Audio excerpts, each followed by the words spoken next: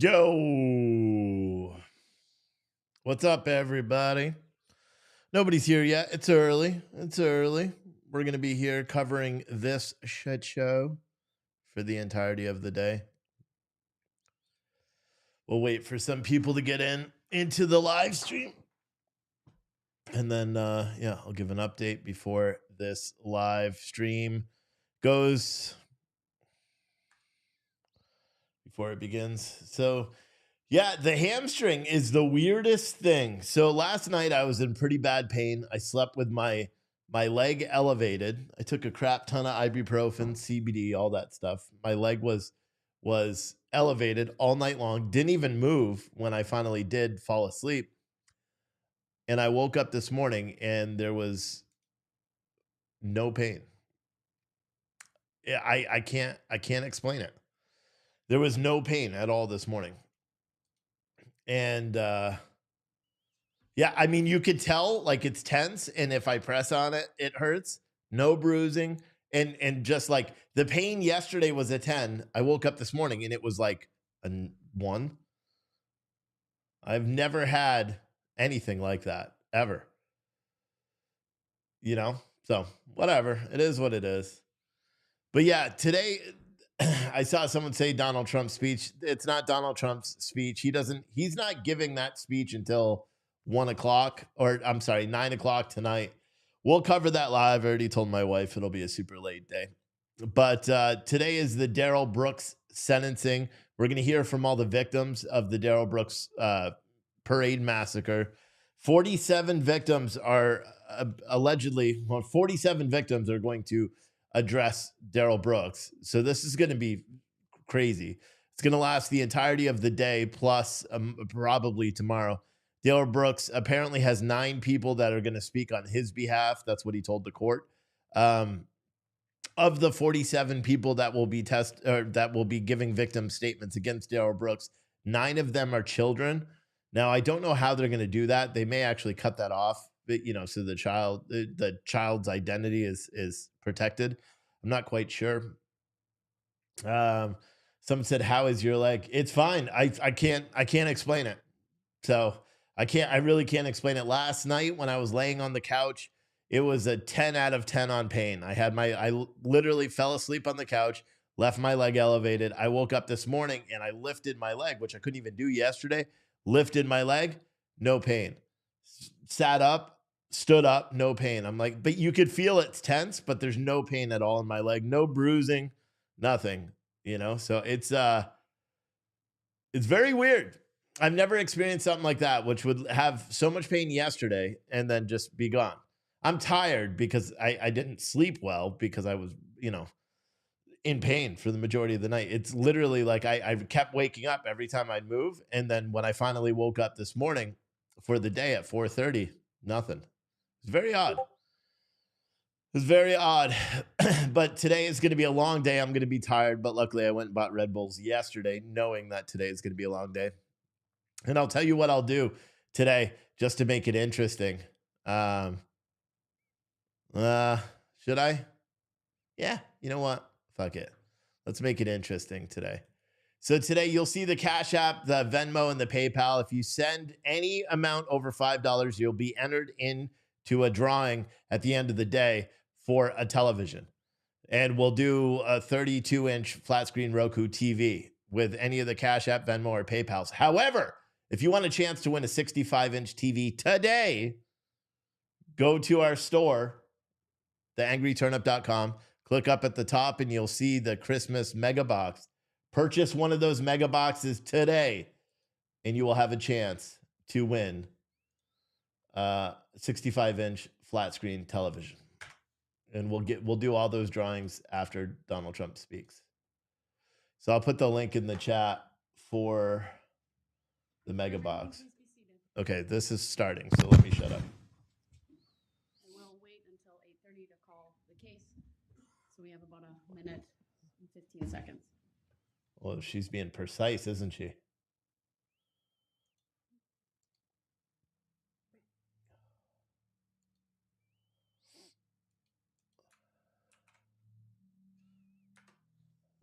There's Someone said you can't hear. It is quiet, but I just turned up the volume. I don't think she had the microphone on because she was waiting until 8:30 exactly to start it. So I'm not sure if she had the microphone on. I'm guessing that she didn't.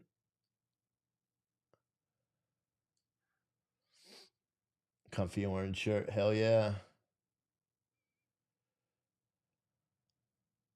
So again, what I was saying before is we're giving away 2 televisions today. Two TVs. One, if you just want to enter into a chance to win a 32-inch flat screen Roku TV, send a Cash App, Venmo, or PayPal. Rate the platform that you watch. $5 or more gets you into that one. If you want to win a 65-inch flat screen television Roku delivered right to your door, the link, buy one of our Christmas boxes. And yeah, you could have 2 chances to win because we give away one of the TVs in one of the boxes as well. Darrell E. Brooks, Okay, case shush. number 21 CF Shush, Steve. 1848. May I have the appearances, please. Good morning, Judge Sue Opper, Leslie Basie, and Zach Wichow appearing for the state. Thank you. Good morning, sir. Appearance, please. Good morning, Your Honor. My name is Darrell Brooks, Jr. I'm here for this matter by special appearance. It is not my intention to bring any controversy to you, Your Honor, or your court today. I'm wondering how I may settle this matter. Is there anyone here in the court that can give me a rendering of the account? Please, if it Mr. Brooks, pleases your Your Honor. appearance is noted. The court will not be responding to that last question. We are here today to start the sentencing hearing in this case. This, of course, following your conviction on all counts following the jury trial that concluded in late October. I will acknowledge, sir, there are a number of documents you filed today. One is a motion for stay pending appeal. There are 2 ICFs that came in as well, both addressed to me. One related to court costs and fees, requesting a copy of the record at the court's expense. And then the other one also requesting a certified copy of the record, written and recorded, statement that you're waiving all fees and court costs, and that you would be appearing by special appearance. The court's not going to take these up initially, sir. In order for a court to consider a motion for stay pending appeal, the matter must be finally adjudicated, including the signing of a judgment of conviction. Once that is done, I will schedule the motion for stay pending appeal accordingly. That way the state can also have proper notice of that and be prepared to address that with the court. In terms of your request to waive costs and fees, I will interpret your written ICFs as a request that at sentencing I waive costs associated with these convictions to the extent that is allowable under the law. As far as the record is concerned, this court is not the custodian. As far as anything in the written record or the file, the clerk of court is the custodian. As far as the official transcripts of the proceedings, those will need to be prepared, and there are costs associated with that, and there is a form that you or a lawyer acting on your behalf would need to file in order for this court to consider that. So I'll take all of that under advisement, but will not be addressing that specifically other than what I have just noted.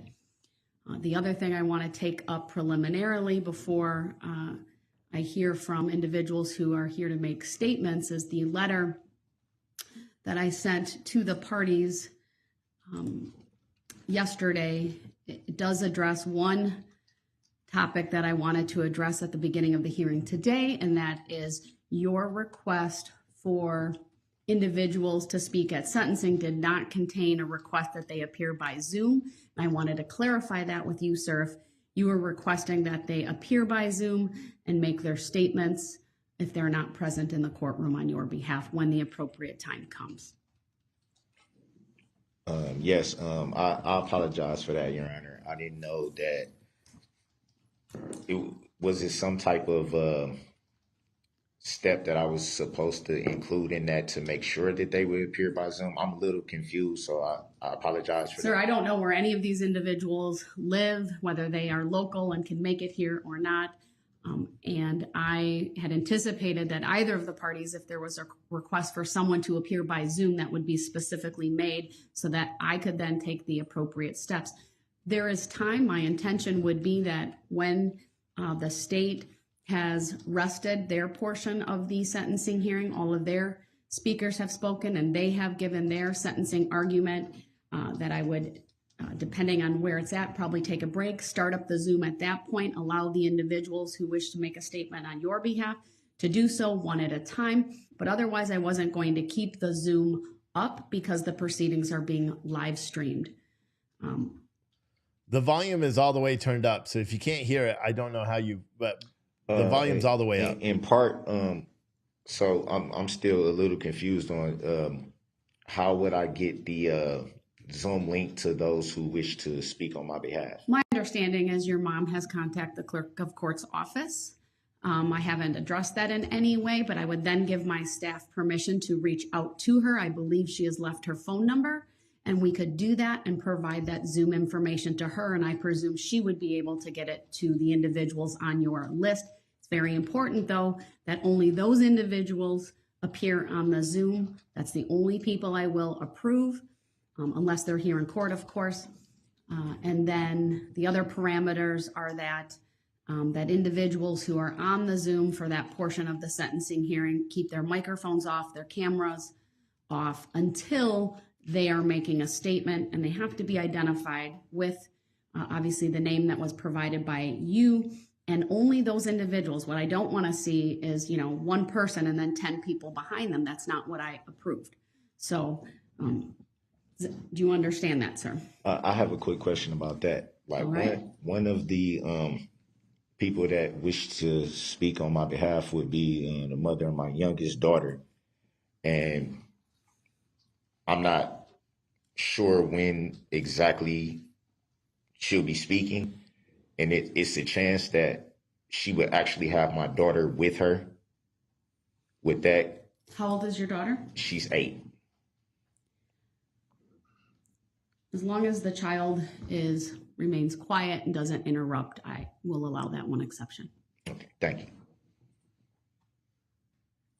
All right, so I will instruct Madam Clerk to let my other clerk know that the Zoom information can be released to your mom. There's a meeting ID and passcode, and that can be provided to the other individuals on the list. And I anticipate that won't be until sometime this afternoon that we get to that portion of the sentencing hearing. So if they have, because I know my grandmother would like to speak, and she's very elderly, so if she has any trouble like accessing it, will someone probably on my behalf be able to walk her through that? Or? Well, I assume she might need help with that, or someone will be available. She's 80, so I don't think she's, I know that she's not the most. I trust they will have savvy. that all figured out, sir. So, all right. All right, then. Is there anything else the parties wish me to address preliminarily before I turn to the state? Yes, Your Honor, I do have a few preliminary matters, please. The filings that you just referenced from Mr. Brooks, I did not see those in the electronic queue this morning. Would it be possible for the state to get copies, please? Yes, they, I believe, were hand delivered. Or Zach may be, my other clerk Zach may be doing that right now. We'll make sure, but Teresa can make copies for you as well. Okay. I also wanted to ask a couple of housekeeping matters, Your Honor, as far as timing and scheduling. If we complete the hearing today, then I assume that eliminates the need for the hearing tomorrow. Is that correct? Or do you see a version where we come back tomorrow no matter what? I do see a version where we come back tomorrow no matter what. I want to be able to digest the statements from everyone and process them accordingly. There's going to be quite a few for both sides, and I think it's appropriate that I take the overnight to do that and come back tomorrow to render the sentence. Okay, thank you. That's very helpful. The other question is we have the easel back in the courtroom. Some people did want to display some foam boards. If it meets the court's approval, we'll leave it at this location and then just pass up the exhibits, and Detective Regland can display them if that's okay with the court. Well, it's certainly like Mr. Brooks to be able to see them as well. Mr. Brooks, are you able to see the easel from where you are? Otherwise, I could have it put in the witness stand too. And then Detective Regland could just kind of facilitate that. Sure, okay. That will work. And then other individuals have brought digital photographs that we'll be displaying. So we'll need your clerk's assistance with that. And again, we'll be using Ms. Gussie at the back table to accomplish that. All right, thank you. All right, anything else from you, sir, before we start this morning? Yeah, just really quick. Very quick reference to the ICFs. I did address ICF to the clerk of courts in regards to the record. So I should have mentioned that when you was talking about it, but I did actually I addressed it to her personally. I trust she'll respond in due course then.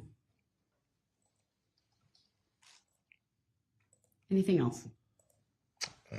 Not at this time, yeah. All right. I will note that it appears yesterday some restitution information was filed. Was that hand delivered to Mr. Brooks? Attorney Hopper? The restitution information, was that hand delivered to Mr. Brooks? Yes. Everything we e-filed yesterday was provided to Mr. Brooks personally in the jail, Your Honor. I object to that, Your Honor. There were a number of documents that I did not accept. I'll have the clerk print them off. There is a restitution request from the Waukesha School District totaling, well, that's just one piece of it. Let me look at the letter again. There's a letter from the state and then a crime victim compensation request as well. The state will be requesting $47,193.29 to EMC Insurance Company on behalf of the School District of Waukesha, and additionally requesting $124,220.65 to crime victim compensation. That's the program through the Department of Justice. And supporting documentation, I believe, was also filed. Let me just look for that. Well, you said it again, Your Honor. And we'll have it printed off. It was delivered to him yesterday. Whether he accepted it or not, I don't know, but it's available to him in the jail, Your Honor. All right, understood. All right, thank you. I don't have it, just for the record. Madam Clerk will print it off, and you'll have it shortly. I don't know if where they put it after I didn't.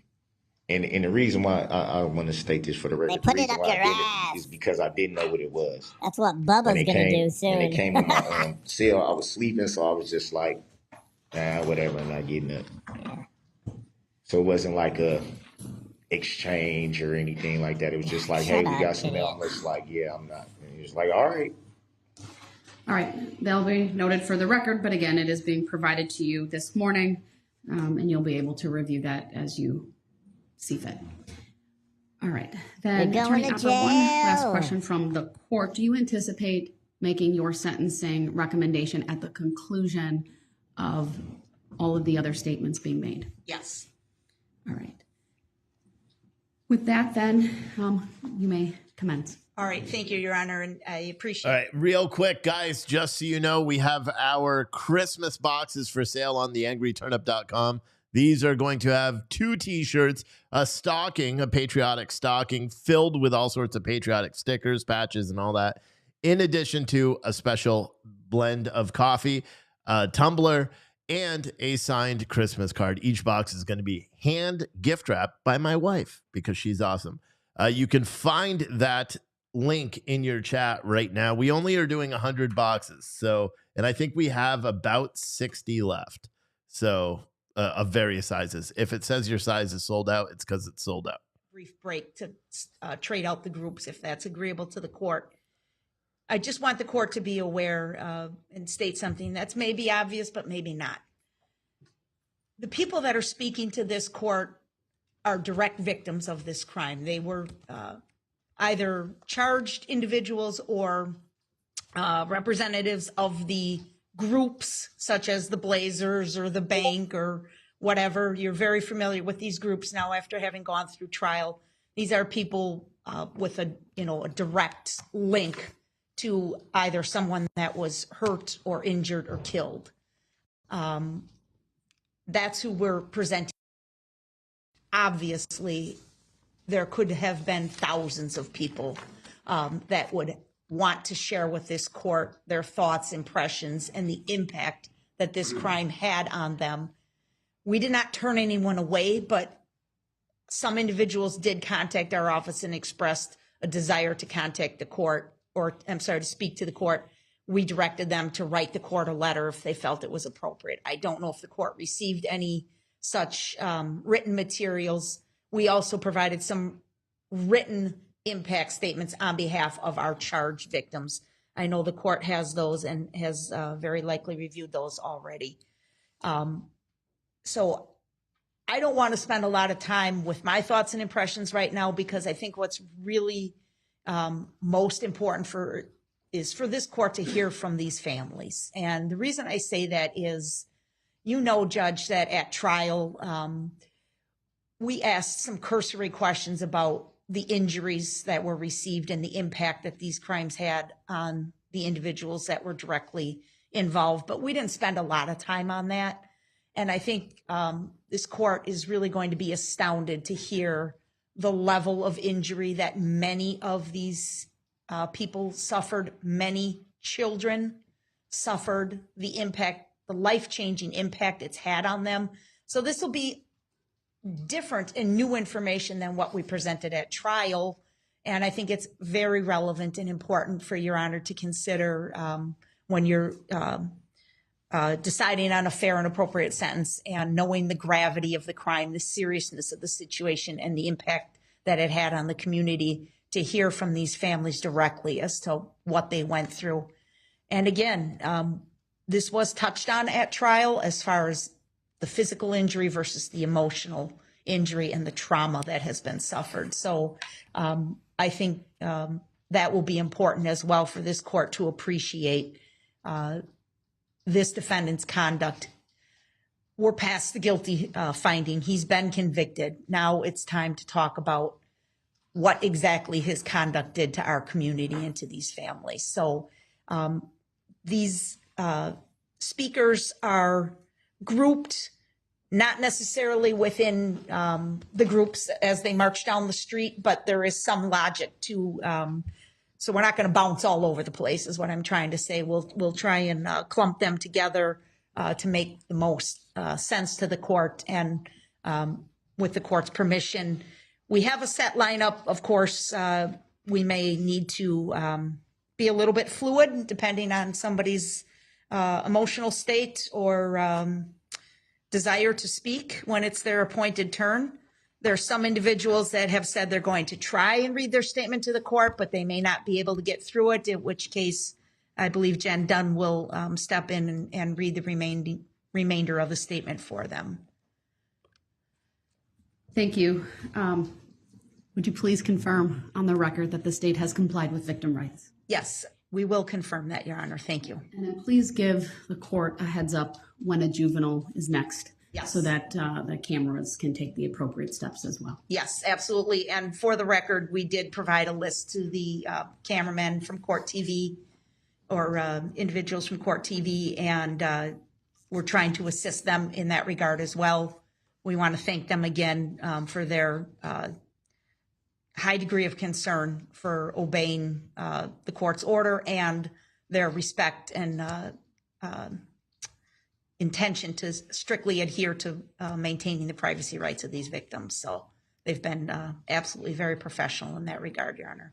Thank you. And then just lastly, because I would like to keep track, and obviously I will honor however they want to introduce themselves, but if you could also tell me which victim they relate to, if it's not self-evident, Sure. that would be great as well. And I'm going to keep a list. Okay. All right, Thank you. Go ahead. All right, then. I believe our first speaker would be Lori Loken. Just because people asked, I'm going to make another option for the mega box. There's not going to be a lot of them, but it's not going to have t-shirts. It'll have a hoodie in it. You'll see another choice. But I have to order the sweatshirts now. So it's going to be limited. So if it says your size is sold out, then that's it. So it won't have t-shirts. It'll have a custom hoodie in there instead of t-shirts, because that's about the same price for me. Victim UU. Good morning, ma'am. Thank you. Good morning. I'm addressing the court. Is the microphone on? Yeah, it is. Okay. I'm addressing the court, but I also want to direct my comments to Darrell Brooks, Jr. My name is Lori Loken. I was walking with the Catholic community of Waukesha, my church family. We were celebrating the joy of the season in preparation for the birth of Jesus when you made your decision to drive through the parade route. It truly amazes me that you deny your accountability for the damage and hurt that you have willfully caused. In the years ahead, I urge you to carefully consider the sorrow and grief of the Waukesha community and the world at large. Ponder the loss of lives within our families, the physical and emotional injuries that may never heal, and the sense of personal safety that you robbed from us. As for me, you never gave me a chance. I turned around and it was only seconds before you hit me square on. I clearly remember feeling the impact. The searing pain of that blow is as clear to me today as it was a year ago. Since then, I'm healing as best as I can from the physical injuries. But you took away my peace and my trust, something that I will never regain. My prayer for you is that you will find your salvation in the midst of this evil. I hope that you will repent for the heartache you have caused so many. I too pray that your own personal wounds that you have sustained through your life, which has created so many demons in you, will be healed through this action. Thank you.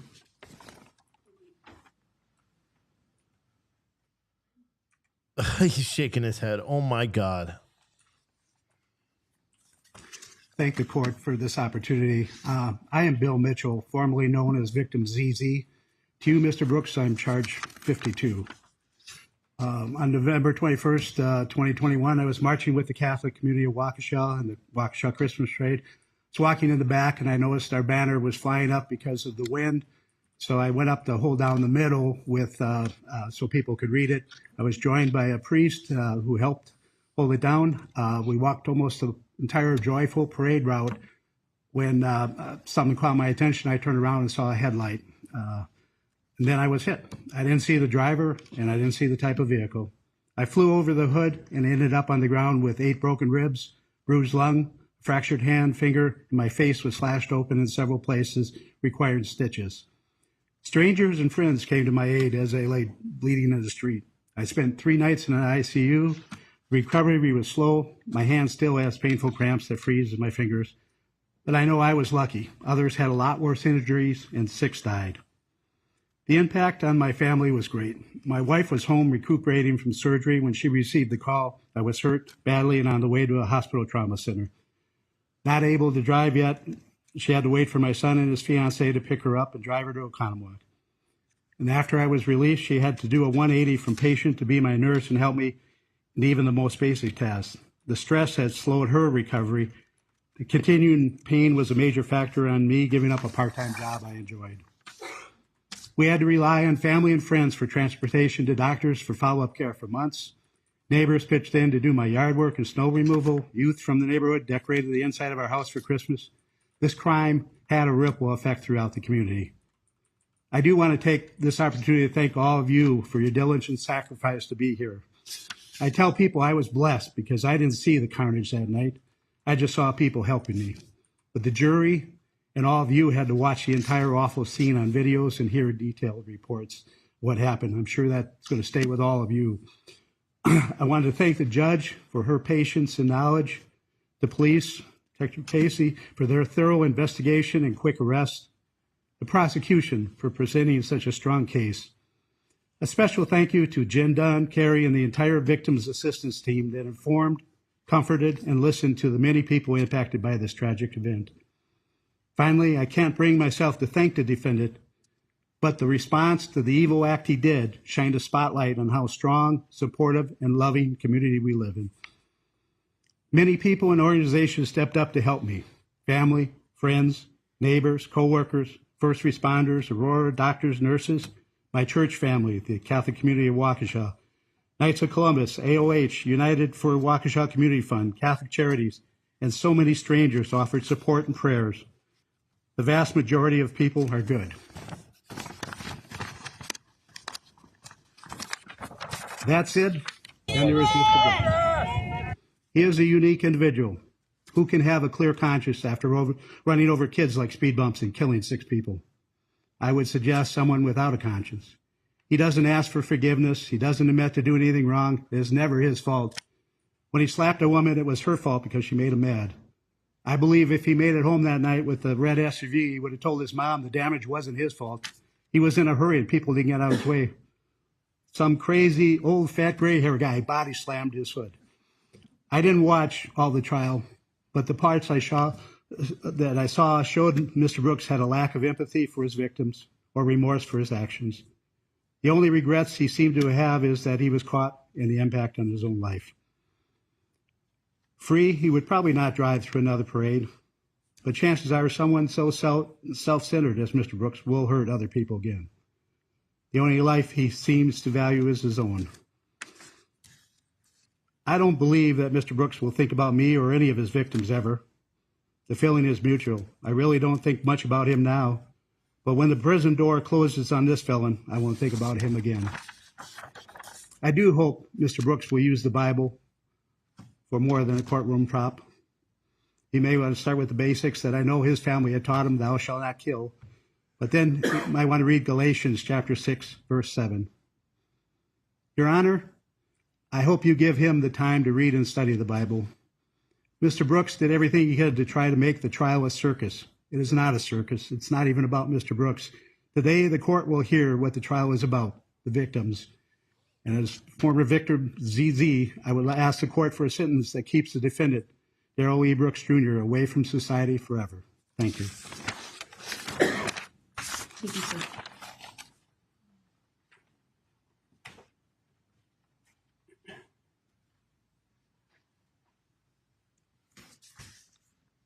Mr. Brooks, my name is Jason Peckloff, and I'm with the Catholic community of Waukesha.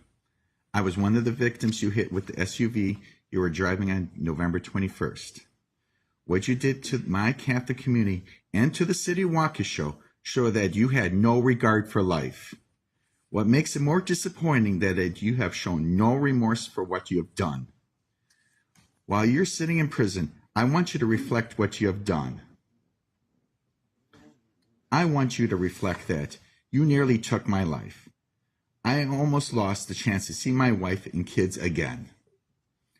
I may have never had the chance to love or hug them again. You intentionally harmed my community, whether it was physical or psychological. You stole our innocence that day. Before that tragedy you created, it was a beautiful day we all experienced and never thought an evil thing like this could ever happen at a parade. My friend, myself, and the Waukesha Catholic community were asking parishioners and their families to participate in this parade. Imagine the guilt we must all bear for the rest of our lives. Because of your actions, I was out of work for about 6 weeks. Then I had to go back part-time because of my sustained injuries. Because of your actions, the multiple lacerations you created leaked out of the bandages and onto my bed, comforter, and sheets. What an awful visual to have. Because of your actions, I could have lost my foot. Thank God my nurse friend was checking on me. Because of your actions, my wife cannot get the images out of her mind of what you have done. You have forever scarred her.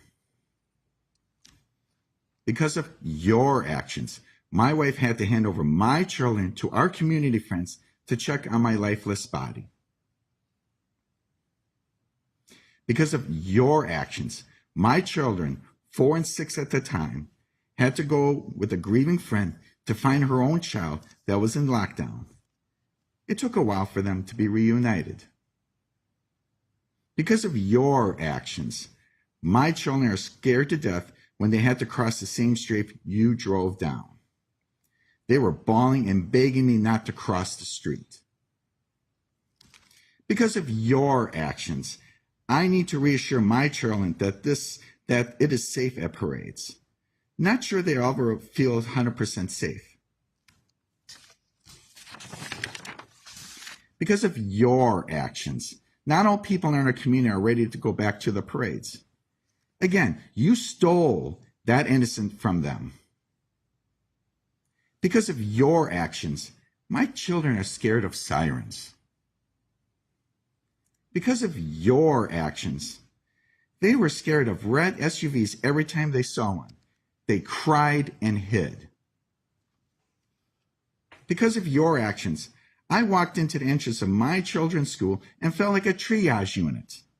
I saw children on crutches and a walker. What an awful image to be burned into my memory.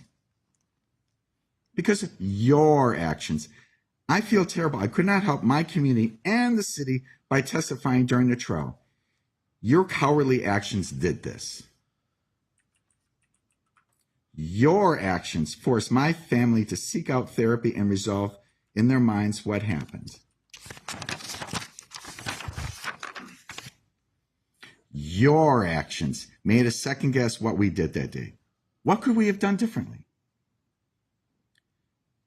During this trial, you show no remorse. It makes you look like a monster. During the trial, you show little regard and respect to the court. It makes you look disrespectful. During the trial, you treated multiple witnesses terribly. You were trying to twist the words of our pastor, who is a man of the cloth. You made a comment to a witness you injured that he was walking fine now. It makes you a callous jerk. Despite what you have done to my community, I forgive you. Forgiveness does not remove the need for justice. Justice must be served and you must go to prison. My prayer is that forgiveness will heal your wounds and the wounds for the city. Thank you. Thank you, sir.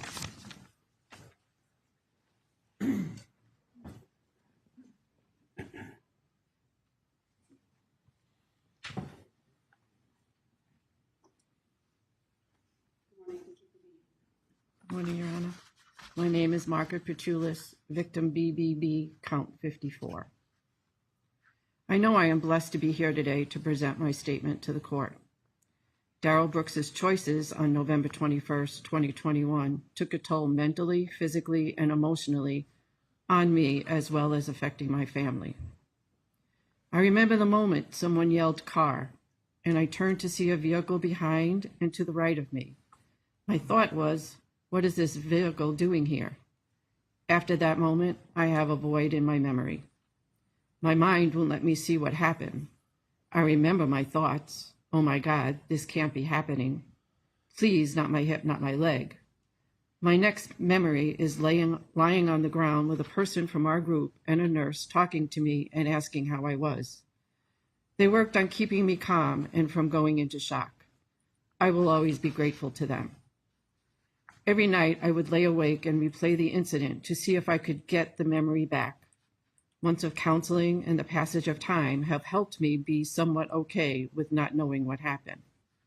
One of my fears is that when I least expect it, the memory will return. After being impacted by the vehicle, I was laying on the ground with severe pain to my left leg. Emergency people stopped by, and one questioned whether I had been shot, and all I could think of is, why would I have been shot? I was eventually lifted into a police SUV and taken to Waukesha Memorial Hospital. I was examined and was released after being diagnosed with a broken bone in my left foot. I was instructed to wear the boot provided by the hospital, sit in a recliner, keep my leg elevated, and not put any weight on my left foot. I was instructed to follow up with an orthopedic doctor the following week. I went home and found it very hard to get from the car into the house. I couldn't figure out how to walk without putting my left foot down on the ground. My stomach was nauseous from the pain medicine. My husband and daughter assisted me into the house and sat me in a chair. I immediately passed out, and when I came to, my husband and daughter were concerned that I had had a stroke. They called 911, and I was transferred to Aurora Trauma Center. I was examined head to toe and again released with a diagnosis of a broken bone in my left foot. We live in a tri-level, and I was able to get to the lower level where there is a bedroom, a bathroom, and a family room.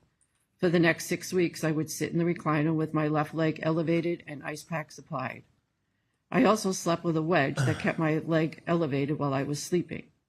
After experiencing more pain in my left leg, I was sent for an ultrasound, and the ultrasound found a hematoma on the inside of my left leg. Standing up was extremely painful even without putting pressure on my left foot. It would take me a couple of times of standing and then sitting back down on the side of the bed until I could bring myself to hop on my right leg using a walker for balance to get to the bathroom or to the recliner. My husband had to help me in and out of bed due to the extreme pain in my lower left leg. I couldn't dress or undress myself, take a shower, go to doctor's appointments, or to Mass without his help. Every day he had to apply gauze wrap and an ace bandage to my left leg to cover the blisters so that as they would burst, they were covered. He then applied the boot sock and a boot. Every day for several weeks, he had to prepare all meals and bring them down on a tray to me. We were fortunate that he was working from home during this time. I had orthopedic appointments and 3 rounds of physical therapy.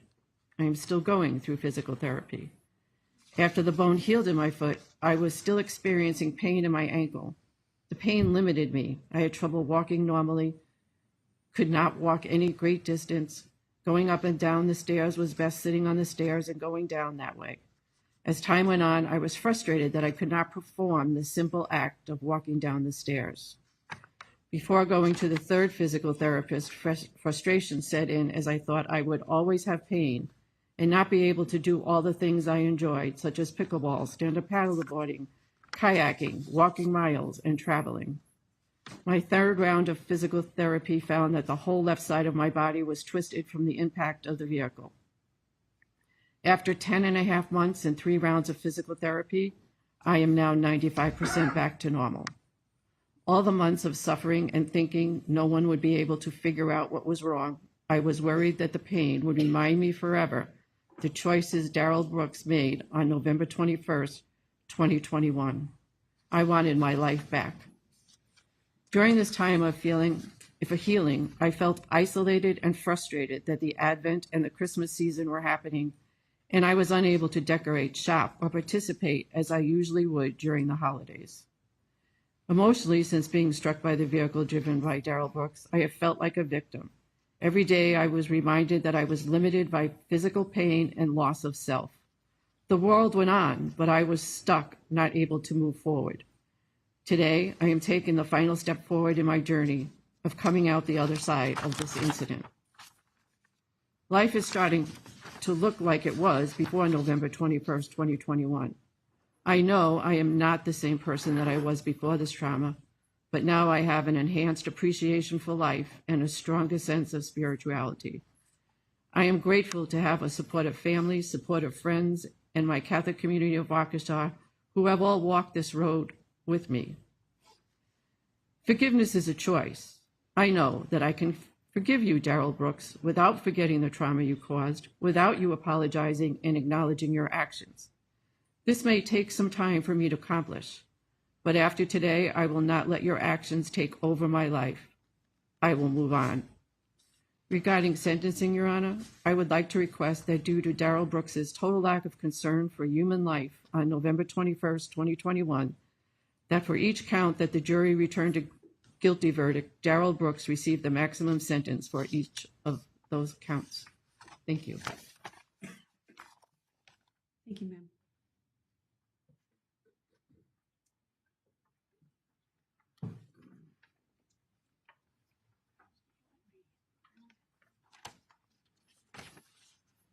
Good morning. My name is Jeff Rogers. My children were victims U and V. I'm a father of four, three of which were marching with me in the parade last November. Two of my children were struck and injured. I also serve as the president of the Waukesha Blazers baseball and fast pitch organization and was a couple months into that job at the time of the parade. I've debated whether or not to read a statement for this sentencing. At the end of the day, I felt it necessary to have my voice heard. For my sake, for my family's sake, and for the Waukesha Blazers' sake, and for all the other victims. I'm here today with families that I love, and I'm so sorry that this happened.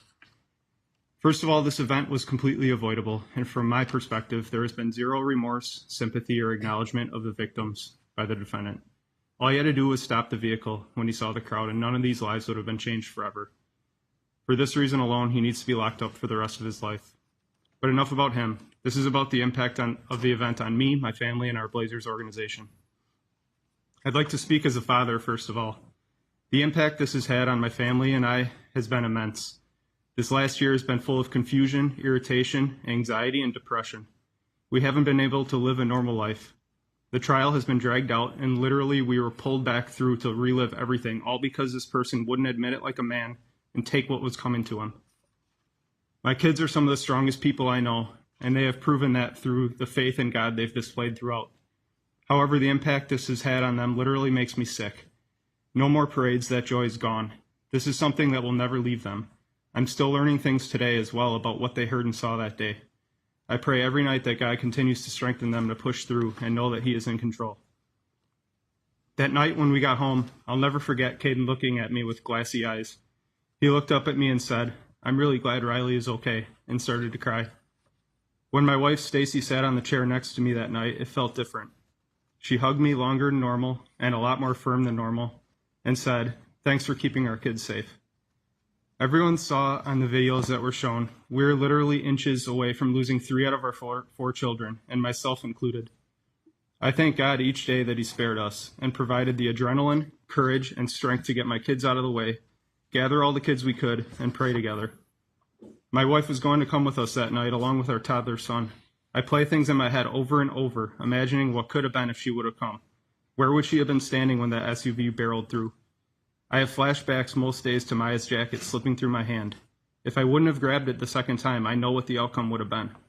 Riley still has trouble sleeping, with some nights getting out of bed 6, 7, 8, 9 times because she heard a noise or doesn't feel safe. A few days ago, I was one-on-one in the car with her, and I finally apologized for not finding her right away. Thank God our friend found her and kept her safe, but as her dad, I've lived with the fact that I couldn't find all my kids that night after it happened. I went way too long not knowing where my kids were, with panic overwhelming me.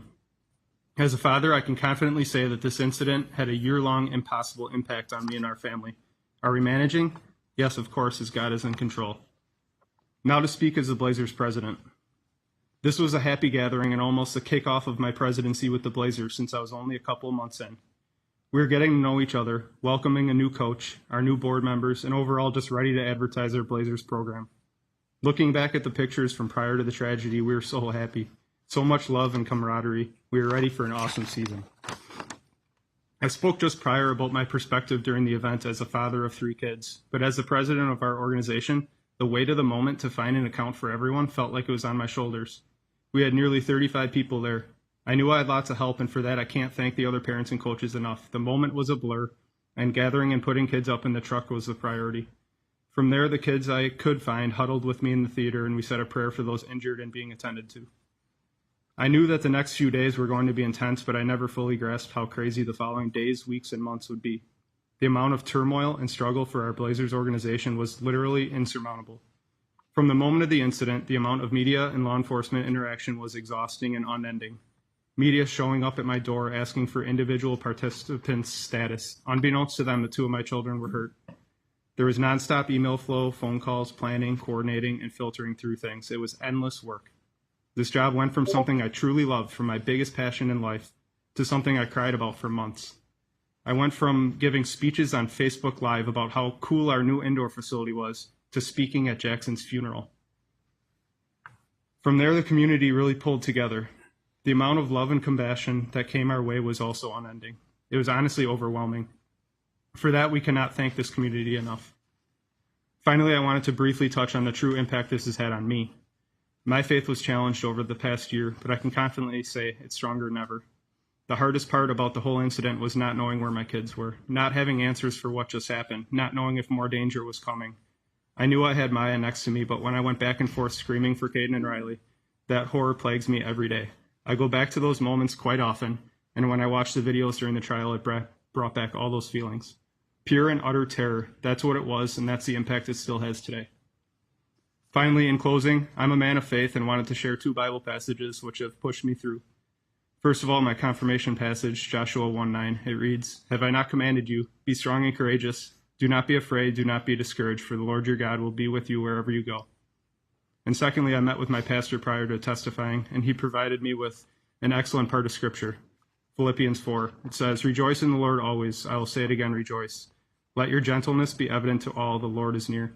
Do not be anxious about anything, but in every situation by prayer and petition, with thanksgiving, present your requests to God. And the peace of God, which transcends all understandings, will guard your hearts and your minds in Christ Jesus." Thank you for listening, and may God strengthen us all. Thank you, sir.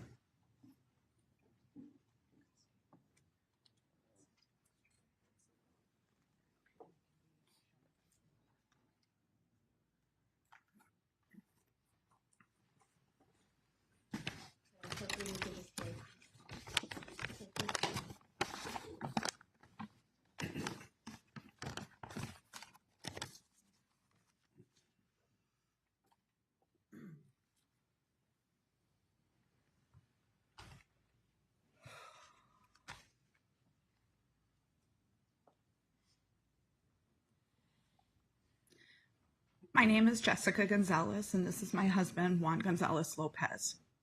We represent the Blazers organization, as well as many others, and you could even argue the state of Wisconsin. Last night, as I thought about my statement, my son scooched over on the couch and snuggled into me. He laid with his head on my lap, and I stroked his hair. We stayed like that until it was time for bed. He knows we're here today, and it was as if he knew we needed a little extra love last night. Moments like these should be pure with love and affection, but since November 21st, they are mixed with flashes and images of what could have been. Mama, I'm here. I was on the other side. This is one of the memories and words that I'll never forget and hear dozens of times a day without warning. The relief I felt hearing those words on November 21st was devastating, but I found my son unharmed. That should be the end of the story, right? We're fine, right? Physically, yes, but fine is a word we use when people ask us if we're okay, but we're not.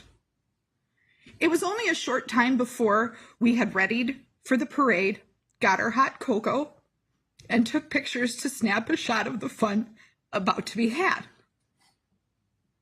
Before the parade, I left him with his teammate and new friend Jackson at the Blazers drop-off spot and walked my daughter to her dance team location. With my mother-in-law visiting from Mexico, she was excited for her first Christmas parade. Stationed at the corner of the Clark Hotel with friends, my daughter's dance group waved with smiles as they passed us. She was headed to the library where I would pick her up. The Dancing Grannies, one of our favorite groups, performed flawlessly as they passed us. My son's baseball group was after the extreme dancers who were within sight. Then the gasps and screams came from everywhere, and the red SUV sped past us. I yelled stop and put my hands out like I had the power to make it happen. I felt like I was punched in the stomach when I realized the SUV came from the direction of my son's group. Panicked and lightheaded, and knowing my daughter was safe, I ran to find my son. Running through the streets, my legs felt like they had a life of their own. I found Jackson first. I saw his little body in his Blazers jersey. His eyes looking up, looking nowhere. I knew he was hurt badly. Seeing Jackson on the ground, I began looking for my son amongst the rest of the bodies. I screamed hysterically, searching frantically. What ifs filled my head. I heard Mom from so many directions, but it wasn't him. Finally, it was. I turned to see him with other Blazers who were in the team truck. He called out to me, "Mama, I'm here. I was on the other side." Yes, I found my son unharmed, but after, the chaos continued. We ran. I covered his eyes as we rushed back to our group. I called my husband to tell him something terrible had happened, but had no words to explain. Headed for the library, we were told there was an active shooter. We ran again. I covered my son's head with my arms so bullets would hit me first. He cried. I tried to assure him and myself that things like this don't happen. At the library, I ran up the stairs and shouted for my daughter, who was huddled with a friend and her daughter. Yes, I found my children unharmed. But after, the pain and terror continued. After the parade, we discovered people had died, and that several people in my son's group were hit, including his coach and teammate. We learned that my son's teammate was in critical condition, but I already knew this. I still see his eyes without closing mine. What does it feel like to attend a funeral of a child your age? I hate that my kids know. I hate that I didn't get a chance to cheer on my son and Jackson during the baseball season last year. I hate that my son said it was weird having one less teammate. For more than a week, it was late nights to avoid sleep, and our family of 4 piled into one bed. There was no question this was a traumatic experience. Counselors were available. My son didn't want to talk about it, and today still doesn't. I tried to return to work. I tried to return to teaching. I couldn't make it through a day without feeling hypervigilant, startling at every noise, having a panic attack from the sound of a door, shout, thud, gasp, anything and everything. After the parade, I couldn't make it through a day. My joy disappeared. I felt guilty. I had no right to feel joy since my son and daughter were alive and others were not. I was open about questions my kids had, but I cried and screamed in agony when they weren't around. I overreacted, shouting and pulling my kids near in the parking lots and streets, or any time I saw a car come within a quarter mile away, convinced they all had ill intentions. PTSD throws all the punches. I left my career to work intensively on healing in a program for PTSD. I have only just returned to the workplace, only just a month ago. Something quieter, something with less action. Because after almost 1 year, some days still feel like November 21st was yesterday.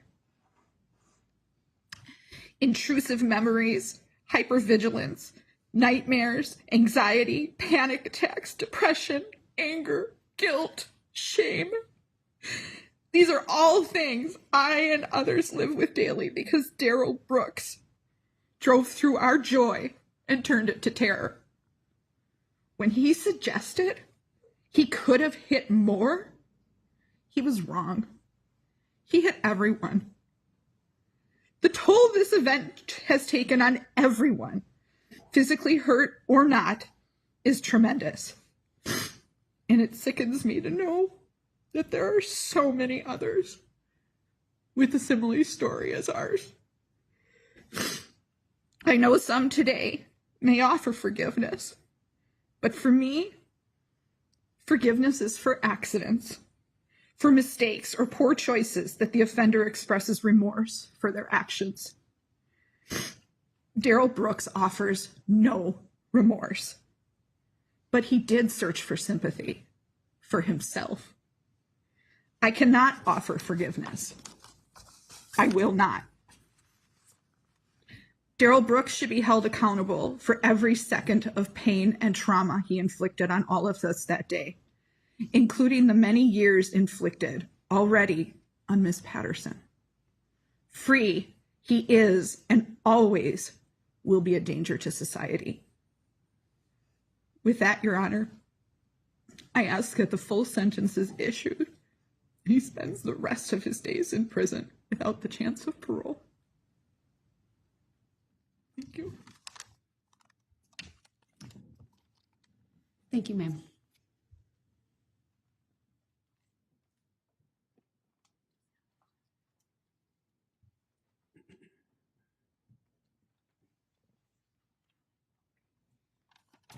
I have to make the chats subscriber only, guys. As many as I can. And my on the family Steve walked Oatley with channel, I'm shutting the chat off. People November are just 21st, 2021, my family walked in the Waukesha Christmas parade. My boys were dressed proudly in their baseball jerseys, streets lined with smiling faces. The crowd was happy and excited. In a split second, excited cheers turned into sounds of screaming and horror. A trail of bloody bodies were left laying in the road. My family was not physically injured that day. We somehow dodged the path of the car by inches. Our mental and emotional injuries were severe, and they remain a struggle for us every day. We have the image and the sound of a SUV plowing through people burned into our minds for the rest of our lives. My children were separated, and I ran through a trail of bloody bodies that were left laying in the road. I will not forget how many people I saw, some seizing in an intersection, some unconscious, and some not. My children cried themselves to sleep for weeks after and still do. They still wake up with nightmares, as do I. They could not walk in a parking lot without clinging to me, shaking and terrified that a car would try to run them down. We suffer from major panic attacks and PTSD, all from a day that was supposed to be happy and exciting. As parents, we have to try to help cope with our children, but we do not know how to cope ourselves. My children, my family, and I, and every person that we know will never be the same after that day. There were many people that were fortunate enough to walk away unharmed. However, Jackson Sparks was not one of those people. A child, 8-year-old, walking next to his big brother with his whole life ahead of him. The next time my children wore their baseball jerseys was to a funeral. A funeral for an 8-year-old boy, their friend, their teammate, that they have spent many days playing and making memories while at their brother's baseball games. His family and friends will never see his smiling face light up a room, and his team will never be able to celebrate a win with him on the baseball field ever again. Every moment of Jackson's life that was ahead of him was ripped away by Darrell Brooks. You, Darrell Brooks, you hid in a children's playhouse and ditched your hoodie and a sandal. That playhouse happened to be my children's at the house we just moved out of a couple of months prior. That playhouse was built for them, built for my sons, and you hid there after you left their friend and teammate lifeless in a road, along with many others. You didn't just get lost in a parade route, you disregarded police and the safety of hundreds, and you disregarded life. You very selfishly ripped away the joy from the families who were there just to bring joy to others. There are many holes left in our community, but our community has grown stronger and we all have each other. You, however, will have no one. You will have no one in a cell where you belong for the rest of your life. Thank you, Judge Darrell, and we ask that please he never see the light of day again. Thank you.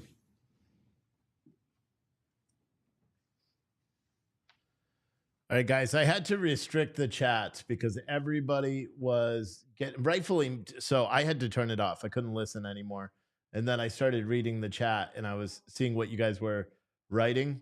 We can't have our platform taken down.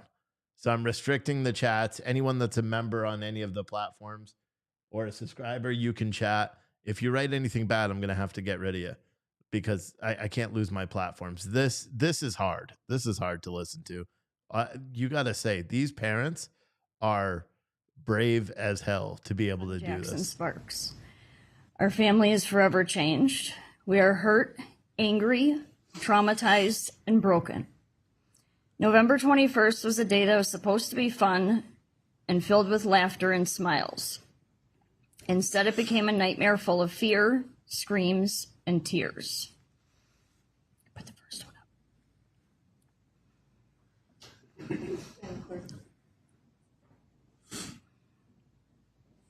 My boys were walking in the Waukesha Christmas parade with their baseball teammates, friends, and coaches. It was a chilly and windy day that day, so we all layered up and prepared to kickstart our holiday season.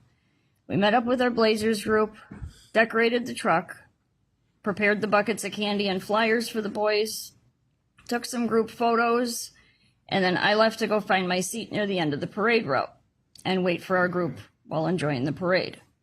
I had no idea then the nightmare that was coming my way. Nor did I know that it would be the last time I would hear Jackson's voice and see his smile. I wish I would have known then that the hug he gave me before I went to sit down was the last hug I would ever get from him. I would have held on to him a lot longer. After the red SUV flew past us, it was pure chaos. I will never, ever forget the horrible sound of the car hitting bodies and the thud of bodies landing on the ground. I immediately grabbed my favorite plaid blanket, ran up the street to find my boys. What I found shook my world. I saw Jackson first in the arms of a police officer. He was running him to get him medical attention.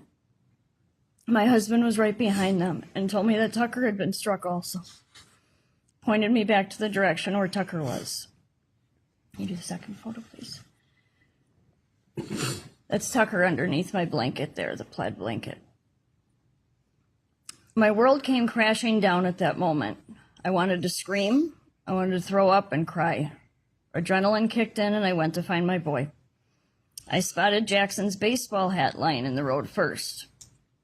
Then Tucker's hat. Then I found Jackson's shoe, which kind of led me to Tucker. I finally spotted him. He was one of the many bodies lying in the road, covered in blankets. I recognized the shoes on his feet. That's how I found him. They're sticking out from under the blanket. I stayed at Tucker's side as he lay in the road waiting for an ambulance to come back for him. He was semi-conscious, but we couldn't move him without a backboard due to his head being injured. They had run out of backboards. Luckily, a nearby shop owner / hero dragged a door out of her shop to roll him onto so we could get him out of the cold and get him warm. An hour laying out in the cold road where he was thrown from impact. You can go to the next photo, please. This is what we were facing next. Both boys had traumatic head and brain injuries. They both ended up in the ICU at Children's Hospital. Their rooms just a few doors down from one another. The next day, Tucker asked us about Jackson, if he was okay or was he worse than himself. Do you have any idea how gut-wrenching it is to have to explain your 12-year-old son that his little brother isn't going to make it? His injuries were too extensive for his little body to come back from, and that he won't be coming home with us ever again. Leaving him at the hospital was brutal. To see the confusion, frustration, and hurt on his face When he's standing over his little brother in his hospital room, taking in all the machines he was hooked up to, Tucker remembers everything up until the moment he was hit. He had actually turned around and saw the SUV coming towards them. He said Jackson was right next to him. He said he saw a few people get hit, and then he tried to run out of harm's way. He didn't make it. Being the protective big brother, Tucker blamed himself. He felt he should have tried to grab Jackson or done more to protect his little brother. It broke my heart to hear him saying these things. Tucker's physical injuries were also severe. He still struggles with memory issues and brain processing speed. The mental and emotional damage is severe. Survivor's guilt, PTSD, anxiety. He still gets headaches. His little brother was taken from him. He's suddenly an only child now. He misses his little brother and his playmate. Jackson brought out the silly in him, and life will never be the same without him. You can go to the next photo. Every holiday, special event, family function, vacation, there will always be an empty chair or space where Jackson should be. Jackson's absence is very prominent. Every day we face that vacancy, and it triggers sadness and trauma. Jackson's life was taken from him and taken from us. Life isn't the same without him, and it never will be. This morning, I should have spent the morning making him breakfast, taking him to school, hearing about his day later. Instead, I'm standing here in this courtroom, asking for justice for my boys. We came so close to losing both of them that day. I miss Jackson every second of every single day. I feel gutted and broken. It hurts to breathe sometimes. It hurts to live without him here. My mama's soul aches for him. I am emotionally and mentally exhausted. The pain I carry with me every day feels so heavy. Yet I have to push forward, still be there to help Tucker heal, and move forward with find our new normal. Can you go to the next photo, please? As a family of faith, we know this man will face God's judgment someday for his actions. Until then, we feel it is this court's duty and responsibility to all the victims to sentence this man to the maximum penalty allowed under Wisconsin law for each and every guilty charge. We feel this man does not deserve to see freedom in our lifetime, nor our son Tucker's lifetime. We have learned throughout this trial that this man is incapable of empathy or remorse. He has shown no sympathy nor apology for all of the pain, suffering, and loss of life he has caused to so many. This man not only took Jackson away from our family, he violently ripped Jackson out of our lives. Jackson was only 8 years old. 8. He only had 8 years here with us. He was robbed of everything. He'll never get to hit a home run, catch frogs with his brother again, meet his wrestling hero, Braun Strowman. He won't ask a girl to prom. He won't go to college, get married, or have children of his own. Jackson will never be able to do any of these things. These milestones will never happen. He was a bright light in our lives. He was very shy to most people, but those close to him, to his family, he was a big ball of energy. He was charismatic and full of light in life. His life was cut out way too short. Jackson and the other victims deserve justice. We deserve closure in order to heal and find our new normal. We hope to achieve that today. Thank you.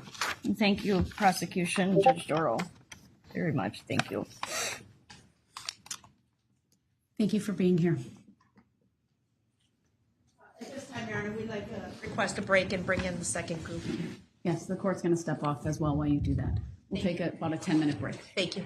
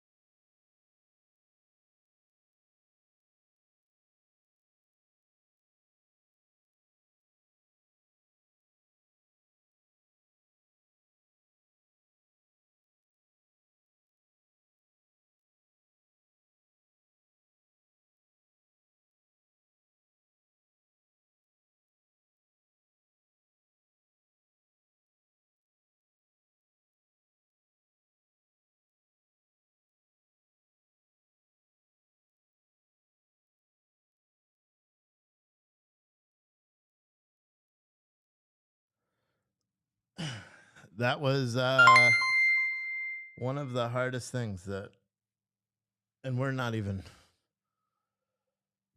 I don't know how. I don't know how parents could be so brave. You know what I mean? I don't know how they can be so brave. There's no way. I mean, I just think about. I mean, her kids were my kids' age. I don't know how she could be so brave. What the fuck is that? Oh, that's a Facebook stars. Thank you, everyone on Facebook, for doing that. I wish I could mute it so it wasn't super annoying, but there's a stars party challenge going on. I'll close that window for now. I don't know how parents could sit up there and talk about it. I couldn't. And the fact that he's not even looking, he's not even paying attention, he's not even. I mean, he's rolling his eyes.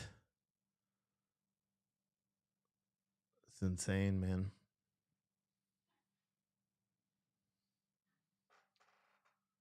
It's insane. How long of a break were they taking? I wasn't paying attention. I tried to zone out. I'm trying to like set up stuff in the back. I'm trying to do. I have the TV in the back in the warehouse on, so I hear it. But 5 or 10 minutes, someone said. 10-minute break. Congratulations to all the new members on YouTube, the main channel, as well. I'm gonna start doing a lot more member-only videos there as well. So I appreciate everyone for becoming members over there. Whew.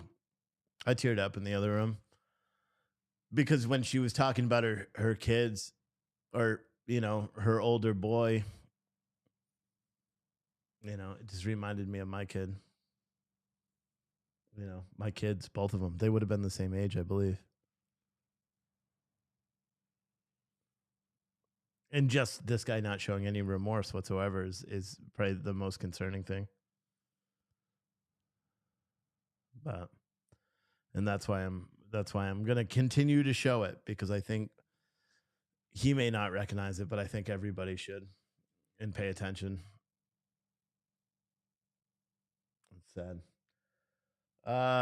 My hamstring it's hard to explain.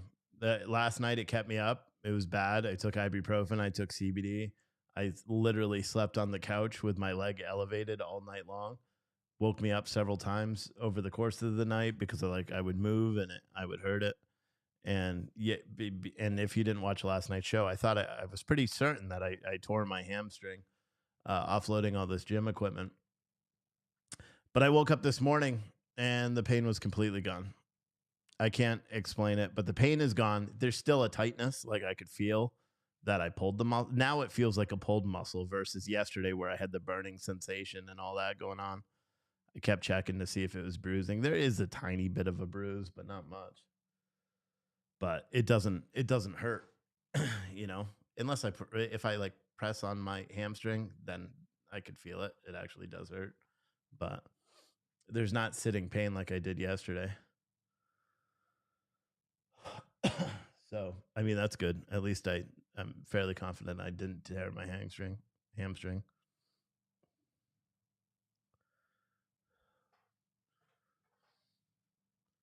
That would be all over Twitter if that's true.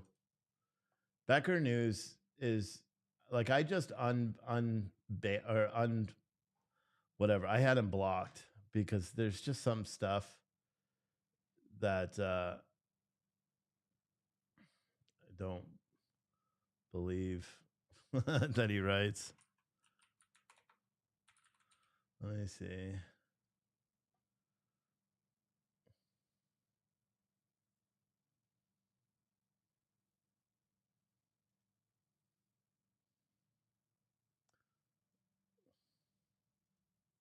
There's a lot of.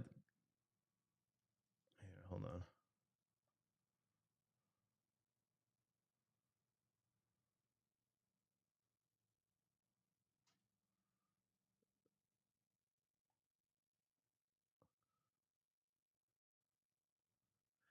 So this is from, well, see, I'm trying to find a credible news organization that's saying anything about it. I'm not finding none of the big news channels at all are writing anything about this,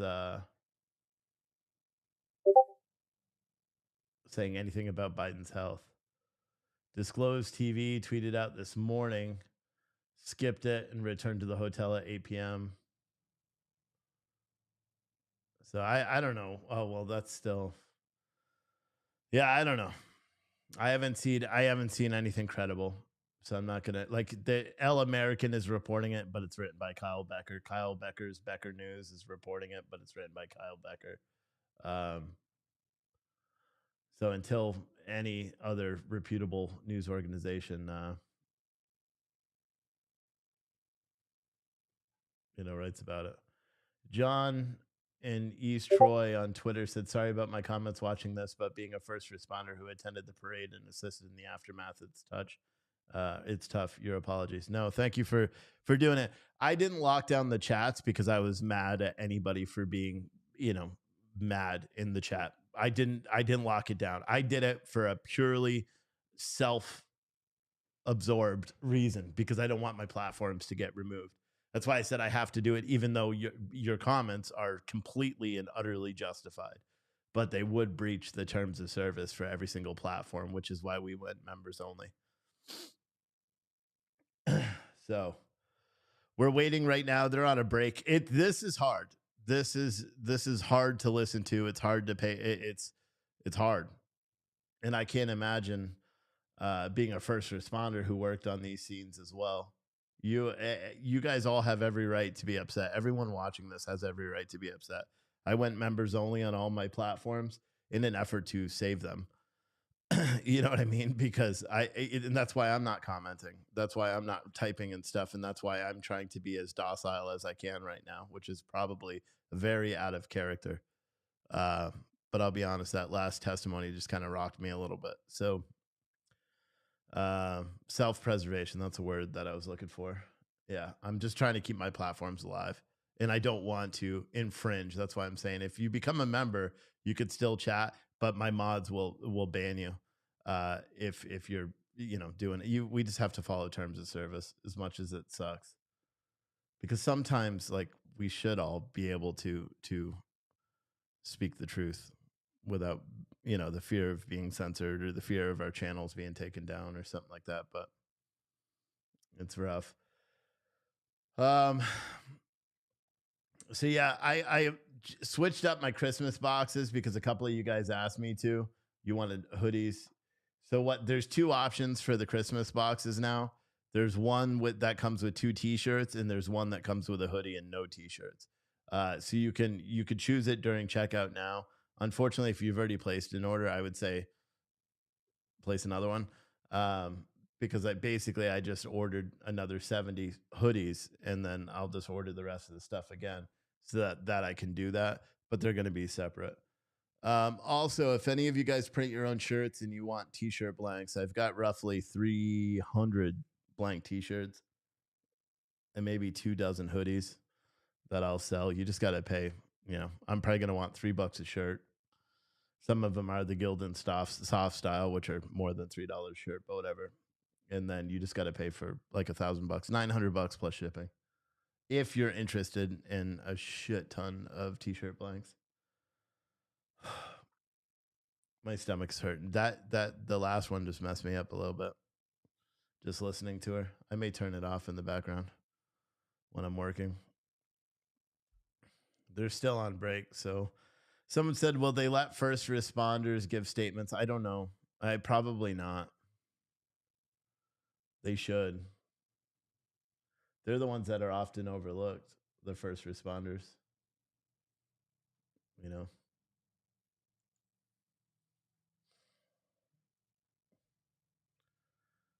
you want to get the Christmas box, the link is in the chat. Also, as a reminder, we're giving away a 55-inch TV today to one lucky purchaser of one of these boxes. So if you purchase a box today, and so far there's been 2 people that have purchased boxes today. If you purchase a box today, after Donald Trump's speech tonight, we will do drawings. We'll do drawings for the regular Cash App, Venmo, or PayPal donations. $5 or more gets you in for a chance to win a 32-inch Roku. And then these boxes, if you buy one of the boxes, they're $105. We're donating $5 a box to the Rhode Island State Police. Every year they do this charity where they fill a police cruiser. We've been doing it for a couple of years. When we were covering all the riots and shit, we did 5,000. And then last year I did 500 personally. And this year should be about another $500 based on these boxes. So if you want to order a box and win a possible, the potential for a 55-inch flat screen Roku TV. All right, we are back on the record. Go to that link in the chat. Let's go back over here. Thank you, Your Honor. For group 2, I believe, Kelly, are you? Jennifer. Okay.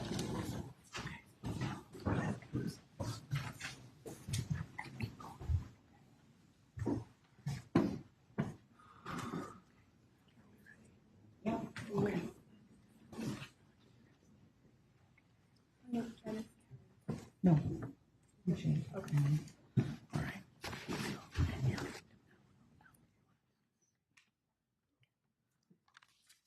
I'm victim LLO, and on November 21st, 2021, me and my family's life changed forever. My brother and I were headed to Parade. We've been scared of parades not letting us feel safe and comfortable, or even being able to run out onto the road to fetch candy. For example, when I went to the Arrowhead Parade, all my friends were asking me why I didn't want to go out onto the road to get candy, and I said, because of the Waukesha Parade. And I was mad because if the parade incident did not happen, I would be able to go onto the road to enjoy something as simple as a parade. When I got to the parade with my friends, I constantly remember to not go onto the road, to be better safe than sorry. It is the last thing I want to happen again. How could you do this? Think of your kids. Would you do this to them? I'm just a child with a lifetime left to live.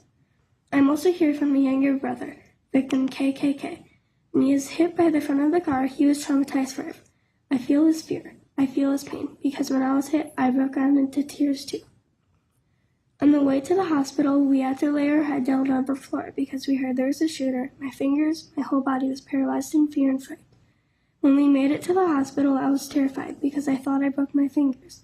And when they asked me what happened, I was too busy crying that I couldn't speak. I still think about this event to this day. The day after the parade, I couldn't even go to school because of what he did.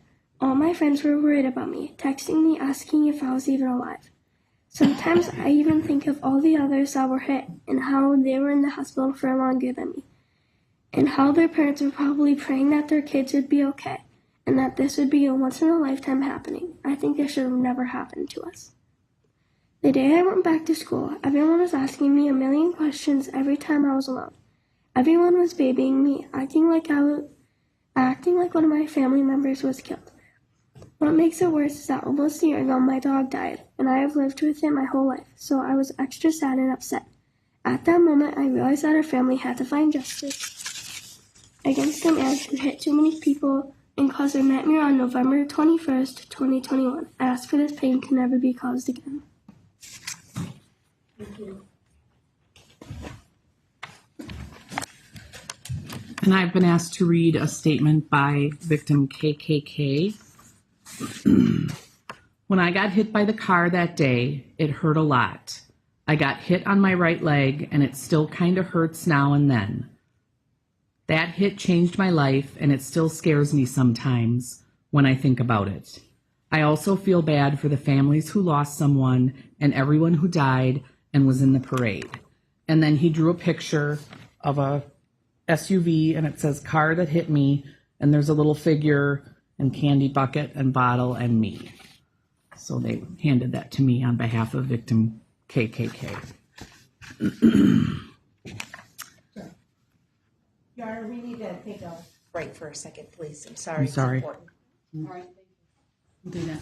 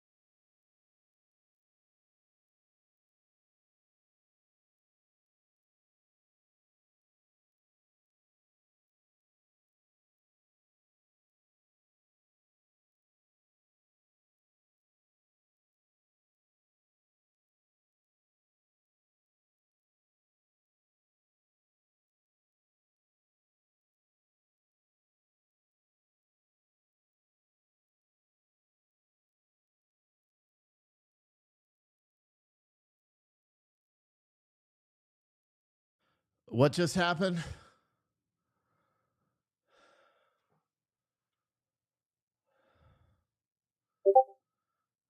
What just happened? I was out there. I wasn't listening.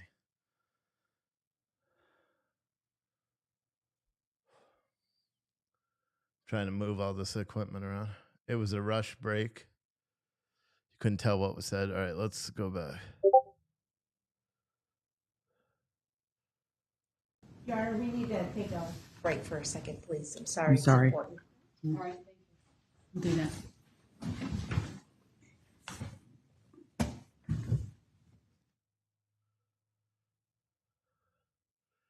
It's now and then. So it just said they just interrupted her testimony and said we need to take a break. It's important.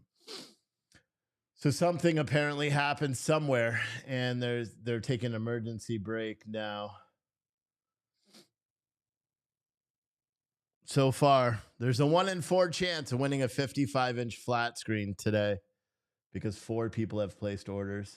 Actually, 3. How the fuck did that just happen? It said 4 and then 3.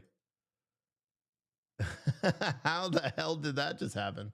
Oh, maybe someone's payment didn't go through or something. I've never seen that happen. That was the prosecutor who said that. Now there's 4 orders again. And again, guys, because it's Christmas, just so in case you didn't know, you can also choose Shop Pay when you order this Christmas box. Let me explain what the Christmas box is again, and then I'll give an update on what's going on in the hallway or what's going on in the courtroom. So these Christmas boxes are going to be something that we've never done before. They're going to be a decorative box. There's 2 options. One, you can get a t-shirt box or a hoodie box, and I'll explain that in a second. The t-shirts will have 2 custom t-shirts, or if you choose a hoodie box, it'll have a hoodie, no t-shirts. But then they all have a big stocking, a patriotic stocking that's full of stickers, some candy, veteran-owned products, patches, things like that.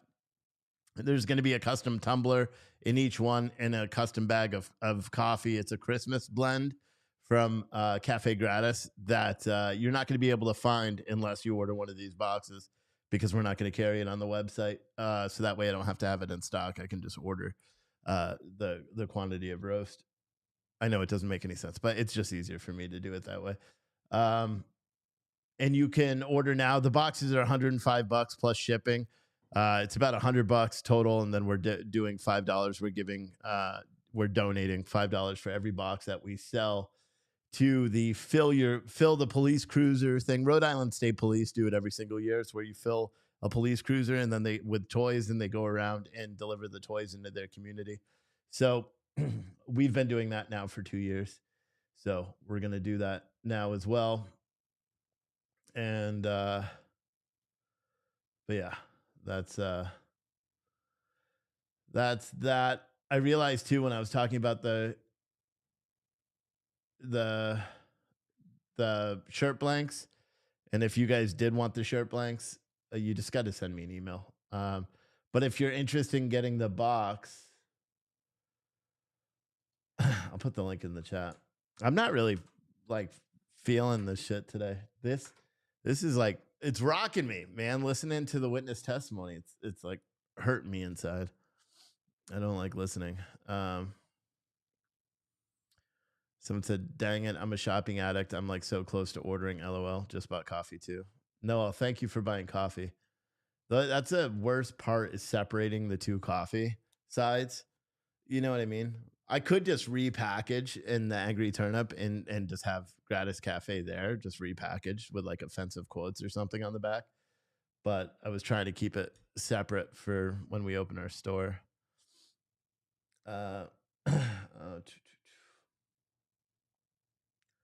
Man. So we didn't do a TV giveaway yesterday. So yeah, we didn't do a TV giveaway yesterday. Joanne on YouTube won the TV. What was it? Saturday? She won the TV Saturday. But I don't think, Joanne, if you're watching and you send a Cash App, you got to send me an email, because I never got any information from you. And who else was that? Was it Trauma Nurse? I got the coffee. Yeah, trauma nurse. I got to send your shit out now because you're back from your weekend trip because you wanted me to hold it. Stephanie said, just ordered Christmas box. Thank you. Someone said, Mayorkas is testifying. Testifying where?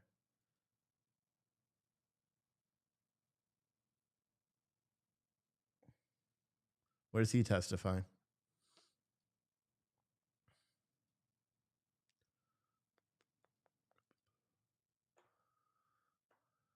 Bought a box for a gift, but I'm thinking I'll have to keep. Yeah, well, buy two. Buy two. And just make sure, guys, when you order the boxes, if you want if you're going to get it as a gift for someone, in the order instructions on the checkout page, you'll see it when you attempt to check out. There'll be an order instructions. It's usually on the right-hand side of your checkout. Type in, if you're buying it for a gift for somebody else, because I'm including personalized Christmas cards with every single one that we're writing out for you.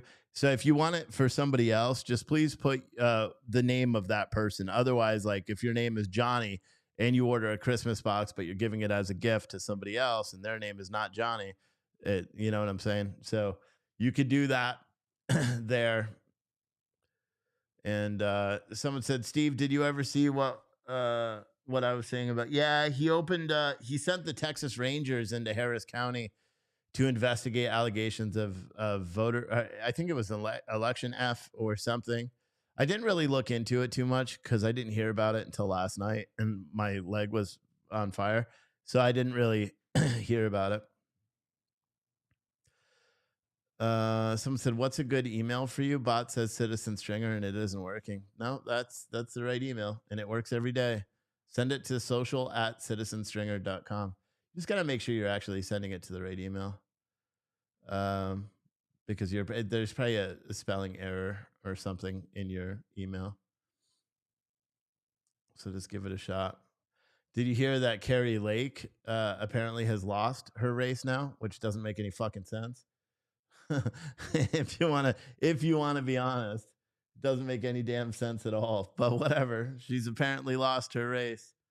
Just so you guys know, you now have a 1 in 8. Well, if you order now, you would have a 1 in 9 chance of winning a 55-inch flat screen television at the end of tonight. So it's going to run all the way from now until after we do Trump's announcement around 9:00 tonight. We will be doing that. It's so weird because the sales go up and then they drop, and then I got to like refresh the page because it just said there were 8 and now it says there are 5. So I just don't get it. I'm sure it'll fix it after. But yeah, because what we're giving away 2 TVs right now. Who is it on Cash App? So we're giving away 2 TVs today. We're giving away come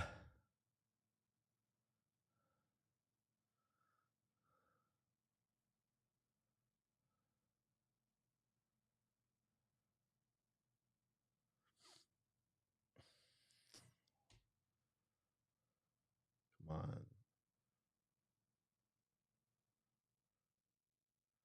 Hold on.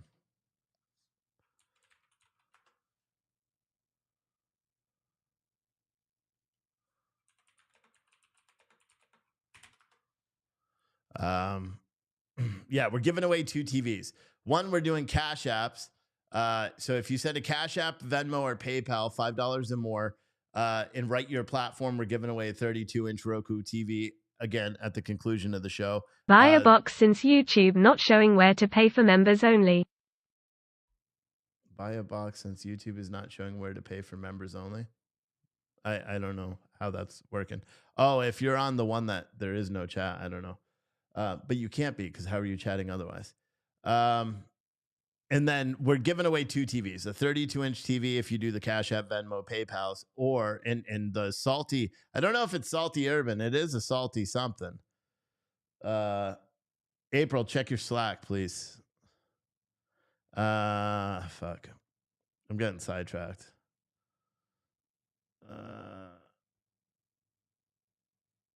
Wasn't it? Oh yeah, salty urban. So yeah, it is you. So far, you have the most entries. So there's a good chance that you you will win that small TV today. But yeah.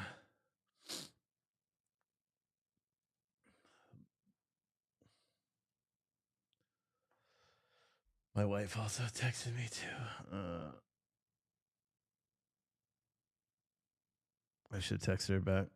So they're still on break. They took an emergency break saying that they needed to do it. That they needed to break immediately. It was in the middle of a victim testimony too. So something has happened somewhere around that courthouse or something, and it's bad.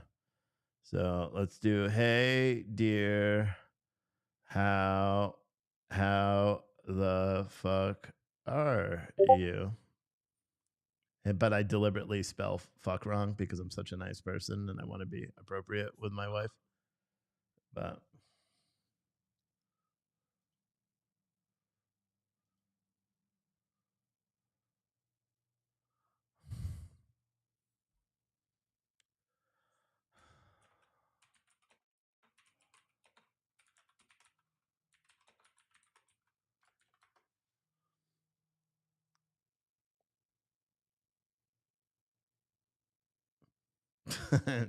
see, this is the relationship we have.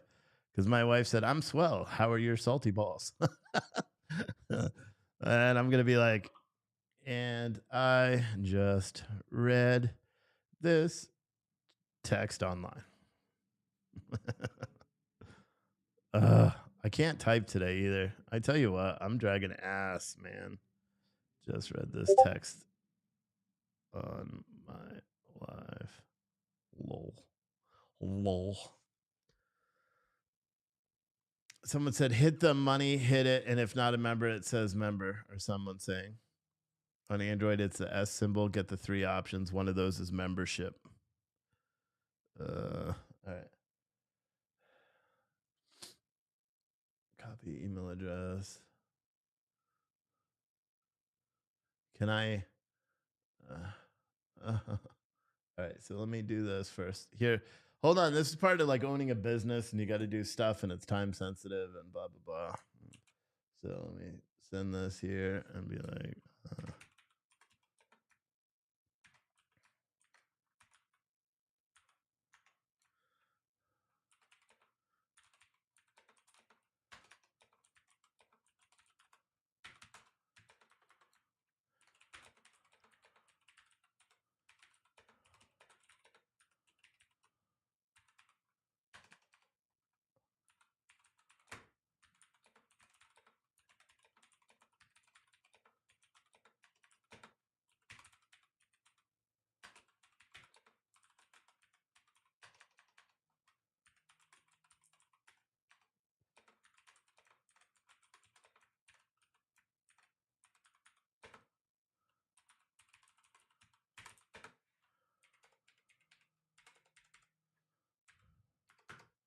Hold on. Any questions? Please let me know.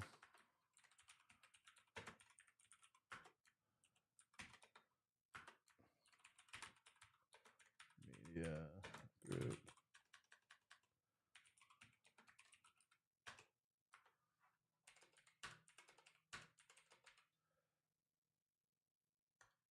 Oh shit! I spell April. Don't send that one. I fucking have a spelling error.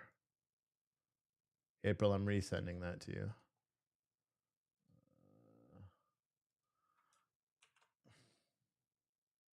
Actually, there's no spelling errors. I forgot a comma, but whatever. Life.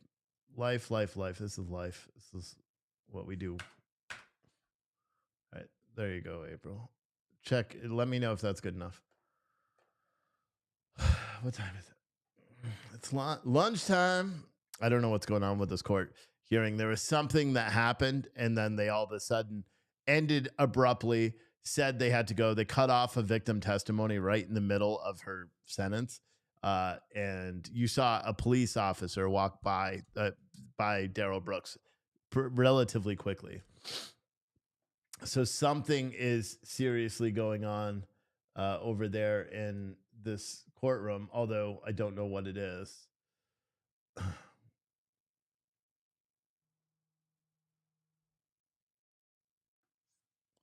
right, so let's see. My phone has been vibrating for a minute. Yeah, Salty Urban definitely wants a 32-inch flat screen TV because when he heard my phone vibrating. So now Salty Urban has sent 1, 2, 3, 4, 5, 6, 7 Cash Apps today, because now he has like a 50% chance of winning a 32-inch flat screen by doing the Cash App, Venmo, or PayPal. So that's how we work. That's how we do shit, right?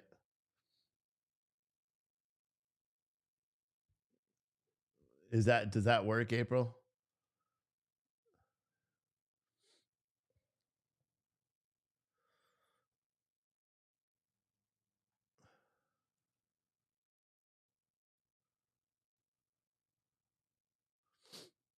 Boom, boom, boom, boom, boom, boom. April, did you set up the store on Citizen Stringer yet? If you didn't, you should do that. Also, as a reminder, guys, no, we'll do that later.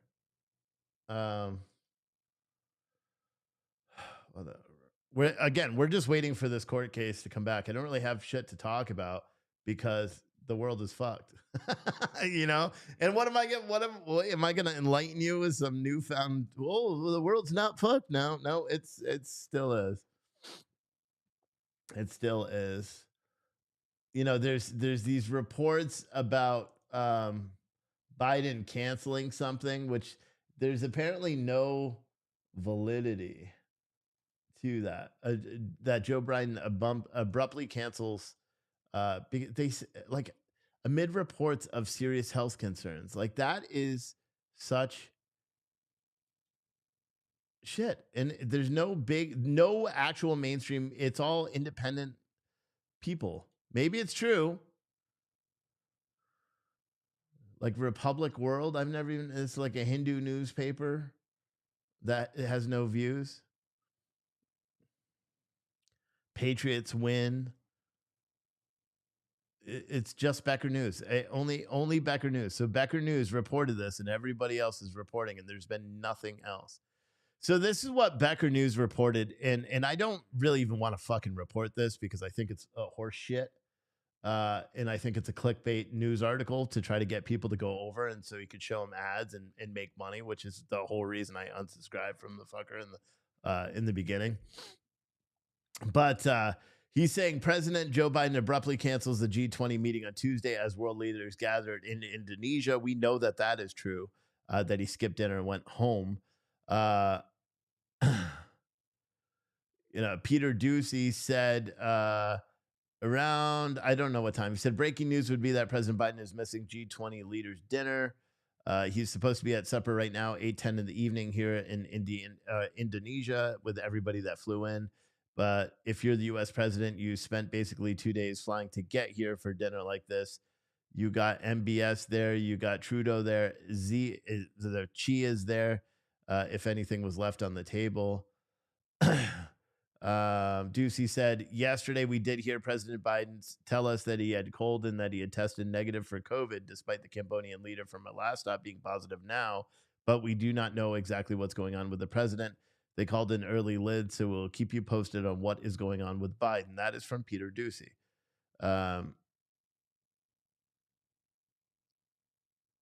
So where do you get serious health concerns? See, there's nothing in it. This is fucking clickbait articles, man. I hate clickbait. Joe Biden abruptly cancels G20 meeting amid reports of serious health concerns.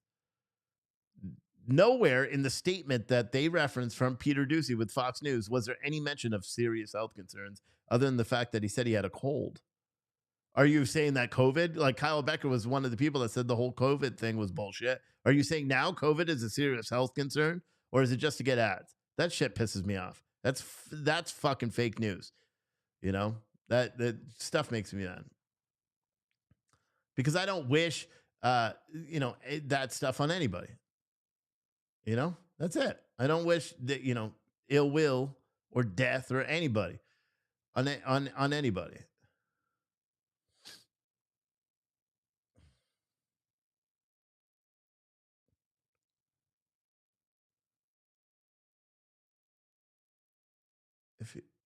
What? Everything ships via priority mail. I don't know. I'm getting messages from people. I'll try to do your best, but you got to make sure you put the name, like your name on the thing. You know what I'm saying? You got to make sure you follow the order or put the name you want in the thing, and just order the right thing. All right. You're making it difficult. But I there's a couple of emails I just got. Who was it from? Richard, Barbara. I'm going to go through and I'll fix your order. So you're going to see like I cancel your thing and then put a new one. And in terms of Richard, we're not shipping any of these with UPS, I don't believe. Maybe we will. I don't know. But probably they're all going to be USPS priority mail, because I could do the large flat rate boxes for like $15, even though UPS is cheaper. But they give you the box. I don't have to actually buy boxes. You know what I mean? You gotta save that money, because I'm not really making any money on these damn boxes anyway. But so far, your chances initially there, when I started talking, there was a 50% chance for you to win a 65-inch flat or a 55-inch flat screen television today if you ordered a box today. Now you have a 1 in 16 chance if you order right now, because we've sold more boxes, which is great. That's what we want to do. Someone said, well, when you're 100, cold is serious. Yeah, sure. Salty Urban still wants that TV because he's sent two more. Linda Hernandez is getting in on it. Hold on. Have a great day, dear. Pizza at my office tonight, as I can never leave. Oh, fuck. I am going to have to. And it's Piccadilly. She'll call me later. I am going to have to go and let my dogs out at some point. Someone said, bum, bum, bum, bum, bum. Maybe I'm wrong, but I haven't heard of her going to what? The hospital? She was at his bedside. It was widely reported by the media. It was wildly reported in the media that Nancy Pelosi went to her husband's bedside. Wildly reported.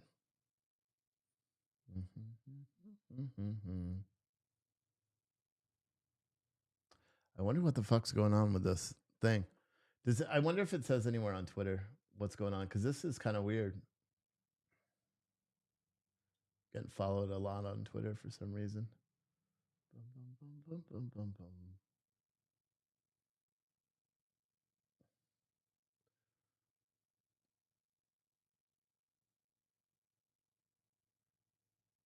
I'm not seeing anything about this.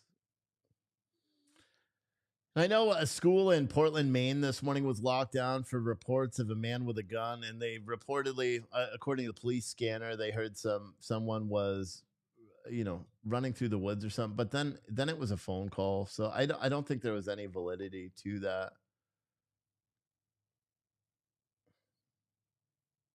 So he called a lid for the day. This is Disclosed TV. This is about Joe Biden. Biden skipped tonight's gala dinner at the G27 and returned to the hotel at 8 p.m. instead. This was a last-minute change. It's been a long day, and he has other matters that he needed to attend to, according to a White House official. And then they called a lid on the entire day, meaning that there's no more press availability. So kind of interesting. But it's weird that people would just write that there's something else.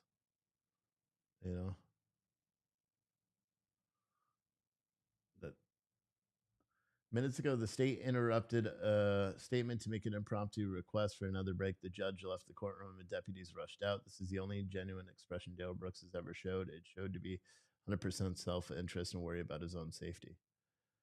So what the fuck is going on? So who wrote that? That was someone. I guess I should look on Law and Crime. I wonder if they've written anything.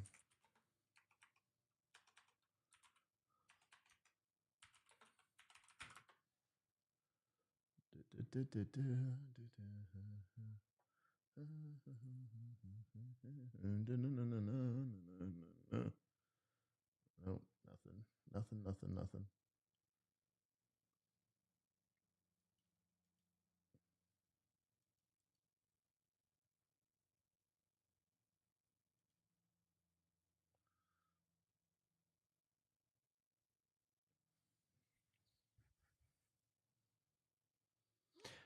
So what do you think? What do you guys think is going to happen with the House now that we're likely going to have majority?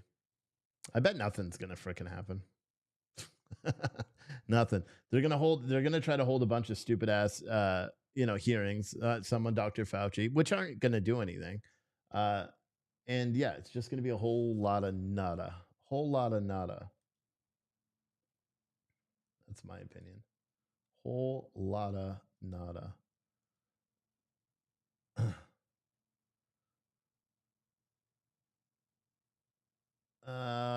So we're hearing that threats were called into the courtroom or into the court, and the court had to be cleared. Oh shit, dude. That's even worse for these fucking families.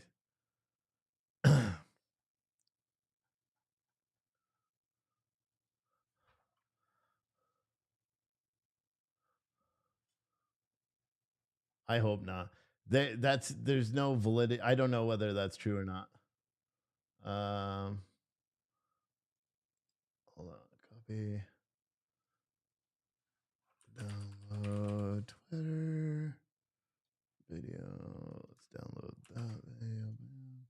Bam, bam. Mute. Download.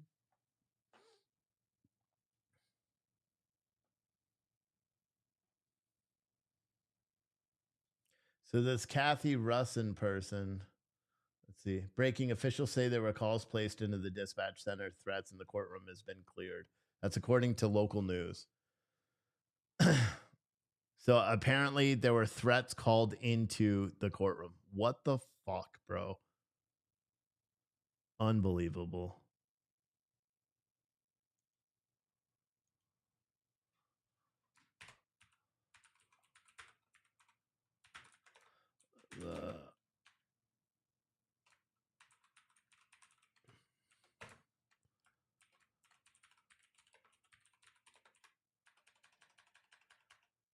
Threats called into court.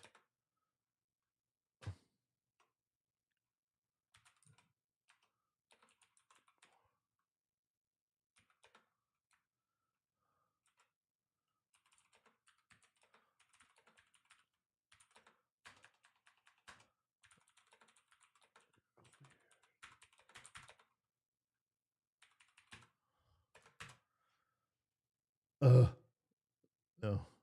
Want this, and then this to there. All right. So in the words of Steve Lochner, Breaking news.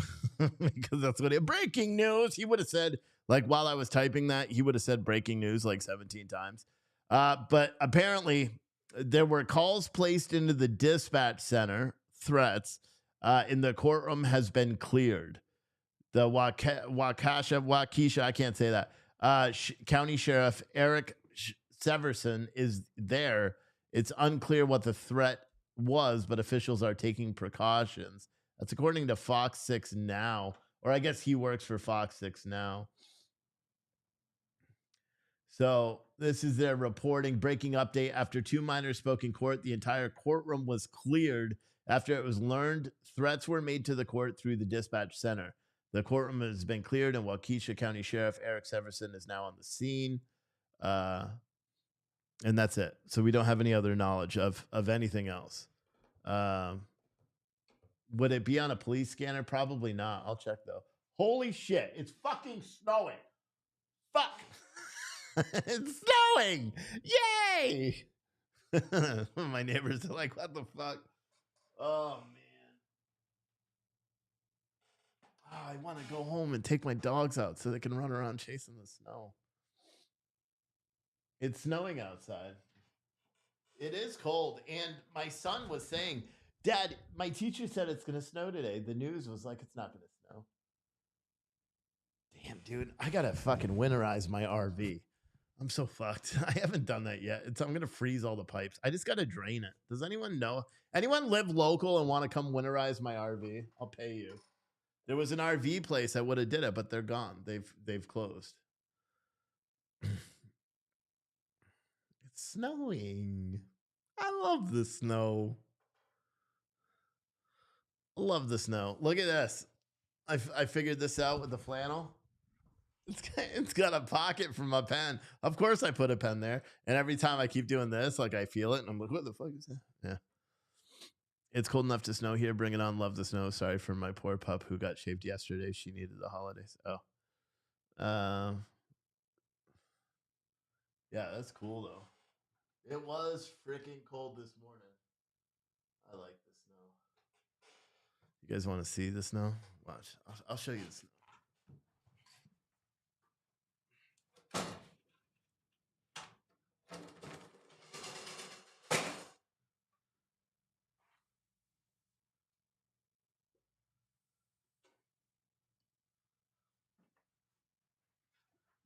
How about that?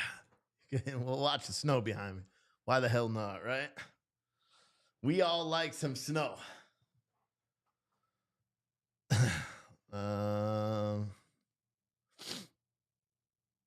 Let me just fix this size. I like the snow. I would have noticed it a lot sooner. Here, let me not zoom.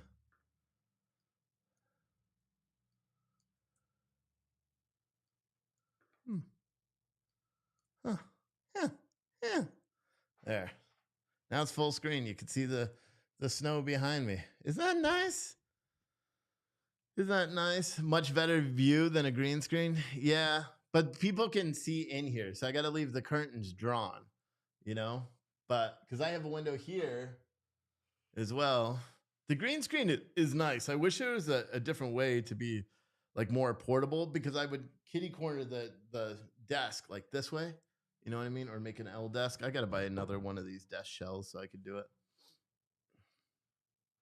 Did Steve fix his roof for the winter? No, I didn't. It's not leaking, so I figured I didn't need to fix it. Isn't that how it works? I think so. What the? See how yellow it is? Oh, wait, this is a green. What? That makes it look like brownish. No, see, that's got like a green tint to it. This room's not green. Even though I turned off, like this is with the green screen off. This is with it on. This is a better picture, right? I guess it is darker than that, the walls. Whatever. But yeah, now you can see the snow in the background. Isn't that nice? I like it. I just got really excited and felt better about my life because a little bit of snow. We love the snow, don't we? And if you don't love the snow, I don't know what's wrong with you. You have to run non-toxic antifreeze through your 12-volt system. Take it to the RV shop. Yeah. I thought about just putting space heaters and stuff inside and leaving it. I wanted to see if it would fit in my other warehouse over there, but it won't. Now that I have the gym equipment in this one, it would have fit in here, but I have gym equipment in here now, so it won't. Sarah said, angry turnips, kryptonite. I should send a picture. My wife probably already knows, but send a picture. Oh, it's not. Oh, fuck. Can you see that? No, she can't see that shit. Bullshit. Oh, yeah, she texted me. She said, it's snowing. I see. She texted me 6 minutes ago. See if I was paying attention. Because she works here. She works like 2 miles down the road. 5 miles down the road. Yeah, we didn't have snow on Christmas last year either. So that would be nice. We had snow, but there wasn't snow on Christmas. You think I have to dig out my snow blower that I was trying to sell? You think it's going to coat? Considering it was like 70 degrees 2 days ago. What do you think, boys? You think it'll coat the ground? Nah. Someone said no snow. It's snowing now, and I'm not excited. If it keeps up, I'll actually have to snow blow, and it's entirely too early. Someone said, Steve, does she like her school? She loves her school. She loves where she works. Which is a problem because I keep trying to get her to quit her job. And she won't quit the job because she loves the school. You know?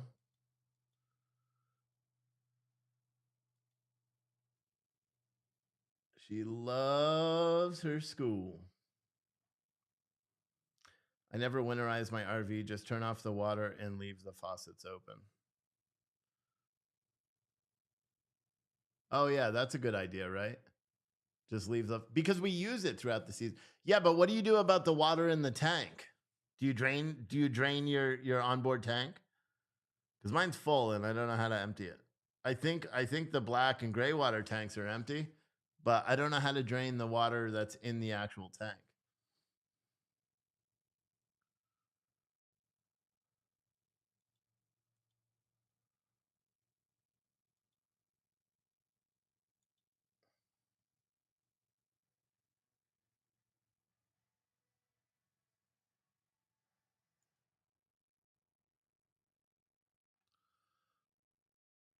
Snow can become warmth blanket like igloos. What? Never had a problem with the water, so Steve. Yeah, are you up north though? Are you where it like gets cold as shit all the time, or are you down in like Texas where it gets cold for? Because here's the thing, from what I read, is it won't freeze unless it's below freezing for like 10 hours or more. There are no RV shops anywhere, guys. That's the problem. There was one in the town south of here, and I'm not going to take it all the way to Camping World. Oh, Michigan. So last year it was fine. The only thing that happened, because what we did on the really cold nights when it was like 10 degrees, I just went out and I ran a safe space heater. Or what I would do is if it was getting cold, I'd go outside at like 8 o'clock. I'd turn on the heater, run the damn RV for half an hour and let it get super hot, and then I'd shut it off. But it did freeze out my kitchen faucet and I had to buy a new one. But we'll figure it out. Someone said, your daughter leaves for Cabo on Monday with her best friend. They own a house there. So jealous. One day they are taking me with them. Nice.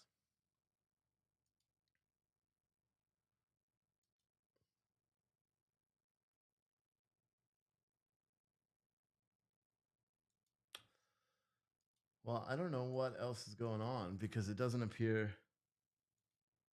I swear that TV in there just did something.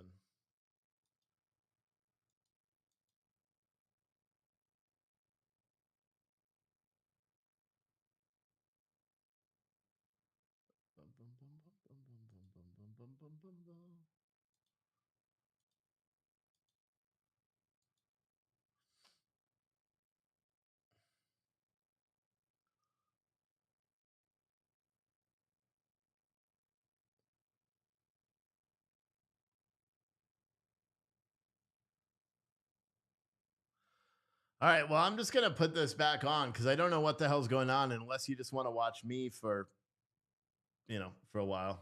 So the sound is on. So if anything does happen, we will all hear it together.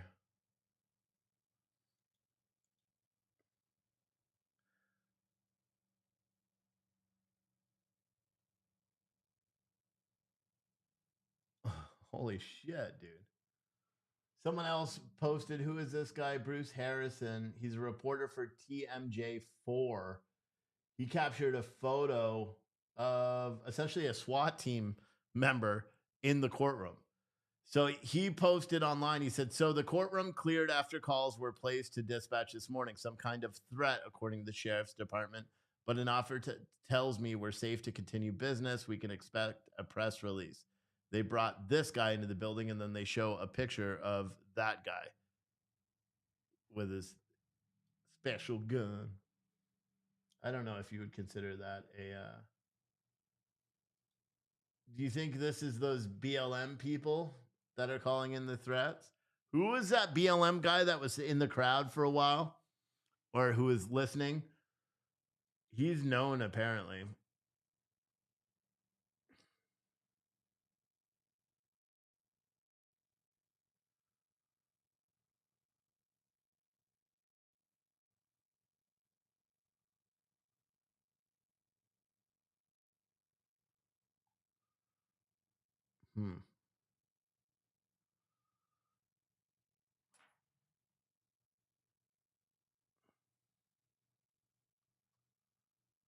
Anyway, I'm gonna eat my lunch, so I'm gonna mute my microphone. But I'm here.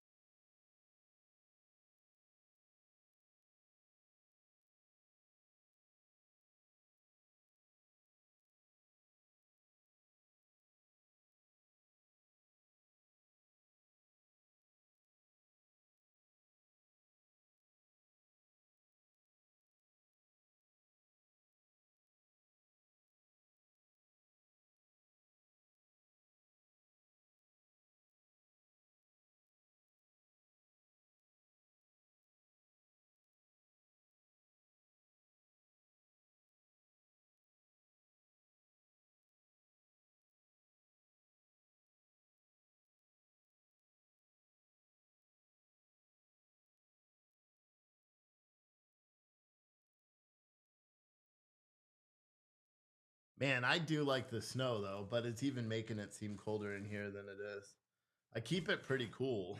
It's like 62 degrees, I think.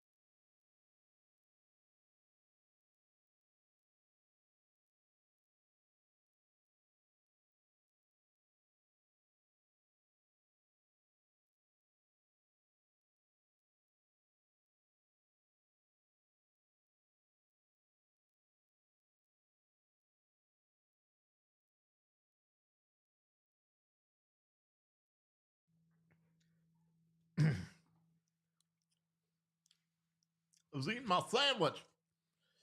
So all the reporters that are currently inside this courtroom, they're all reporting heavily armed deputies at every single entrance to the courtroom. There's photos of them all online. Here, look. So here's some.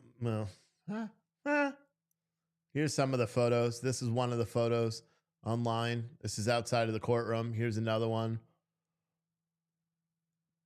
And if I close this out, you can see here more photos of other officers outside. Here's the police cars outside of the courtroom. And these are all from the media.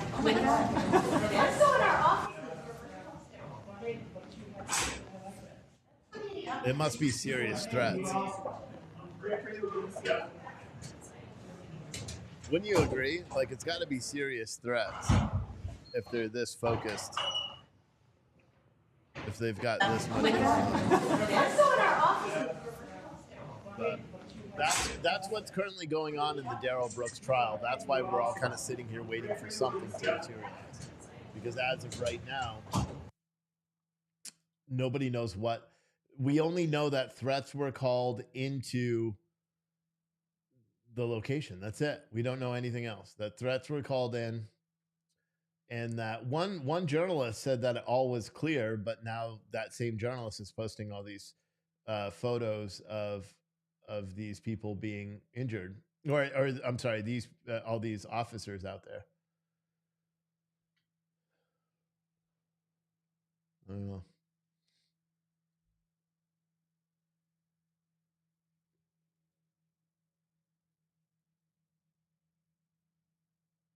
I don't understand what this is.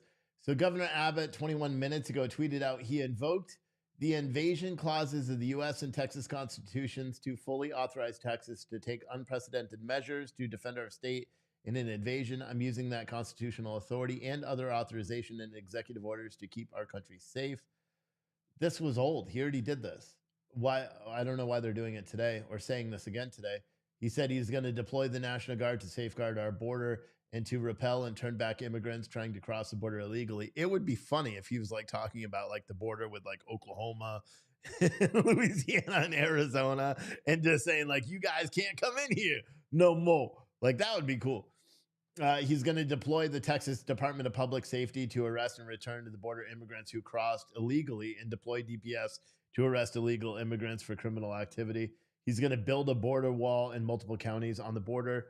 He's going to deploy gunboats to secure the border, designate Mexican drug cartels as foreign terrorist organizations, enter into a compact with other states to secure the border, enter into agreements with foreign powers to enhance border security. What the fuck? And provide resources for border counties to increase their efforts to the border invasion. That's interesting. Enter into agreements with foreign powers to enhance border security.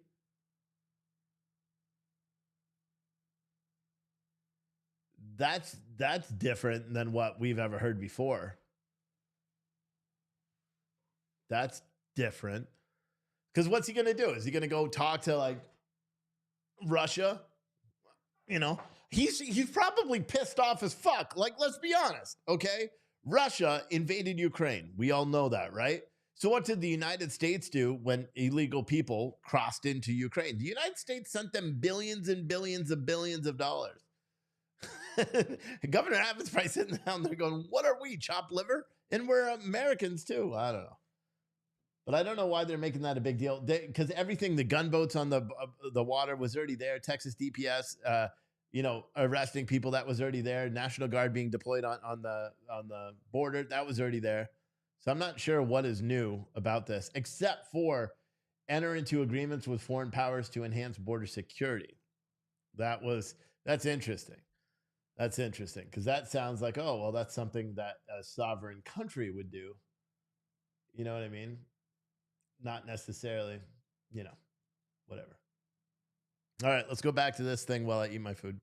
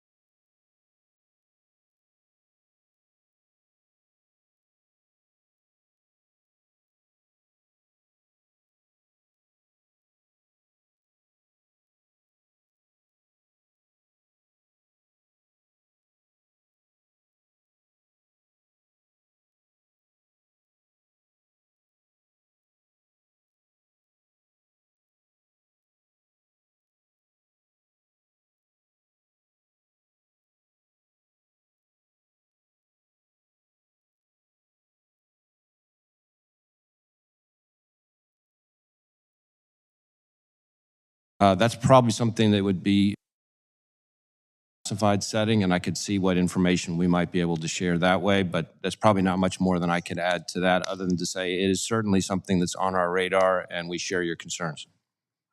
Yes, thank you for that, and I'd love to have that closed briefing. Christopher Ray is Has testifying. ByteDance responded to allegations that their internal auditing system specifically targeted any members of the U.S. government, activists, public figures, or journalists? Yes or no? I'll have to see if we can get back to you on that. I'm not sure that I can give the answer right here at this moment. Okay. Are you informing the Treasury's view through the CFIUS process of the national security threat it poses? I'm sorry, ma'am. Could you repeat the question? I just couldn't hear you very well. Are you informing Treasury's view through the CFIUS process of the national security threat it poses to the United States? Yes, the FBI's Foreign Investment Unit, working through the Department of Justice, is part of the CFIUS process and would be relevant. Our input would be taken into account in any agreements that might be made to address the issue. Okay, last part of that question is, what is currently being done to investigate the CCP's involvement in TikTok ownership, direction, and or access? And the reason I asked that is there was a current 60-minute segment highlighting the stark differences between the Chinese-owned TikTok company that allows kids in China to view a totally different app, a clean app, and what is shown in the U.S., they call it an opium version, that is designed to hook American children on an unsafe version of the video-based platform, and offering a healthier version and a limited viewing of 40 minutes for those children in China, which is unacceptable, and parents need to know this. But what's currently being done to investigate the CCP's involvement in TikTok? Well, as to any specific investigative work, I could see whether some of that could be incorporated into the classified briefing I referred to. There's obviously limits on what I can share in terms of discussing a specific ongoing investigation. But what I would say is that you've highlighted two very, very important threats. One, of course, something we're all concerned about, which is the threat to our youth online. But the second is the threat specifically from the Chinese government and the Chinese Communist Party and the ways in which their laws are used as an aggressive weapon against companies, both U.S. companies and Chinese companies.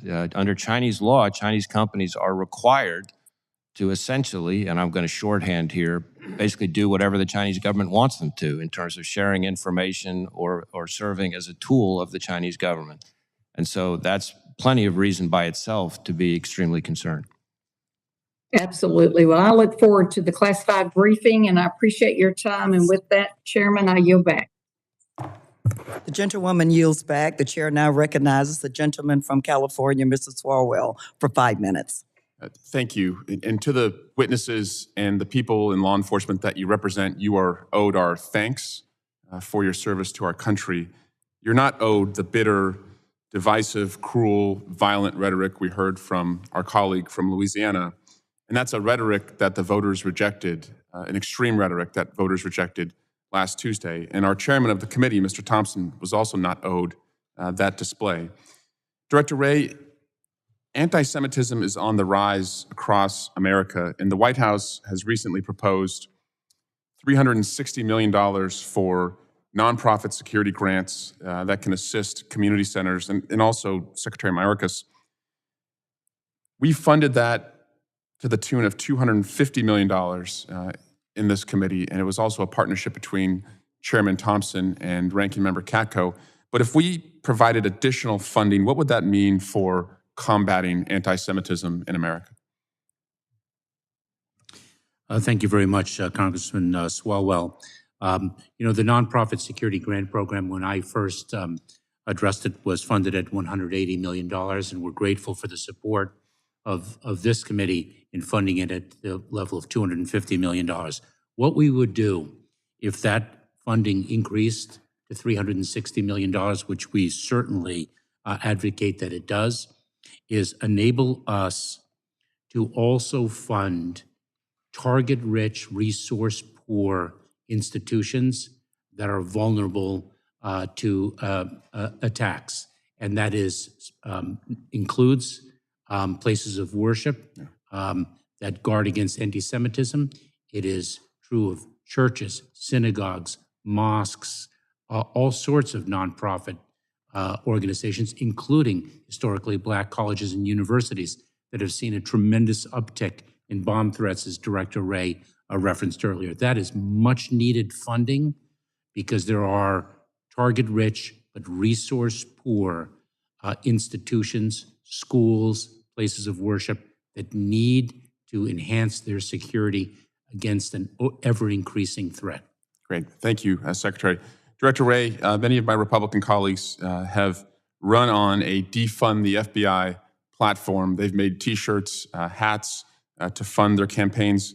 If the FBI was defunded, would that hurt or help terrorism investigations? It would hurt. Just in the last several years, the FBI has thwarted terrorist attacks in places like Las Vegas, Tampa, New York, Cleveland, Kansas City, Pittsburgh. And those are just the ones I can think of off the top of my head. And so we need more funding for those efforts, not less. If the FBI was defunded, would that hurt or help child exploitation investigations? It would hurt. We have a very, very active violent crimes against children program. We are literally arresting thousands of child predators and rescuing hundreds and hundreds of kids. So again, we need more funding for that, not less. And if the FBI was defunded, would that hurt or help COVID fraud investigations for money that went into the communities during the time of COVID?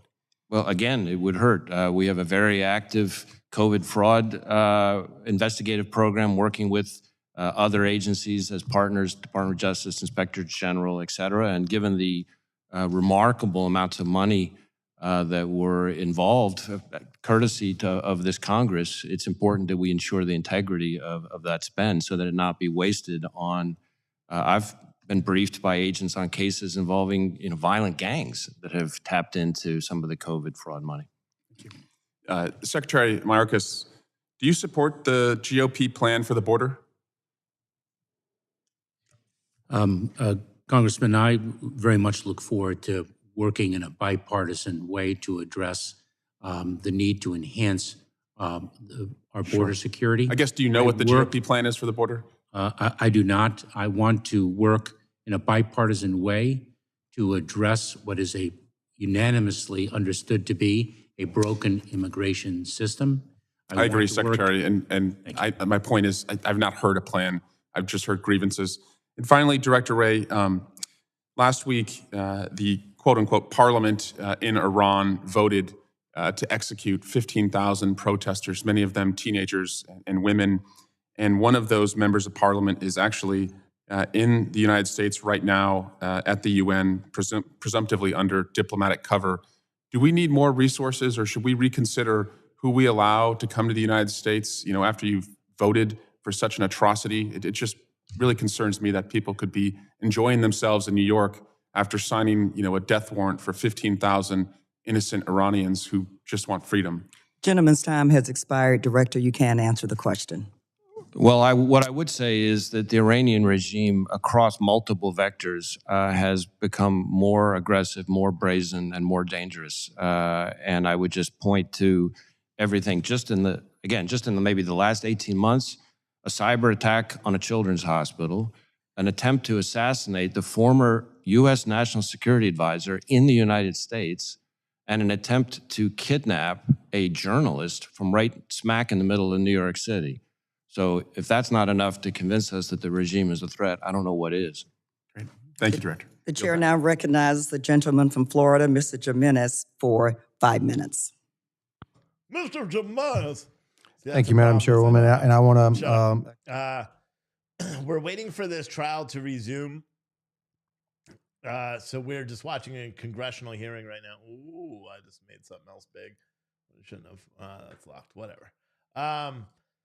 But let me switch over to this one. So we're waiting on this trial to resume. It's not snowing anymore, so I'm probably going to put the green screen and close the wet blinds and all that because, now it just looks wet outside. But I wanted you guys to see everything, and I was just eating chips. Spilled it on. I like the pen look. It's sophisticato. Anyway, so there was apparently threats that were called into the dispatch center during that, I guess specifically targeted the Darrell Brooks courtroom in the courthouse where it's all being taken, where the victim statements were being made. So approximately, I would say a good hour ago, they ended up pulling it. Someone said, is it doing the angry turn up voice right now? Is it? No. Someone confused me. But yeah, so what's transpiring here is there was some sort of threat made to the courthouse. Nobody really knows what that threat was, except it was a credible one because there's a shit ton of armed security in the courthouse. So right now we were watching this hearing. This is a worldwide threat. The title of this video is Worldwide Threats to the Homeland. And this is a congressional hearing. We're just going to cover it for now because there's nothing else going on. And then we'll stay live. So we'll stay live. Make sure you get your Christmas boxes. The link will be in your chat because it's you don't want to miss out on these Christmas boxes, because for one, you'll have a chance to win a flat screen television at the conclusion of today's festivities. And secondly, they are literally going to be the best boxes ever. Personalized Christmas card, anyone? Yeah, you're going to get one in those boxes. The link is in the description of the video. And now let me get rid of my face there. All right, turn this back up. Well, I certainly consider it to be a major, major law enforcement threat and a major, major security threat. Whether I would call it a national security threat gets into sort of terminology, but certainly it is a major threat to the homeland of almost epidemic proportions. So an organization that's killing over 200 Americans every single day, you have difficulty in saying that they're not terrorizing us? Well, again, in my world, terrorism has a very specific legal definition. It is certainly a national security threat. So what are we doing about it? So we know we have an organizations across the border. They're not some faraway land. They're right across the border. They're killing tens of thousands of Americans every year. What exactly are we doing about that?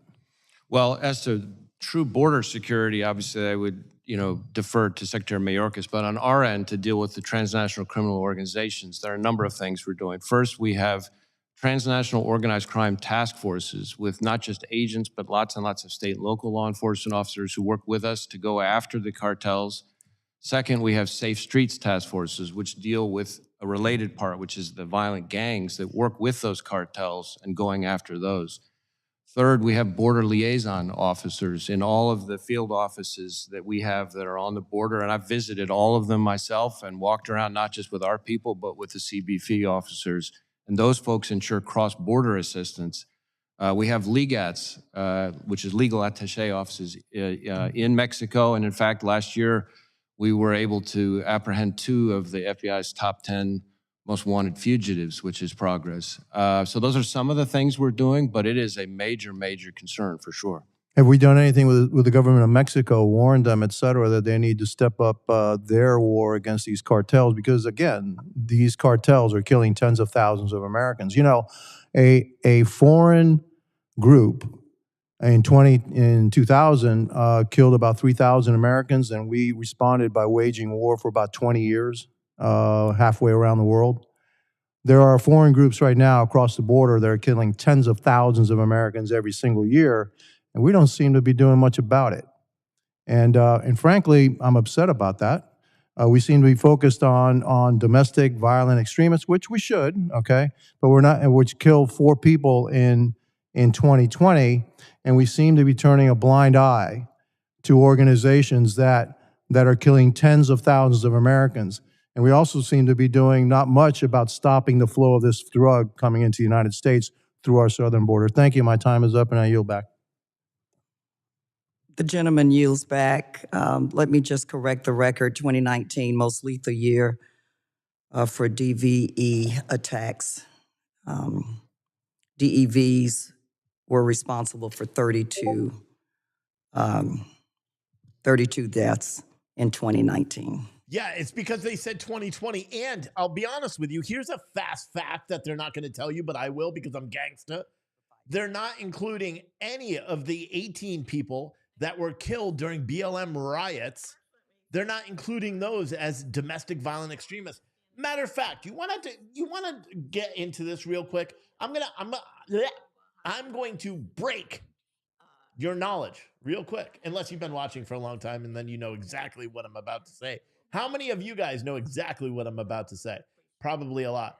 The 4 examples that they're using, one of which was an Antifa guy. That's all known because he shot and killed Jay Danielson in Portland, Oregon.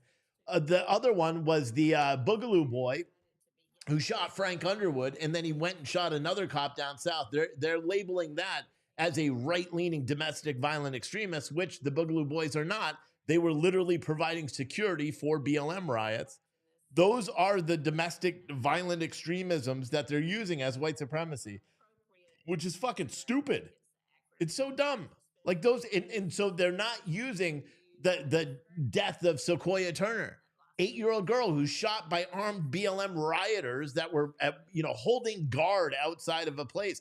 They're not including the deaths of the 2 or 3 young people at Chaz in 2020 that were shot and killed by extreme BLM rioters that were occupying a whole city block for days and days and days.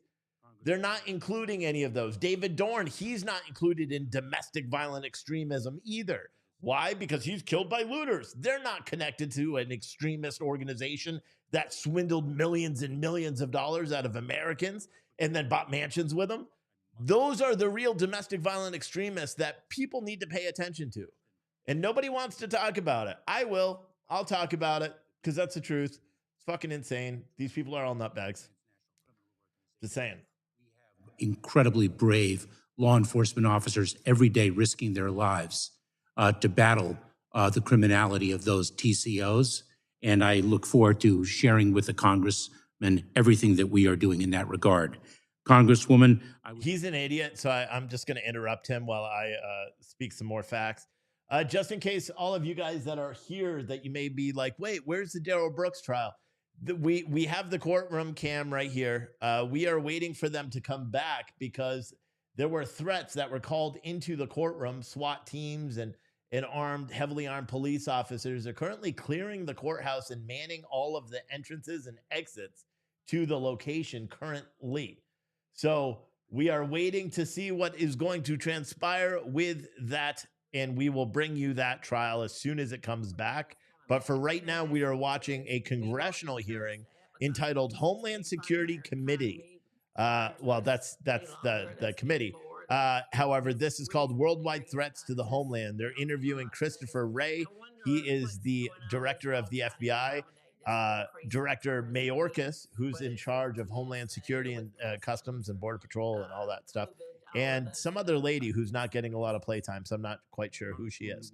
But let's go back. Incredibly excited about the fact that travel to the United States has resumed in full force. And in fact, I think the latest figures exceed the patterns of 2019 before the COVID-19 pandemic gripped this country and the world in full force. The TSA personnel have emphasized the pre-check process, which of course really assists us and supports us in approaching travel security in a risk-based manner. We are seeing more than 15,000 enrollments per day in the TSA pre-check process. Our Border Patrol personnel are also working on new technologies and innovations to facilitate the travel process, as is TSA. There was quite a robust article just a couple weeks ago in the Washington Post that described some of the technological innovations that TSA specifically has displayed. We have a partnership with Apple, for example, that we are, of course, open to other vendors accessing and using for a mobile driver's license identification process. We are looking at innovation and technology and the capabilities to further facilitate the travel experience. and to enhance security at the very same time. Is staffing improving in terms of needing additional personnel? One of the things that we hope Congress passes is our request to provide pay parity for our TSA personnel. The disparity that our TSA personnel suffer in pay makes recruiting and retention very difficult. So we hope that Congress passes the much needed legislation to provide pay fairness for our TSA personnel. Thank you. I know my time is up, but I would certainly support that. And I know the chairman of this committee has been working hard on that issue. The gentlewoman's time has expired. The chair now recognizes the gentlewoman from Florida, Ms. Kamek, for 5 minutes. Thank you, Madam Chairwoman, and good afternoon. Thank you all for being here with us this afternoon. With so many threats to deal with, as has been pointed out today, it's really a shame that we have a major one that we have to contend with that's completely unnecessary and manufactured. So we'll just jump right in on that one. Secretary Mayorkas, you stated that you believe that the southwest border is secure. Giving me just the number and nothing else, no additional commentary, tell me how many gotaways there were for fiscal year 22. Just the number, please. Secretary Mayorkas, I have a litany of questions. Just the number, please. Thank you. You are correct. It is 600,000. Now, can you answer definitively with data backing up your answer that none of the 600,000 individuals who are now in the United States amongst our communities that got away are gang members or criminals?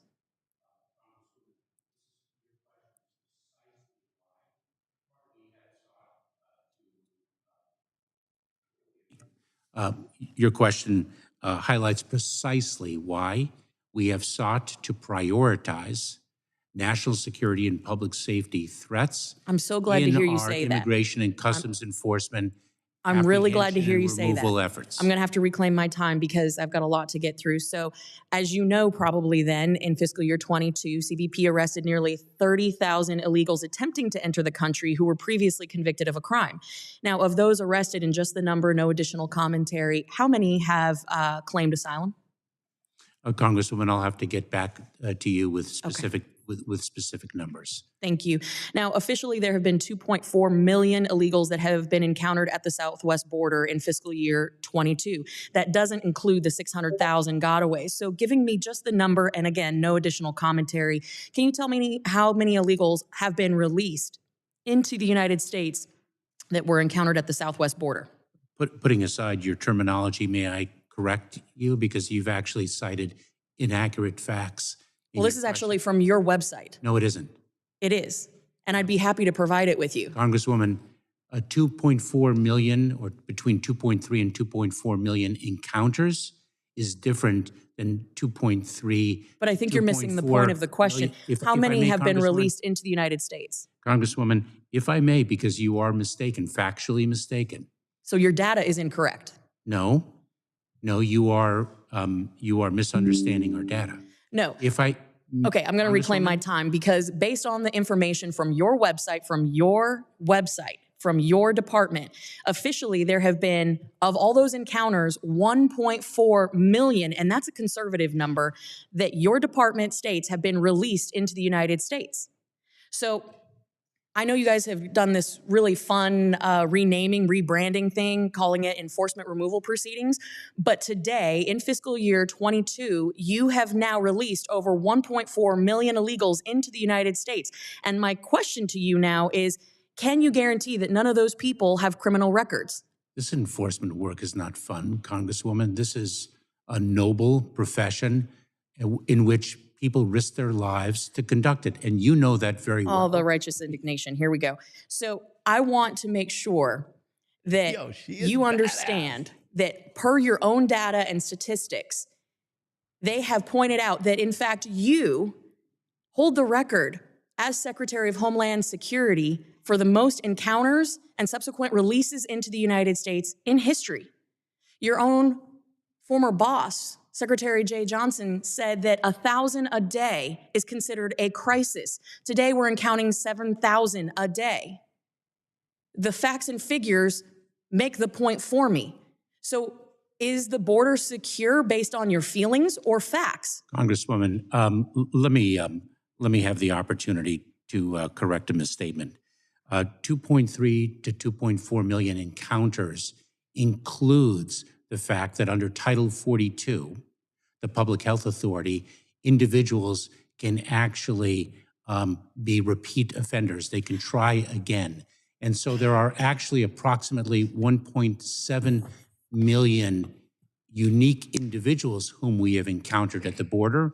So when you say— But based on your reporting, I'm actually— based on your reporting, these folks are here in the United States, and there's been no proper vetting of these people. And then we don't even have the agreements in place to deport the folks that you're claiming under Title 42. Nicaragua is a great example of that. Congressman, I hope you realize that we have removed or expelled more individuals from the United States than ever before.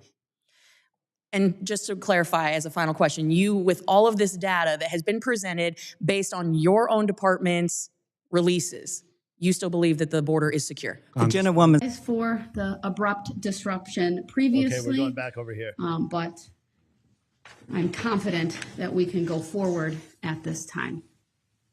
I know. Not an answer. All right, so what I'm going to do real quick is during the break after the trial, before Donald Trump comes on, I'm going to play this entire hearing from start to finish, okay? We'll just stay live all day long until tonight. You're welcome. Thank you, Judge. All right, here we go. Anticipated that as well. We're prepared to display that at this time on the monitor. And then will that be filed? Yes, I can file that. All right, go ahead.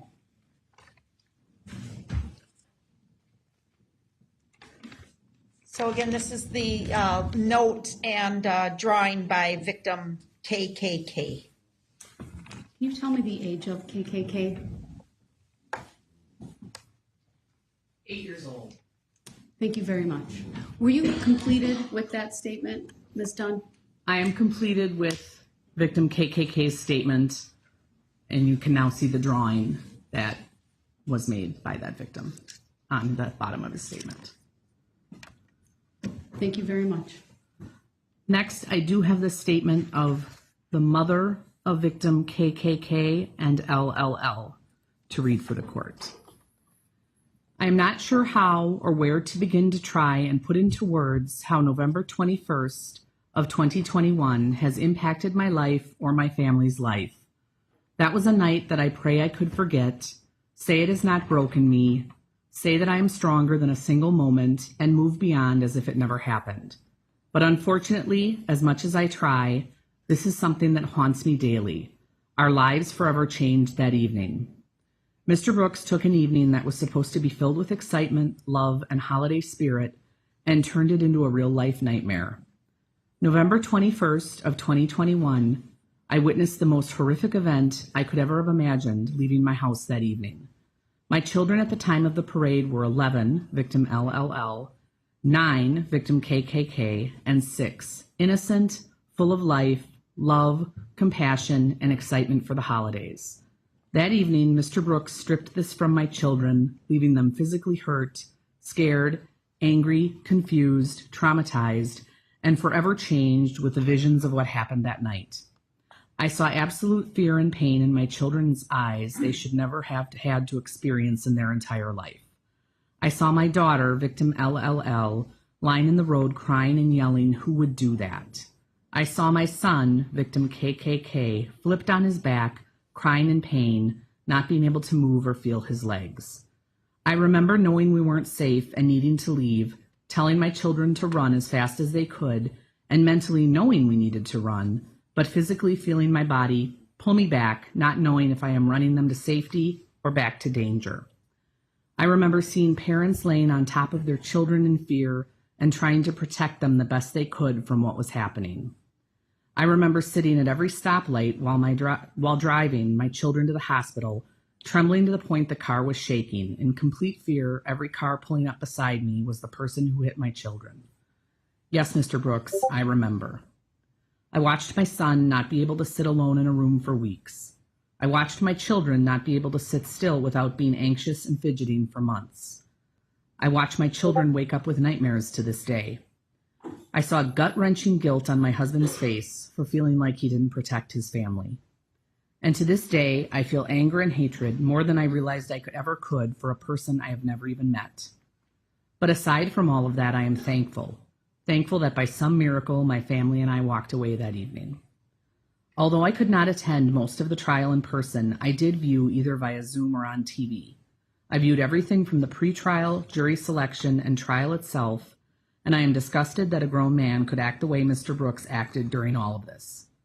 Mr. Brooks claims he was raised a Christian and his mother raised him better than he was acting at the beginning of the trial, but Mr. Brooks continued to be rude, selfish, and disrespectful, from sleeping during court, endless interruptions and outbursts, rude comments, facial expressions, and lack of remorse for his actions and how he was treating everyone in court, from the prosecutors, victims, witnesses, and judge herself. I never thought Mr. Brooks could make myself or my family feel victimized all over again, but he did. I keep remembering how Mr. Brooks was upset the detective in the investigation asked to speak to one of his children. I asked myself, it's not okay to speak to his child, but it's okay to intentionally hit two of my children and drive away? That's okay? Why my children? Why any children? How could someone do this? How could someone have no compassion for the victims, the families? We deserve answers. Our children deserve answers, true and honest answers. Never once did I see true remorse for anyone but himself or his family during the trial. Mr. Brooks also stated something along the lines of, anyone who knows him or spends enough time with him knows he would never do something like that. But Mr. Brooks, you absolutely did. Mr. Brooks hit my children and so many more people and never once stopped. Not only did he kill, injure, and traumatize so many that night, he decided to victimize everyone again by forcing them to not only testify as to what happened because he felt compelled to plead not guilty, but he also forced these victims and family members, including my husband, to face the monster that did this and answer the questions he felt the need to ask. How can someone face each person on the stand, knowing what was done that night, question them as if they were the ones on trial when all of the victims and witnesses were doing that night were creating memories? Unfortunately, memories were created, but not the memories I planned to have with my children. Instead, the fear I have seeing a maroon SUV driving towards myself or my family is now paralyzing. Seeing a vehicle drive too fast down any street makes me physically sick to my stomach. My children panic at the sight of an emergency vehicle. Seeing people run and yell unexpectedly, even if just for fun, makes my heart drop, and my mind brings me back to the night of the parade, hearing the screams, yells for help, and cries from that night will haunt me until the day I die. Those are the memories I have from the night. The only good that has come from this is Mr. Brooks will never be able to hurt another person outside of prison ever again. The guilty verdict and hopefully life plus sentence will protect anyone that may have been hurt by Mr. Brooks in the future, and that I can be thankful for. Please, on behalf of myself and my family, we ask Mr. Brooks to be sentenced to the fullest extent. Mother of victim KKK and LLL. Next to speak will be victim S.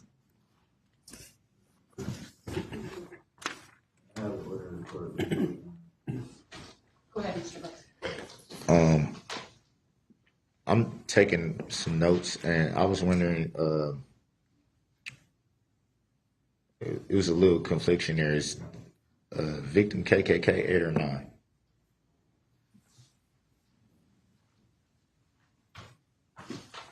I can't answer that, sir, but that was a written statement read from the mother of victim KKK. I apologize. I was just taking notes. Right, go ahead.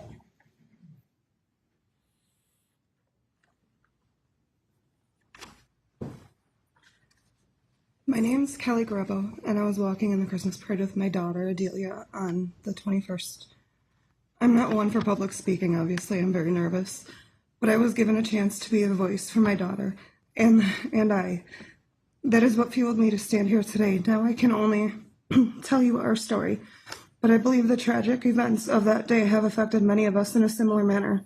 I can honestly say I have never felt the hatred I do for one person like I do this man.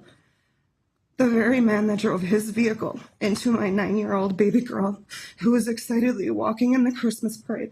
She was so excited to dress up that day as Cindy Lou Who. We spent weeks figuring out her costume and picking her hairstyle. She was excited to have her hair and makeup done. and to help spread holiday cheer, to see her friends and her family that were there to be spectators at the parade that became witnesses to this horrible act themselves. So many lives were changed that day, although many of us, for the most part, have healed physically. Emotionally, many of us have been scarred. I have questioned whether those emotional scars will ever truly go away, remembering the roller coaster of emotions that day. And after being struck myself lying on the ground and seeing the tires pass directly in front of my face and just waiting for the pain to begin, being filled with absolute fear of not knowing where my daughter Adelia was, or if she was okay, then running only to find her the way I did, the way so many of us found our loved ones that day, lying helpless on the cold, hard ground. My knees buckled the minute I got to her. Seeing my child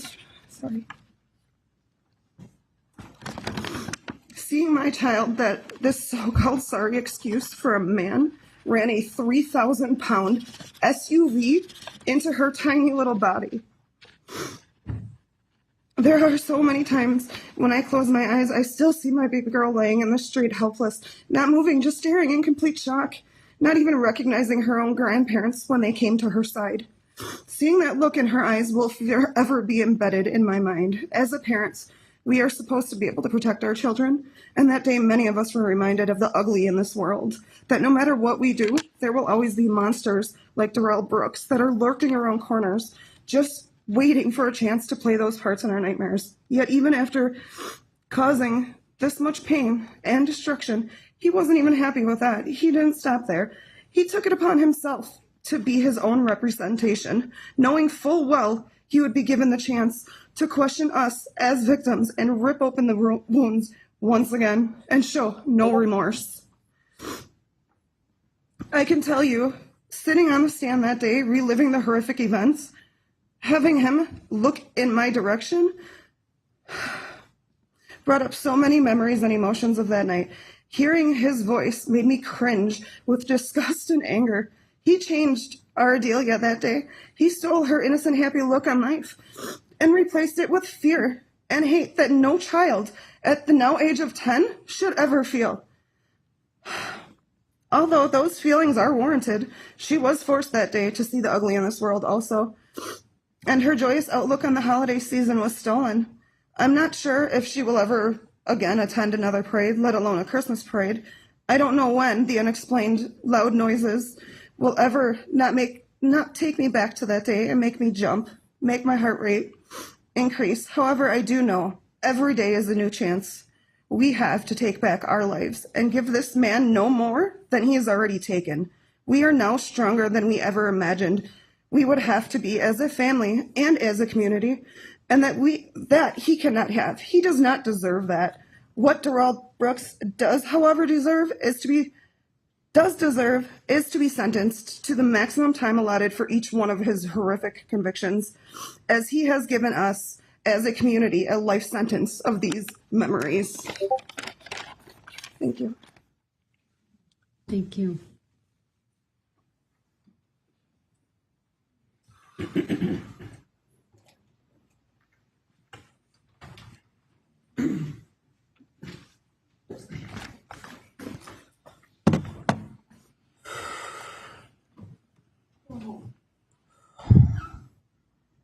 Stephen, the first one.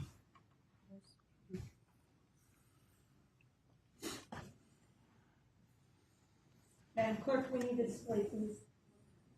Thank you.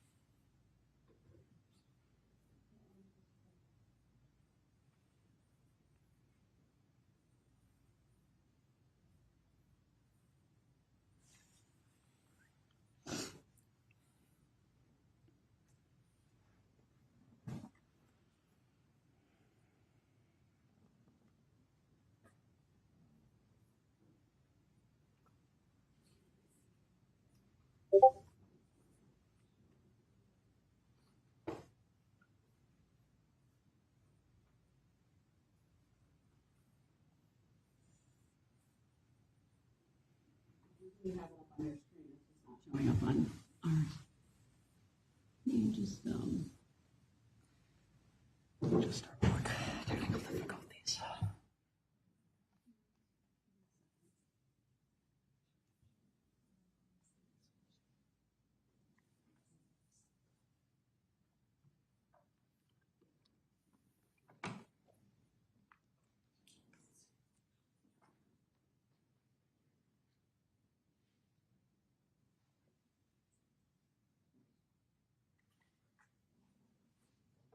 Your Honor, we did swap out computers because we didn't have a power cord, but no, that one won't. Ms. Gussie's going to run and grab the power cord, and then it should work. We had, okay. There's a change between what we were using earlier, and that's why probably it's not recognizing the computer. I apologize for the technical difficulties, Your Honor. Okay. simply wait for the technology, but we will do that if you want to wait. We'd like to wait if that's all right. No problem.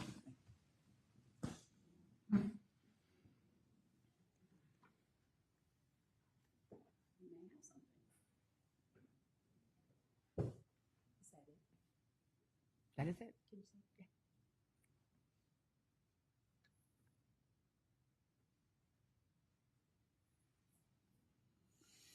You have more than that? Yes. You may need Miss Gussie back for that. Just hit, it's PowerPoint, so just hit enter. Thank you. Looking back over the last 358 days, some days are a complete blur. Or turn the microphone closer to you. Oh, sorry. Katie Pudliner, mother of Tyler Pudliner. Thank you. Go ahead. Looking back over the last 358 days, some days are a complete blur, others are vivid as yesterday. At 4:39 p.m. on 11/21/21, changed my life, my sons, my family, my friends, and the Waukesha community. During the closing arguments, the defendant spoke of family. His grandmother released her statement to the media speaking of family. Through the past 358 days, we have heard from the Brooks family that the defendant has a mental illness as a reason for his decisions that evening, except the decision-making goes back further than that. It seems the decision was made not to get help, not to stay medicated, etc., instead to use it as an excuse for poor, selfish decisions. My family almost lost the only son, the only grandson, the only nephew, and that was not our decision. As a parent, I have carried the guilt that I debated with my son that he had to go to the parade that day. It was mandatory for his grade. The Packers were playing. It was cold and windy. I had to use a life teaching moment. He made a commitment to the band. This was all part of it. He left reluctantly. I talked to him shortly after I found a parking spot downtown to make sure he was warm enough and told him the general area where I was going to look for a spot to watch the band perform. From 4:33 to 4:34 p.m., I watched the South Band march and perform in front of me. As I was packing up my blankets and chair into the wagon, I noticed what I thought was between a 2008 to a 2012 maroon red Ford Escape driving extremely fast past me. I couldn't believe what I was seeing. I remember making the mental notes about the vehicle, the driver, turned to a friend sitting with me, and we were both in awe. Then we heard the screams and the sounds of things being hit, like when you bump into a construction barrel on the freeway. From 4:46 to 4:58 was complete chaos. Fighting the crowd of people running out of the area screaming shots fired, trying to find my son. As I approached the intersection of Main Street and Barstow, the area went completely dark, maybe only in my mind. As I searched for my son, asking people if they knew where he was. A familiar voice behind me said, "He's over here." I turned to see him laying in the street with his feet pointing north. First, enter your PIN to unlock the device. Apologies. We had no idea what had happened, only that he was tasting blood and that his stomach hurt. Soon EMTs were there, and we went for a run up and down Main Street. as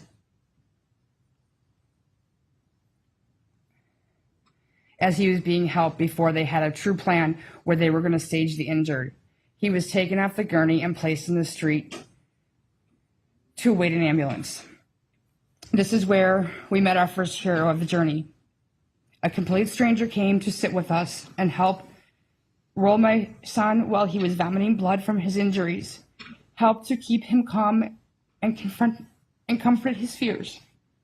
That was the 18 minutes that felt like an hour. I remember looking around as I waited. Not too far in front of me was a very young officer with his rifle standing guard. To my left were two brothers that we had known in the band and baseball. One lying on the street, clearly injured, the other standing by. I felt completely helpless as I wanted to go and help them. But I couldn't leave my son injured. They say everything happens for a reason, something I have firmly believed. At 5:16 p.m., we were loaded into the ambulance, as I refer to it as a little ambulance I could. While in the middle of everything, it had a coolant leak. The smell of antifreeze will trigger me forever.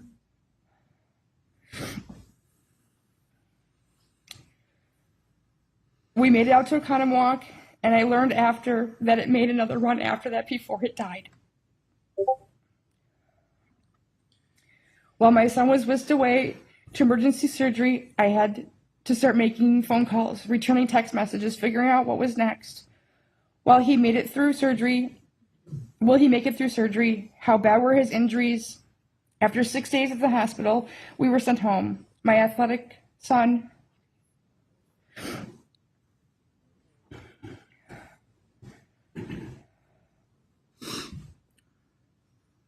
couldn't lift our cats, pour a glass of milk, put his socks and shoes on.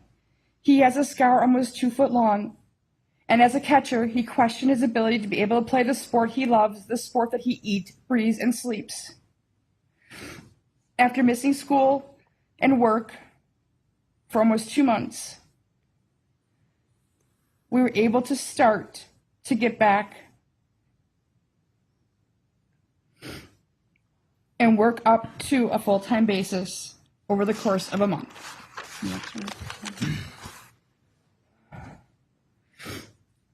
One lingering injury brought questions if he could play ball for what would be the first full season of his high school career.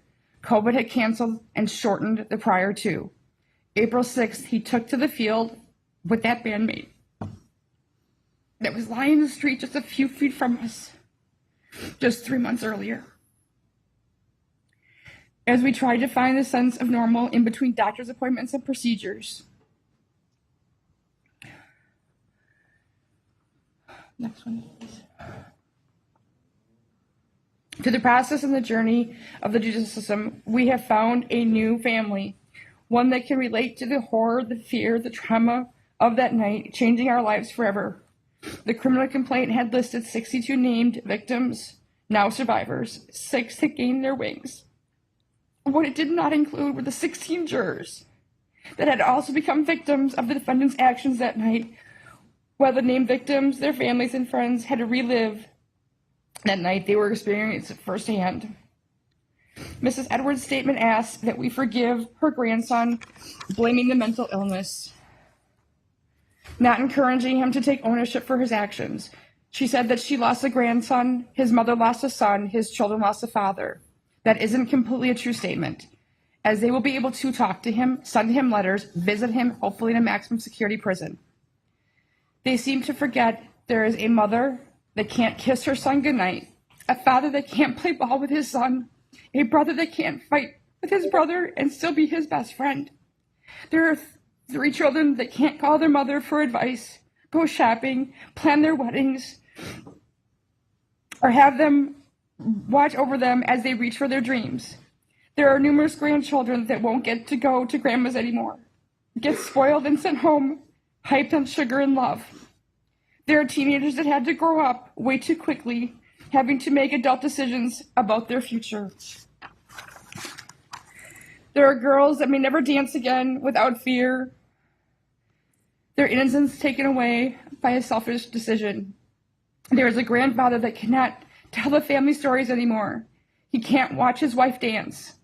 These families will forever be missing their loved ones. They can't call them, write a letter, or visit them. Nothing will bring back the son, the mom, the daughter, the grandma, and the grandfather to these families. Nothing can restore the innocence lost to ease their fear. But this community came together to lift up each other up, support each other, looked after those that were in their worst moments, celebrated the wins along the way, returning to the dance floor, dancing in the streets, and playing baseball. The prosecution team did an amazing job representing everyone of the plaintiffs in this case. Thank you. The victim witness team was so caring and diligent in keeping us informed. Being whenever there was a question that came up. Pepper, who greeted us every time we came to the courthouse, she put a smile on everyone's face, brought a little humor or a caring snuggle. You can do the last one, Tom. Your Honor, you are the standard that should be set across the country. Your patience, your diligence will never be forgotten. From the selfish actions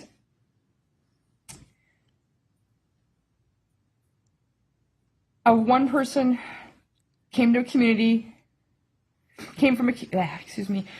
from one selfish actions of one person came a community rising like a phoenix, stronger than ever, stronger together. I ask that you hand down the maximum possible sentence without parole in prison so that everyone in our Waukesha strong community can heal, remember, grow, and never have to look back.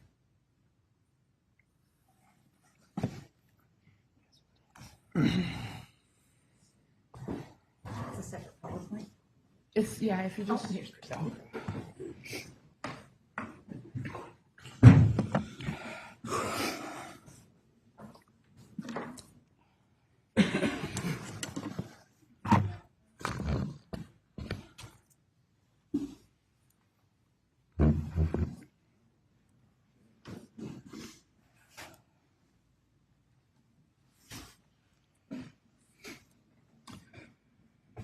I'm Tyler Pudliner, victim O. Your Honor, I appreciate the opportunity to speak today and share my impact statement with the court. It has been a long time coming, but I cannot thank the courts enough for giving not only myself, but all of us who have been affected the opportunity to share our stories.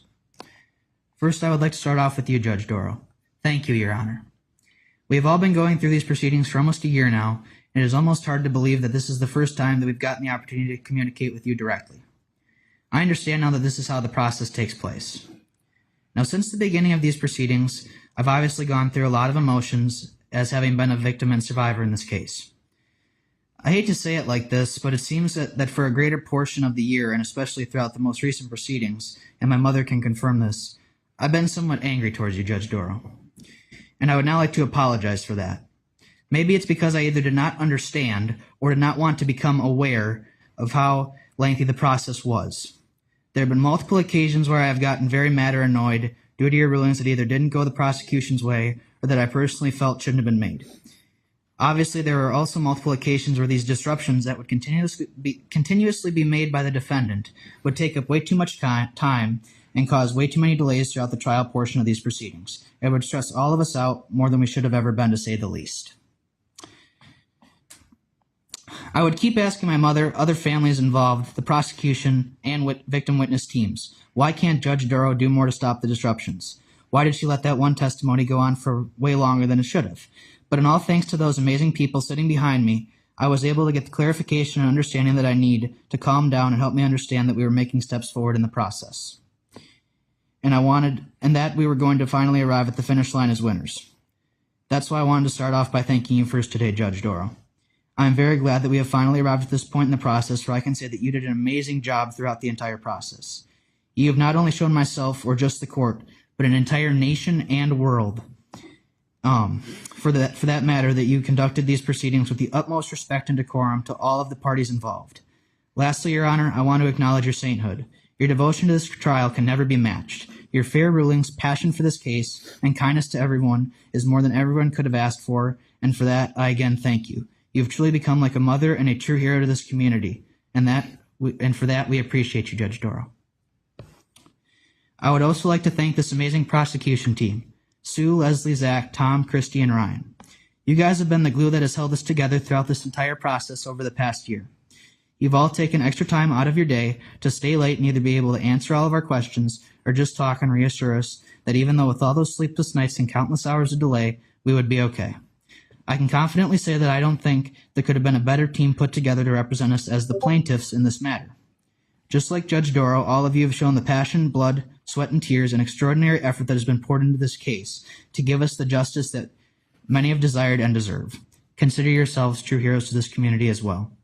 I would also like to highlight Jen and her extraordinary team at Victim Witness Assistance. Again, a group of truly amazing people that I can't say enough words about to describe their amazing work. If we needed a shoulder to cry on, they were there. If we needed to make that late-night phone call to get the answers we desired, they answered. We can truly not thank you guys enough for all your hard work and unmeasurable amount of effort that you gave us during this case to our families. And you cannot forget about personally my favorite employee in the entire courthouse, Pepper. You know how they say a dog is a man's best friend. Well, Pepper is an entire community's best friend. I personally, and I'm sure that I could speak for all of us when I say this, could not be more thankful for all the donations that have been made or have made Pepper possible. Jen and her staff have done an amazing job keeping her in line while she did what any dog does best. Gives us so much unconditional love that for a split second, you feel like all the problems are gone. Once again, I cannot thank everyone who represented us as the state of Wisconsin. You guys did one hell of a job throughout this process and have truly become a special part of this group.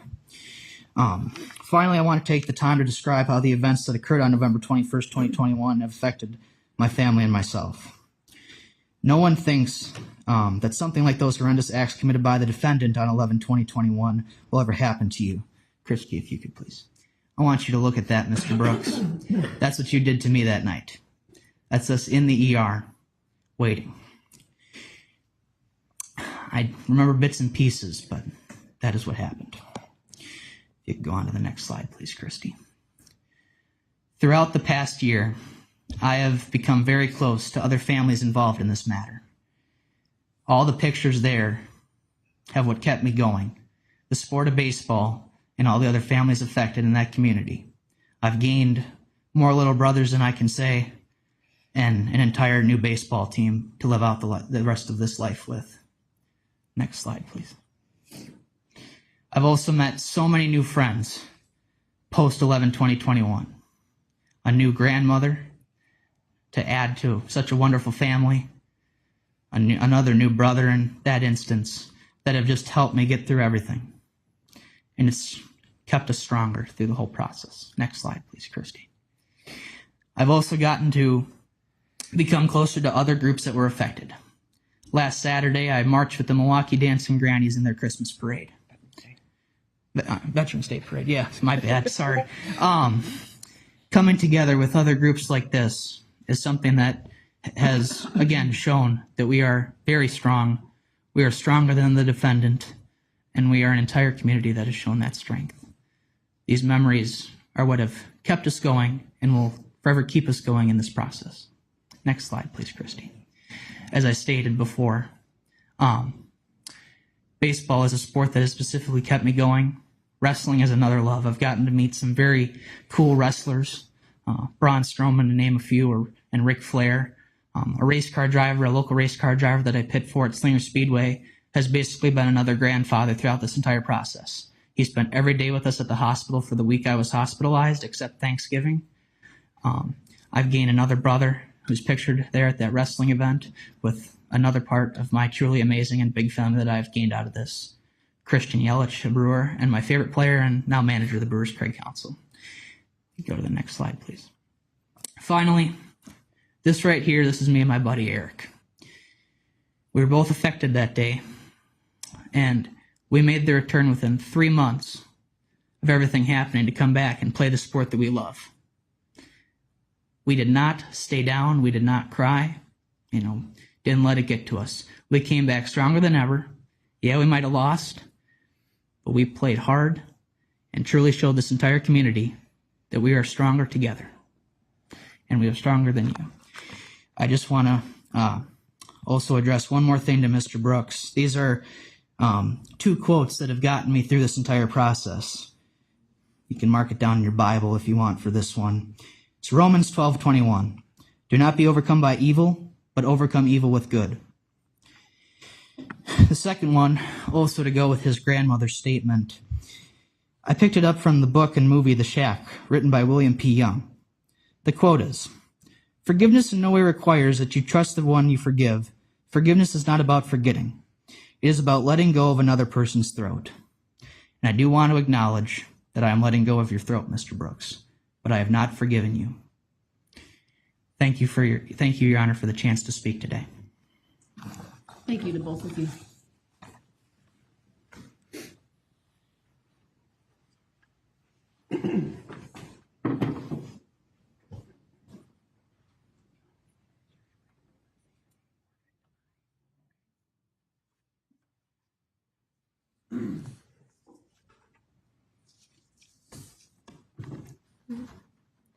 Hello, my name is Sasha Catalan.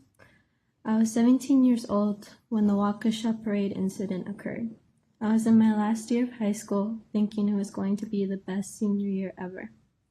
Although I pushed through and made it to the end, it definitely was not easy for me or for any of us of that.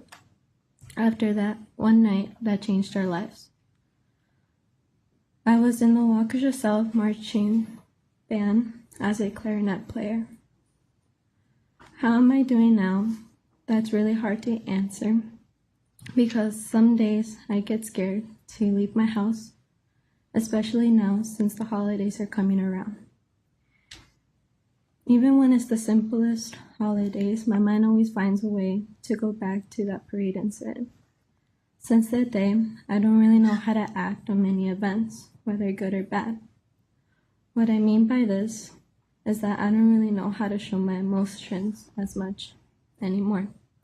Before, I used to open up and could easily be read as a book, but now even my mom wonders what goes through my head, and honestly I wish she knew. But I know that if I were to tell her, she'd be worried for me, which is the last thing that I want. Sometimes I think of what-if situations since that day, that if I were to take the place of one of those people who have passed, if it would have happened better. Although I am grateful to have received a chance to continue and to make something out of my life for the better, I get haunted by these thoughts. I used to never think this way, which scares me the most. Not sure whether to live actively and freely, like as if nothing ever happened, or to watch my back on the slightest things. At school, I sort of didn't want to receive any help from those who offered. Not even my boyfriend, which hurt the most. Everyone hated me saying struggle to pick up and carry my books and binders. Even never felt so weak like that before in my life. I felt empty and I cried. It was hard to carry those books and everything, so I gave in and let those, including my boyfriend, help me out. Even the basics are hard to do, such as write. Either my hand shakes a little, or I would have to use a clipboard for support. Even now, then, my shoulder would pop along with my elbow if I were to simply stretch. I have to relearn how to play my favorite sports, especially soccer, when it came to kicking the ball, since I was injured on my right side of the body. I tried to learn to be a lefty, but it was hard. So I decided to heal and to not give up even with the pain of kicking with my right. To this day, it's hard to sleep because sometimes I do dream of that incident. I wake up sweating from my head with a slight fever. I instantly wake up and try to calm myself down as my heart starts to race. I have to hug something instantly to feel that I am not alone and that I am safe, such as stuffed animal, sweater, or blanket. My family has been even more worrisome and strict to me, even though I am an adult now. They instantly want to know everything I want to do. We have trust, but since the parade, my mom has been nonstop talking about me possibly getting into a car crash, or her never finding me, or something, because I didn't aware her of a last-minute plan to go eat or to simply go to a store. I understand I never want her to worry, but at the same time, she shouldn't have to be thinking of such situations. I want to pursue what makes me happy and to not have limits on myself or to feel not as confident, because my mom would say that I'm better off with this since I'm safer. My life has not been easy, and I've accepted that it won't be as normal as before. All of this, I still struggle to this day.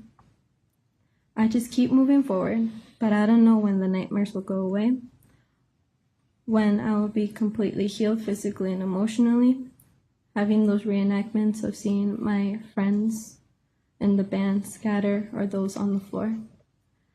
I just wish that day never happened. Definitely not the adulthood I thought I would be having now, considering I do not know what to go in for college. This is due to me having now an interest in the medical field or law school because of the Parade tragedy and wanting to have justice served for everyone in this community. This is how I am to this day. Definitely not the same Sasha as I once was before. I may be stuck finding myself for a period of time, but I am trying my best to not let the incident that affected us all to get the best of me and define who I am and to define who we all are. Thank you.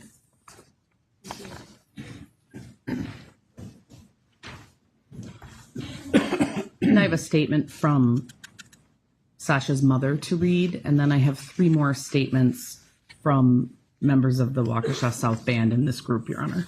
Thank you. And the next one after this is the first. Judge Doro, I want to express in this letter my feelings since the day of the accident, so to speak. My daughter at that time was a student at South High School and a member of the band, in which some members, including her, were struck by the truck causing injuries. Since that day, I cannot get out of my head all of the screams of pain, anguish, and terror that were heard along that long street with no end in sight. Young children, elderly people, and relatives running to protect themselves. I had mixed feelings, and even worse, my daughter was in the hospital with a lost look and without understanding what had happened.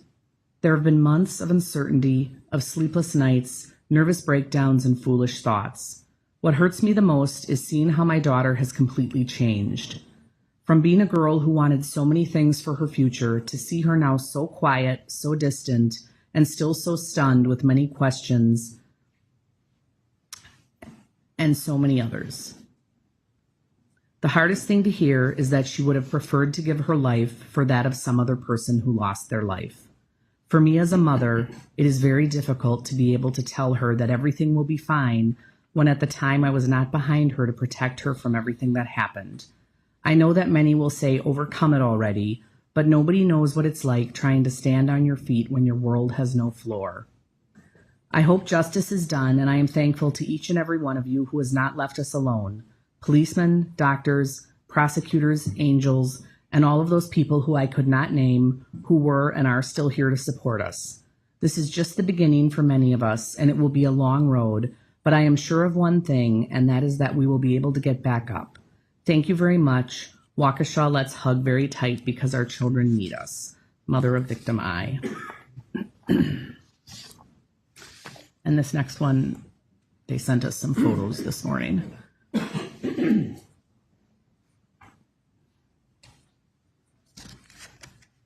Are you ready for them?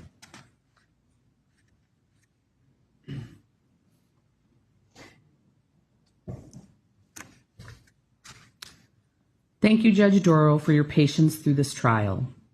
Thank you to the entire prosecution team for being so well prepared for this case. And lastly, thank you to Victim Witness Assistance for looking out for all of us. My name is Donald Teagues, and I am the father of Victim Q, or Eric Teagues. Both of my sons, Eric and Tyson, were marching with the Waukesha South Marching Band in the 2021 Waukesha Christmas Parade. Eric was a junior, and Tyson was a freshman. They were there to play Christmas music for the people and start off the holiday season. That came to a quick end when you, Darrell E. Brooks Jr., drove through the parade killing people, injuring people, and ruining what was supposed to be a beautiful event. And we haven't been told when to do the photos, so Christy, if you can use your judgment, thank you. Darrell Brooks, you hit and ran over Eric along with some of his bandmates. Tyson, his younger brother, was just feet away from Eric when you hit and ran him over. Tyson witnessed his brother getting hit and ran over along with other bandmates. Tyson never left his brother's side during this incident. He even took off his jacket to help keep his brother warm while he laid in the middle of the street. He then had to call his mother and try to explain what had happened. As he stood next to his brother, he saw blood coming out of his ear, nose, and mouth, and his leg that was pointing backwards. He would just keep telling Eric he will be fine and that Mom was on her way. He stayed with him until Eric was taken by ambulance to the hospital. Starting that night, Tyson had nightmares and had them for a week. He would wake up screaming and crying. And what made this even worse is he couldn't go to see his brother in the hospital, and my wife and I could not be there for Tyson the first few nights because we were with his brother in the ICU at Children's Hospital. My daughter, who wasn't at the parade but went with her mother to the parade after Tyson called. She stayed with Tyson at the scene and at home when we couldn't be there. She needed to see a psychiatrist to help her deal with what she saw on the streets that day and seeing her brother lying there on the ground not knowing if he would live. She had to be in outpatient care for 2 weeks to help her through what she saw. Eric was an aspiring baseball player for the Waukesha South baseball team and a select baseball player for Styx Academy. He was making his final push to get better and wanting to be scouted by colleges to play in college at an elite level. You took that away from him that November day. He spent 9 days in the hospital. 3 of those were in ICU. Eric suffered from a skull fracture, a major concussion, a C4 fracture, right shoulder fracture, 4 broken ribs, a partially collapsed lung, T6 through T11 fractures, and a left femur fracture that required surgery. He is lucky to be alive. The C4 fracture could have killed him. The femur fracture could have killed him, or the broken ribs along with the lung collapse could have killed him. His time in the hospital was very hard, dealing with nonstop pain from you hitting him and running over him like he was a speed bump. He had to lay flat for 4 days and wear a C-collar for 7 days because of the C4 fracture. He had a chest tube to drain the blood off of his lung so he could breathe. He had to undergo surgery to repair his severely fractured femur. On top of all of that, he was dealing with a severe concussion. He could not have any lights on or loud noises. He would have events of uncontrolled vomiting and would spike fevers. When he was finally able to leave the hospital, it was in a wheelchair, and he was in that wheelchair for over a month. We had to have a wheelchair ramp built for when we came home. Without the ramp, it would have been very hard to get him in and out of the house. My wife had to take off a month of unpaid leave from work. I had to take off 3 months from work to take care of him and get him to multiple doctor appointments a week. Darrell Brooks, you stated during this whole trial that you are a man, a God-loving man. You are not. A real man would have stopped when they saw they made a mistake. A real man would have admitted the wrong and would not have put all these families through this pain. A man of God would have stopped, admitted to his wrongs, and asked for forgiveness. You sat there showing no emotions for what you did and pretend that reading the Bible was going to help you. But you, Darrell Brooks, are pure evil that is not fooling anyone. You don't know God, but you better start learning because where you are going, you're going to need to start praying a lot. You don't deserve to see the light of day ever again. You should never be able to see your children again. It's too bad this state doesn't have the death penalty because you would be put to the front of the line. I hope you rot in hell, have a miserable existence in prison, and that someone teaches you a true lesson in asking for forgiveness.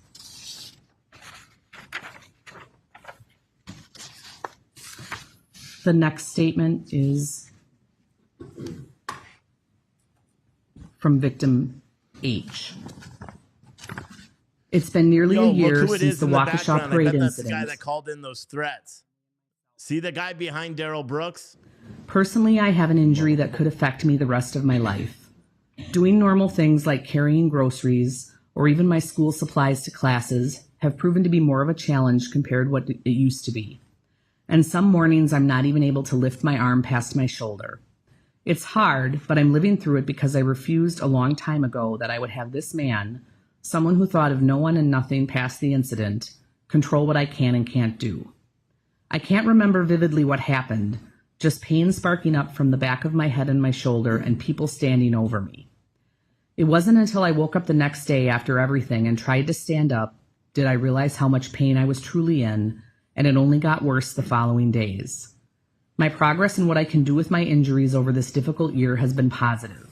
I've rebuilt most of my strength, but I've been told time and again from my family, friends, medical professionals, it may never be what it used to be, and to remember that this may be it. But that's only a possibility to me. Nothing is set in stone. Medicine is a practice because we never have all the answers. I was lucky to have family and friends who could help me physically, but nothing was permanent. All it took was a single thing to throw all progress out the window. If I wake up lying on my side, I already know that that day is going to be painful because simple things like sleeping hurt. Emotionally, the only constant support I've had is that of my friends and family. I've chosen out of my own free will not to see medical professionals for my mental state because I hold the belief that therapy is great and can do many great things for people. But what I do here and now has a bigger impact on myself. Putting a pause on my life to think about what happened to me and the people I know isn't worth it. I wake up at least twice a week to terrors of what happened, seeing and feeling the same things as that night and the days that followed.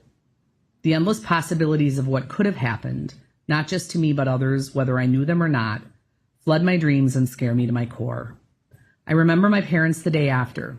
I had been dead asleep all night from stress and finally running out of adrenaline, to find out that they hadn't slept.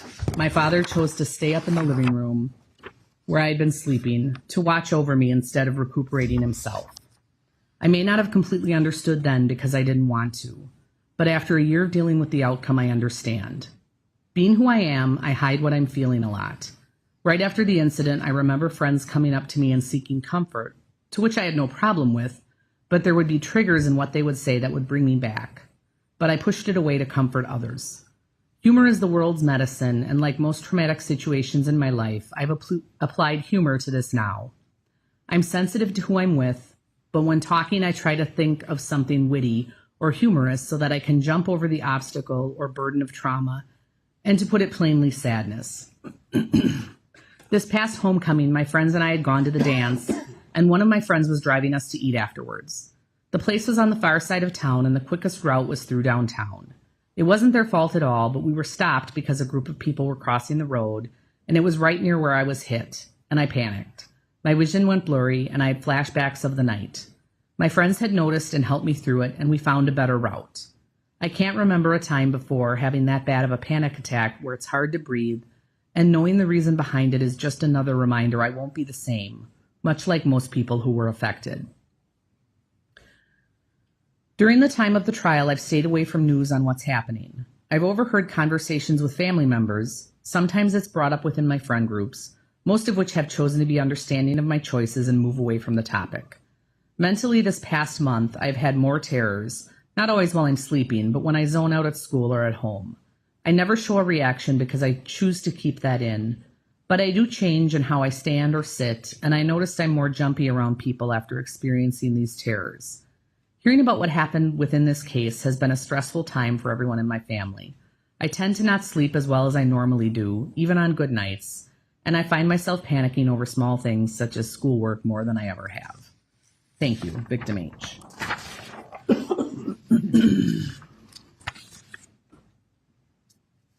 And the final statement from the band is from Victim K. At the time of the Waukesha Holiday Parade, I was your typical carefree teenager. As a 17-year-old at Waukesha South, I had only just begun my senior year, a time that some might argue to be the best year of high school. Sadly, that all changed in a mere instant. I was marching in the parade with the Waukesha South Band, playing the sousaphone, parentheses tuba, when Brooks appeared out of nowhere, plowing into me from behind. He dragged both me and my instrument upon the hood of his vehicle for what seemed like miles, before eventually running me over entirely. Luckily, I was swiftly rushed to Waukesha Memorial Hospital by an officer via squad car for emergency treatment. I was completely alone during this time and positively terrified. The ER medical staff was utterly shocked that I had even survived such a forceful impact.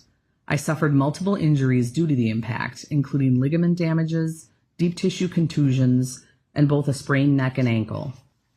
Post-evaluation, the doctors explained to me how my instrument had likely saved my life. Saved my life. Those words still echo loudly in my head.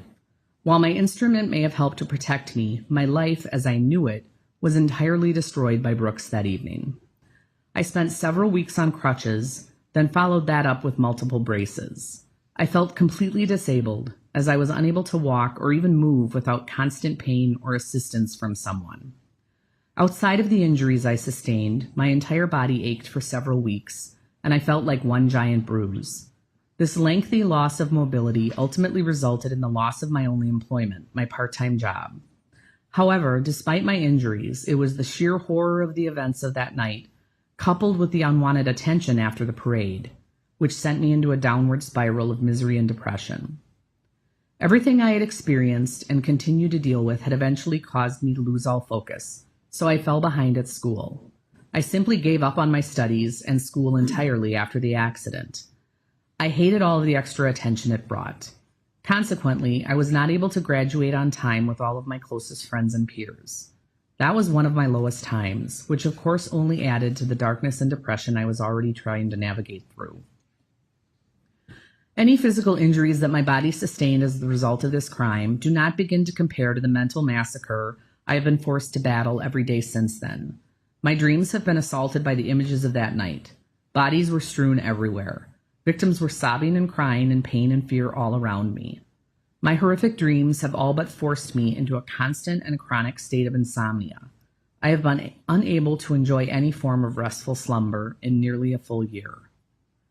I also cannot bring myself to revisit the downtown Waukesha area at all. I become completely stressed even being near the area where I was hit. This is disturbing on a very personal level.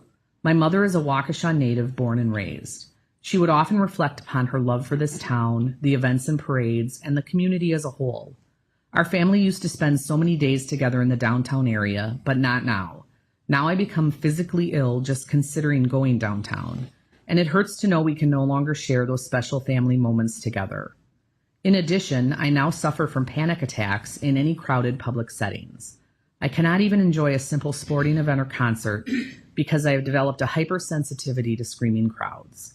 They send me into a complete panic, putting my head on a swivel, and always watching for danger.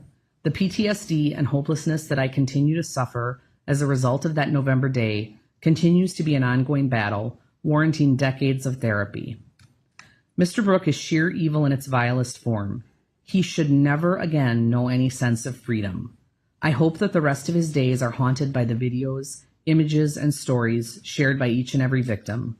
I hope every night his dreams are teeming with visions of those 6 innocent people who perished in the wake. I want him to suffer like all of us has, every single day until he takes his very last breath. His refusal to accept any responsibility for his actions deserves no less.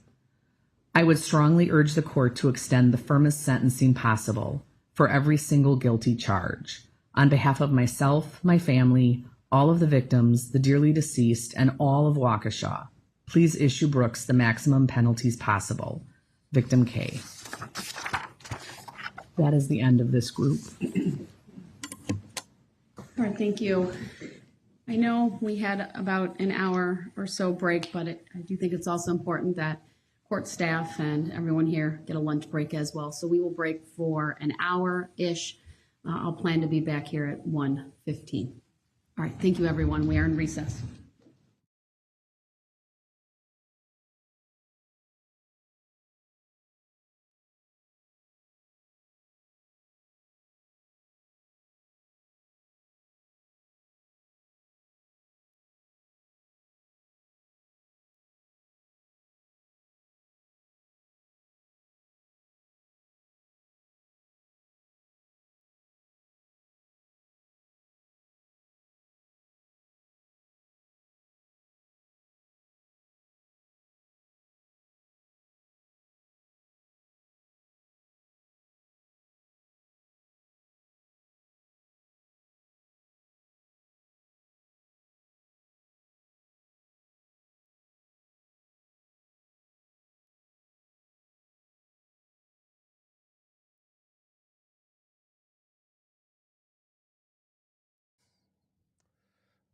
crazy shit.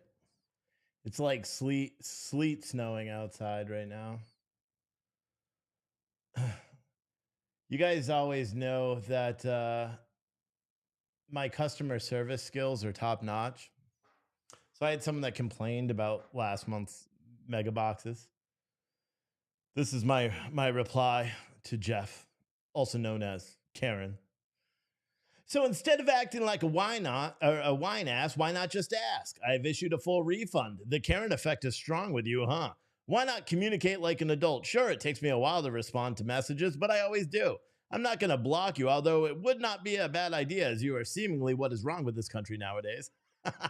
Is that a good response? I think so. If he's a true viewer, then he's going to be like, "Yo, that was good. That was good." That's what happens when you complain. I just roast ya. Roasted. Oh yeah. But yeah. What should we do now? Should I switch over to, well, the hearing just actually ended just now, the Mayorkas hearing. No shit. That was a long ass hearing. What I think I'm going to do is I'm just going to play that during the hour break right from the beginning, because we missed it. This whole hearing was over, what, 3 hours and change? 3 hours and something. Because I don't really have a lot to talk about, because it's been something else today. Trying to get everything all situated in the back here.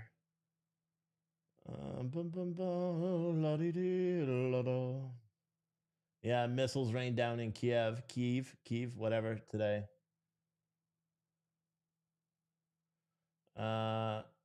DeSantis has finally responded to Trump's criticism, saying, all that's just noise. I would just tell people to go look at the scoreboard from last Tuesday night, with a big laughter. So it seems that it's going back and forth. Oh no. 2 suspected missiles fell in the Polish village of Pluzlov near the border with Ukraine, killing 2 people.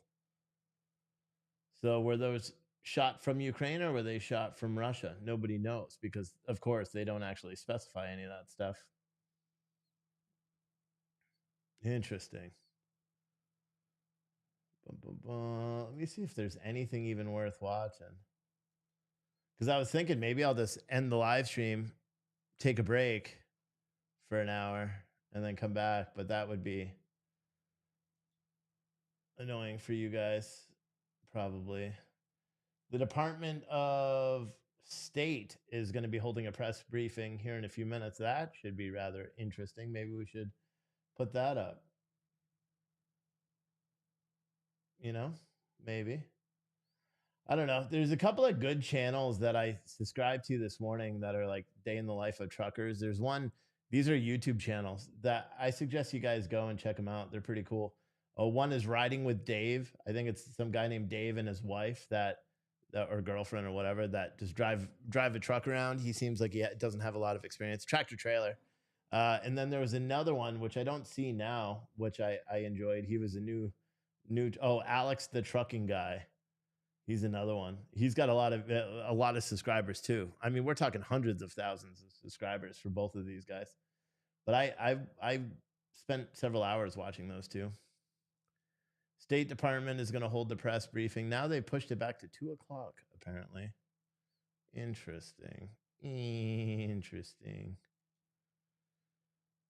Well, it still says 1:30 here, so who knows? DeSantis is your maiden name, someone said. Can we have jokes or bloopers, please? I don't know.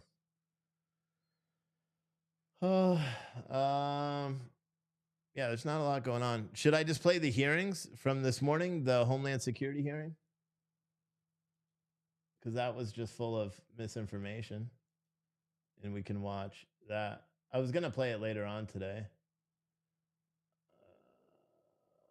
What else? John Fetterman is actually in Washington today with his wife, who's, yeah, whatever. I'm not even saying anything about that. If you have nothing to say, why don't you say it now? Say it now. Isn't that the song? Yeah. I don't know why I follow certain people on Twitter that I don't want to follow. Because then I see their stupid tweets and it kind of annoys me a little bit, you know? Is he wearing a sweatshirt? Is who wearing a sweatshirt? Me? Does this doesn't appear to be a sweatshirt, does it? I don't know who you're talking about.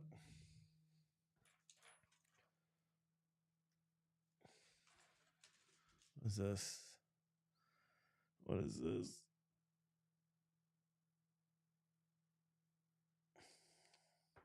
Yeah, I'll check in a minute, Steve. I'm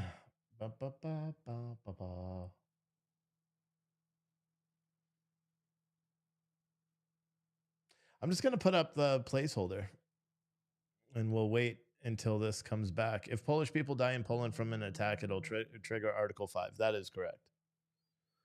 That is correct.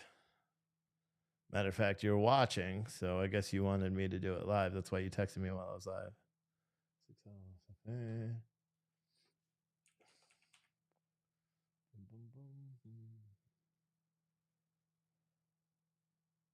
Dude, this is from April. Are you sure you didn't get a box back then? Because this looks like what I would make right before I ship a box.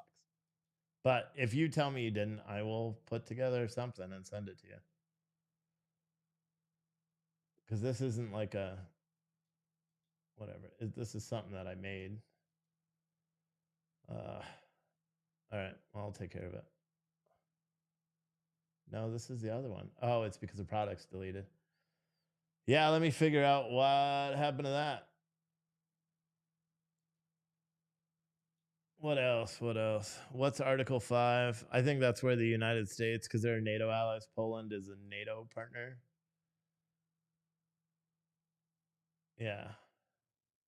So, yeah, some people are starting to post it. Allegedly, 2 Russian missiles hit the Polish border town of Perlomov, killing 2 people. Local radio is saying it.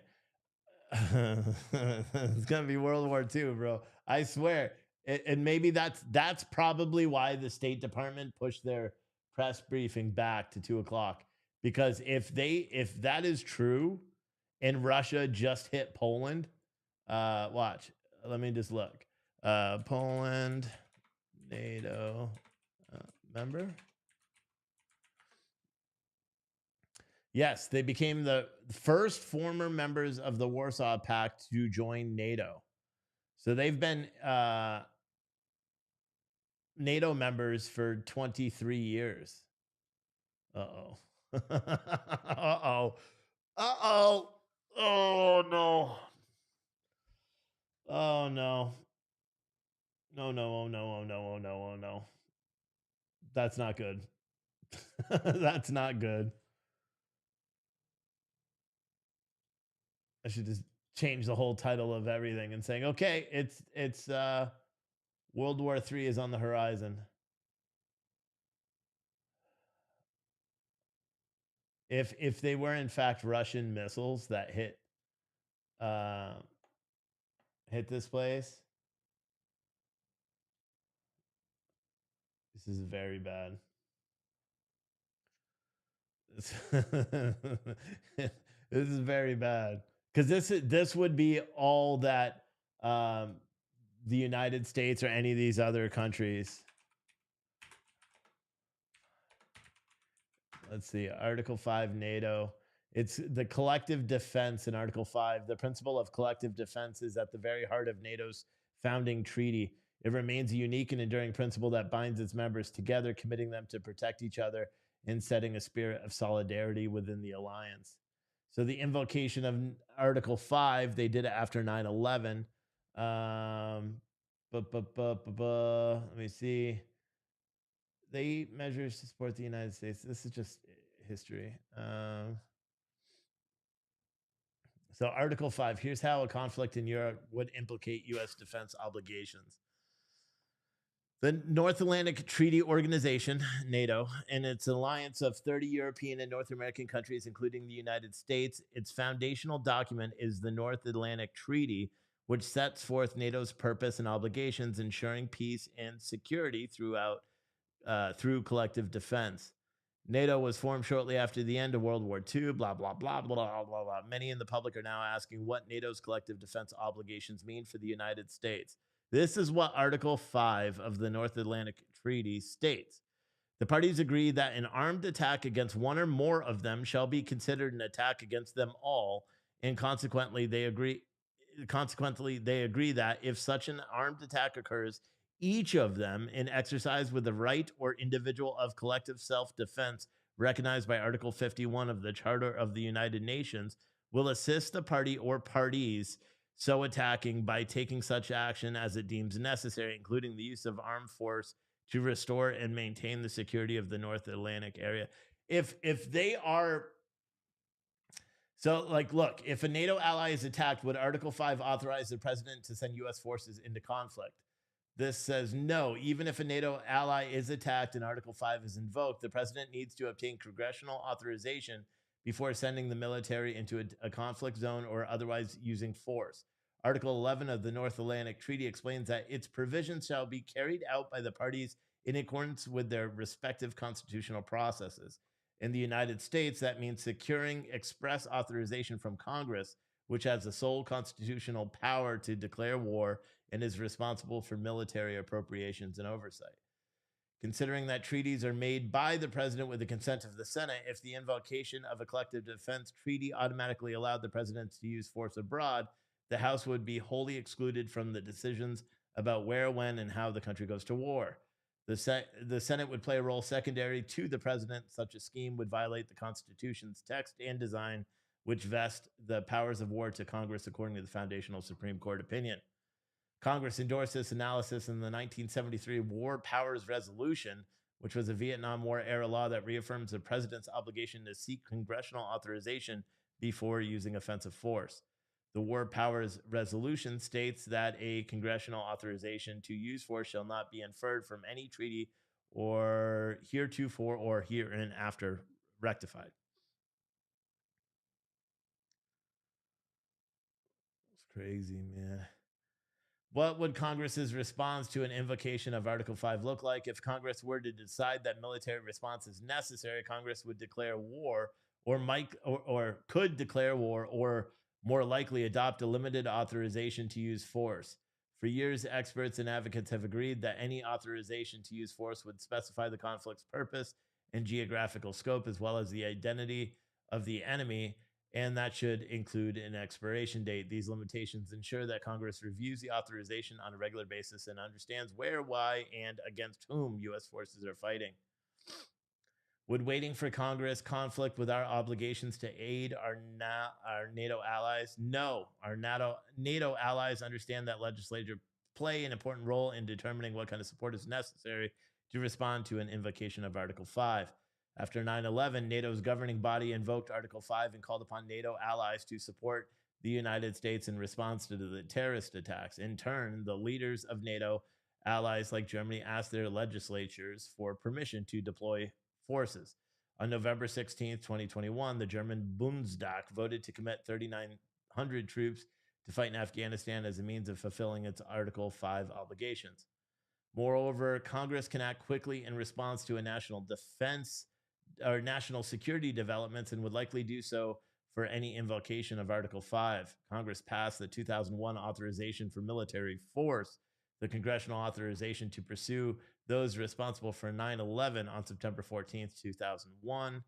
In 1964, it passed the Gulf of Tonkin resolution just 3 days after the supposed incident that prompted President Lyndon Johnson's request for authorization to use force in Vietnam. So, and this is interesting because we already have forces in the ground. Whether or not they're going to admit it, we do. They're calling them inspectors, but they're not. They're an advanced unit that is going and scouting Ukraine for, where we're going to station troops. That's my belief. That's why we're giving so much money to Ukraine, because we are planning war. I mean, that's it. We're sending all these military equipment and all that stuff as part of a military drawdown. That's bullshit. It's not a military drawdown. We're staging shit in Ukraine for when United States troops are there. From a logistics standpoint, it's brilliant, right? This also says, if the president were to send the military into a conflict zone without congressional authorization, Congress could invoke the War Powers Resolution, which provides that military forces operating without a declaration of war or specific statutory authorization shall be removed by the president if the Congress so directs. Congress could also use its power over military appropriations to restrict the president's use of funds on an unlawful war. So several NATO members recently invoked Article 4 of the North Atlantic Treaty in response to Russia's invasion on Ukraine. Article 4 permits members to call NATO meetings when they perceive a threat to the territorial integrity, political independence, or security of any NATO ally. The invocation of Article 4 does not trigger any collective defense obligations. Then, consistent with Article 4, the leaders of NATO member, including the President Biden, convened on February 25th to reaffirm their commitment to Article 5. As a result of the meeting, NATO members made additional defense deployments to easternmost allies, some of which share a border with Ukraine. NATO members did not deploy or commit to deploying forces in Ukraine. So the reason why I'm reading all this stuff is because we're fucked. It's the easiest way to sing it to you all. No, truly, we are. If Russia did in fact, because they don't even need to prove intent, right? Yeah, I fucking knew it, dude. They're going to go to war. Poland urgently convenes the Committee for the Council of Ministers for National Security and Defense Affairs. Remember, news just broke this morning that President Biden, right before, or maybe he knew that this happened, he cancels his appearance at the G20. The dumb shit, whatever his fucking name is, says that he has COVID or it's a serious medical condition. He cancels it. The White House spokesperson tells the media that he has important things to do back at the hotel. And then now we're starting to get news that Russia has apparently bombed Poland. And so we're all going to war. I hope you guys are ready, because it's going to happen. It's going to happen. We're going to war. That's it. It's done. The mind's made up. Mine's made up. Breaking news as what's his face? I forgot his name. Lookner. I'm surprised he's not live right now going, breaking news, we're going to war. Breaking news. Not good, man. Not good, man. And it's so early that nobody's really talking about it yet. What the fuck? Dude, NBC News has suspended Miguel Amalugar, who is the reporter. The cover-up is crazy. So remember the reporter that made said the statement about Paul Pelosi being attacked, and NBC News scrubbed the article from the story. Now NBC News is now punishing that reporter, suspending him. NBC News national correspondent Miguel Amalugar hasn't appeared on the network in 11 days since his explosive report on the Paul Pelosi attack was retracted. But he and NBC News have remained silent since the scrubbing of the report, suggesting the House Speaker's husband may not have been in danger when police arrived. The ordeal has puzzled NBC News insiders, with some believing that the report was squashed because it went against the mainstream narrative. A former senior NBC News executive who worked with Amalugar believes the network needs to explain what's going on, saying NBC News must be more transparent with its viewers about this error. Who wrote Miguel's script? Who approved the script? Are he and his producers suspended during an internal investigation? NBC's silence on this matter speaks volumes. NBC owes it to its audience to be truthful and not cover this up, the former executive said.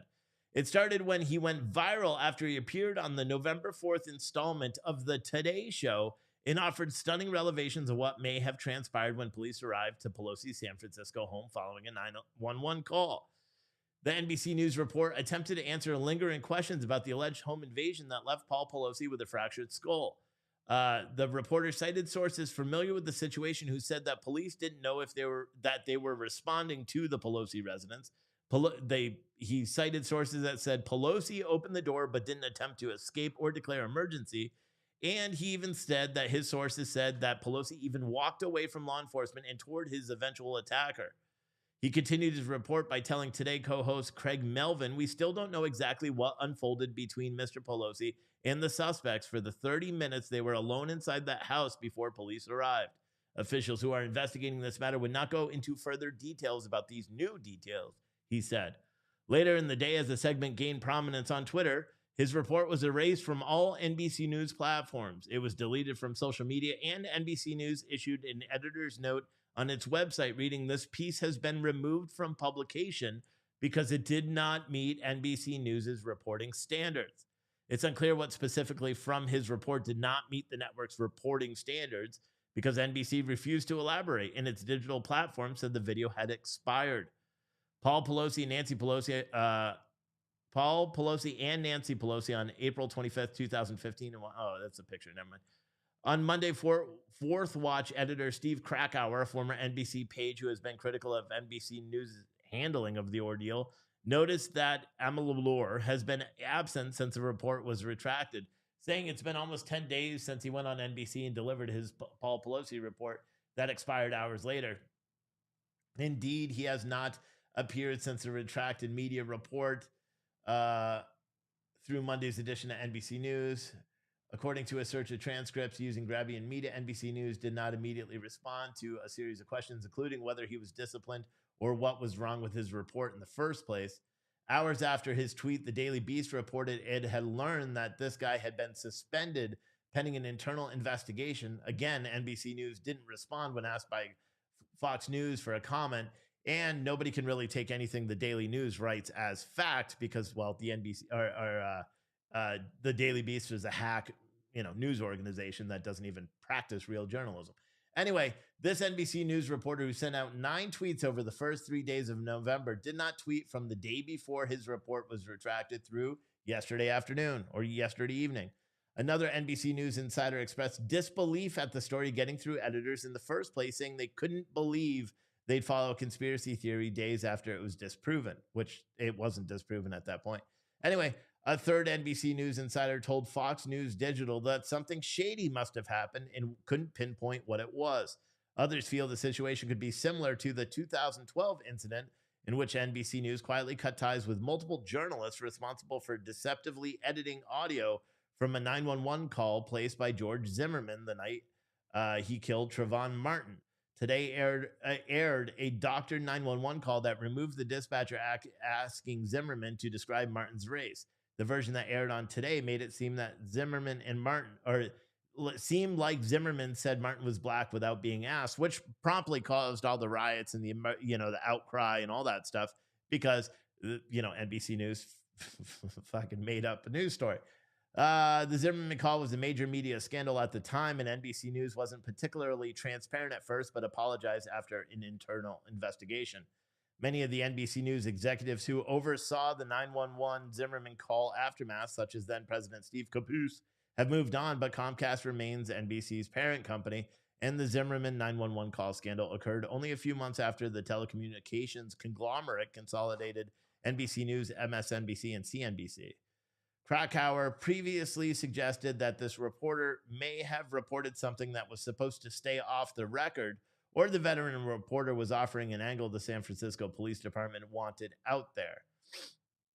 Whatever the backstory is, we don't know, he says.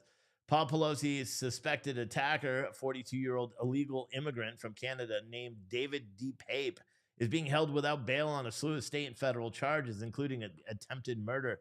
Police recovered zip ties in Pelosi's bedroom, found glass broken at the rear of the house, although the glass was broken outside the house, not inside, but whatever. Those are just facts that nobody wants to talk about. And there's no surveillance video, apparently, of any of this stuff happening, which is crazy. Paul Pelosi did return home, and Nancy Pelosi is back eating ice cream in Washington, D.C. Paul Pelosi did have a broken skull, and there's a million questions lingering about what the fuck was actually happening in that bedroom before, who was hammering who? There's some weird shit going on right there. Okay, it is San Francisco, so we got to be PC. We can't say that kind of stuff's weird anymore. You know what I mean? You know what I'm saying? We're fucked. Just in general, we're fucked. See, everyone's reporting it now. Everyone's starting to report about this Russian missiles. Now everyone's going to start reporting it. Look at this. Polish PM Morawiecki and President Duda have summoned a crisis meeting at the National Security Building. The Polish Air Force has scrambled fighter jets from the airport. The Army and Prosecutor's Office has arrived to the farm. The reports about the missile attack are unofficial, but come from Radio Z, a renowned radio station. There's going to be a war. And the only people that will benefit from it are all the ones that you guys just elected in the office. Go figure. Oh my God. Has today been a day or what, boys and girls? Has today been a day or what? Because first we had the Darrell Brooks trial, right? So that started off early. And then it stopped after, 3 or 4 different meetings. They had to stop it because, as it turns out, Darrell Brooks' peoples... I forgot what I was saying. What was I talking about? Fuck this news biz. I hate this news shit. I hate talking about news shit. Someone said, what if Ukraine shot it with armed missiles? Yeah, I mean, I wouldn't doubt that. Ukraine has been doing fucking terrorist shit the whole time. You know, doing car bombings, killing civilians in Russia, blowing up bridges, and then blaming it on Russia only to say, haha, we did it. We've been planning it for months with the help from the CIA. Oh, and then this Nord Stream 2 pipeline explosion, which Russia could just shut off. They wouldn't have to blow it up. It literally makes no sense for them to do it. Oh, God. We're so fucked. Man, and my guess is that is what... my guess is that is exactly why President Biden didn't, because they probably knew about this 3 or 4 hours ago, right? Because you got to think, what time is it? What time is it right now? Can someone tell me what time it is right now in Indonesia? What time is it right now in Indonesia? Okay? Let me know. What time is it right now in Indonesia? Oh, wait. I'm waiting for you to tell me what time it is in Indonesia. Someone said, we have a land border with Russia, best stocked a boat full of fuel and hope. Yeah. Someone said, barely in the news. Yeah, it's Larazan 999. Do you know why it's barely on the news? Because Twitter breaks shit before the media does. Probably, I would say a good 45 minutes after. Twitter was one of the best tools when we were in the news business all the time. Twitter was one of the best tools that we could use, like specifically TweetDeck, because you could just, look up anything. It's one of the best tools because you could find out about breaking news stories within moments of it actually happening and then put out a story and still, that's how we broke so many stories. It's after midnight. So let's say approximately 4 hours ago. Let's actually say this. Approximately 5 hours ago. Was it about 8 p.m.? Let me know. Approximately 5, 6, 7 hours ago. Was it 8 p.m. on a Tuesday in Indonesia? Because if it's after midnight right now, that means it's Wednesday. After midnight, you don't let it all hang down. I'm waiting for the chat to let me know. Come on, guys. It's 1:43 a.m. Oh, shit. You guys know what I'm saying. President Biden canceled the G20 meeting. Kyle, what's his name? Kyle Cheney or whatever. No, not Kyle Cheney. What's the Becker News? Becker. He said, President Biden cancels G20 summit because of serious health issue. Nope, he canceled it because we're about to enter World War III. Because he probably got news from, somebody that Russia just bombed Poland. I guarantee that's what it was. And nobody's going to, everybody reported that. Because think about the time. It all adds up now. Now it all makes up, doesn't it? Now everything makes sense. We're starting to finally understand the batshit craziness of this country. I mean, I don't care who you are right there. If that doesn't fucking shiver your timbers, I don't know what to tell you. See, I got to say shiver your timbers and shit. I'm wearing fucking flannel. I decided I'm not shaving again until it's hot outside. So I'm going to have a beard like this by next year. It's going to be great. This week has been a shit, so it's only Tuesday. I know, man. I thought I tore my my hamstring, but I didn't. I don't know what the fuck I did because I've never had pain like that. And then it was there all night, and then it went away when I woke up. But I'm slowly but surely getting it all set up in the other room, the gym, although I'm not working out today because I'll hurt myself. Oh, man. Crazy stuff, man. Ukraine is just as more or corrupt as the current administration in D.C., someone said. You're fucking right. You are so right, my dear. Unbelievable. Isn't that weird? On the day that Governor Abbott declares an invasion, NATO is going to declare Article 5. Why am I seeing so many different coffee ads? Like Elon Musk, get your shit together. There should only be one coffee company that is on Twitter, and it's my coffee company. There shouldn't be any others allowed. Just saying.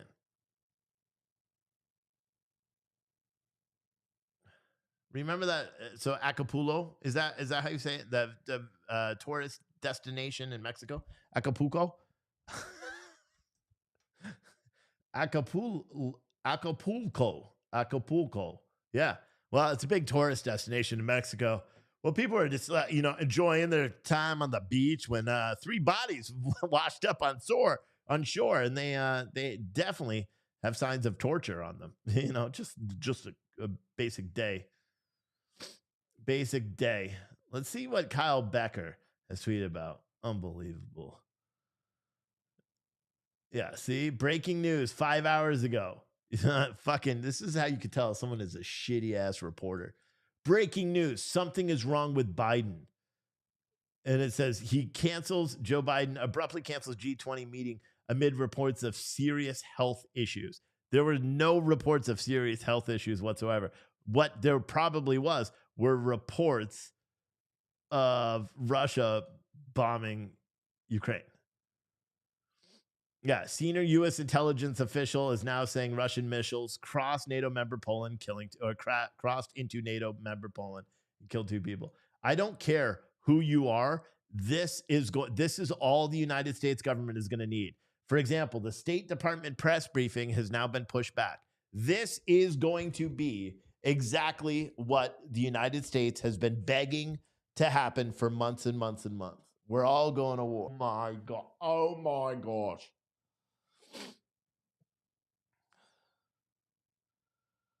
So bad. So bad. Bomb threats in the courtroom in the Darrell Brooks trial, prompting a heavy SWAT response.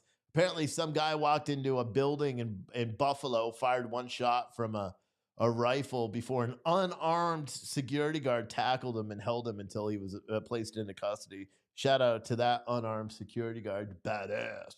And this is just a typical day in America, Mass shootings this weekend. What do we have? I think from Friday to yesterday morning, because you got to include the one that the media is talking about. Fox News has got that mass shooting all over the place. Why? College mass shooting. Whoa.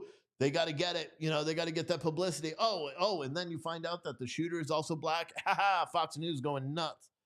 They forget about every other mass shooting. There were 10 mass shootings, not including that one. There were 11 total. Since Friday night, almost all of those mass shootings included black victims and black assailants. They're not going to talk about it. They're only talking about this one because they were college kids, paying a high tuition. Man, it's fucking stupid. I hate them all. A-Kid Clar 420 said Poland will retaliate and Putler will up the ante. Are you trying to say Putin will up the ante? Yeah, I mean, unless something comes out very quickly, I would already say that Joe Biden is sleeping and Jill Biden is sitting up having meetings with everybody trying to decide where they want to attack in Russia. That's my opinion. That's just what I believe. Do I think Jill Biden is actually in control of the country? Yep. I don't think it's Joe Biden. That's for sure. It's cold coffee because it's I'm keeping it cold in the office. I've never been a big fan of cold coffee. However, my coffee is delicious. If you guys want to order some of our coffee, because it's the best coffee you've ever ordered, go over to gratiscafe.com. Order it. Ships, order today, ships tomorrow. That's how it works. It's amazing. You know what's weird is when the heater in the warehouse turns on, it sounds like a vibrating phone. So every time it turns on, I keep thinking my phone is ringing. Crazy shit, right? I know your mind is blown by that amount of intellect.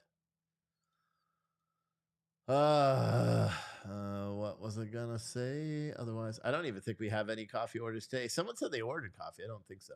However, some of you guys rallied and ordered some of these boxes today, huh? The Christmas boxes.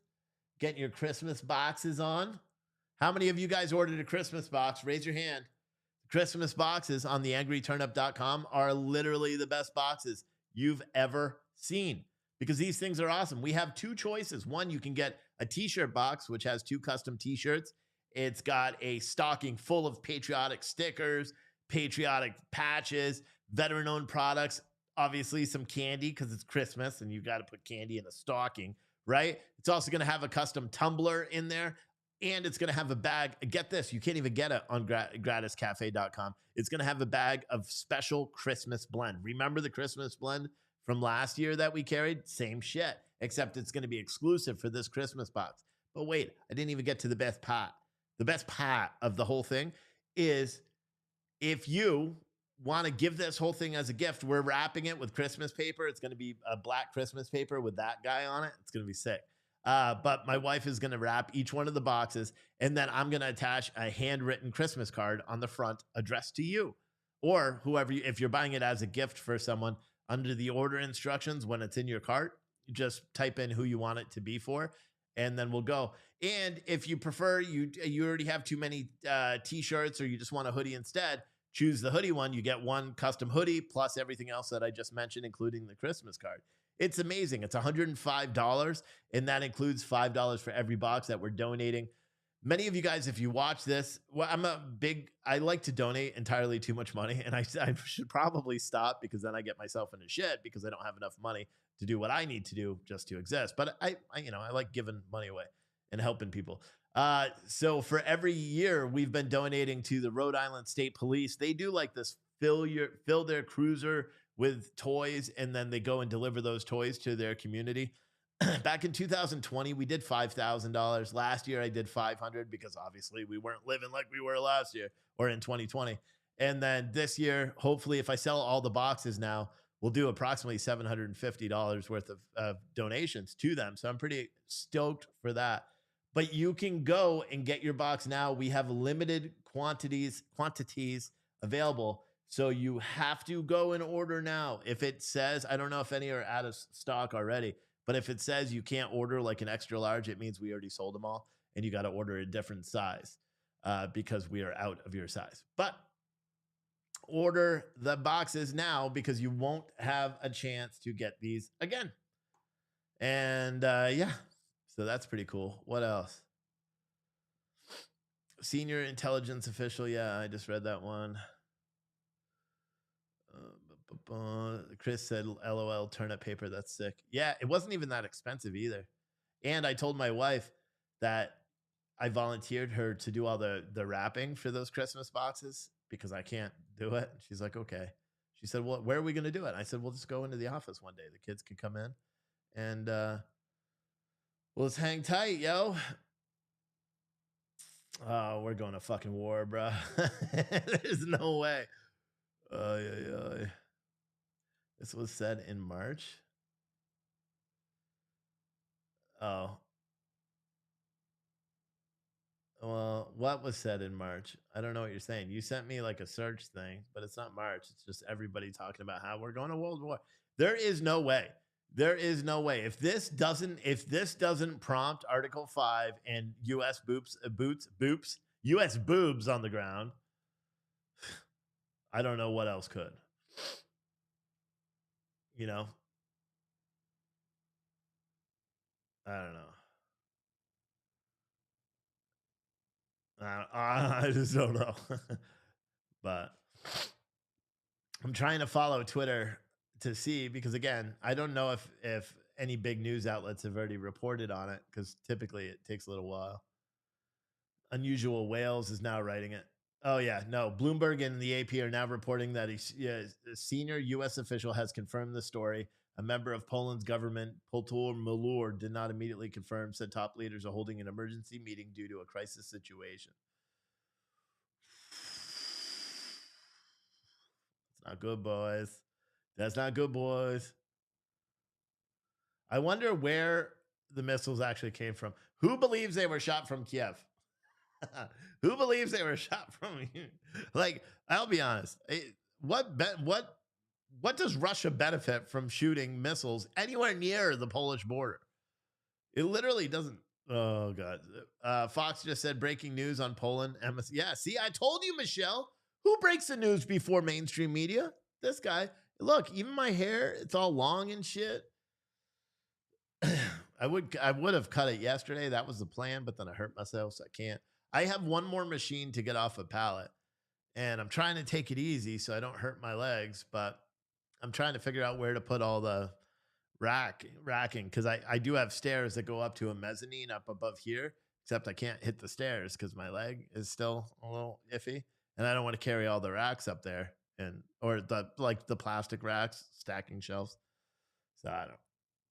My brother came into the warehouse yesterday. He's like, bro, you got to clean this place. Looks like a men's garage. It looks like a garage, a dirty garage. I'm like, thanks, bro. That's what it is. You know, I got my office here, which look, the wall is nice and clean, except for that right there. That's a smudging of dirt or something. And then, yeah, the warehouse, which looks like a warehouse, right? And there's leaves. That's what it was. There were leaves that blew in.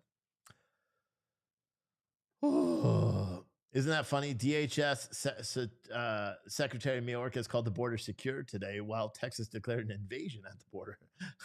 Isn't the hypocrisy in this country? It's crazy. I don't care who you are right there. All right. I see 6 of you guys are on the angryturnip.com. Not one of you is checking out your box right now. Why? Check out your box. Check out. I want to see all 6 of you go and check them out. Let's go. And we have new customers too. I'm gonna call out this Tennessee person that you're in a town that begins with Antioch. Yeah. So I want you to go over right now, okay? I want to see you put the Christmas box in the fucking cot. Let's do it. Come on, I can see it all. I see you up there too, Steve. Okay, Steve? I see you. See, I can't tell whether they're live online, but I could tell that people are. It says top locations. So Steve may not be live now. He probably already ordered a box too, because he orders quick as shit. Auburn. I think that's me. Yeah, see, it would be cool if it shows me where it is, where it's from. Yeah, we got Erware. This is all today. Holy shit. I was gonna read it. You got Chicago, Zanesville, Pine City, Auburn, Kokomo, Dallas, Deer Park, Antioch, Youngstown, Indianapolis, Pittsburgh, Seattle, Westfield, Enos, St. Paul, East Orange, Omaha, Natalia. Natalia is a town name. Cool. Ozark. It's a good show, bro. Brentwood. Shitty show, bro. Brothel. What? Someone is literally checking out my website while they're in a brothel. Gross. Yeah. All those towns. Because secretly, if I, eventually what I want to do is just be able to, oh, look, someone's checking out right now. I can't see who it is. I can just see the top locations of the people that are in the store right now. But there's more people in the store. Don't forget, guys, if you buy one of these boxes today, you may have a chance to win a 55-inch flat screen Roku TV tonight, because I'm picking one person who buys one of these boxes today, and you will win a TV. I'm doing it after the Trump announcement, so probably around 9:30 tonight. It's going to be a long-ass fucking day, but probably around 9:30 tonight, I'm going to do it. So check it out, bruh. It's going to be awesome. Also, if you do the Cash Apps, Venmo, or PayPal, because you don't have $100 to buy this and you didn't want to do the shop pay where you could break up into 4 payments, you can also have a chance to win a TV but it's a 32-inch flat screen Roku. All you have to do is send a $5 or better Cash App, Venmo, or PayPal and tell me what platform. So in the comments of your payment, tell me what platform you watch the show on, and then you will be able to enter for a chance to win that bad boy too. Does it look like it's ice out there? No, it's still just raining. It's still raining. Oh, look at that. 2 people are checking out in the store. Let's go. Come on. I want to see that right now. How many people are watching? 736. How about you guys just buy out all the boxes right now? Like straight up buy out all. Here, matter of fact, tell you what I'll do. I'm gonna sweeten the deal. How many of you guys love good coffee? How many of you love good coffee? I'm in a giving away mood. I'm gonna give away I think they're 43-inch. Hold on, let me check. We're gonna do a coffee giveaway right now too. A coffee giveaway. Because of coffee, there's not as much profit margin, so I have to see what size TV I could do. I could do the same 32-inch TVs, but that's not bad right there.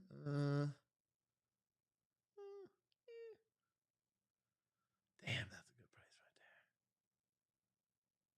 right there. Right now, I'll tell you what I'll do at the end of the day today too. If you order coffee from gratiscafe.com, GRATIS cafe.com, I will pick one lucky person who orders coffee today. You get it tomorrow because I ship it within 24 hours. One person who orders coffee or any product from that website will have a chance to win a second 55-inch flat screen TV. So we're doing 3 giveaways for TVs today. Let me just add these to my carts. I don't forget which one. Oh, they only have 1 in stock. I'm not gonna. Okay, so never mind. The coffee one is going to be a 43-inch TV. Oh, wait, I could do a 50-inch. Do they have plenty of them in stock? Okay, 50. So the coffee is going to be a 50-inch because I'm already doing a 55-inch for the other one. Just ordered a box for hubby, but didn't see a message box. Yeah, it's during the checkout. What you can do also, right? This is another way. If you forget to change the name on the box order that you want, send me an email. But I'm not guaranteeing I could fix it.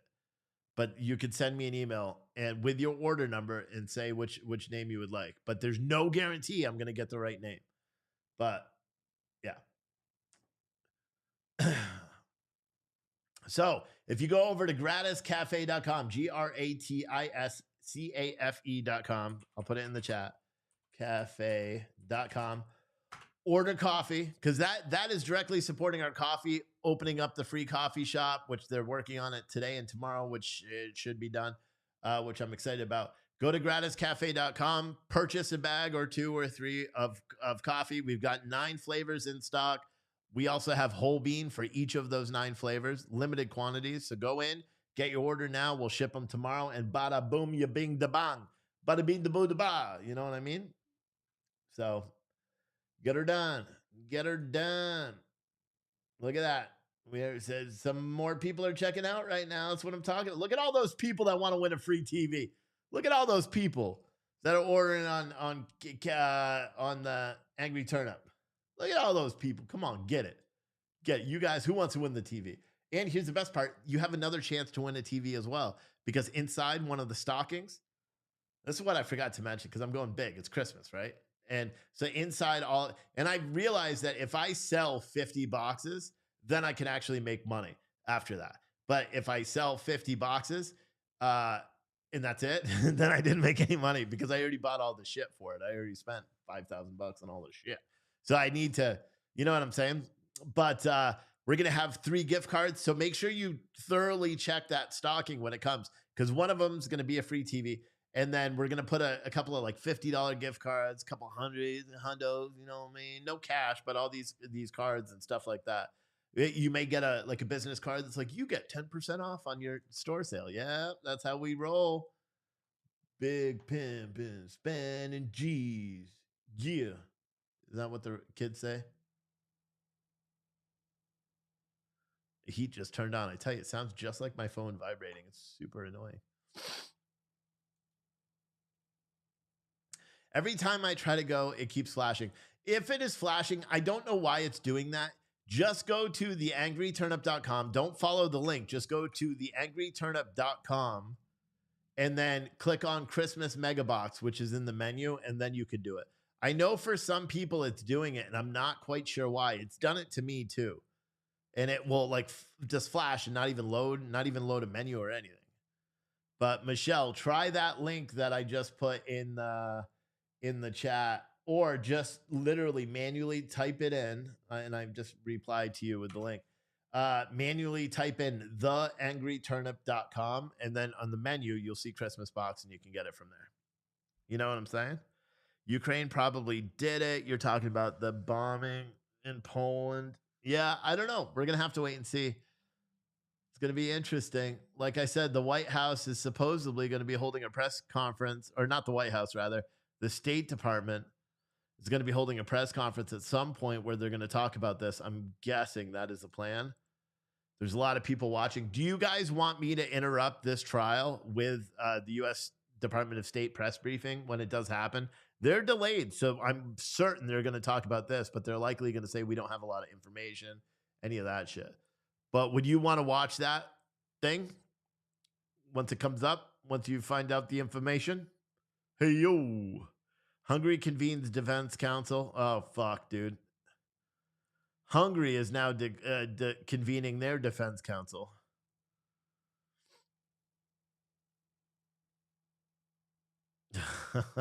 Oh, we're so fucked.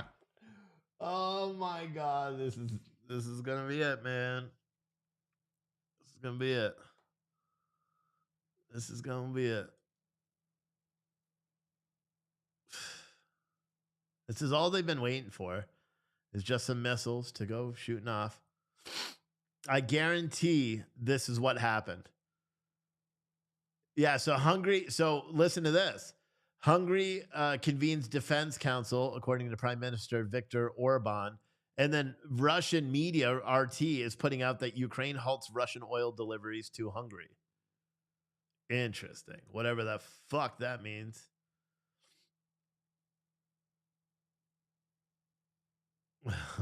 This is not good. I can't imagine that we don't get involved in a full-on war. You know, I just can't believe it. I think it's inevitable. You know, I just think it's inevitable. Hell yeah, guys. Look at all you guys on the Angry Turnup. The most I've ever had at once on the Angry Turnup, granted they didn't all buy anything, was like 45 people all at once. So you know what you guys should all do? Even if you're not going to buy anything, just all go over real quick to theangryturnup.com and like bookmark that page. Because I'm also going to start writing blogs of like me just ranting and raving, but it's going to be on that page and I'll share them out and do all that stuff. And it's going to be more of not news related, just kind of like me just, well, yeah, it'll be news, but super opinionated. And like, I'll, do special videos just for that site, shit like that. So go over there. I would love to see that, where visitors right now, it just pops up to like 500 people, and you all buy boxes, right? Because here's the thing. If 500 people all bought boxes right now, I would be fucked, because you can't actually buy that many because I didn't order that much shit to put in them. But you know what it would do, however? It would mean that I could pay off my wife's car, trade that fucker in, and rent a truck or buy a truck, and then have a truck. So that way I don't have to rent Penske's and I could use the trailer that I own, that kind of stuff, like really smart stuff. But I wouldn't actually do that first. What I would do is like Christmas for my family, shit like that. The more important stuff. And then I would do it. But the number is slowly going up. I have a sty right on my eye, or not on my eye, but on that. And it's really, it doesn't hurt anymore. Yesterday it was hurting. It feels weird. I could feel it. I don't like it very much. I just don't like it at all. Look at you guys. Look at all these. Right now you got a 1 in 3 chance of winning a TV on Cafe Gratis. Cafe Gratis. Don't sleep on it. Joanne, Patty, and Joe all ordered coffee because so right now they have a 1 in 3 chance at winning a 50-inch TV. Like, holy shit, guys. Oh, holy shit. They have those are chances that you die for. Let me see how many people are on that website. Plus, if you're wondering about our free coffee shops and how we're opening them and all that, that's a good website to go check it out. Whoa, lots of people on the coffee store too. That's right, boys and girls. Get your coffee here. Get your coffee here. Plus, the coffee's all ready. I'll literally probably ship that shit tomorrow. Like first thing. I'll probably package the orders tonight and ship that shit first thing tomorrow. So you will have, if you order, look at that. Someone else just placed a coffee order. If you order coffee from me today, for one, here's the thing. Oh, another person ordered coffee. Here's the thing. I will make a guarantee to everyone watching this right now. If you buy a bag from gratiscafe.com, if you buy a bag of coffee and it isn't the best coffee you've ever had, you send back that or you don't even need to send it. You keep it. You just honestly make a video testimonial to me, private, send an email and say, Steve, I just really didn't like this coffee. Prove to me you made it and I'll refund your full amount. And you can still keep the coffee. Because I can honestly guarantee that you will love the coffee. We've never had a negative complaint about the coffee. That is a guarantee. I will guarantee that everyone watching, if you go to gratiscafe.com right now, gratiscafe.com, purchase a bag of coffee, and you will, and matter of fact, you can still use code VETERANS to get 10% off. We'll call today Veterans Day because I forgot to discontinue it. You can use code VETERANS, get 10% off. But if it's not the best coffee you've ever had, I will refund you your money. No questions asked. And I'm sure my investors won't have any issue with that because they also know it's the best coffee they've ever had. That's why they invested. You know, but I challenge you. We have 757 people watching across all social media. I challenge you. I bet you won't. I bet you won't. I bet you won't. I bet you won't go try this coffee. Does that work? Oh, who's up in here from Lillington? There's Prestonburg. Who's here from Prestonburg or Dallas? Someone's on the website from Dallas. You're viewing a collection page. Here, you guys want the direct link to the coffee so you don't even have to mess around? Watch it. I got you. Got you, bruh. When's this trial coming back? Damn, bruh. Here's the collection page. Bada boom. Bada bam. Bada boo. Right here. Here's the challenge. I challenge you. If it's not the best coffee, if we don't literally, there's another coffee company that starts with Black Rifle and ends with shit coffee. No, I'm just kidding. I'm kidding. If you think their coffee is better than mine, I'll tell you what I'll do. I'll give you a full refund and I'll block your IP address because you have no actual, understanding of what good coffee is. But yeah, go over there right now. Go over to Gratis Cafe because we're giving away a TV there. We're giving away TVs left and right. We're giving away TVs on the coffee page. We're giving away a TV, 100% giving away a TV tonight on the Angry Turnip page, and we're giving away a TV, although Salty Urban's probably going to win because they have the most entries. They have like 50% of all the entries for just the basic Cash App, Venmo, or PayPal. You just send $5 or more, and then you're entered for a chance to win a 32-inch flat screen Roku. But yeah, 3 TVs we're giving away tonight. But I'll be honest with the coffee because I need you guys to get back addicted to it. I know I changed the name. I know I had to get like politically correct for the coffee. I'm sorry, I had to grow it, to brand it, and to do everything we needed to. I had to eliminate the political side of it. Like for anyone that ever ordered the Awake Not Woke, here's a hint: it's a medium house roast. Like order the medium house roast. It's literally what I drink every day. It is the best coffee that I have. Followed up by the breakfast blend, which was Wake Up America. Same blend, same shit. Or the Supreme Dark. Supreme Dark was Victory or Death. You know what I'm saying? And then the Sleepy Joe Biden. We don't carry it anymore because I don't like decaf and we only carry coffee I like. But we also have Italian roast. I got a shit ton of ground Italian roast in the back. Who wants some ground Italian roast? If you like dark coffee, like dark Italian, That Italian roast on gratiscafe.com. It's dark as shit. Dark as shit. It's really dark. At first, I was like, they fucked up when I was packaging it, because I'm like, that is dark coffee. It's like, it's black as a phone, you know? It is dark coffee. But it's good. It's good. And that's my challenge for you guys. All you guys that are checking out right now for the coffee on Gratis Cafe. If you don't like your coffee, just send me a little video and say, hey, Steve. And the reason why I'm sending the video is so I could see. So We are back on the record and State versus Brooks appearances are as they were before. But I do want to make just a quick record. I am aware, didn't realize I'd gotten an email this morning from one of my staff members that Mr. Brooks's mother had written in. All right, so they're coming back, so we'll be there. Melissa said, you can't have caffeine. It makes my heart race, or I'd order one a month. Yeah, well, you could order it and just smell it and not drink it. It still makes your heart race, though. Trust me, I know that from packing the coffee. And if you really like high caffeinated coffee, order our, what is it? Flying High. Super caffeine in that fucker. That's the great. But in all reality, trial's back on. I'm going to shut up now. Did you guys want me to interrupt when the U.S. Department of State press briefing does start go? Doesn't coffee start degrading once it's ground? Yeah, but it's about the same time. And on the back of each one of my bags of coffee, you see the roast date. We're the only ones that do that. We actually put the roast date on the back of each bag of coffee, and you'll see the roast date. I think these were all roasted on the 21st or the 28th of last month. So it's still fresh. Even our ground or whole bean, it's all the same thing.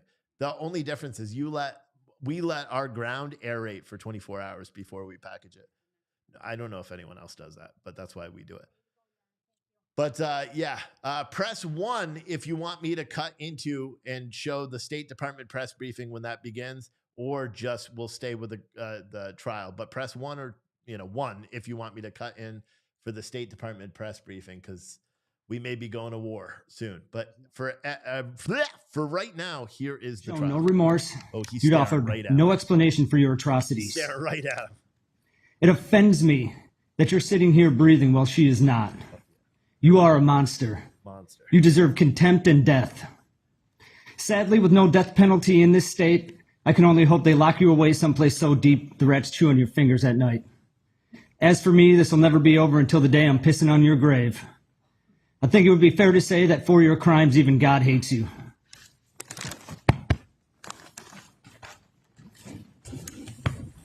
If you could just tell me, go ahead. Yeah, for the record, Your Honor, that was the son of victim 2. B. If I could first thank the court, you, Your Honor, and your staff for getting us here today. I don't know how you did. You kept this under 4 weeks, and this is all going to be wrapped up, before the first anniversary, and that means a lot. So I thank you for that. And if I could thank everybody at the prosecution table, our real-life Avengers. I mean, you guys did everything you could for us, and I'm forever grateful. Thank you. And I couldn't not thank Jen Dunn and her staff. I mean, she took all of us, supported us, made us into a family, and without them, I don't think I could have gotten through this trial. And Mr. Brooks, I hope as I read my statement, you continue to roll your eyes. I hope you continue to laugh and just show how bored and unmoved you are by all of this, because I think that's important. It's important for the world to see that evil can be a tangible, living, breathing thing. I think it's important for the world to see what human rot looks like. And to all the survivors, every time he puts his hand on that empty cavity where his heart should be, I hope you all smile, and I hope you take solace in the fact that today is our day. Today is for us. Today is so we can take our handful of dirt, throw it on his grave, and move on. Because that's what we all need, and that's what we deserve. My name is Chris Owen, and I am the plaintiff. I'm here on behalf of another plaintiff, my mother, Leanna Joy Owen. Lee Owen was a mother, a grandmother, a best friend, an apartment manager, and a dancing granny. The reason none of the witnesses saw her in this courtroom is because she was executed by a child-killing sex offender. And we are both injured parties. My whole family is an injured party. To my kids, Lee Owen was nanny. And nanny spoiled her grandkids every chance she got. On every birthday, she would call and sing happy birthday to their voicemail so they could hear it the first thing in the morning. She went on a tour of my son's summer camp. She danced in the same parades as my youngest daughter. She wanted my oldest daughter to use her car to learn how to drive so she could teach her like she taught me. And all of that has been ripped away. But the defendant's conscience is clear. To my dad, Lee Owen was the love of his life.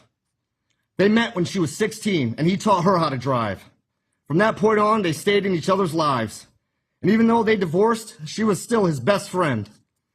They spent a lot of time together, and she was the only one who could get him out of the house. Now my dad has nightmares of her body flying through the air and shattering against concrete. But Mr. Brooks' conscience is clear. To my brother and I, Lee Owen was our mother. A mother who, even when she was struggling, was always there for us.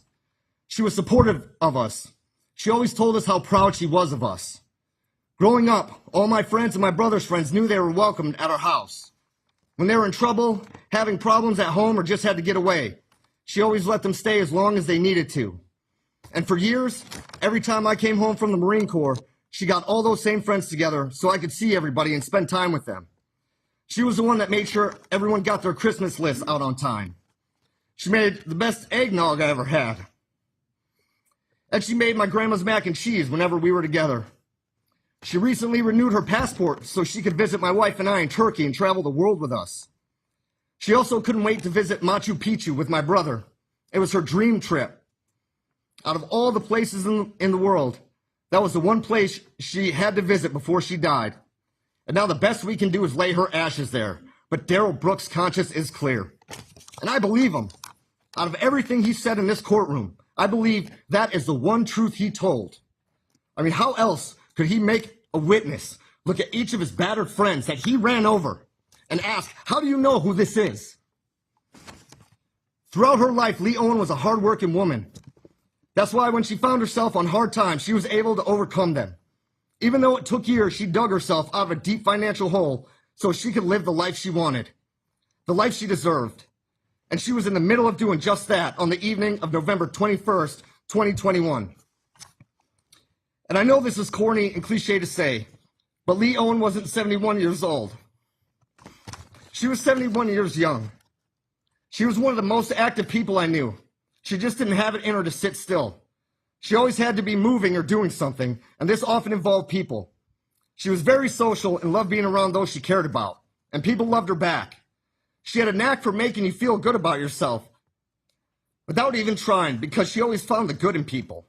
Even when it was to her detriment, it never dissuaded her from helping people any way she could, without judgment, without demand for repayment or feeling she was owed anything. She did it because she knew it was the right thing to do, and it made her feel good. She accepted people for who they were and made people feel good about themselves. That is what the world lost, and you have the audacity to tell this court that your conscience is clear.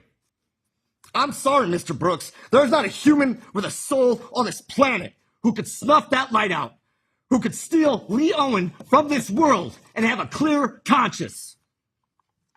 And that is why you hear the term monster. That is why you hear the term demon. You know, I saw you that day. It was just after you ran over the Catholics. I saw you hanging out of the window, looking back with a smile of satisfaction on your face, laughing at an inside joke that at the time I didn't get, the punchline escaping me. I didn't get it when my mom didn't respond to my texts. I didn't get it when she didn't answer my phone calls. I didn't get it the first couple hours my brother spent looking for her. I didn't get it until my wife sent me a video of you running over children in the parade. That's when I got the punchline. And it hit me like your red SUV, Mr. Brooks. I saw a pure, unrepentant evil in your face that day, and it disgusts me that you are allowed to exist. And I know the answer to the question that everyone keeps asking. I know why you did this. You did this simply because you were not in a cage. That is what I find mind-boggling. And how dare anyone say the system failed him? The system failed every one of us whose only mistake was to bring their families in the vicinity of Mr. Brooks. That poor excuse for a man should not have been on the streets. That is the failure, period.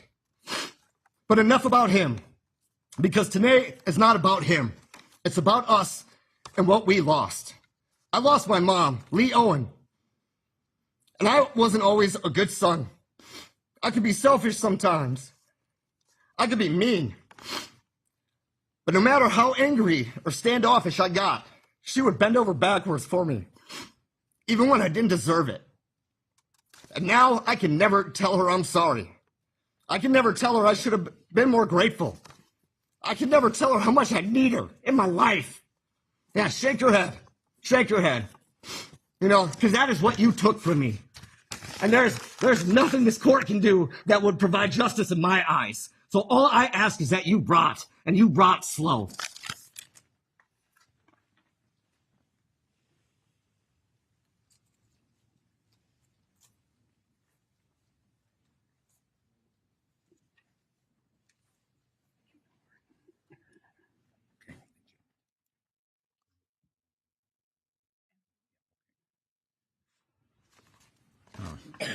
Good afternoon, Your Honor. Thank you for the opportunity that you're providing both to myself and to the rest of the families and acquaintances of the folks associated with this horrible case. My name is Michael Carlson, and I'm appearing here today both as an individual and a brother to one of the victims of November 21st. I'm here today as well as a plaintiff joining a criminal complaint against Mr. Brooks, with a claim against him for the damage that he has brought not only to Waukesha, but to my family. And I'm also appearing as a posthumous spokesman for the victim, my sister Tamara Durant, who can't appear here today on her own behalf because Mr. Brooks killed her. In my personal aspect, I wish I could as easily forget about Mr. Brooks as he has seemingly forgotten about himself. Every day since November 21st has been framed by what he did in my own life and our family's life. It is the reality I wake to. It is the reality I head to work to. It is the reality I confront as I try to fall asleep. It's the reality I confront as I go about the things I do during the day, my attempts to work, attempts to manage a household and be present for my children, maintaining any sort of notion of normalcy in our life. But all these actions are simply a pantomime, Mr. Brooks, to forget that my sister was so stupidly and so needlessly killed by you. Perhaps you can forget what you did, but I can't. November 21 looms as a ground zero day in the story of my life, as I know it does in the life of so many others. I appear today also as a plaintiff. Mr. Brooks, you asked the court to identify a plaintiff many times during the course of the trial. Here I am. I'm one of many. We, the people, have brought this case and these judgments against you, Mr. Brooks. They reflect our values as a people and are enacted through laws passed by our legislatures, enforced by our law enforcement, and administered through our courts. We, the people, find you guilty. A lifetime is a long time to think and to spout nonsense. And Mr. Brooks, I want you to take no comfort in your future here in this comic book cartoon world that you've created for yourself involving the flags and barcodes and birth certificates.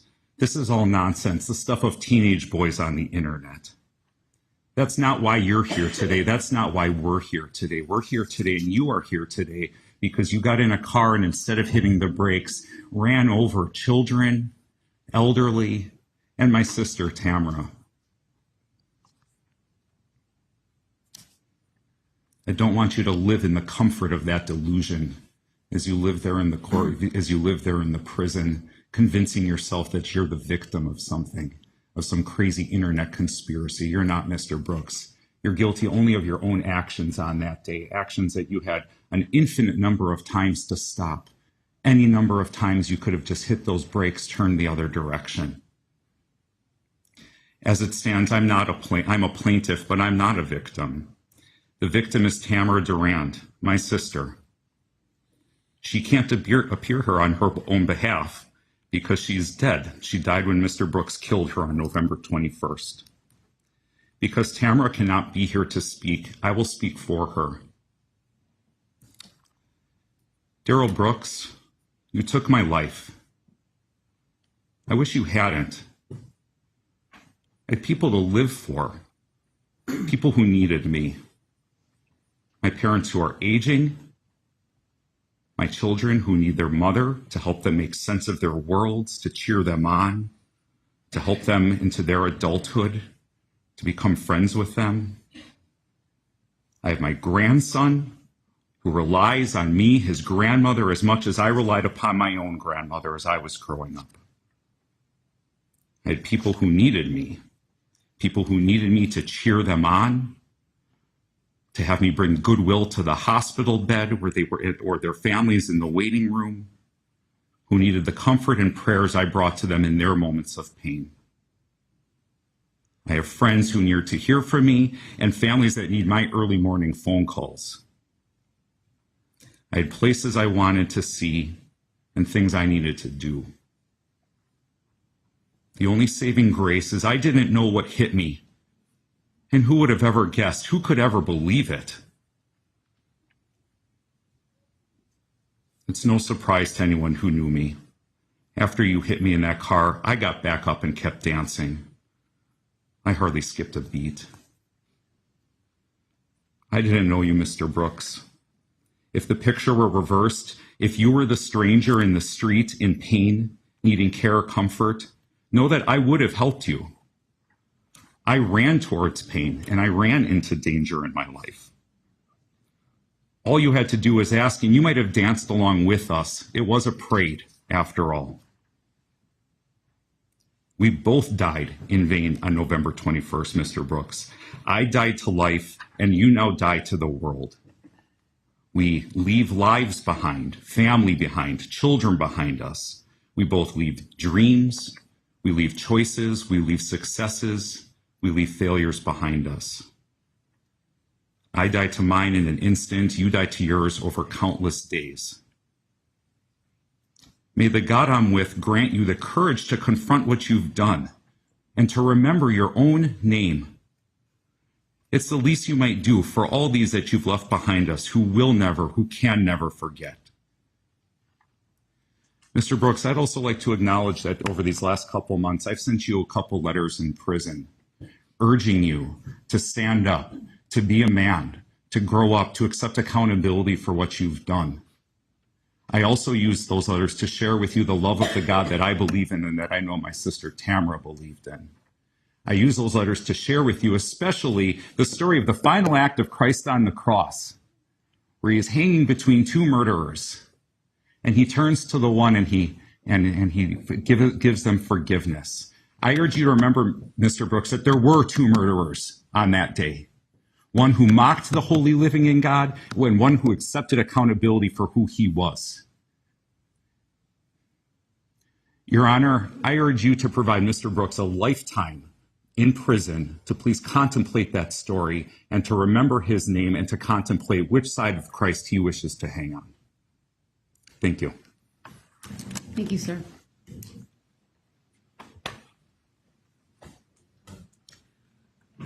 The family of victim A is going to speak next. They do have some minors with them, so I'd just like to give the camera a second to adjust for that. And also, one of the minors does wish to make a statement and is somewhat vertically challenged. I'm wondering if she should stand over so that you may see her, or... Sure. Be taken out. Before I have them come up, I believe Mr. Brooks was attempting to get the court's attention. So let me address him quickly. I wanted the order of the court, if I may, really quick, pertaining to the last speaker. I have an issue with, if it pleases the court, we can address it later, or if you want to address it now, I'm not sure. These are sentencing remarks. I'm not going to interrupt those sentencing remarks to have you address him individually. No, I'm not talking about addressing him individually.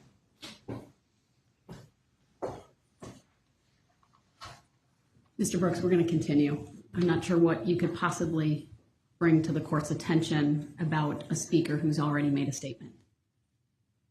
A very valid issue that I can bring to the You can court. put it in writing, sir, while you're sitting there, and if it's something I need to address, I will. But I'm not going to disrupt what's happening right now to address that. You need to put it in writing. All right, go ahead, Ms. So put it in writing that Mr. Brooks, please put it in writing. that's If you the need some same, paper, that's the then same person you had to work with the father of, right? go ahead, Ms. Dunn.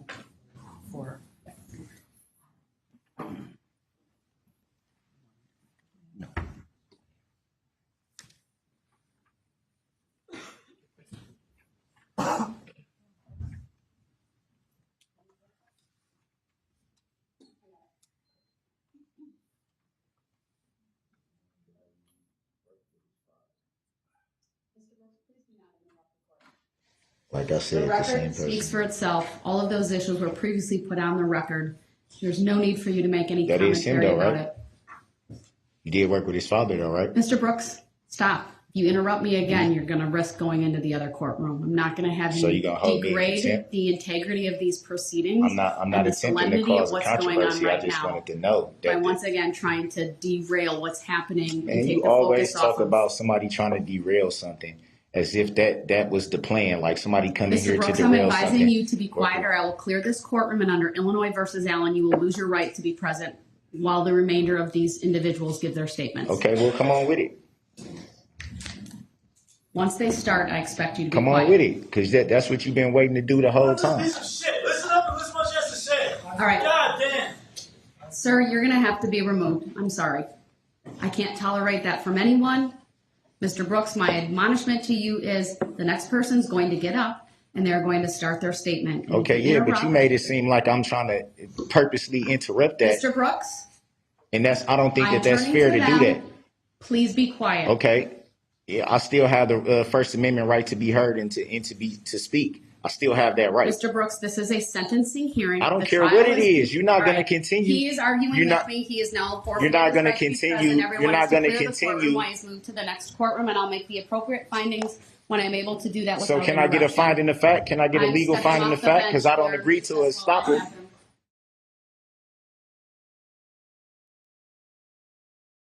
I knew that shit was gonna happen, bruh.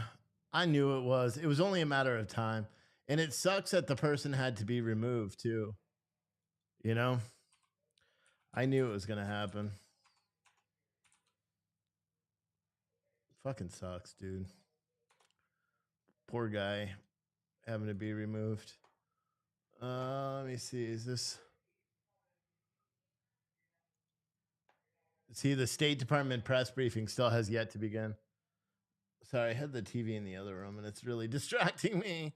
Denise, if you are watching, I'm fixing your shit right now, okay? Denise, if you're watching, you're going to get an email right now that says you just placed a coffee order that didn't cost you anything. I got you. So let me mark this fucker's pain. Create order. I just wrote that song. Do you guys like that song? Wasn't it very good? It was very classy. I mean, I think it was, I was like, I just marked that fucker is paid. Ooh, yeah. Very classy. Yeah. I keep getting logged out of my email. Is someone trying to hack me, bro? Who's trying to hack me? Who keeps logging me out of my emails? It's the third time in like an hour. Oh, never mind.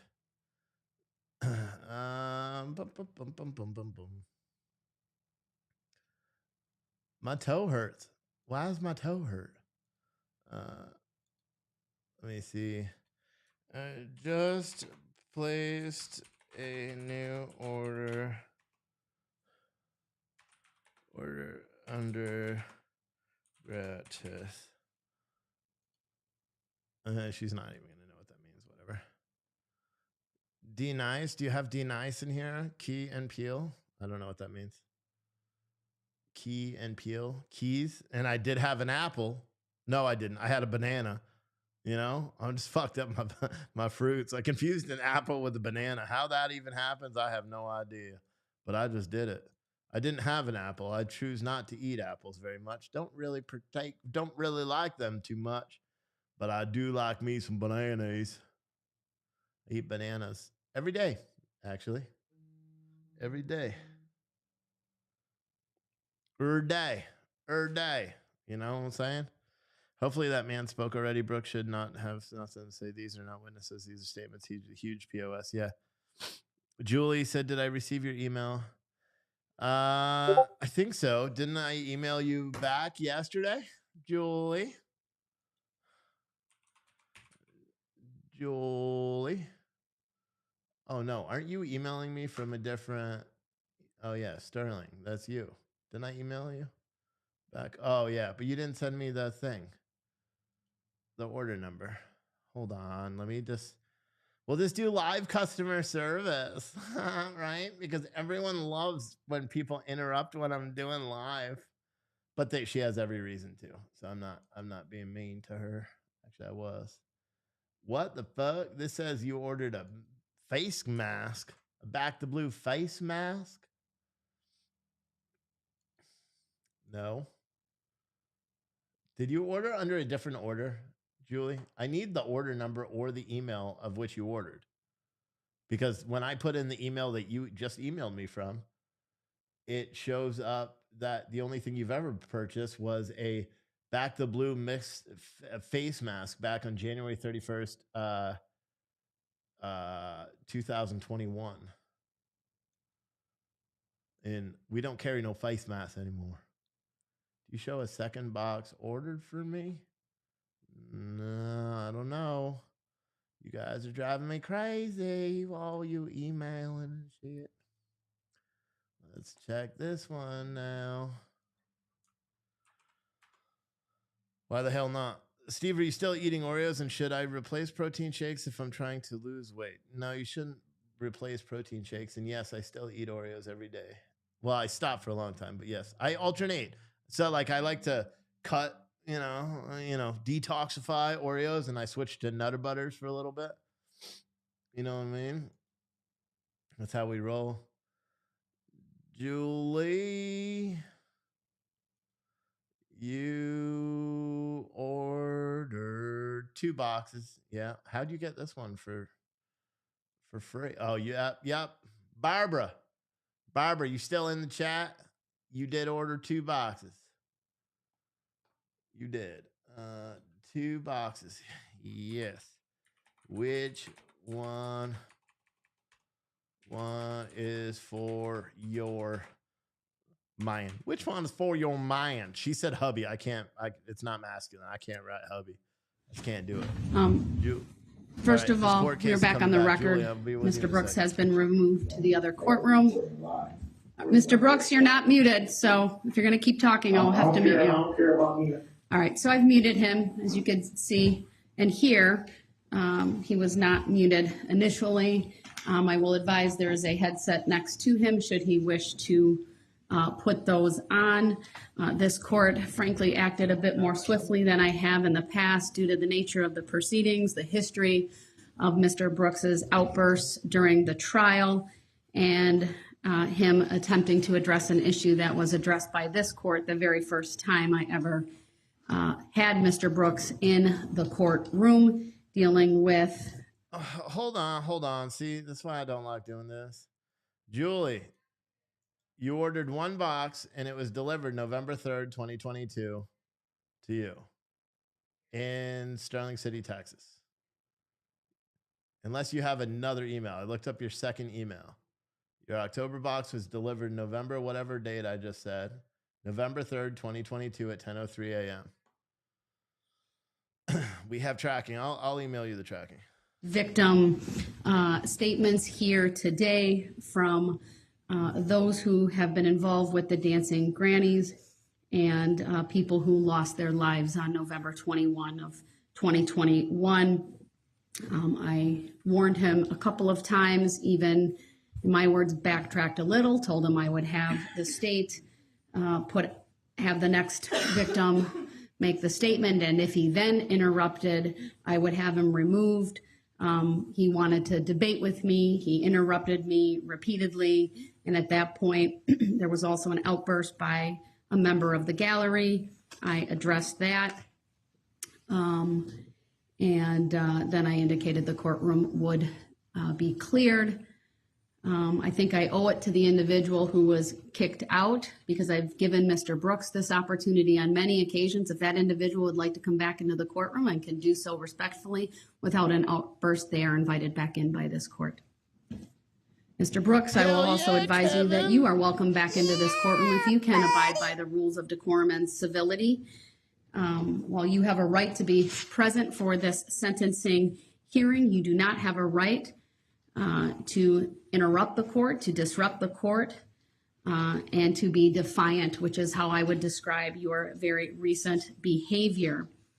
And that is why this court, under the authority in Illinois versus Allen, did remove you from the courtroom. I have the ability, of course, with the technology. He's able to hear, he's able to see. We are able to see him. He's muted right now. While I attempted to have him appear without being muted, he spoke over me. If he wants to come back in before it is his turn to speak to the court and present individuals who wish to speak on his behalf, he needs to simply ask the bailiff, and then, of course, abide by the rules of civility and decorum.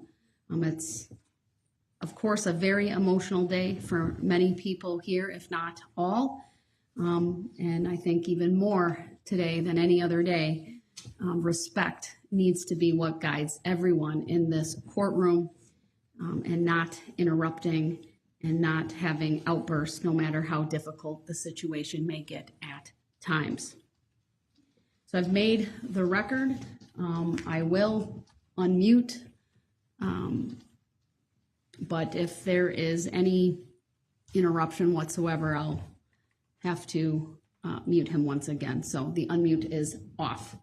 And once again, I've confirmed that the technology is working. And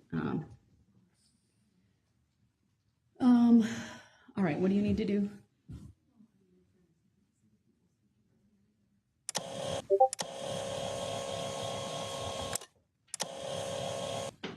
I mean, we can move one of the cameras.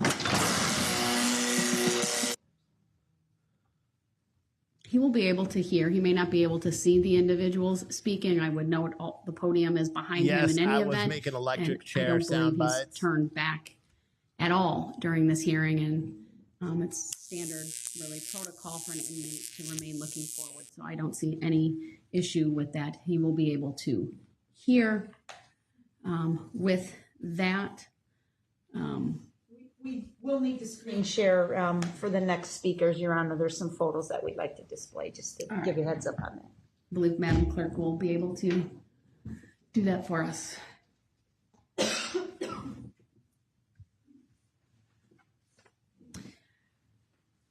When we get that up and running, then the next person can come on up. Looks like it's working.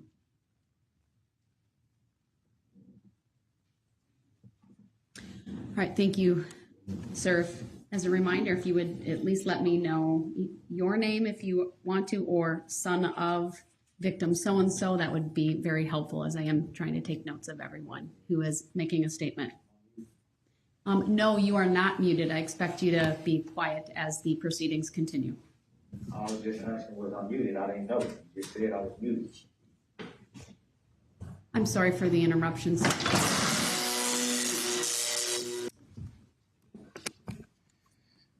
My name is Marshall Sorensen, and I am son to a murdered mother, Virginia Sorensen. On a day that I was planning to put up a Christmas tree with my family, I received a call from my dad that would turn my whole family's world upside down. When I answered the phone, my dad told me something happened to your mother during the parade and she didn't make it. I said, "What do you mean she didn't make it?" My dad proceeded to tell me that she was killed. Of course, I didn't believe him at first, but when I hung up the phone, reality set in.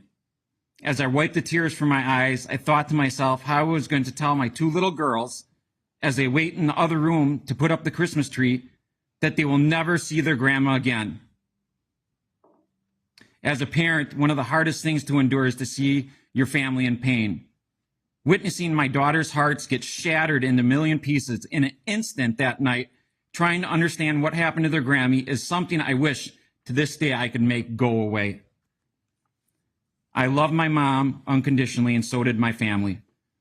My mom would jump at the opportunities to spend time with my daughters.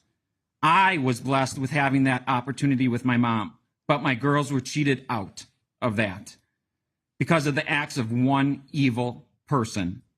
Mr. Brooks, you had mentioned that you will never be able to get the chance to hold your grandchild. To that, I say good.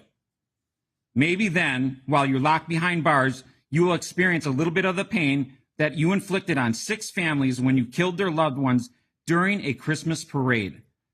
My family will never get the chance to hug my mom one last time and say goodbye because of your actions. You will never understand what you took from my family, and by your actions in court, you don't seem to care either. You murdered my mom, and for that reason, I'm asking the judge to sentence you to life in prison without parole. I continue to have a hard time understanding why such a loving person like my mom had her life ended in a tragic way. But I do have some peace knowing that she left this earth doing something she loved. I encourage people now, after a year, that if someone asks you how my mom died, Virginia Sorensen, that you respond with, "Let me tell you how she lived," because that is what made her so special to so many people.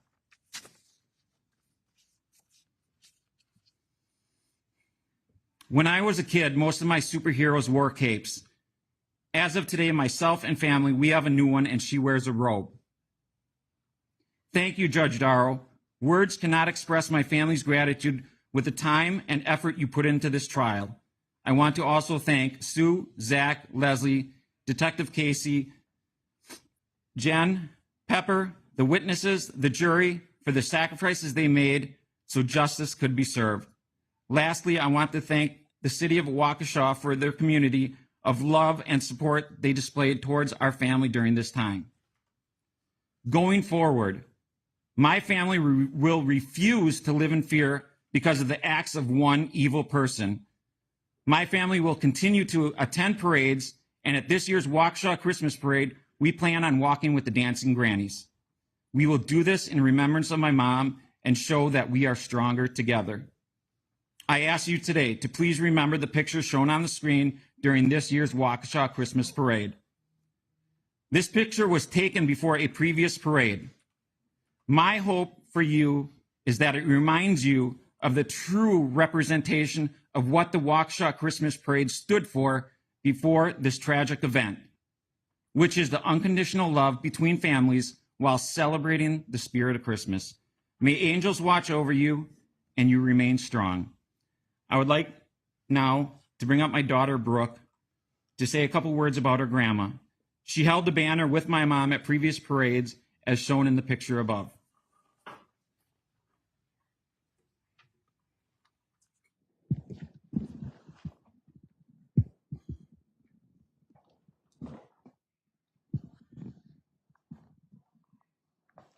Thank you for being here, young lady. What would you like to tell me? Hello, my name is Brooke Sorensen. I'm Virginia Sorensen's granddaughter. The things I miss about my grandma are me and my sister Mackenzie doing foot races around the driveway, and my grandma would do commentary and time us. She always cheered us on at all of our activities. I would DJ at dancing granny parties and carry the banner at parades with my grandpa while Grammy danced. When we would get on the school bus, she would say reading is the key to learning to be nice, kind, brave, and angels watch over you. After school, we would talk on the porch. Other times when we came over to our house, we would play games together, go to the playground, have drawing contests, dance parties, and work on granny routines. She would give us snacks when we watched some of our favorite movies like Polar Express and Coco. When we first found out that she was gone, I started to cry, and I would cry every night. I missed her so much, and still do today. Darrell Brooks, you took her from me, my sister, and my family. The things we will miss the most are not seeing her again, her smile, her laugh, being able to talk to her, and doing fun things with her. My sister and I pray every night for our Grammy and our family. Grammy, I'll see you in my dreams.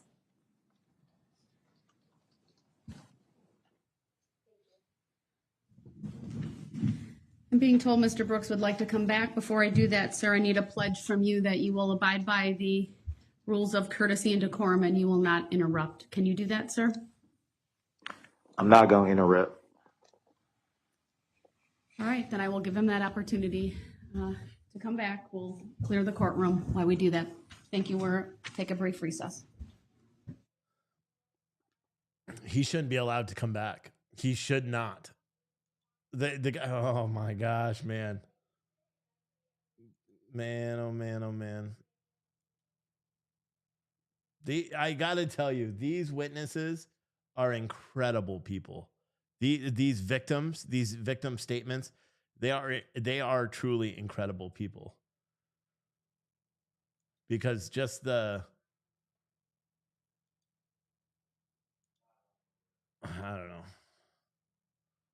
don't know.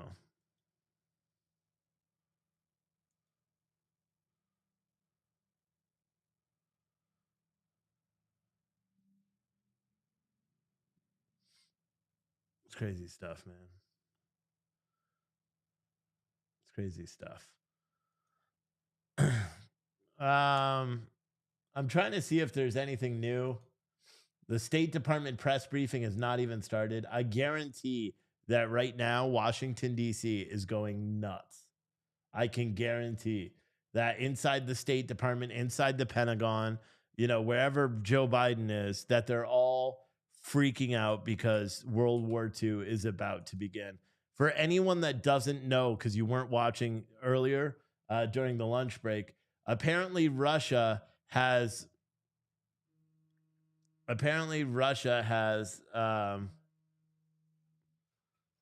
sorry, my phone's ringing. Apparently Russia has 2 missiles that went into Poland and killed 2 people in Poland. Poland is a NATO ally. Article 5 is likely going to be invoked, which is, if one ally is attacked, everyone else is attacked or will attack back. And I got a feeling, because right about the time that this occurred, this is when President Biden canceled his dinner with the G20 summit. Everybody was not talking about it. The White House said that it's been a long day and he has to go back to his hotel room to deal with some stuff. Then the news starts breaking that Russia has allegedly bombed. And to be honest, it could have been us, that are doing it just to start a war, or it could have been Ukraine. We'll never actually know what actually happened. The only thing, Russia's likely going to come out and say it wasn't their missiles. If they do say that it was their missiles, I'll be very surprised. But this is not good. This is not good. Apparently 2 missiles hit inside Poland, killing 2 people. Kevin McCarthy has been elected the Republican nominee for Speaker of the House on a 188-31 vote by the GOP conference, because they're a bunch of... Up next is Majority Leader, which will definitely be Scalise, and then there will be a race for the whip, which is more important in my opinion because it was completely up in the air. Whatever. NATO's response to the incident in Poland will depend on Warsaw's statements about the ownership of the fallen missiles, a diplomatic source in Brussels. I guarantee that is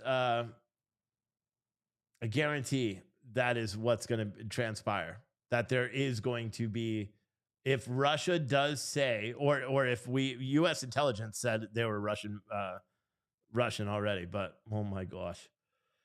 Donald Trump is not supposed to hold his speech until 9:00, which, I mean, isn't that convenient? Donald Trump is planning on giving a speech, and I wouldn't be surprised if something does transpire and there's national news that breaks right at 9:00, so that way they don't cover Donald Trump's speech. Like, I know I don't want to be a conspiracy theorist or anything, but these people are dirty, bro. This whole government is dirty, bro. That's what, you know what I'm saying? Dirty, bro.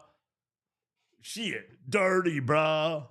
Hey, did you guys know I wrote a book? Let me show you.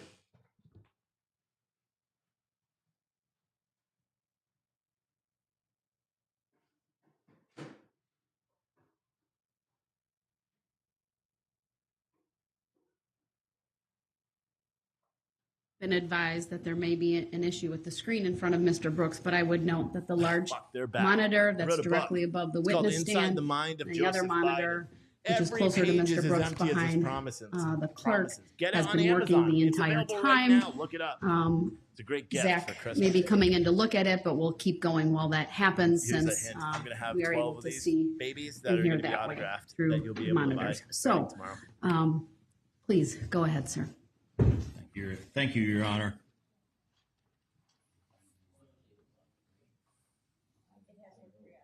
I didn't know it caused that disruption.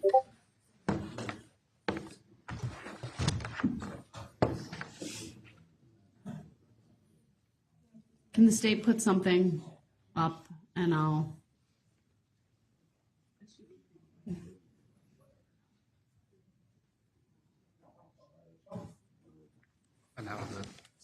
That was like way earlier. It's working. Okay, great. It's working. All right, my apologies, sir, for that interruption. Judge, I bumped the power button. All right, well, there's nothing on. Yeah, you did that. There's nothing on it at the moment. Okay, yeah, as long as you got that, you should be fine. Court, really quick. No, we're gonna keep going, sir. I just wanted to apologize for Albert. That's all. It wasn't to All right, I address appreciate that, anything. sir. Thank you. Thank you. I really do. All right, go ahead, sir. My name is Sean Sorensen, Virginia Sorensen's oldest son. Without warning, on a joy-filled Sunday in November, our family and others were devastated by an unfathomable act of evil. My mother, Virginia Sorensen, Jenny, a loving and devoted grandmother to 6, mother to 3, sister to 3, and wife of 56 years to my father, and friend to countless others, was taken from us for no comprehensible reason. My mom didn't let her age of 79 slow her down, be it the dancing grannies, her horses, dogs, cats, chickens, travel, working as a medical records nurse, holiday get-togethers, the occasional brandy old-fashioned, and having sleepovers and movie parties with her grandchildren. She enjoyed the company of others and was always up for an adventure. She never tired of listening to her grandchildren's dreams and inspiring them to shoot for the stars. She was so proud of all 6 of them in this photo: Carter, Claire, Gabrielle, Savannah, Brooke, and Mackenzie.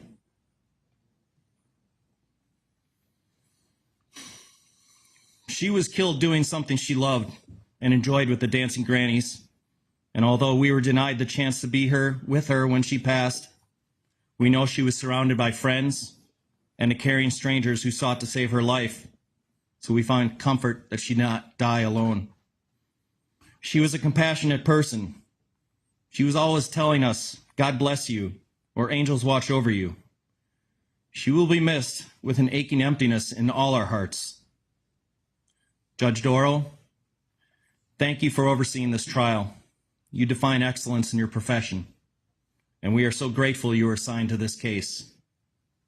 Thank you to the 12 jurors of this strong community who carefully and unbiasedly listened to the evidence and brought back 76 guilty verdicts. Thank you, Sue Opper, Leslie Basie, Zach Whitshaw, and the entire Waukesha District Attorney's team for ensuring Mr. Brooks would not escape the consequences of his despicable actions. Thank you, Detective Tom Casey, and the many law enforcement officers of Waukesha and other jurisdictions who investigated, collected evidence, and testified to ensure Darrell Brooks will never be a free man.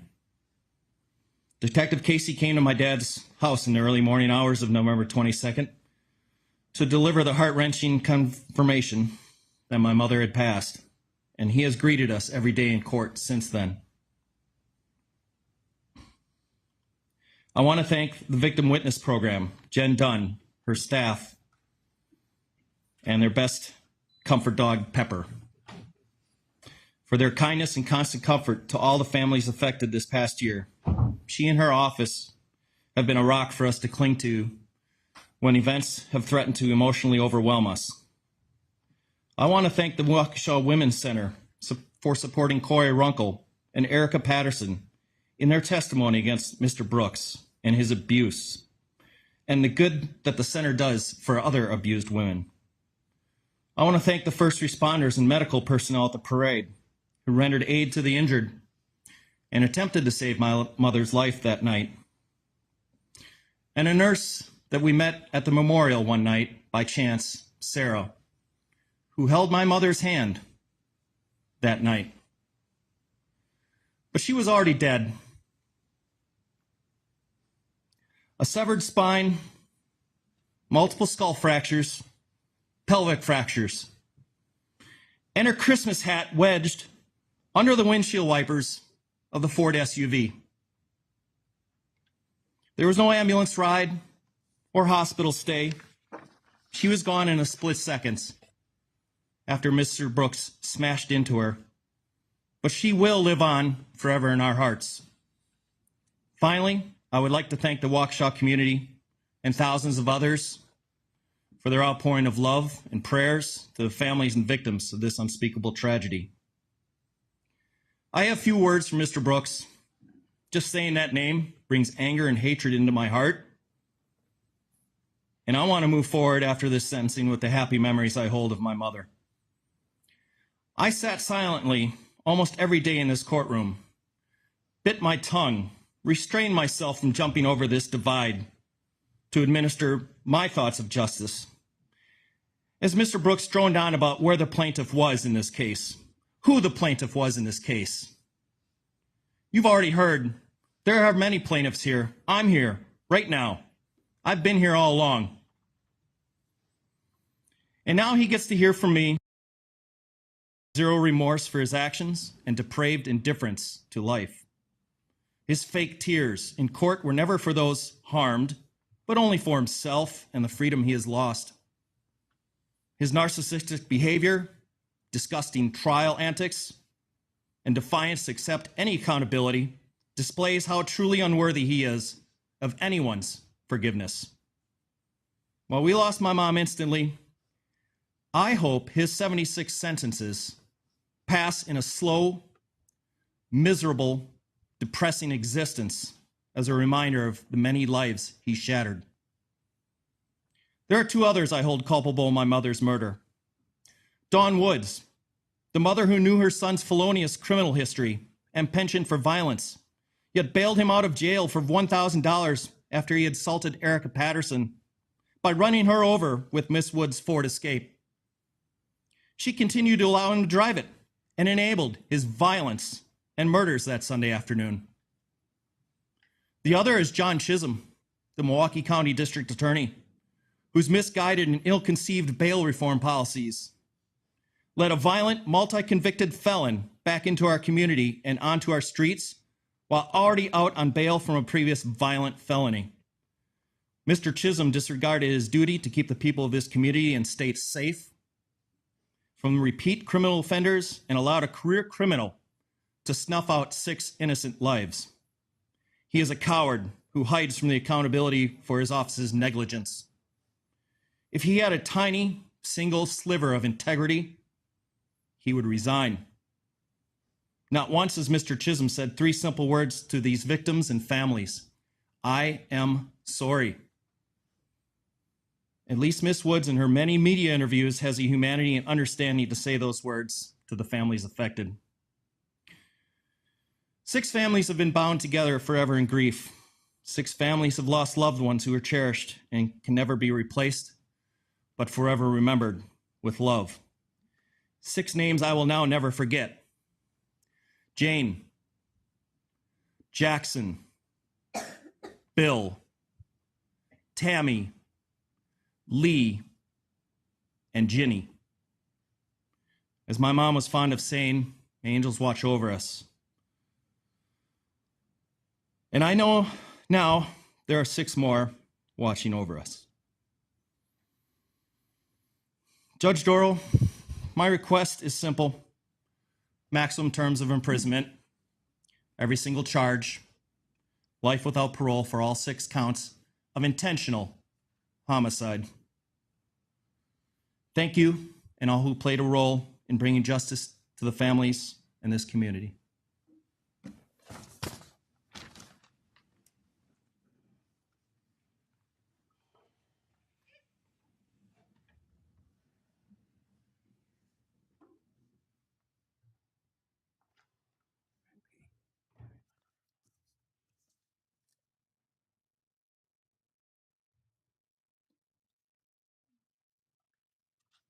I'm David Sorensen, Virginia Sorensen's husband of 56 years, and I'm wearing this Dancing Granny sweatshirt in her memory. A few thank yous, first of all. Thank you, Judge Darrell. You earned your angel wings in this trial. Thank you to the jurors and those who testified who had to experience the horror of November 21st of last year all over again. Thank you, District Attorney Sue Upper, Leslie, Zach, and her excellent team. Thank you to Tom Casey, Waukesha Law Enforcement, first responders both on and off duty at the parade, medical personnel at the parade, and the area hospitals that cared for the injured. Thank you, Jan Dunn, and your caring team in the Victim Witness Office, especially my new furry friend, Pepper. Here's a thank you that nobody knows about. Thank you to J.J. Watt. He's a professional football player for the Arizona Cardinals, who gave this community money for funerals for the victims, 6 family funerals. Finally, thank you to the kind and compassionate people of Waukesha County, state of Wisconsin, and others from around the country and the world who have helped the victims of the Waukesha Christmas Parade find comfort, shared in their loss and sorrow, prayed for the injured, and offered words of caring so that we may heal both physically and mentally. Although I have very specific thoughts on how I and the parade families would want revenge on the convicted for what he did, I hand over his fate now to God. So I will let God determine the revenge I ask for, be it a week, a month, a year, a lifetime. I think it's fair to say the convicted is an evil animal, and I hope that God's wrath falls upon him. It actually started before the trial did, because he took away his own God-given name. He didn't want to be known by his name. I refuse to accept him as a person that deserves compassion or mercy. I too regret Wisconsin does not have the death penalty, because if someone ever deserved it, the convicted most certainly does. Life in prison is too kind. That Bible on your table will not do you any good for where you will end up. I have struggled this past year with Jenny's loss. It was to be her last parade. She was going to retire. I will continue to struggle with the loss. I am lucky to have family to care for me and wrap me in love so that I can start to glue together the shattered life I now have. I know Jenny probably saved our 2 granddaughters who sit behind me their lives by carrying the banner that day in their place, and I thank God for that. The life that Jenny and I built over 56 years of marriage was forever altered nearly a year ago. I will carry on in this new life with help from my family and friends. The life I was once able to share with Jenny is gone, but it has strengthened my family's closeness and in a way made us stronger for the great challenges we have ahead of us. I feel sorry she will not be able to hold a great-grandchild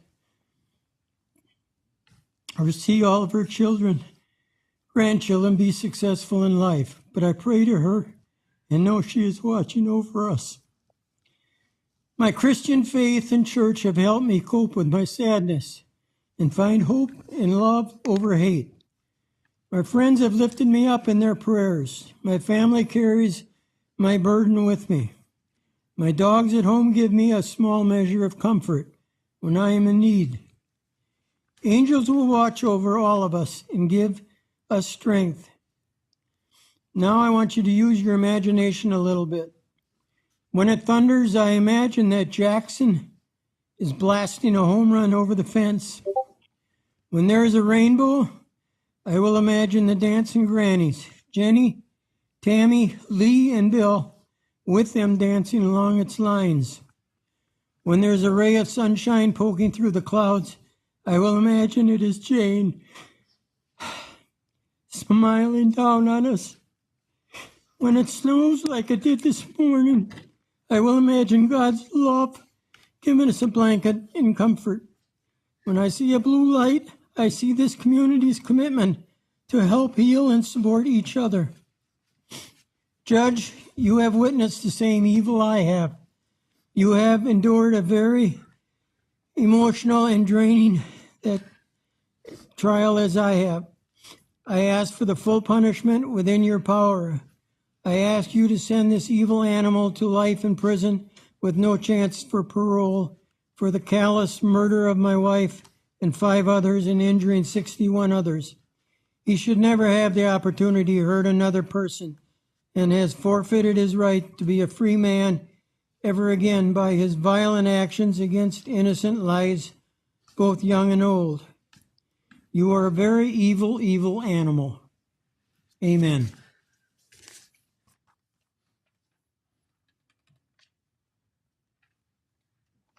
Thank you.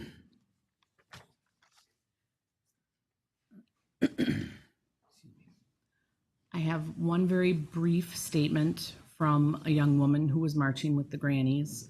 And then we have, I believe, 3 statements from one more family before the next group will have to be brought in.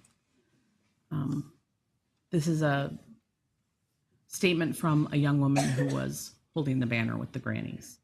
And she marked down that the crime made her feel sad, mad, scared, and then also wrote in valuable. Asked if you were the judge, what would you do to the offender? She checked, send them to prison, and then her own idea of make the offender go through the physical and emotional pain I went through.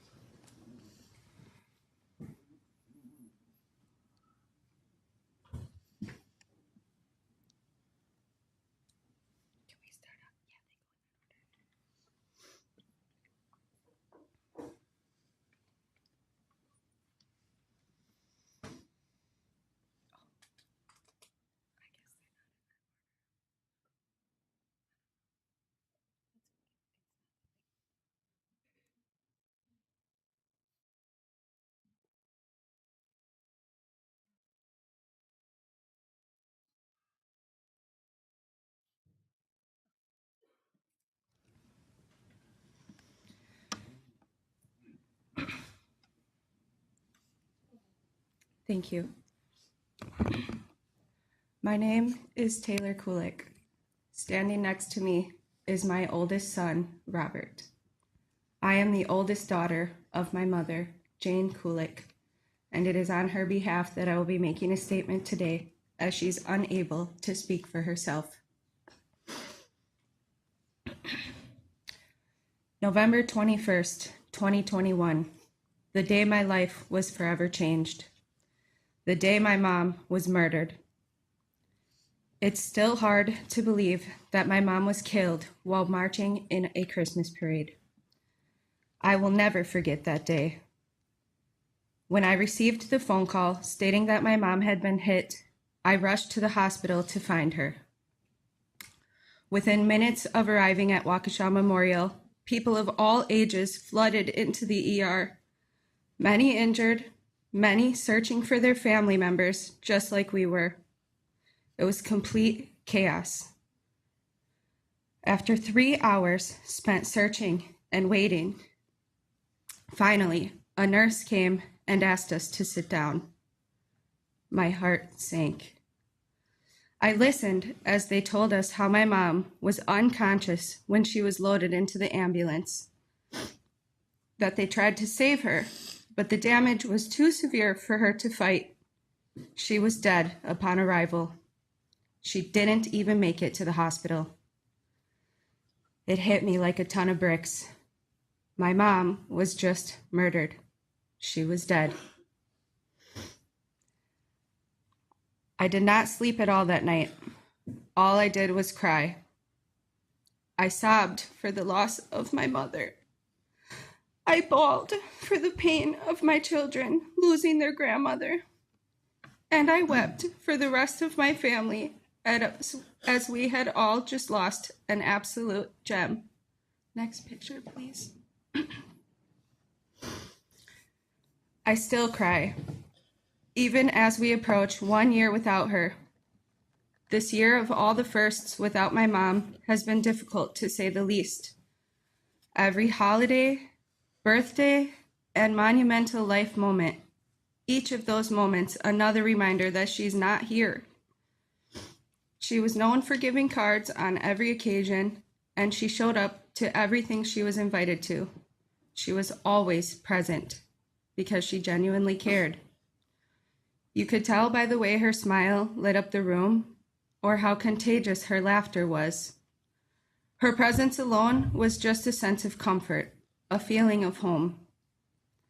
She was supportive, encouraging, and just so laid back that you couldn't help but get along with her.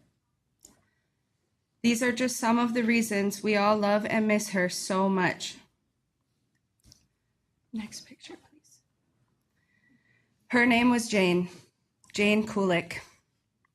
Her sister called her Pain, so she was Auntie Pain to my cousins, and known only as Grandma to my kids. But for me, her name was Mom. Mom and I were super tight. I could talk to her about anything in the world. Talk on the phone almost at least once a week, and go out to lunch, just her and I, every other week. Every day, I'm missing those text messages. I miss hearing her voice on the phone and receiving her adorable voicemails or seeing her face light up when I unexpectedly pop up at the house. To simply say I miss my mom is a dramatic understatement of my true feelings. I'm devastated, a bit lost, and I can't fully describe how it feels other than a piece of me is missing. My smile is not so bright. I don't laugh the same anymore because I'm just not the same.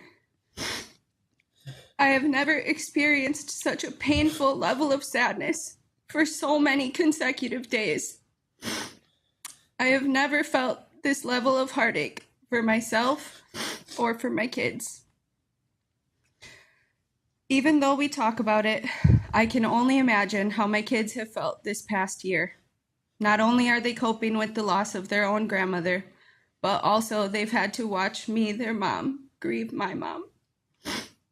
My oldest son is dreading his upcoming birthday, just like we all did this year, as it's his first in 15 years without her. My mom always said they had a special bond, and they really did. She had a unique bond with each of her grandkids, as she did with each of us. My other son, Darius, was worried that he would forget his grandma's voice. And my daughter, Kylie, is finally able to talk about her grandma without tearing up. Each of my kids had a super close relationship with their grandma, and they're all missing her deeply. We were all so close. From family game nights, barbecues, Sunday drives, to family vacations and beyond, we really did a lot together. We've tried to continue all these things without her, but they're different now. As the kids say, it's just not right without Grandma. Some things will never be the same without her. Everywhere we go, there seems to be exactly one empty chair that she should be seated in. A perfect amount of empty space in a family photo where she should be standing. Or a little moment of silence where she should be laughing or adding to the conversation. Empty space. That's what it feels like. Empty, broken, shattered. Our family has an empty space where one of our members belong. An irreplaceable person was taken away from us abruptly. A member of our family unexpectedly gone. The rest of us left with a broken heart, shattered by the murder of an incredible person, left with an empty space that only she could fill. You can go to the next one, please. At this time, I would like to address my mother's murderer. Whatever your name is, I don't care. You ran over my mom like she was mere roadkill. The only reason you hit the brakes that day was to get her off the hood of your car. You targeted her with your vehicle, and you hit her on purpose. You don't deserve to be here. You do not deserve forgiveness. You somehow still get to talk to your mom, but mine is gone forever because you killed her. It's astonishing to me that any person could have absolutely zero regard for their fellow human being. Since you call yourself a man of God, then you know that the only punishment you are deserving of is death 6 times over. And I can't wait for the day that I hear you're dead in prison. Thank you. I appreciate your time.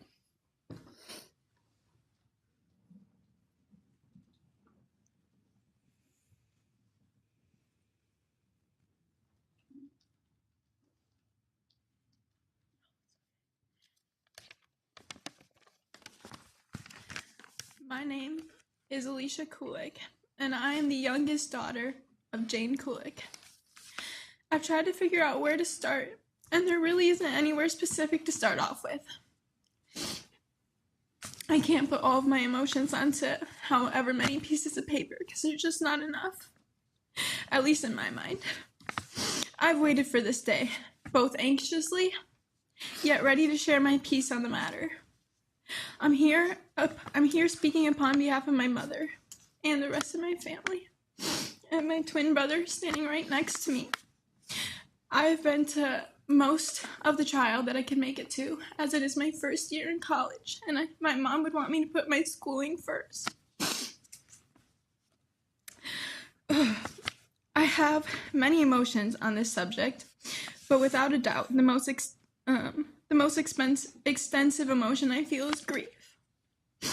At the time of this tragedy, I was 17 years old, and I was starting my senior year of high school, which most people would think should be your best time of school. But for me, it was anything but that. I was starting my college journey, at least trying to. My mom managed to take my brother and I on at least 2 college tours before she had passed. It was my last prom, my 18th birthday, and of course graduating, all of which I did not enjoy. Not one of them. The joy of these things were stripped away from me quickly on November 21st of 2021. I could tell you every last detail about that day, up to the clothes I was wearing. I could tell you what show I was watching, as I am thankful that I was sick that day and couldn't be at the parade to see what many got to see, unfortunately. I was bummed at first because I was sick that day and I couldn't see my mom march in her first ever parade. She was really excited. Granted, she's marched in parades before alongside my brother and I through WPRF, but this time the light was supposed to shine on just her. I don't think that it had been 2 hours since she left that my dad got a phone call from someone my mom had been marching with, stating that she had been hit by a car. At first, I thought my dad was just upset about something over work, because that's kind of common. Or what my mind went to was that maybe the after parade traffic was pretty bad and she collided with another car, not a car to person. I remember the first thing I did is my dad told us all to run and get our shoes. And before anybody got into the car, I called my best friend. And I told her that my mom had been hit and I didn't know the extent to which, how bad the situation was. And I would fill her in whenever I could. On the way to the hospital was when reality quickly set in. And oh, how I wish I was right. I wish that it was just this, I just wish that it was a car-on-car crash, not an SUV to person. As we got closer to the hospital, the drasticity of this incident was quickly revealed. Ambulances were surrounding the hospital, and the waiting room was a triage. I will never forget the things I saw that day. I will never forget the chaos of parents searching for their children, demanding answers as we were for my mom. My dad rushed into the back. He had this sweatshirt on that had an ambulance symbol on it that he just thrifted and used it to his advantage. I specifically remember seeing the extreme dancers with gashes in their head and cuts all over their body and blood all over their clothes. In one direction, I saw one girl, probably no older than 10, seizing in her wheelchair, and the mother just screaming, not knowing what to do for her precious child. In the other end, I saw a girl that was on a blanket on the floor. She was screaming every time she was touched. And when we couldn't find out any information about where my mom was, I quickly knew. Quickly my brain knew before my heart did the outcome. I'd never thanked my dad for this, but I appreciated the optimism and the composure he kept during the longest waiting period of my life. He was optimistic, saying that God would make everything okay. And we'd even joke around a little bit about my mom while she was dead. When a doctor finally approached us, I was in the bathroom. I had to take some time away from my family as I didn't want them to see I was upset. My older sister, she pulled me out and she told me that they finally had some information. And when they brought us back to the room and told us to sit down, you just know. I had to prepare myself for what I was about to hear. Hearing that my mom had deathly injuries in her head and her lungs and all the rest of her organs, and she was deceased. That is the words that he used. She was deceased. That is something that I will never be able to unhear, along with what I saw in the triage of that hospital waiting room that day. Oftentimes when I hear sirens, I'm scared. I'm scared that another family has to go through what I went through, what my family went through. And it's terrifying that in the world we live in, something like that can happen in the blink of an eye. We were driven home by a squad car that day, considering none of us were in good condition to drive. And I'll never forget all the phone calls I had to make to tell our loved ones that my mom was dead. But she didn't get the chance. She did not get a say in the matter. I remember calling my best friend, all of my best friends, and they stayed with me till 3 a.m, and my boyfriend, they all did. And the next day I didn't even want to get out of bed. I couldn't. I still spend every day just waiting for this nightmare to end. As I think that second day, it still hasn't fully processed yet that my mom was no longer with us. I never would wish on my worst enemy to have the burden to share such horrible news that nobody ever prepares you for. After all is said and done, I couldn't get out of bed for a few days, nor did I have much of an appetite. The next few days consist of me trying to put together this new life, all of which still doesn't sink in sometimes. But other days, believe me, it does. Even though I've received so much love and support from the community, my friends, and my family, I've never felt so alone. I don't think I'd ever be capable of feeling this much pain in my life, but here I am. I'm watching my siblings and my nephews and niece and my cousins and my aunt and all the rest of my family going through this. It's just terrible. Up to today, I've experienced every holiday officially, besides my oldest nephew's birthday, without my mom, and they've all sucked. Every last one of them. I slept through most of Thanksgiving. Christmas was probably the most depressing of all. It's supposed to be a time of cheer and joy, but how is this supposed to feel any of these things with my mom being dead? It was her favorite time of year, which made it even harder to enjoy. Every time we went to church, the song Silent Night came on, and she'd always cry. And now I do the same. I also had my 18th birthday, 2 months after she was murdered. If it wasn't for my sister planning an amazing party for both my brother and I don't think I would have gotten out of bed that day. She was the woman that brought me into this world, and it didn't feel right celebrating without her. I had my senior prom without her, and she didn't get the chance to tell me how beautiful I looked, and then embarrass me with a bunch of pictures. I had to walk the stage at my high school graduation without my #1 supporter cheering me on in the crowd. I received scholarships, and my mom didn't get to tell me how proud of me she was. I spent most of my senior year in the guidance counselor's office, catching up on all the missing work that I had, simply because I couldn't focus in class or at home, because I was too sad. There was a classmate in my school that truly understood what I was going through besides my friend and family. The day after the parade incident happened, she called me and she asked if I was okay because her family had experienced what I had. Her little sister was part of the dance team and she was there and saw her sister get hit by this SUV. And as bad as it seems to say, I was glad in that moment that I had somebody that could relate to my situation that wasn't family.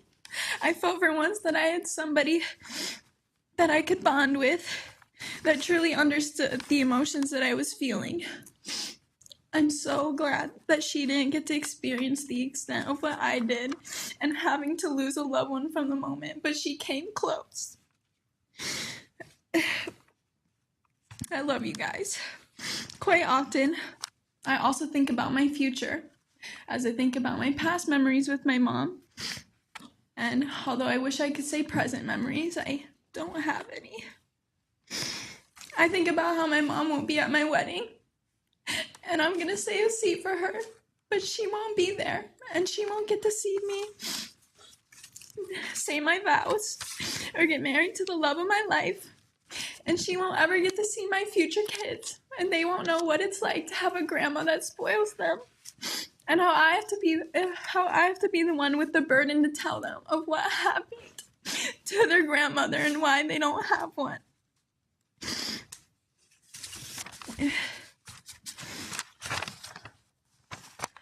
I won't ever get to ask my mom for parenting advice as a first-time mom. You, Darrell Brooks, took these experiences away from both me and my brother, as he will be in the same position as I am. And I wish I could say that I don't carry anger in my heart, but that's just simply not true.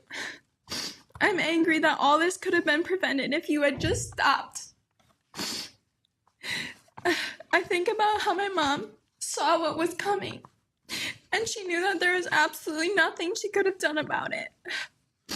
I'm angry because as if my mom flying over the roof of your car wasn't good enough for you, you slammed on your brakes to get her off and continued to run her over.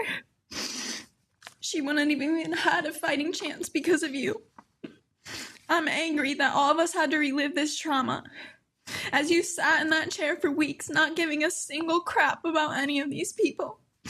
I've watched as you mocked the Bible and people's religion and the fake tears that you put on. I've watched as you gave your closing statement about asking the jury to do what they think is right, when you couldn't have just done that yourself in the first place.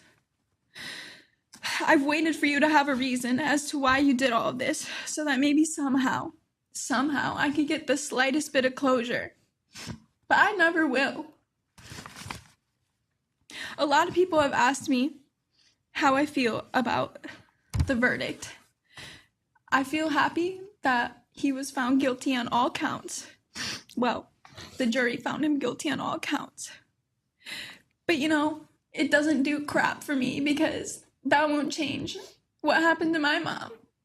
She will not be coming home ever again. She will not ever make me another dinner. She will not ever attend my wedding. And I'll never get to hear her voice or hug her again. So really, it changes nothing for me. The only thing that it gives me at this time that I can say is that I know our justice system has persevered and that they have done my mom right. And I thank you all for that, as long with all the other victims. My life will never be the same because of you, Darrell Brooks. I have not enjoyed a single day fully since my mom has died. I'm depressed. A lot of the time, I don't watch certain shows anymore because it reminds me of my mom. I don't do certain things because it just hurts too much. I spent most of my summer inside instead of enjoying the sun and the warmth that we only get for a short period of time here in Wisconsin. I spent it inside, being sad. You don't know what it's like. I had to be in that waiting room, and my oldest nephew was texting me and asking me what is wrong and where his grandma was. And I couldn't lie to him. I had to say something. I was there when we had to break the news to my nephews and my niece that their grandma was not coming home. And I saw the tears run down their young, innocent faces and broke them. My nephew Darius, he's always been into video games. But recently, all he does is stay in his room on the video games, and he doesn't really come out much anymore, and I can't help but think that's because of this incident, that he can't see my mom smile, that she was taken from all of us way too young. My mom was the glue that kept this family together, and without her, we've been falling apart. We've been struggling to stick together because nothing's the same, and I blame you for that. Every piece of it. Thank you. Thank you.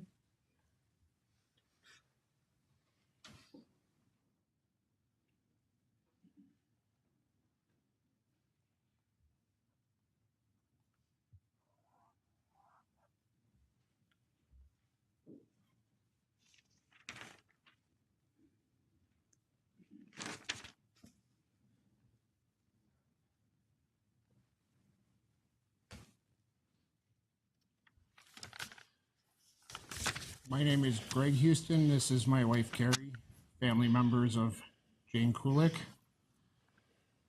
The definition of an angel is a person of exemplary conduct or virtue. They are tasked to keep thee in all ways. Jane Kulik had many roles and relationships in her life, all of them purposeful and endearing. The impact in her many lifelong friendships were far-reaching and will forever be felt. Jane had spent 52 years on this earth before she was ripped away from us by you. On my daughter's birthday, which should have been a happy day, she was simply enjoying and celebrating the start of the season she loved best by handing out candy with her coworkers during the Christmas parade. That morning she went to church. She called her niece to wish her a happy birthday, planning to call her later in the day, and spend time talking and relaxing with her family before getting ready to go for a pre-parade lunch and Packer game with the last people who would see her alive. Jane considered those close to her as family. She had several families and roles within them. Some of them were daughter, sister, mother, wife, grandmother, aunt, and best friend. If you had gotten to know Jane, you would have known how seriously she took those roles and relationships. Her people were everything, and her biggest blessings and motivators were her children, Taylor, Jacob, and Alicia, husband John, her grandchildren, Robert, Darius, and Kylie. She was happiest when surrounded by all of them, planning trips, hearing about daily growing glows, having game night, and even just falling asleep while enjoying a movie together.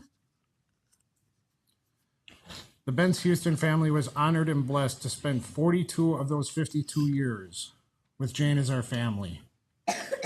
There are too many memories to list that include her. Memories that were both big and little life events. We would often hear stories of how her and her coworkers joked about her clumsiness, would be dressing up for the holidays, looked forward to and celebrated each other's milestones, or just planned to hang out. She was there for everything and for everyone. If she could not be there in person, she made up for it through weekly phone calls that would have you laughing yourself silly and creating a plan much like the one we had made the night before to go shopping, make cookies, just a fun holiday celebration. She was always willing and happy to help out, positive, never judgmental, spreading grace and patience to all she encountered. She loved, honored, and held dear her people and their places in her life. Our places in her life were forced to change instantly on November 21st, 2021. Our places in her life became now the people that were responsible for helping to keep her family together and keep them strong, help her children and her grandchildren make it through everything. You changed our place in her life. You made it forefront, and you made us helpless because we don't feel that we could do those things the way she could have.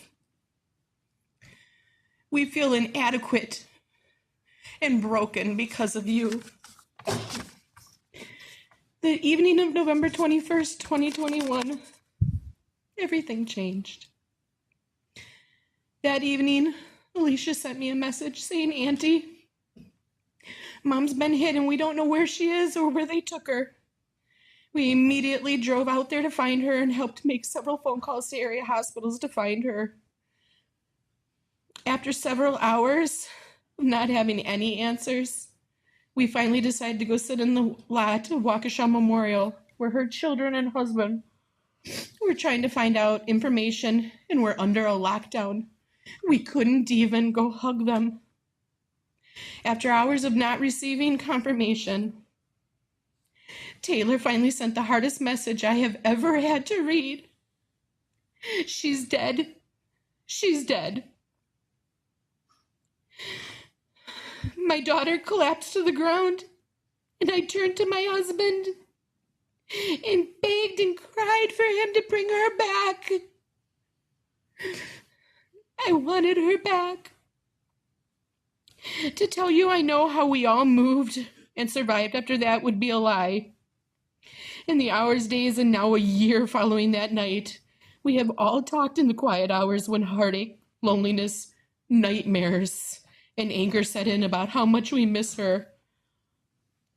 For validation of our feelings and questioning of those same feelings, things we shouldn't have had to question. The question asked most by us is if Jane would have granted you grace. I know my answer. I know that she was the type of person that would have, never saying anything bad about anyone. But for us, it's just not that simple, sir. This is what we do know, though, as Jane's collective whole. We will and never could ever forget her. We mourn the fact that she missed her twins' senior year in graduation. We mourn the loss of her presence every day, and especially at family functions. We miss the long weekly phone calls on Wednesdays and Fridays, reminiscing about old times, people we miss in just our daily lives. We miss her hugs, the smell of her hair, her trying to hold in a laugh when we would make faces at an inappropriate time. And as we say, we miss the 47 faces of Jane, much of which could be seen in the pictures taken just hours before her death. We are angry she will never be the mother of the bride or have the mother-son dance at her children's weddings. We are angry she will never get to make stronger bonds with the newest members of our family or hold the grandchildren and family yet to be born to her children or even ours. We are saddened that you feel you are suffering because your life has changed. For us, it changed the night you ripped her away from us and drove by with her body on top and slowed down and ran her over. You say you have a clear conscience. How can you suffer if you have a clear conscience? At least you will always still be able to make the phone calls, write the letters, and visit with your people. We simply cannot, sir. Above all else, we are angry that Jane became known by people more because of the day she died and the way she died than because of who she was. Taking all of that into consideration, we ask that you please hand down the maximum sentence for each conviction that you possibly could. The definition of an angel is a person of exemplary conduct and virtue. They are tasked with keeping their people safe, keeping them cherished, and keeping them loved. Those are all the things she did. So by that definition alone, Jane was an angel on earth. Thank you. Thank you. Free, Your Honor. All right, then we'll take a 10-minute break and have you set up for the fourth. Thank you.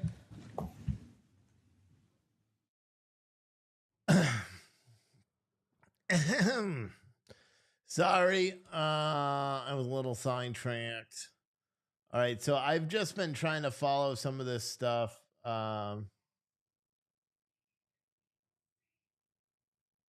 to figure out what some of this stuff is and going on. Specifically, oh gosh, I don't even know. So the White House is requesting an additional $37.7 billion in aid to Ukraine. I literally can't even think anymore. When I read that, I was like, I'm going to do everything in my power to make sure any Republican who votes for this. And then I was like, I can't. I wanted to write die, but I can't. Oh my gosh. It's just so insane. Insane, dude. They want to give additional $37.7 billion in congressional aid to Ukraine. That'll bring the total to $120 billion. Can you imagine if they use that money to fight the opium addiction, to fight homelessness, to fight anything at all? Can you imagine? Be insane. Insane, man. But I'm going to run home. So I'm going to leave this on. I'm going to run home, eat dinner. My wife and kids are on their way there now. And then go from there. And then I'll be back to cover the Trump announcement. And I'll probably do a show. So I'll probably start right around 8 o'clock, leading up to the Trump announcement. So keep in mind, I started this feed at, I don't know what time I started it. How long have I been live? Does it say right here? 6.5 hours. So I'm good for another hour and a half. On Facebook, it cuts off after 8 hours. It'll just end the live streams. But again, just check back at 8 o'clock. I'll be live. Again, we'll cover the Donald Trump announcement, which I believe that begins at 9 o'clock. And then we'll just go from there, right? Fun stuff, right? You guys excited for the announcement? Oh, he's going to run for president. I would be more excited if he was saying that he wasn't going to run for president and he is endorsing somebody else, or just, you know what I mean? Or anything, or that he's going to run, anything other than him running for president. But that's just my choice. But yeah. Yeah. So that's it. I'm going to leave this up and I will be back around 8 o'clock. They are on a short recess. And yeah, we'll go. Someone said, what is Trump saying tonight? He's announcing that he is running for president. That is what is believed. But anyway, we'll see you guys 8 o'clock tonight.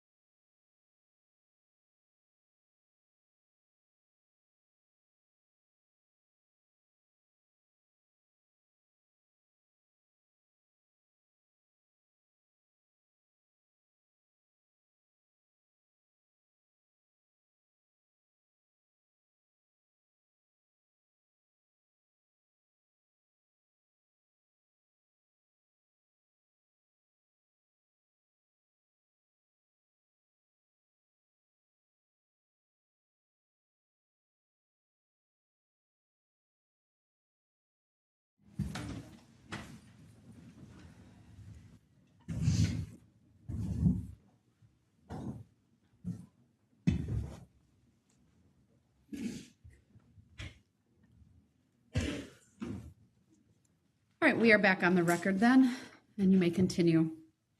There are a number of minors in this group, so we're going to be just a little bit more methodical about getting folks up here. So the All right, first thank you. will be for victims AA and BB, and victim AA, correct? Okay. Which does have my.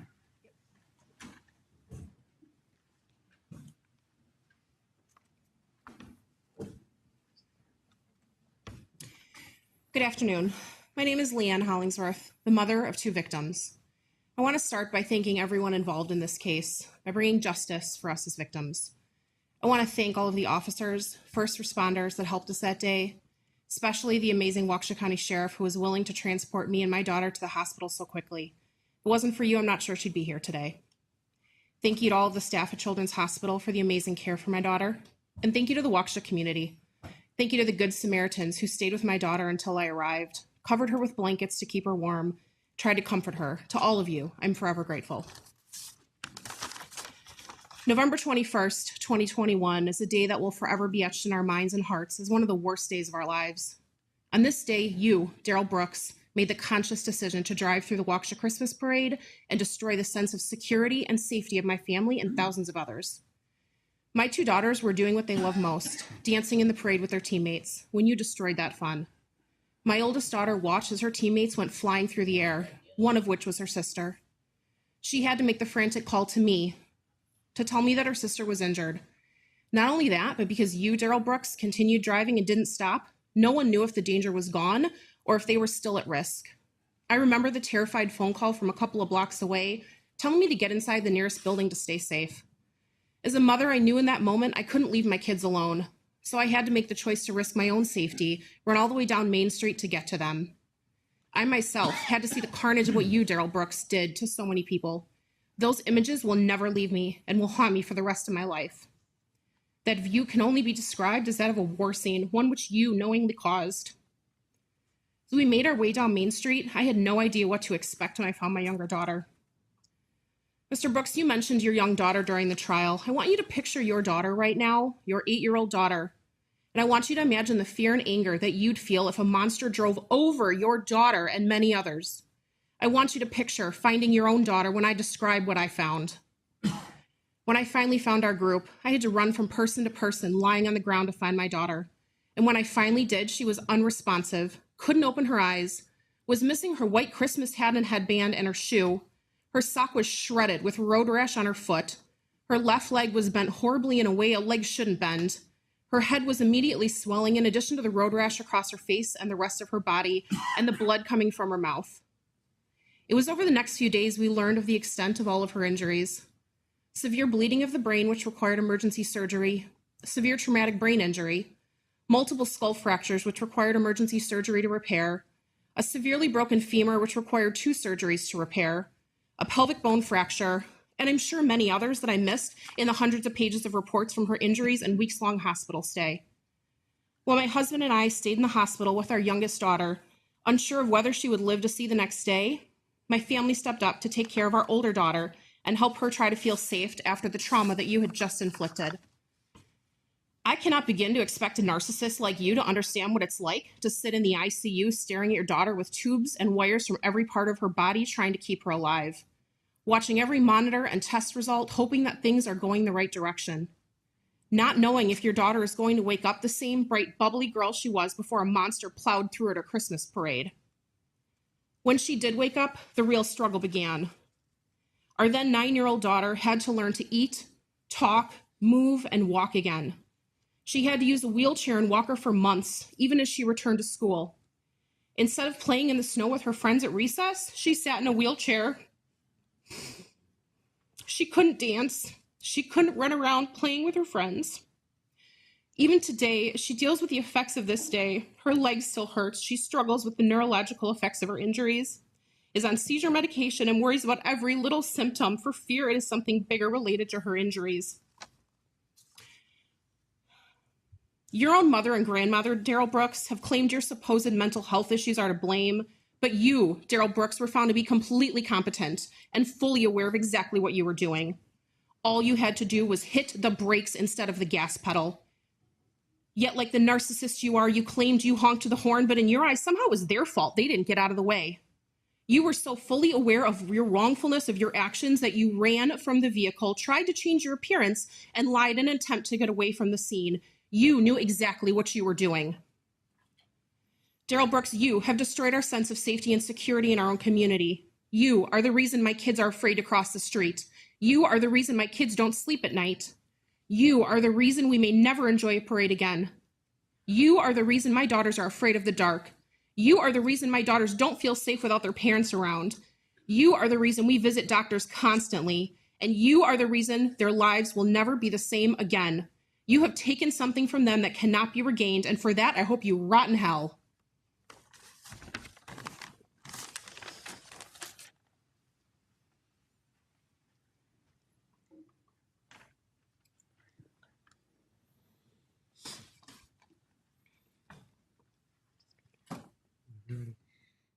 The Waukesha Christmas Parade, November 21st, 2021, impacted me both physically and mentally because of you, Darrell Brooks. After the Christmas Parade incident, that night, I had to try and find my sister. I was taken away from her to get to safety. I had to explain to my mom what happened while crying and trying to get to a safe spot. I got to finally find my family, but then getting taken away again from my mother and sister to get to safety. I had to try to stay calm in front of all of my cousins and family. I was not able to see my sister for over a week and a half, and I did not get to see my mom for several days. All of these things and many more were very hard for me. I was so worried, not just about my parents and my sister, but about all of my friends and family that were either at the parade or in it. After the parade, I was scared to go in my own house. I was even scared to be in a room or house alone. It was very scary to do anything alone. I was scared of everything. I didn't sleep for the first night, even though you, Darrell Brooks, were arrested. I was still worried about that something might happen. I no longer felt safe. Not only did you impact me, but you also impacted my sister Mackenzie. She was severely injured with a brain injury and a broken femur. She was in the hospital for 2 weeks because of you. I didn't get to spend as much time as I normally would with my parents because they were at the hospital with my sister. During the holidays and Thanksgiving, I should have been able to spend with my parents and sister, but I couldn't because of you. The incident impacted me physically as well. I had a huge bruise on my back, as well as the bruised bones in both of my ankles. That night, as soon as you drove through the parade, all I could think about was my sister. I was so worried about her. I kept trying to find her. After running from person to person, she was the last person that I found. All I remember was seeing my teammates' terrified faces as they were on the sidewalk. As I was looking for my sister, I saw 4 of the girls that were injured on the ground before I even found my sister. When I found her, I was suddenly rushed into a store, as I was still on the phone with my mom. As soon as I rushed into the store, my nana and uncle both came to get me when my mom went to the hospital with my sister. All I could remember is that I wasn't even scared for myself. I was mostly worried about my family and my teammates. It was almost 3 hours before we were allowed to leave the church. We were on lockdown. I hadn't had any connection with my family for the whole time that I was in the church. There were a lot of people coming into the church after I came in trying to all stay safe. It's hard to even think that you do not even care about anything that you did or anyone that you hurt. It's hard to know that all you care about is trying to make everyone feel unsafe and scared to do anything. The fact that most scared me and made me feel disgust when I heard your name or saw you was the fact that you didn't stop when you hit multiple people. You didn't stop when you saw or heard yourself hitting people, and the most horrific thing is that all you try to do is run away from your problems. Let this be a lesson to you, Darrell Brooks. Your crimes and stupidity is always going to come back to you, no matter how hard you try for it not to. I hope you know that you were such a horrible person that night, and I hope you get what you deserve, and I know that you will. For the record, that was victim AA, Your Honor.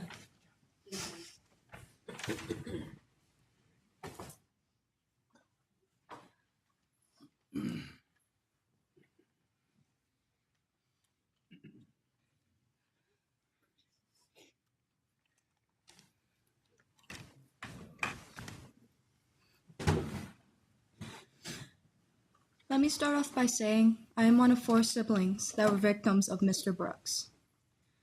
In fact, I am the oldest child, and with being the oldest, that comes with an unhealthy ambition to protect my family. But that night, on November 21st, I felt like I was unable to achieve that goal. My siblings, fortunately, don't remember that night, but unfortunately, I do. I remember everything from celebrating my sister's birthday beforehand to meeting her unconscious at the hospital. I can't help but feel guilty for what happened to my brother that night, everything up to his open compound fracture and his shadowed humerus. Something deep inside me still believes that it's my fault. He wasn't supposed to be there that night. He wasn't supposed to be walking in the parade, but he wanted to because his older sister was there. He was right next to me through the whole parade up to when we got struck. I can't help but feel like some of my mental and physical injuries, or some of his mental physical injuries, are my fault. I still remember screaming his name while being carried into burlap and lace on Main Street. I would like to say I had hope, but with all the frustrated, confused, and what-if statements and scenarios in my head, that hope eventually turned into doubt. That night, I realized the love I had for my family. I still have regrets and struggles, but so does my mom, dad, friends, and community. We all have regrets, but the struggles we faced are laying on your hands, Mr. Brooks. My uncle always told me to show kindness through times of trial, but I am not able to give that to you. Even through school, I've been taught that forgiveness is the moral way to forget, but I will never be able to forgive and forget. I mean, how can a man not know the difference between good and evil, right and wrong, good and bad? Basic things you were taught in kindergarten. Brooks, your behavior before and during this trial, your ignorance and arrogance to the victims of your crime is so disrespectful and just unbelievable. Fun fact, you, Mr. Brooks, brought my mom to testify on your behalf. How could you believe that was the civil thing to do, knowing that she had 4 kids injured and hit by your SUV? You knew that this would affect her and my family emotionally and physically. How could you be so stupid, egotistical, and delusional? You bring up mental illness, but what I find unacceptable is the fact that you had the choice, but you kept going. I will always have the simple question of why. But that might never be answered. My sisters had a passion for dance. My brother played baseball and soccer. I am a dancer and I will always be a dancer, but because of your actions, it will never feel the same. I know my siblings and I have accepted the fact that we might never be able to regain our passions and dreams. We know that we now have lifelong challenges, but we also have people that support us and help us regain our hope and goals that we lost that night. Overall, I want people to remember that this is not about the parade, this is about the man. The depression, anger, sorrow, all these negative feelings shouldn't be directed towards the parade, instead directed towards the man. This is not the parade's fault, and I think we need to come together as a community and realize that. With all the media and all the press reaching out to my family in the past year has brought anxiety and stress. But I want to thank my family, friends, and community one more time for supporting my family through these trying times and also giving me the confidence to stand here and say I want to punch this man in the face. Your Honor, I need Darrell Brooks to serve the time he deserves without parole. I need him to be locked up for life, and that is my statement. And that was victim JJ, Your Honor. Thank you.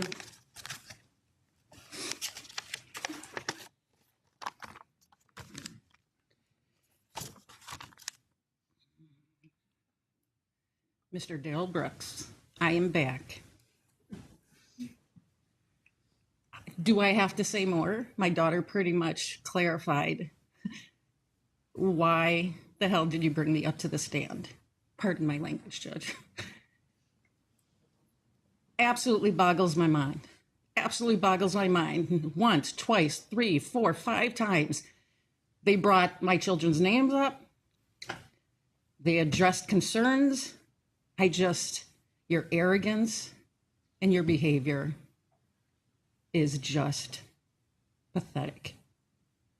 On that behalf, though, I am here on behalf of not 1, not 2, not 3, but 4 children. I'm not going to testify and tell you all the particulars and injuries of what happened to my children. We saw that on the stand. I'm not going to tell you about the stress of how, as parents, we had to suffer and continue to suffer day after day, taking our kids to appointments, having a healthy mind and soul. But you know what? We're doing a darn good job. I say this with a heavy heart. I have my kids here. I have my kids here. Grayson, as Charlotte says, had an open compound fracture. We know how an open compound fracture happens, Mr. Brooks. You could have stopped. You saw the darn exhibit. You saw that exhibit of my daughter. You saw her. And your expression is unacceptable. Your behavior has been unacceptable.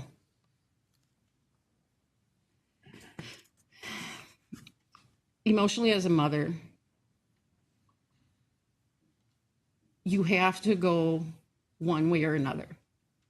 You have to,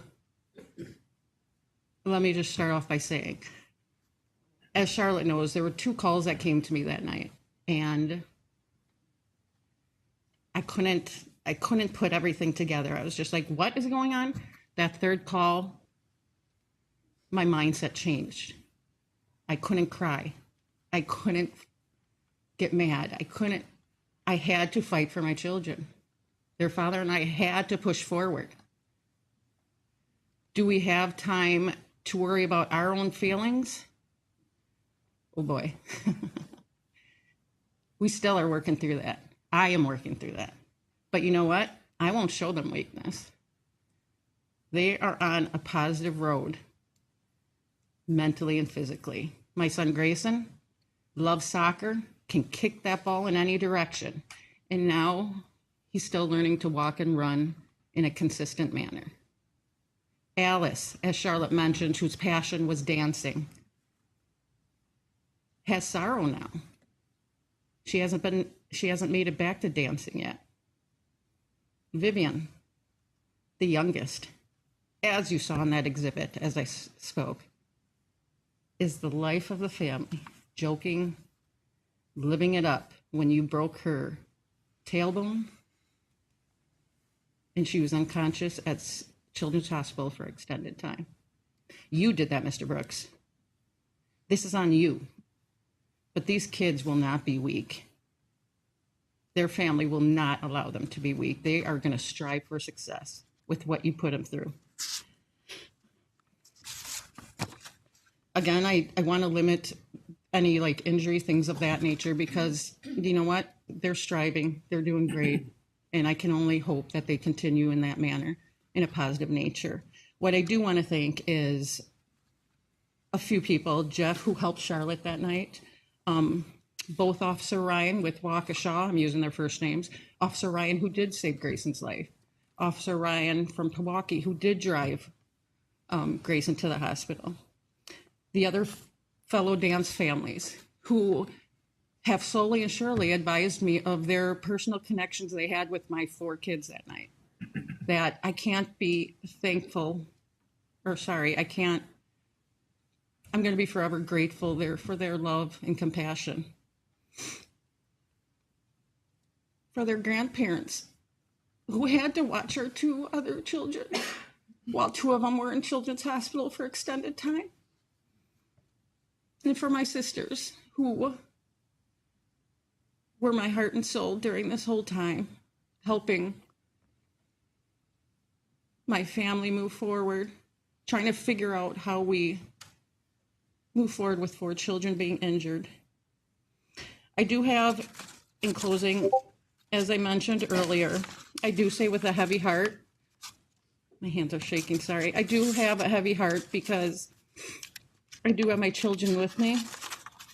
But as Charlotte has said, my brother, who unfortunately passed away 2 months before this event took place, always told us kindness will take you far. So to those who unfortunately are not with us, I just would like to read the following. I watch you every day. I am always very near. I know deep down in your heart you realize that I am here. I hear you when you speak to me, when you are on your own. You cannot understand the reason that I am gone. I will never leave you. I am here to keep you strong. Talk to me. I hear you. We share an unbroken bond that will always be. Death won't keep us apart, for our love is forever. Just remember me in your heart, and one day we will be together. Live your life and live it full. Don't waste a single day. Remember, I am always with you every step of the way. And as it has been said before, we do have angels looking over us. And my children now have 6 more. Thank you, Judge. Thank you.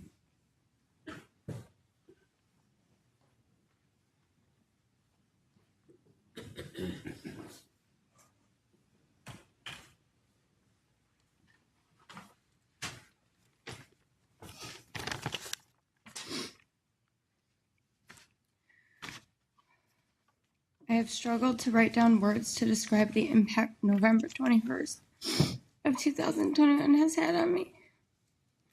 What was supposed to be a joyful day was quickly turned into an unimaginable nightmare. I woke up that morning excited for the parade instead of dreading it like I always do. Out of all the Waukesha parades I've walked in the past 4 years, this was the only one I looked forward to. If only I knew it was going to be the worst day of my life.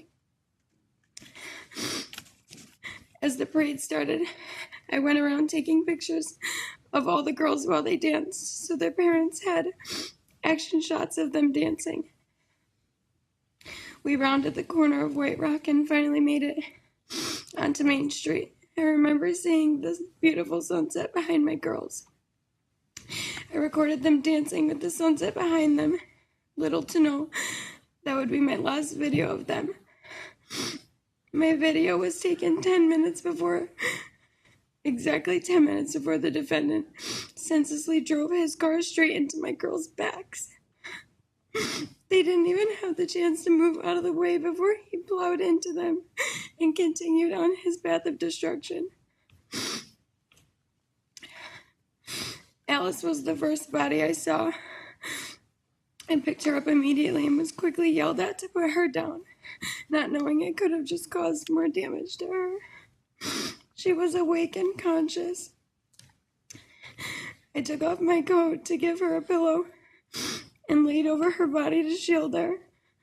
I kept telling her she was going to be okay. One thing that will stick with me forever is the fact that she looked up at me with her teeth chipped and knocked out and said, "Why would someone do this?" I will never forget those words. The defendant was 39 at the time. She was 10. If a 10-year-old knew it was wrong, so did he. But he didn't care because he kept driving. He is the definition of a monster. After Alice, I was with 2 more of my girls in the street before making my way to the hospital. The hospital was also another chaotic scene. Bodies all over. People were standing, sitting, and laying in the ground. I saw one of my girls laying on the floor with her mom. I held her hand and kept asking her to squeeze me so I knew she'd stay with us. She kept going in and out of consciousness. Every time she'd open her eyes, her mouth would open as she sobbed in absolute pain.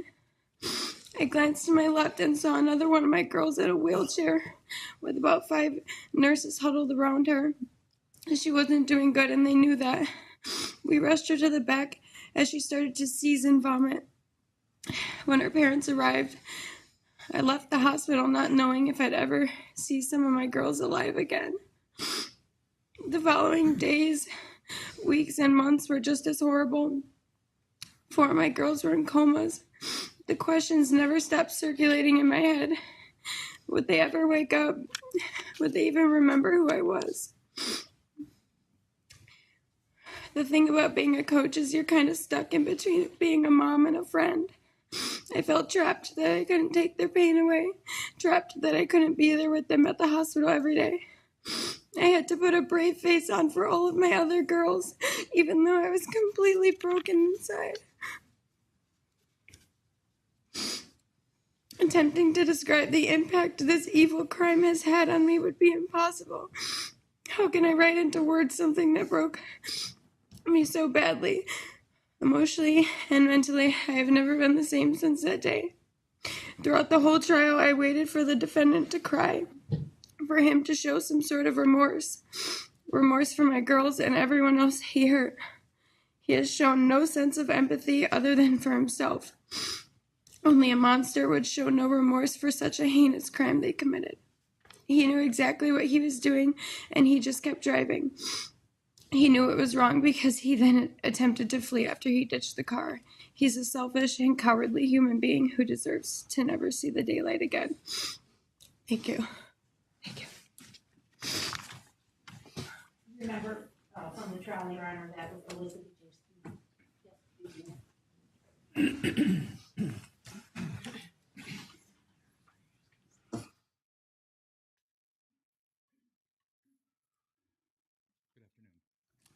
My name is Dylan Urell.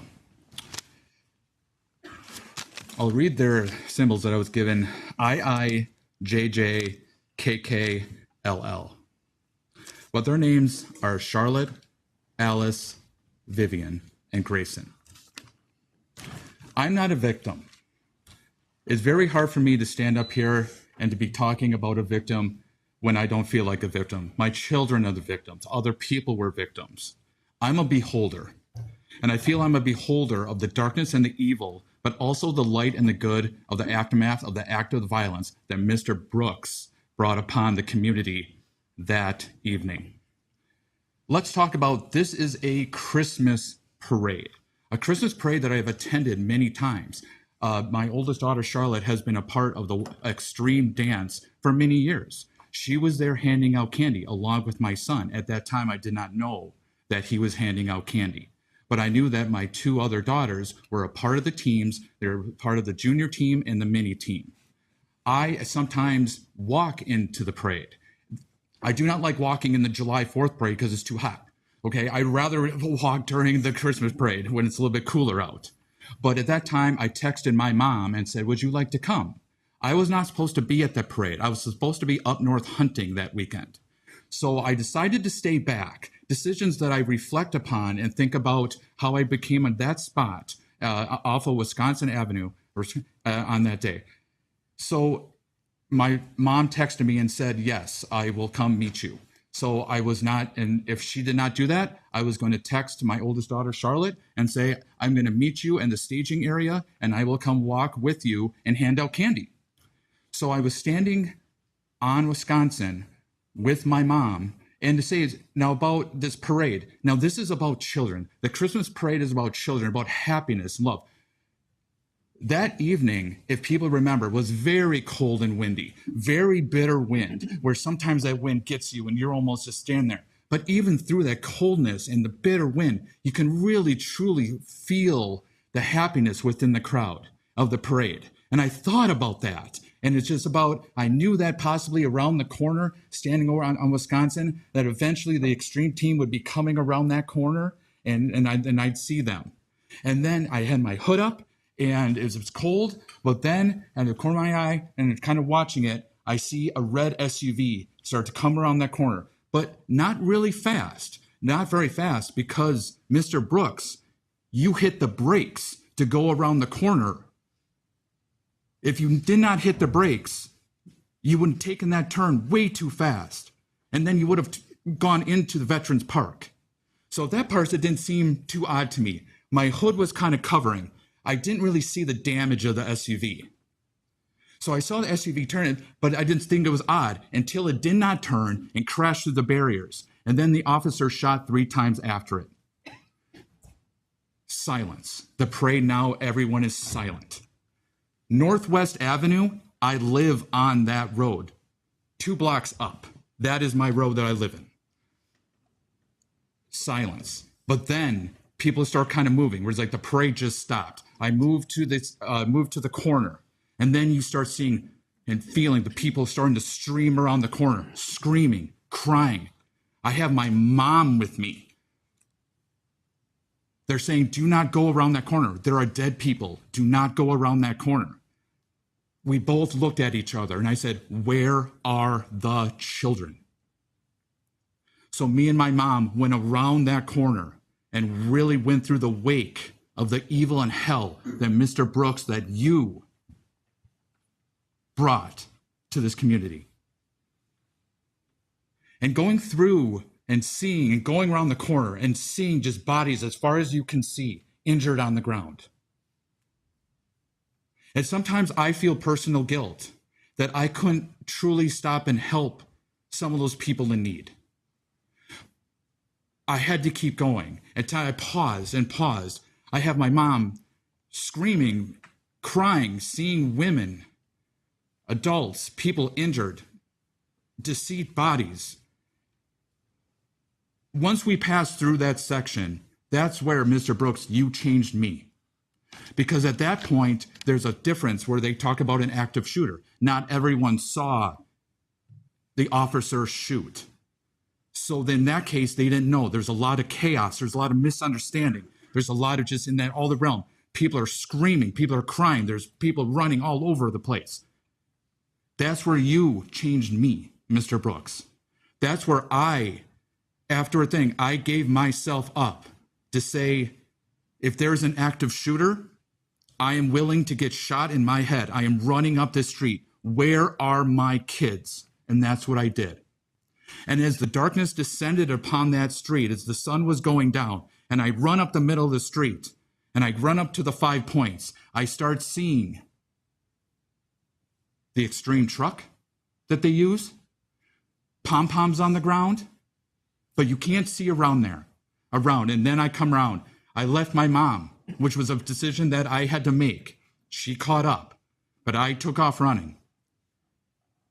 I found my daughter, Alice, first, and it was mentioned. She had broken teeth, blood on her face. She's so brave. When I came to her, I screamed her name 2 to 3 times. There were people around her trying to help her. She looks at me and she goes, Daddy, I'm okay. I'm okay. And I didn't know what to. And she looked at me and I just, at that point, I didn't understand. And she goes, and I go, where's Vivian? She's over there. And I look around and there's my youngest daughter over by the side of the curb, motionless. Her limbs weren't moving, but yet her body was shaking uncontrollably. So I went over there to help there. And from my daughter, Alice, I learned that my son, for the first time handing out candy, was in the parade. I did not know that. I was also told by her that Charlotte, my oldest, was there and she was injured.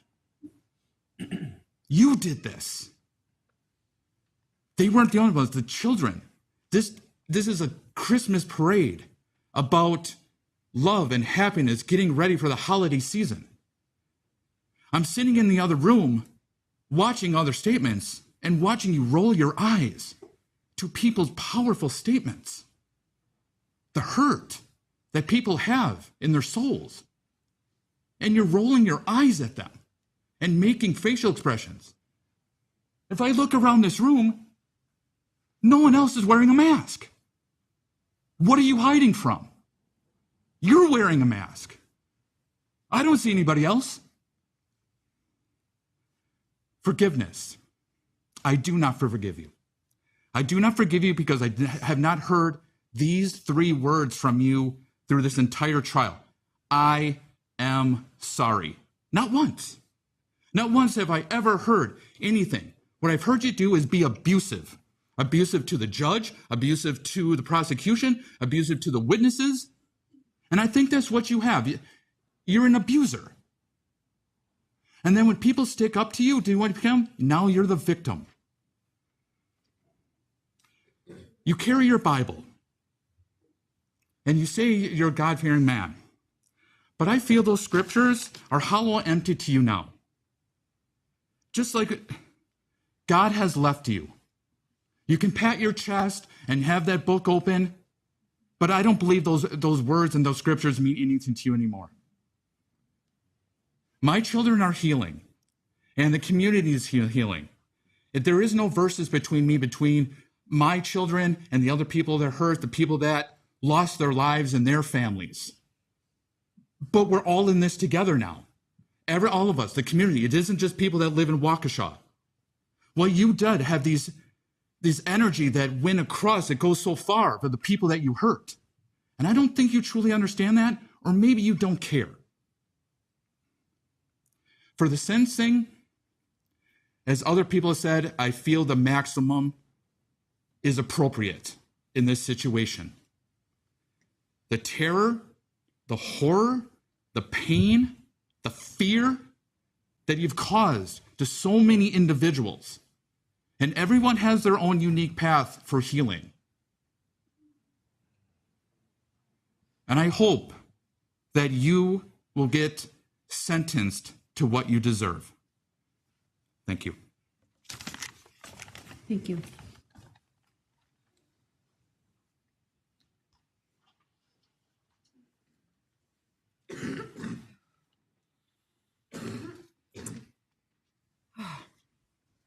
Honestly, I have so much to say to you, Darrell, and to the court. You exemplified Christ, and you were going to be very blessed and honored for that. So thank you. Okay, you guys were amazing, honestly. So thank you.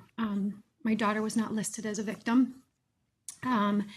She was dancing with Extreme Dance Team on November 21st. With my niece. She was on the right side of the route and did not get hit. But she did not get hit by the car. She got hit by another team member. And that wasn't revealed to me, Darrell, until I watched the video. And I struggled to understand how my daughter got injured. And I'll get more into that. But that day, you impacted thousands. And I know this is just another story for you. And I wish it would impact you. And I really pray that it does, okay? So, as the parade started, we were by the library. I dropped my daughter off in her position with her team. And I just remember when the parade had stopped. And I knew immediately. My sister-in-law got a phone call from my niece. And my niece, who was 13 at the time, said my whole team is dead. Our girls were living in fear, thinking their teammates were dead, Darrell. They thought they were dead. The images that they saw of their friends will never be erased. We got the phone call, and I did not see you hit anybody. When I hit the main street, I saw the dancing grannies dying. I didn't know who they were until the names were released, and I had to figure out in my own head who I saw dying. One of the moms, who's an ICU doctor, was working on one of the dancing grannies. There was blood everywhere, Darrell. You have to see what you did. I had no idea what I was walking into. And I honestly am so sorry for all the families who lost their loved ones. What I saw, no human being should ever see. Everyone that was in the court witnessed what you did, but I lived it, I walked it. I heard things I didn't want to hear. I heard someone screaming over Jane Kulik. And I no longer could remember anything after that, after I saw Jane dying, till I got to my daughter. We were ushered into the bakery, and I screamed for my daughter. She was safe. But I have survivor's guilt over her living, and that's not fair. 6 people died. There's a mom who doesn't have her baby boy anymore, and I got to go home with her that night. Once we were released from the bakery, we had to walk back through the nightmare. It was a crime scene. There were bodies covered up that my daughter had to see a dead person covered up because it was a crime scene.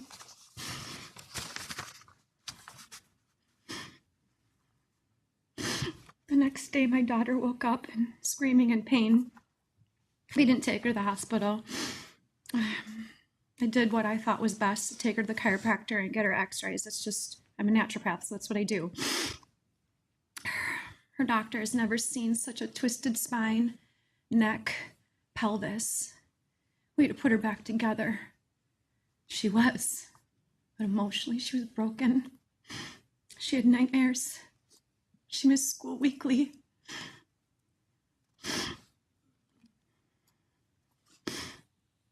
And it's because of another little girl who hit her from the car that you hit. And I figured that out a few weeks ago. I didn't know what happened. Darrell, I don't know what's in your heart. I don't. But also God tells us that we will know them by their fruit. I'm a Christian. I believe in the Bible. I believe in everything that the Bible has to say. I'm not perfect either. But what we witnessed during the trial was you reading or holding your Bible, even in anger, saying that you were reading the book to the judge. What is hard to witness is that reading that Bible has not brought you to repentance. When I read that Bible, the things that I've done, I'm repentant and I say sorry for what I've done. I'm not perfect. So when the word of God convicts us by reading the word, it produces change. I have not seen that in you. Not once have you repented to even ask for forgiveness for what you've done. Not once have you admitted what you've done. Can you not face what you've done? You have to. You have to face what you've done. You presented to the court that you didn't want to be called by your name. This is a trial that you caused. The DA didn't cause this trial. My daughter and her team didn't cause this trial. The state of Wisconsin and all parties involved didn't cause this trial. You did. You have to own that. To me, this is not a man who's after God's heart. You used the Bible and you used God. That's blasphemy. I know what I'm talking about. This is not a matter of mental health or a system failing you. You failed yourself. If you are a man like you say you are and you were not brought up this way and you were brought up in a Christian home, go back to your Christian roots. Go back to the man that God actually wanted you to be. But in turn, you have not had any responsibility to confess of what you did that day. You can't face that you murdered people. You've injured hundreds. You emotionally traumatized thousands.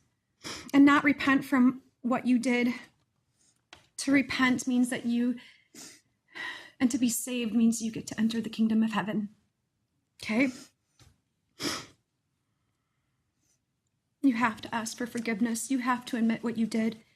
This is not going to change bringing people back. It's not going to change the 21st. It's not going to change people's lives. But you might actually help someone heal just by saying, I'm sorry.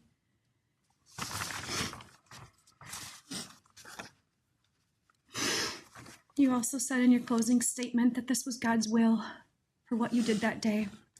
And that I believe is a false testimony of the God that I know. You are a father.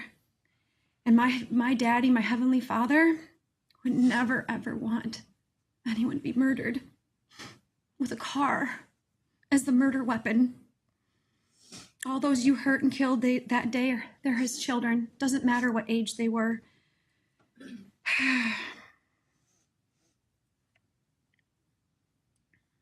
John 1:9 says, if we confess our sins, he's faithful and just to forgive our sins, to cleanse us from unrighteousness. That includes you, Darrell.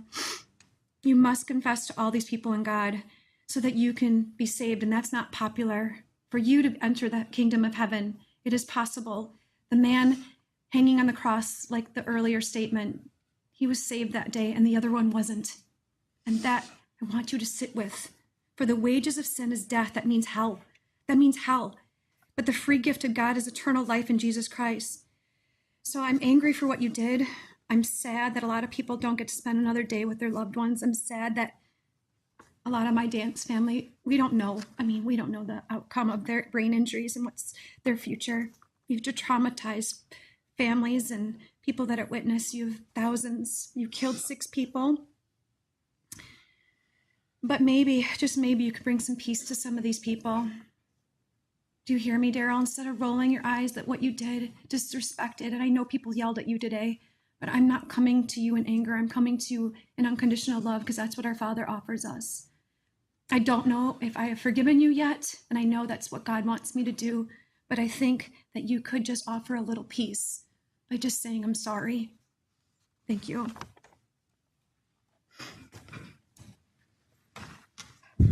November 21st will never be the same. It was a very tragic day for us all. With this day being the day after my birthday, November 20th, I was thinking it would be a good day.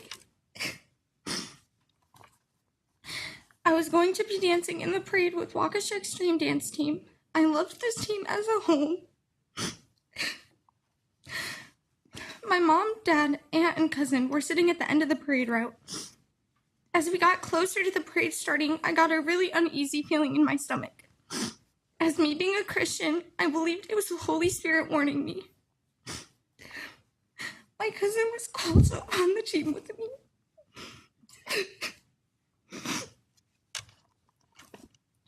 In the parade, she was in front of me and we were both on the far right side. As we danced in the parade, I knew something was wrong. Something just didn't sit right with me. After this feeling, my hearing went out. All I heard was loud thump noises. My friends getting hit by the SUV. I had seen two girls fly across the concrete and hit the curb in front of me.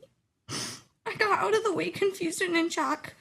I remembered I had left my phone in the car. I saw my cousin Brooklyn get her phone out and call her mom. As a 13-year-old, the words she spoke on the phone are words I would never want to hear someone I cared so deeply for say. As her mom answered the phone, not knowing what had happened, Brooklyn spoke and said, "Mom, my whole team is dead." People then told us there was a shooting and we needed to get to safety, so we went inside of a bakery. They told us all to go into the back of the bakery for safety. I called my mother off of somebody's phone and told her to get inside and be safe, but she told me no, she was going to find me. I told her the building name I was in. I sat there drowning in my thoughts until my mom had got there. As she entered, I heard her screaming my name. She hugged me, and a few seconds later, somebody screamed that there was an active shooter, so we all dropped to the ground. I moved to the corner where Brooklyn, my aunt, and other friends were sitting. I felt like we were sitting there for hours when it wasn't that long. As we sat there, my best friend, my cousin, was saying something that would haunt me forever. She sat there with her head tucked in her knees, repeating over and over again to herself how she thought she was gonna die. I thought my best friends had died that day, and this thought will forever be with me. We eventually got let out to walk back to our cars. As we were walking out, I saw one of my best friends laying on the ground of the bakery. She had not been taken to the hospital yet. I stayed calm that whole time up until I saw her. As I walked back to my car, link armed with my friend, we tried to look at our feet and not up at the street, but I couldn't help looking up. I'd seen bodies covered up in the streets. That image will never leave my mind. I woke up the next day not being able to move my body. I screamed and cried thinking I was paralyzed. We didn't go to the hospital but to the chiropractor. I got x-rays done and they came back showing the worst whiplash my chiropractor has ever seen. My spine was thrown off and twisted in ways it should not have been. It was so bad my spine could barely support holding up my head. It was the worst pain I've ever felt. My mom asked me if I got hit by the car, but I told her I couldn't remember. For the last year, I've been recovering still. Many days I'd feel pain unimaginable. I also had got horrible migraines a lot. Many days my whole arm would go numb from the injury. Some days I couldn't feel any of my left side. These days were some of the scariest. We couldn't figure out how I got injured until a video was released. It showed how a girl that had got hit flew into me, injuring me. Not only did this day change my life physically, but mentally too. I struggled with depression afterwards. I blamed myself for this awful tragedy. I told myself there was some way I could have stopped it from happening, even though it was something I had no control over. My mental health declined majorly. I tried my best to act okay so people wouldn't worry, but many days I just couldn't. I skipped school so many days weekly because I couldn't mentally go. I was in so much darkness I couldn't find any light. I tried my best asking for help, but I was too scared. I thought about you every single day, Darrell. I thought, how could any man do this to any other human being? I'm sorry to all those who lost people they'll never get to see again. It angered me every day. It hurt to think about. This day will always and forever have a place in my mind. The days after we waited to find out info about my friends. Some of them had horrible brain injuries and other horrible physical injuries. At one moment, I was told my friend Julia would maybe not make it. It broke me hearing that. Knowing I cared about all these people so much, it hurt me to know they were in a situation like this. As I continued to try to heal, I realized it takes a long time to heal physically and mentally. I didn't think my mental health would ever get better. I thought this up until I surrendered my life to Jesus. I leaned on him for help. A verse that stuck with me is Philippians 4:13. I can do all things through him who gives me strength. This verse reminded me that I can get through this and will get through this with the help of God. I knew if I could that my friends could as well. As I wrote this here, I finally realized this all truly happened to me. I guess I never really allowed myself to believe it because I never wanted to. But we must all face things in our lives. As I watched the trial go on, you always had your Bible, but you never repented, you never asked for forgiveness for ruining people's lives. John 16:13 states, when the Spirit of truth comes, he will guide you into all the truth, for he will not speak on his own authority, but whatever he hears he will speak. He will declare the things unto you that are to come. And as you sat there with your Bible, all you had to do was declare what was true, to confess what you had done, when you knew you had done it and you knew it was wrong. But you sat there, you rolled your eyes, not caring that you killed innocent people. So I'm so horribly sorry to all people who had lost things that day. Loss of friends and family members, loss of being able to be the same person ever again. I'm sorry to all who struggle with health problems for the rest of their lives. I know that I had lost a piece of myself that day, and I'm still trying to find it. This day was supposed to be a happy day filled with smiles and laughter, but it had got turned into a tragedy. This day will never be the same for any of us.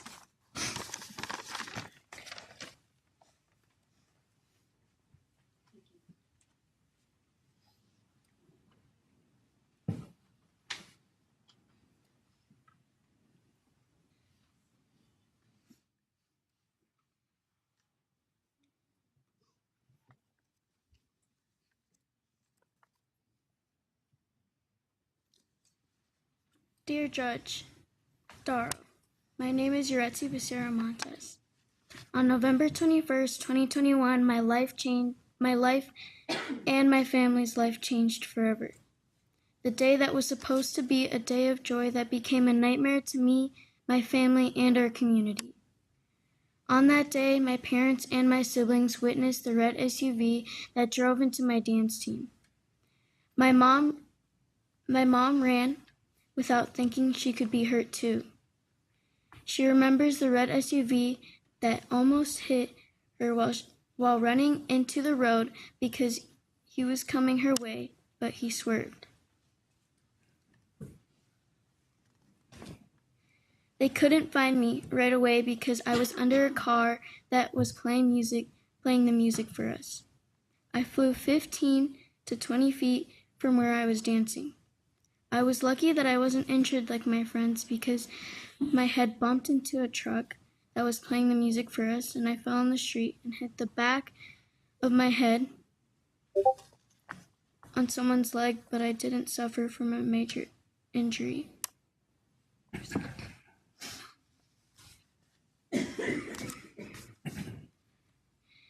My family calls me a miracle because things would have been worse and maybe things would look would look different if my injuries were more severe. I spent a couple of nights in the hospital, but the worst part was that I woke up and asked my dad what I was doing in the hospital because I was dancing and I thought my nightmare was over. It was a traumatic experience that traumatized all of us. While I was in the hospital, I was remembering what really happened. I was dancing that day and I had a smile on my face. Once I heard what I thought were fireworks, it were gunshots. But at the moment, I knew that nothing happens in Waukesha and that I'm safe. And so I kept dancing.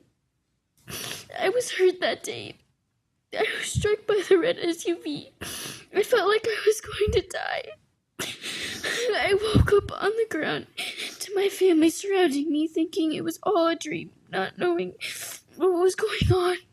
My body was hurting and I couldn't move. I saw the looks on their faces. My mom was crying and so was the rest of my family. My mom kept telling me the paramedics to go help other people that were unconscious. My daughter is awake and is talking to us. Please, go help other people. Others. My mom was a hero. She helped a little girl that was hurt in the middle of the road that was being stepped on. She carried her and put her on the side of the street and asked people to help her because she was still looking for me. I remember someone holding my hand in my head, telling me it was going to be okay. Then I heard someone yell, "Active shooter." Scared and shocked at the disbelief of what was going on, my dad had to carry me into a bakery for our safety. All I could hear were ambulance sirens and screaming. I couldn't understand what was happening because there was so much going on. I wasn't sure if it was real life or a dream. But at the moment, I was really hoping it was a dream because I didn't want it to be real. I had to witness everything around me and my friends on the ground unconscious, not knowing what would happen to them and if they would even wake up. Since that day, I've been traumatized with sirens, screaming, fireworks, being in big crowds, and hearing the song I danced to when the tragedy hit. After that day, it was a very hard topic to talk about, as well as now. To this day, I still struggle with pain and nightmares and PTSD. I don't know when my body is going to feel normal again. All of this made me sad, angry, and anxious because I cannot understand why someone could do this to our community. All of Waukesha has experienced this tragedy even if they weren't there to see it. As in losing loved ones, having to go through an injury or families that were injured as well. People who watched it happen and see their loved ones get hurt, or even just seeing this tragedy on the news. This affected our community of Waukesha to the point that some people weren't and still aren't ready to go back downtown or even participate in a parade again. I'll always struggle from that day. And it haunts me and so many others to think that a tradition for over 50 years has become a remembrance of the people who died and the injuries that occurred that day. I forgive him after everything he's done, even though he never apologized for his actions, because I'm thankful justice has been served and that he won't do damage to anyone again. I thank you, Your Honor, and everyone in the jury for making justice for all of us and our community. I ask you, Your Honor, that he won't ever see the light of day again. I thank you for everyone who supported us through difficult times. Thank you.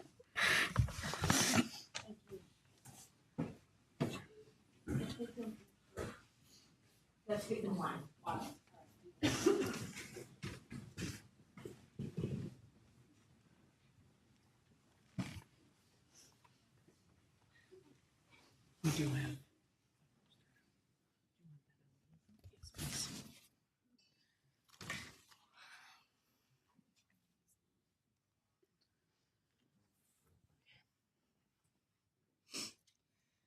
I would like to first address the picture that we'll be putting up on the easel. In that picture, it is my sister, Jesselyn Torres, victim HH, in the ICU. It is what a lot of other victims had looked like, from tubes keeping them alive to machines being watched over every minute of the day to see if they're doing okay. November 21st was like any other Christmas parade. My sister was dancing, my mom was pulling my baby sister in a wagon, and my brother and I were walking with them throwing candy. Everything was so normal in the beginning. Everyone was lined up in their orders and people were taking pictures, laughing, talking, dancing. The mood was very joyful, and then all of a sudden it wasn't. The images and events from that day still weigh heavily on my mind. Vivian Urel was the little girl I stayed with for a little bit. After the tragic event, I still can feel the blood on my hands after I wiped it off her dripping head with my cold fingers. I told her that I was there for her so that she knows that somebody was with her as I listened to her whimpering cry that stays in my mind. I cried when I found my baby sister without my mother. She was confused about what just happened, so I held her in my arms, squeezing her as tight as I could. I remember finding my mother and sister, the visions of my mother's face in a panic, trying to puzzle everything together. She had her hands over my sister's body, along with others. Holding my sister's head, I screamed when I saw the sight of my sister. Her face looked destroyed, with her body half naked from her clothes getting ripped off.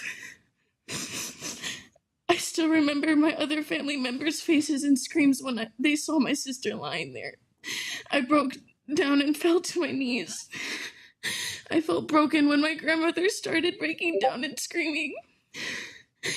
The moment when they lifted my sister's unconscious body with a blanket into the back of a sheriff's car made me suddenly not breathe. It felt like there was no more air left in the world.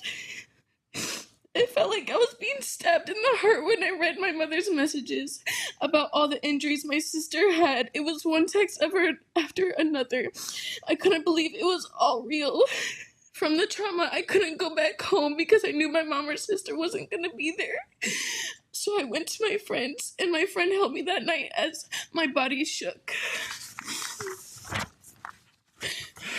The pain of not being able to see my mother and hearing the cries of my 2-year-old sister constantly saying that she wants her mom broke my heart into little pieces. The whole time my sister was in the hospital, it was a blur, a tunnel vision every day, hour, minute, and second. We were lucky to have a Thanksgiving miracle to be able to see my mother for the first time after the incident. It relieved some of my pain and anxiety, and it felt nice to have so much weight removed off my chest when I hugged my mother, even with it being a short visit at Children's Hospital. My family had so much support from friends, other family in the community. Even though we had so much support, I felt like I was alone. I should have been getting the support from my own mother, but she couldn't leave my sister's side at the hospital. I felt forgotten. I was trying to give my other siblings support when I thought like I didn't have anyone to support me. I felt selfish even though I shouldn't have. Crying in class every day, I didn't want to be anywhere but home, wishing that my mom and sister were with me. Not being able to physically move from the hurt that I felt drained. My mental health was declining so much. I lost interest in the people and things I loved so dearly. I was miserable. Finally, 2 weeks later, getting the call that my sister was awake felt like my heartbeat got back to normal again. I showed everyone pictures with pure joy on my face that my sister was awake. 2 days before Christmas, they came back home. Everything was going okay until one night my sister felt like she suddenly couldn't breathe. My mother rushed her back up to the hospital. They found out later she had built up scar tissue in her trachea from being on the ventilator for so long and getting so immune to the drugs that she was on. She would wake up and move around in a panic. My sister has had around 15 surgeries on her trachea since. One day my mom was looking on the scab on the back of my sister's head, and when I saw everything from the parade came back to my mind, the images of that day happening over and over and over again, it brought back all the pain and anxiety. I laid in bed alone, crying because I couldn't sleep. I was back to the beginning where I would cry all night. The images were so vivid in my mind. My mom called me upstairs and held me in her arms. The next day, my uncle explained what PTSD was like. As the air gets thicker and my chest feels like it's getting smaller, I realize that this is just the beginning of a long and terrible road. I easily jump at little things. I have panic attacks every time I cross the street. I hate fireworks for the reason that they make me cry. Still to this day, the sound of tires screeching sends me into a panic as I look for my siblings. The pictures come racing back to my mind, tears come racing down my face, and as I see is everyone is okay except for me. The pain is still sitting with me, the visions are always there to jump back at different times. It's been hard to be the oldest sibling, having to feel like I need to manage the house and deal with my own mental strain while my mother is constantly gone dealing with my sister's medical care. That one incident turned my life upside down, and life hasn't been the same since. Most importantly, I just want to thank everyone who was there for my family and supported us unconditionally at the time my family was needed most. And for you, Darrell Brooks, I hope you know I've never had so much hate for someone until I met you. Everyone's saying that they wish Wisconsin had the death penalty for you. I simply disagree because you do not deserve a simple death. Those 6 people who passed did not have a simple death. I hope you sit and suffer every minute of your day. Thank you.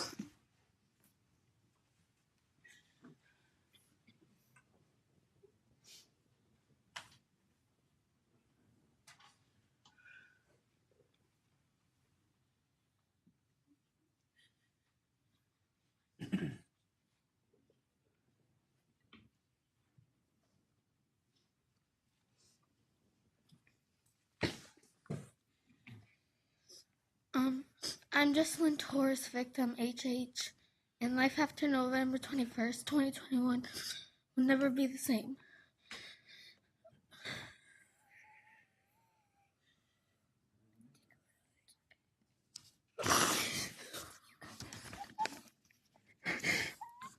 I was dancing with the Waukesha Extreme Dance Team. A team I loved and committed countless hours to.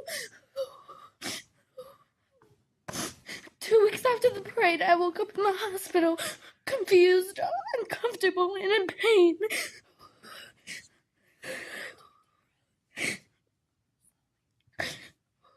I remember doctors telling my mom that I needed to have a major surgery to fix my pelvis that was broken in 3 places, so I'd be able to walk again and dance again. I was nervous, scared, and I just wanted to be with my family again. After my surgery, my doctor told me that I had to be in a wheelchair until my pelvis was healed. When I got in my wheelchair, I felt stuck, trapped in a place that I just wanted to get out of. When I got to see my sisters and brother for the first time ever since the parade, I could just see the weight lifted off their shoulders when they saw me. I was not okay, but I was there. When I finally got home, after a month of being in the hospital, it was nonstop appointments and physical therapy. 2 days after I got discharged from the hospital, I had to go back for an emergency surgery because I couldn't breathe. We found out that being on the ventilator caused scar tissue to build around my trachea. I've had over 15 surgeries on my trachea since then. My mom had to help me with all my personal care and other needs, including showering, getting dressed, using the bathroom, doing my hair, and making my food until I learned how to get around easier. I had to go to physical therapy to learn how to walk again. When I started using a walker, I felt embarrassed and that people were just staring at me.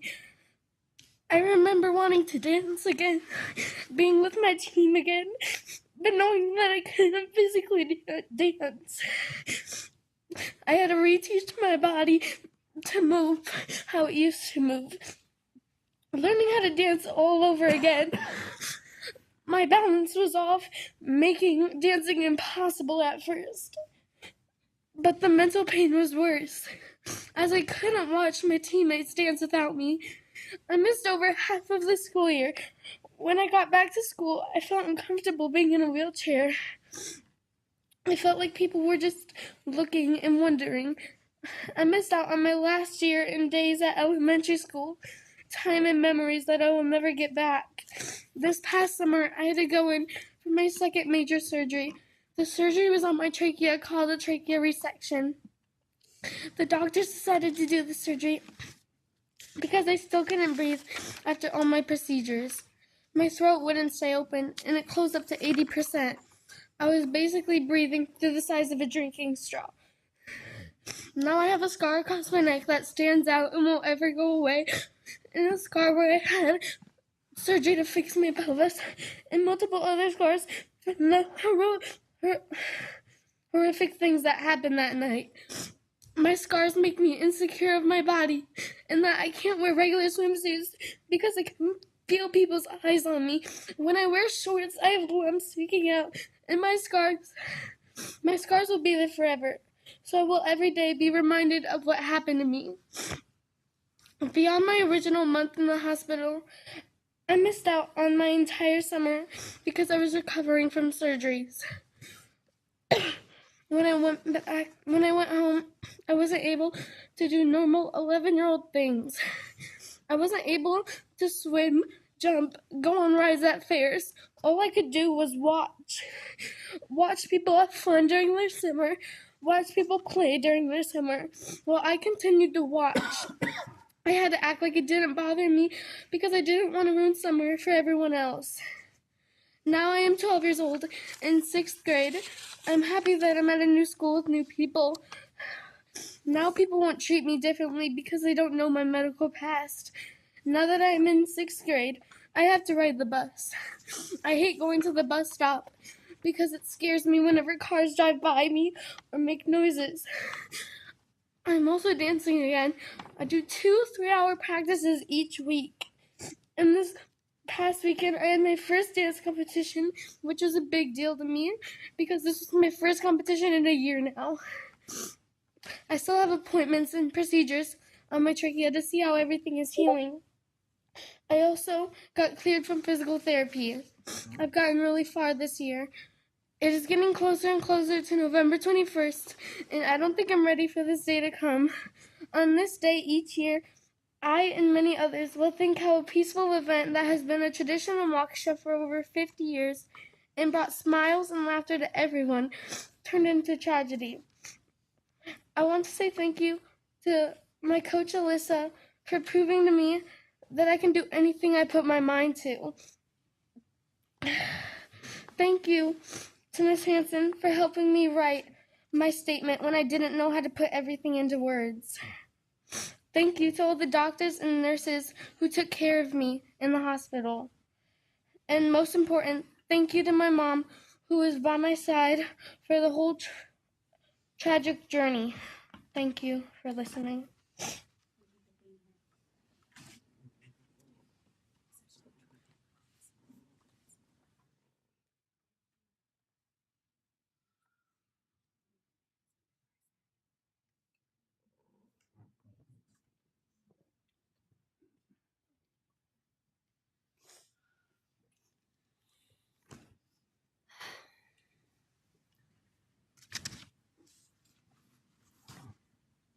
Hi, I'm Amber, mother of Jesselyn Torres. I've been very open all this time about the injuries my daughter has obtained the night of November 21st, 2021. I even created daily logs so people could stay informed on her condition. But I've never truly talked about my feelings and how that day has affected my family. So this will be a very hard one for me. We'll put picture one.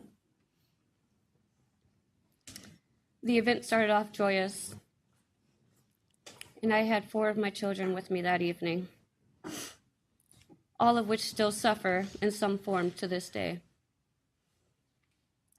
The screams, the sounds of the people being hit, watching as their bodies flew, the visions of their bodies lying everywhere, and me yelling, searching for Jesselyn, still replays over and over in my head. I found my daughter lying in front of the music truck, nowhere near the rest of her teammates, in the middle of the 5 points with her clothes ripped from her body, road rash everywhere, blood leaking out of the corner of her mouth and half of her face missing. Picture 2. My poor child was ripped out of her shoes, drug under the front end, and thrown out from that vehicle. There was no ambulance, no medical equipment, nothing to help me and my child. I have never felt this helpless in my life. All I could do was hold my child and tell her Mommy was here and that she will be okay. Picture 3. A deputy and an officer came to help get my daughter on top of the blankets that were covering her naked body and drove us to the hospital in the back of an SUV.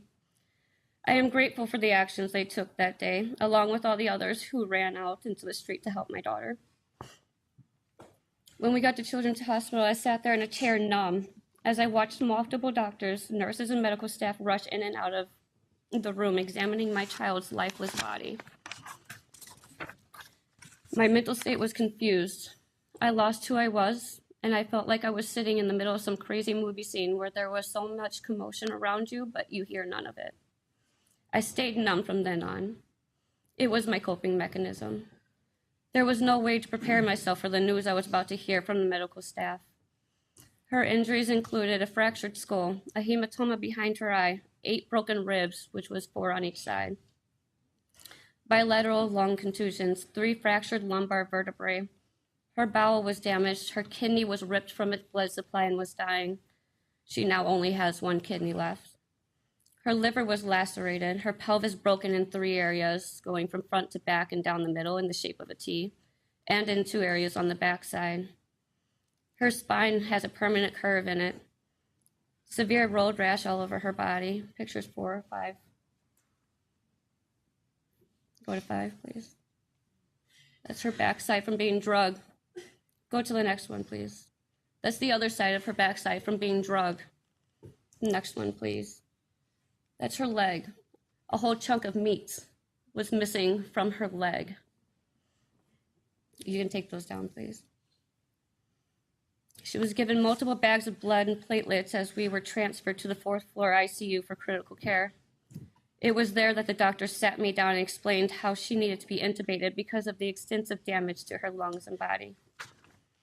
The hardest moment of my life was making the phone call to my children. The hardest moment of my life was making the phone call to my other children so they could tell their sister how much they loved her, because I had no idea what was to come next. They were so confused and scared, and I could hear the hurt and pain in their voices. And I had no explanation to give them other than just tell your sister how much you love her. I couldn't be there to hold them while they cried in a time that they needed me the most. I still hold so much guilt because I couldn't be there with them, since I had to be with their sister, whose life was uncertain at the time. They were also mentally and emotionally traumatized. There were so many times I just wanted to hold Jesselyn or lay in the bed next to her, but I couldn't, since there were tubes coming from every direction, and her hands were tied down to the bed. The most I could do was hold her hand, stroke her head, and whisper in her ear, "I love you, and Mommy is here." I believe it was day 2 when we spent 3 to 4 hours just to thoroughly clean out all of the road rash, and it took multiple attempts to get as much of the leaves, sticks, and rocks out of her hair. There were so many sleepless nights. Every day there were new issues: high fevers, allergic reactions, sepsis, and monitors that were blaring and alarming because her stats were up and down constantly. I felt like I just could not catch a break. She was not easy to keep sedated, and there were so many wrestling matches to keep her as still as possible. It was all so exhausting, but yet I had to hold it all together. I had to be the rock. I hated watching the machine they used to help clear out her lungs. It was similar to a nebulizer, but had a force so strong, and it was so loud. It would pump the meds in and jostle her whole body. Just hearing how loud the machine was and watching her body being uncontrollably shaken was overwhelming, but it had to be done to clear all the fluid and mucus buildup from all the damage that you caused to her lungs. The time we were trying to wean her off the ventilator, I sat and watched the machine, hoping this girl would start to breathe on her own and not rely on the machine to do it for her. It took days and many trials. I would get my hopes up, and then they would be let down. I would talk to her. Come on, Jessa, you have to breathe above the machine. You can do it, and I believe in you. Until finally I realized she wasn't ready. I just let her know it was okay, and I'm here by your side, and when you are ready, I will still be here right next to you by your side. I had so many mixed emotions the day Jesselyn was extubated. I couldn't wait to hear her voice again, to hug her, and to tell her how much I missed her. It felt like my girl was being reborn again. But I was not expecting the new hardships to come. She has had a total of 18 surgeries. Her first major surgery was to fix her pelvis. 12 hours my child was gone away from me that day. She now has a metal plate with 11 screws holding her pelvis together for the rest of her life. Picture 8, please.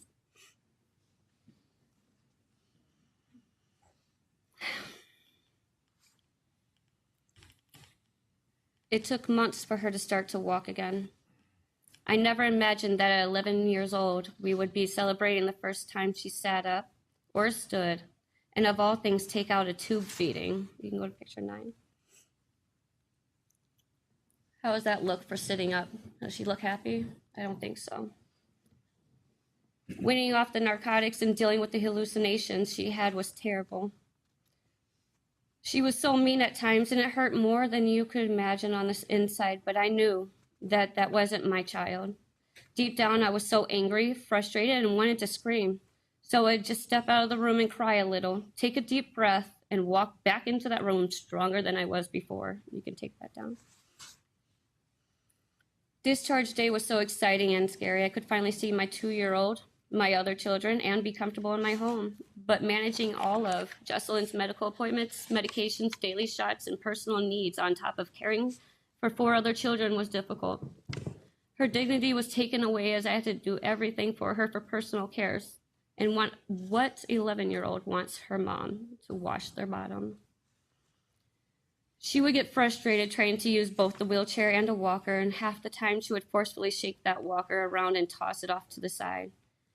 And having to load and unload her wheelchair, walker, and medical equipment took about 30 minutes in the freezing cold. The first day I had to take Jessa and my 2-year-old out was rough. When backing out of the driveway, I ran over her walker and broke it. I laugh now, but yep, I forgot to put it in the car.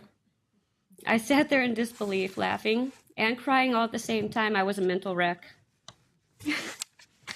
We ended up back at Children's Hospital a couple of days after discharge when Jesselyn was struggling to breathe. Found out she was suffering from tracheal stenosis from the initial prolonged intubation. You can do picture 10.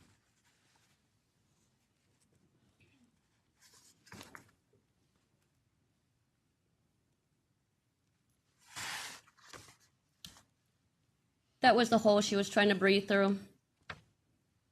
About the size of a straw, a little bit smaller. 80% of her trachea was closed off. You can go to picture 11.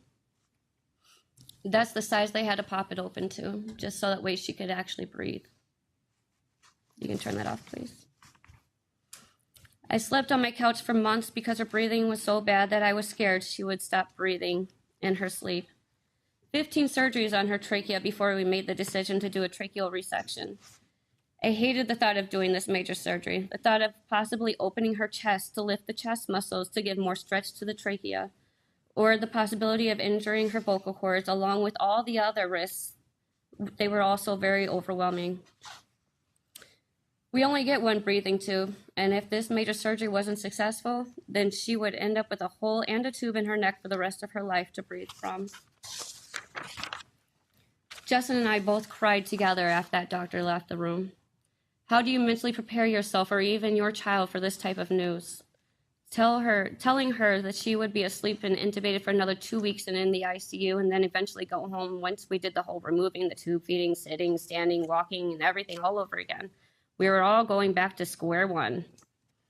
She was so calm that day when she left the room for her surgery, but I knew she was freaking out on the inside.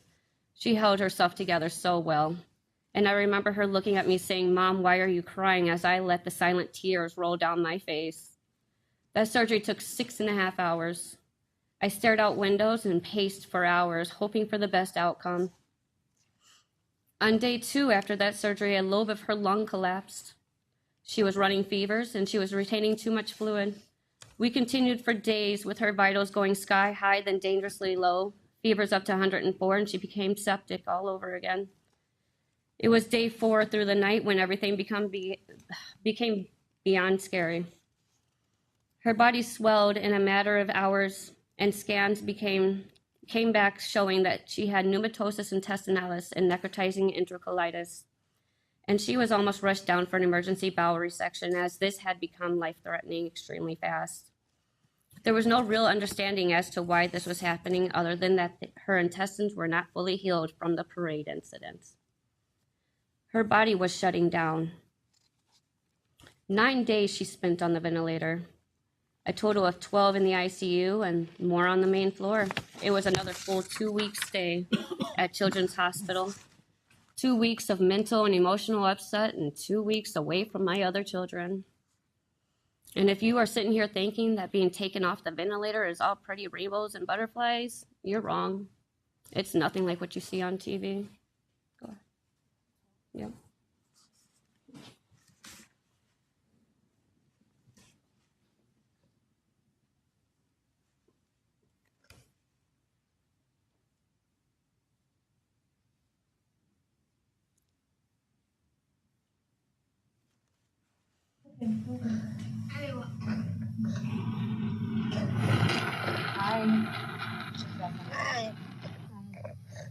That is trauma.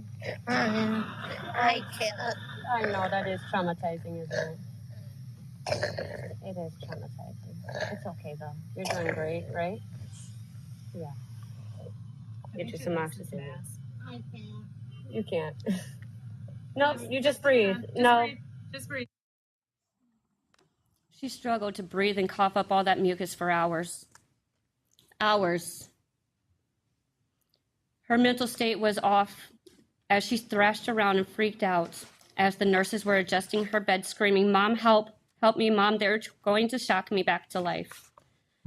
She thought that she was dying and that they were going to kill her. I knew that she had some worries before that surgery, but to this extent was beyond belief. We had to give her meds to calm her, as her thrashing around was our biggest fear, as that could tear her trachea all over again. Even on all those drugs, isn't it funny how she can still express how traumatizing this has all been? The summer went on with more appointments, physical therapy, surgeries, activity restrictions, weaning off of narcotics that made her so mean to the point that I had to step away and do that silent cry again. We tried to find a little happiness in every event that we could. It was hard for her to watch her teammates, who were all back dancing. She cried because she wanted to go watch the state competition, but couldn't since she had to be in another surgery. We felt left out and alone as we were still dealing with major medical issues months later, when out in the public, people would gawk, make hand gestures, and make comments about the scars across her neck. Number 13. Along with the marks and lumps on her body. Kids are cruel and have made some really harsh comments, to the point I have felt the surge of uncontrollable anger. She was tired that day.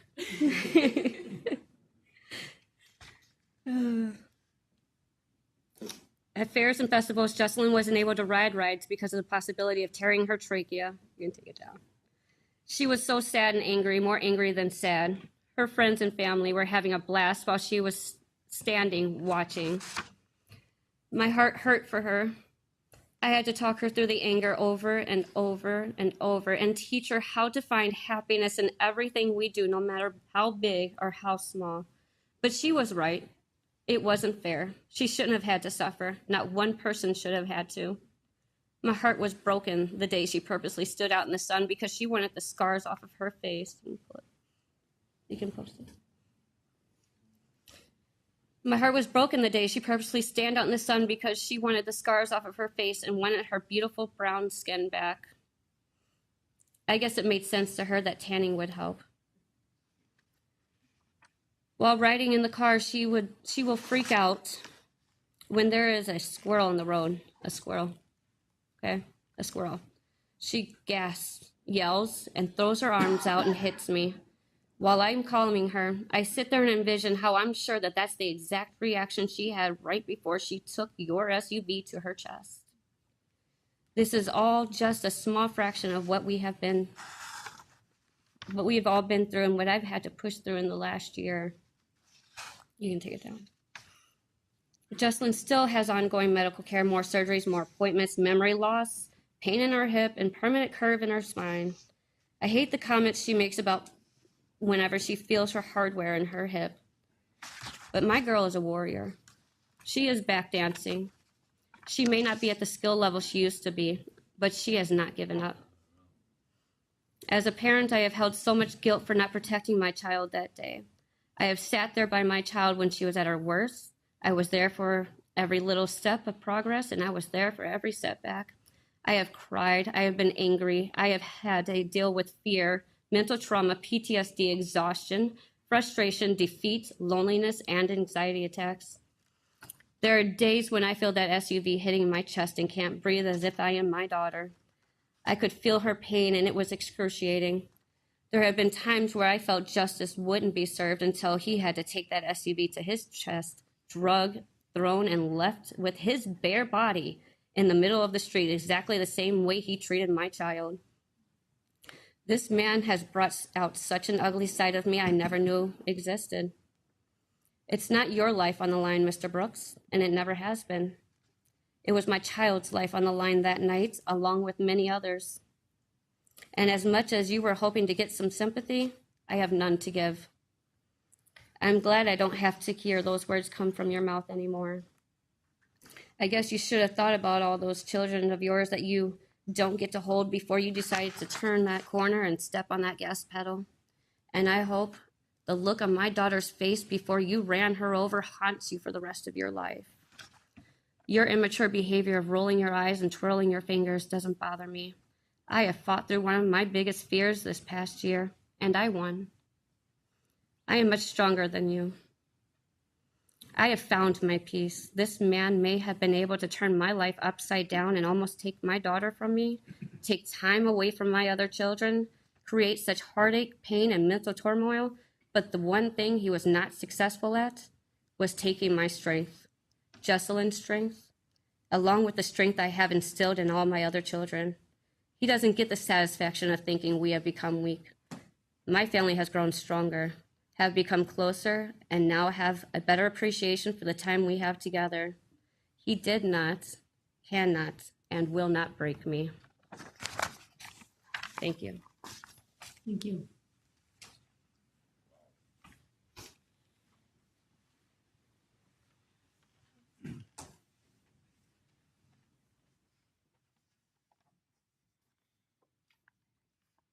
The day November 21st came around, I was excited to dance with all my best friends. Little did I know that was the worst day of my life. That day changed my life forever. My family and my friends thought that was the last day they would have with me.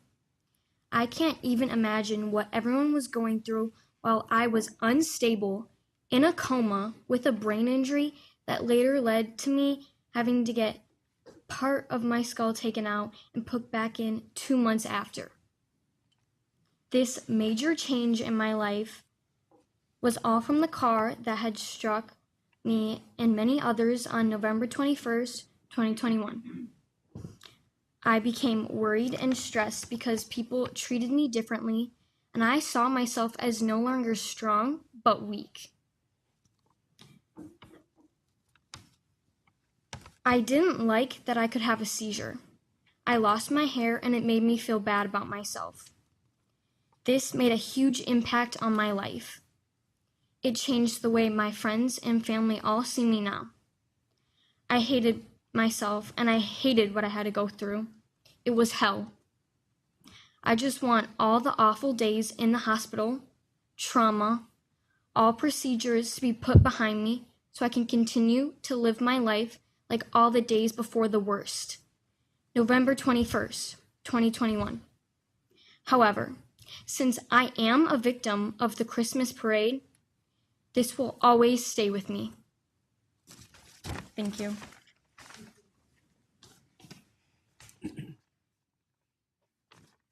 Good afternoon. As I stand here before you today, I realize that you don't know who I am. I have been here almost every single day since this trial started. I realize that what I am about to share will not change what happened that day, but I hope it will give me some sort of peace and help me continue to heal. The Waukesha Christmas Parade was an event that both of my daughters have been involved in for many years with their dance team. This year, on the day of the parade, it was very cold and windy, so instead of walking alongside the dancers, I decided to take on a new role. I volunteered to sit in the bed of the pickup truck that was leading our dance team. I was filling all the parent volunteer buckets with candy. I had the best view of my daughter the entire time. She was in the front row, dancing her heart out and doing what she loved most. In one split second, all of that happiness ended. Through the parade route, at an incredibly high speed, I saw your pickup truck approaching the girls. At that moment, no level of screaming could be heard because of the music playing in the background. The dancers did not see you coming, but I did. It was horrifying. These girls that I have become so close with, flying through the air, losing their shoes, their hats, and their gloves. A sight I will never be able to forget. This is a vision that will haunt me for the rest of my life. I jumped out of the pickup truck so fast, not knowing where my daughter's body had landed. Once I was able to locate her body, I took one look at her, and I thought she was dead. She was not moving. She had blood coming from her head, her ears, her nose, her arms and legs. She was not awake or responding. I was unable to keep my composure. With my shaking hands and through my tears, I somehow managed to call my husband. He had stayed home with our youngest daughter, who was homesick. If she had not been ill that day, she would have been dancing alongside her sister. I tried to explain to my husband what had happened, but honestly, I don't remember much after that. Meanwhile, a man, who I believe was a spectator at the parade, came to my aid as I was trying to explain to my husband over the phone what had happened. This good Samaritan also had to keep me away from my daughter, who was lying lifelessly on the ground. As her mother, all I wanted to do was pick her up and hold her. However, I was unable to because she needed medical attention. All of the injured girls from our team were being triaged right there in the middle of the street. I remember screaming out loud, asking what was taking so long for an ambulance to arrive. In hindsight, I realized it was only minutes, but during that moment, it felt like eternity. Everything just seemed to be moving in slow motion. Samantha was taken to Waukesha Memorial in the first ambulance that was able to get to us. She was later transferred to Children's Hospital because doctors realized that was the best place for her to be at the time. And due to the overwhelming amount of injuries from your reckless and thoughtless behavior, Waukesha Memorial needed more space for other hurt individuals. The other people that you carelessly hit. Thankfully, I was able to ride in the ambulance both times with my daughter, hoping and praying she would survive. Once at Children's Hospital, Samantha was taken for a second set of scans to evaluate what needed to be done. We quickly learned that she needed immediate surgery, where they would do a craniotomy to relieve the pressure from her brain swelling. When she came back from her emergency surgery, I lost it. She was intubated in a medically induced coma, and her head was wrapped in gauze. I just wanted to talk to her to talk to me so badly. I wanted to hear her voice and know that she was okay. At that moment, I would have done anything to switch places with her and take her pain away. Mr. Brooks, how could you possibly do this to someone? I need you to listen to me as I list her injuries. Acute respiratory failure, bradycardia, a skull fracture, multiple skull fractures, 5 fractures in different areas of her face, including the mastoid bone behind her ear, the bones that hold her eye into place, a fractured cheekbone, a brain bleed, an intracranial hemorrhage. Did you hear? The doctors told us that they did not know what the outcome of her injuries would be. They would not give us any false hope. They told us they did not know if she would survive. My husband and I did not know what the rest of her life would look like. If she survived, would she be able to walk? Would she be able to talk? We had no idea what the future would hold for Samantha. Our daughter was in a coma for 2 weeks in the critical intensive care unit at Children's Hospital. They needed to make sure that her brain was healing properly. Those were the hardest 2 weeks of my life. My husband and I lived at Children's Hospital, never leaving her side. We spent every hour of every day watching her body temperatures, her brain pressures, and the clock. We spent Thanksgiving at Children's Hospital, trying to find as much time to spend with our youngest daughter, who was not allowed to see her sister because of COVID restrictions.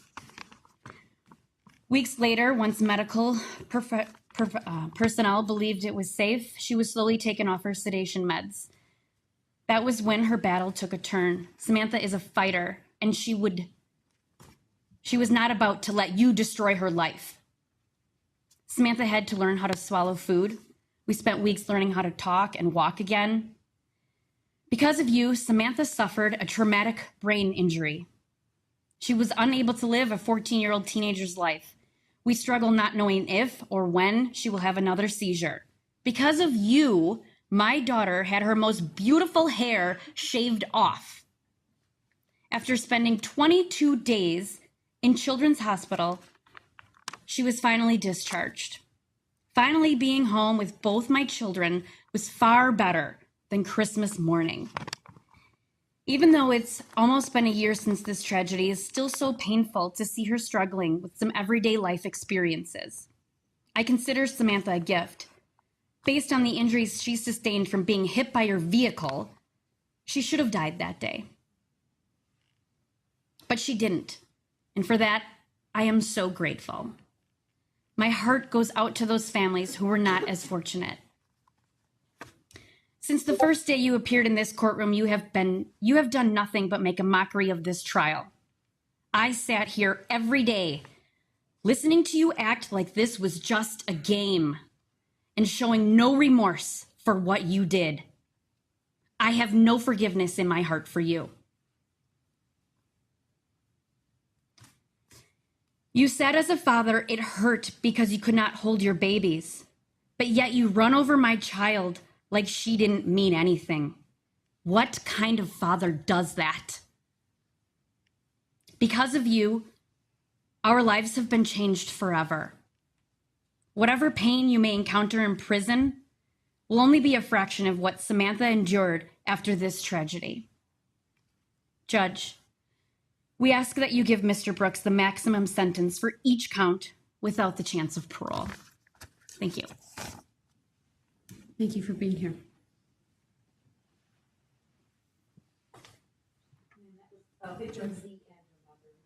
Just spoke.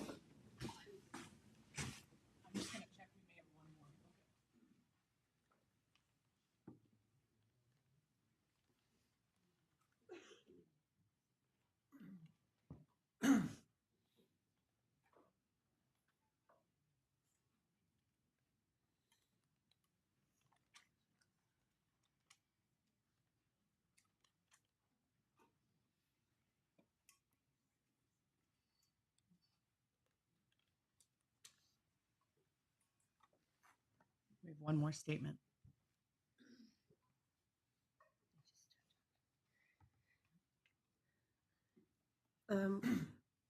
Hi. Oh, I left my pictures in the hallway. Can you grab my pictures? Yeah.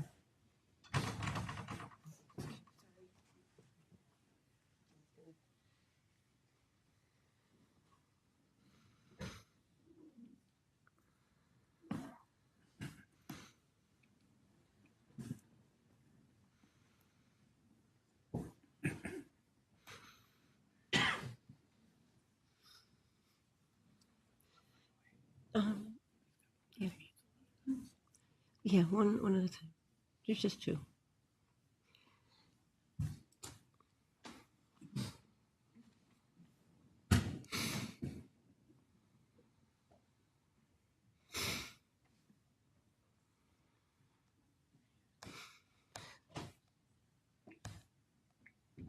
Okay, sorry. I'm nervous. I forgot that I'm in the hallway. This is our daughter, Olivia. She is the baby of our family. That photo was taken on November 21st, 2021. At that time, she was an innocent 8-year-old who was excited to get to perform in the parade with her best friend and her teammates. And it was something she looked forward to every year. My mother-in-law and myself and I also join her every year and hand out candy. And it's something that's become, I guess, a tradition that was taken away from us by Darrell Brooks because of his selfless, just ability to have. Please don't do that. It's so disrespectful. I've watched all day on TV, and I've watched you mock all of the victims all day. You roll your eyes and you make faces. If this was your 8-year-old daughter that someone else hit, you would have been beside yourself if someone made those faces. And you want people to have forgiveness for you and your child? You're insane. I hope that the judge puts the most amount of years on your sentence, and I hope that you live in hell for the rest of your life for what you have done to all of these victims. Do you realize after you hit me and my mother-in-law, I spent 5 minutes walking around looking for my daughter on the ground. I was looking for her through little girls that were keeled up in little fetal positions because you had ran them over.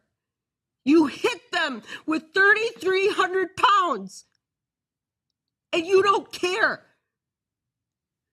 Right before you hit me, I turned around and I looked at you. I didn't see your car. I saw the look in your eye.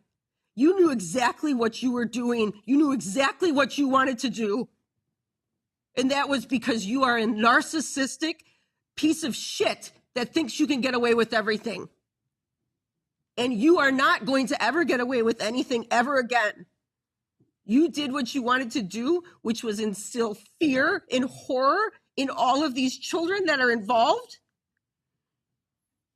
You're a child killer, a woman killer.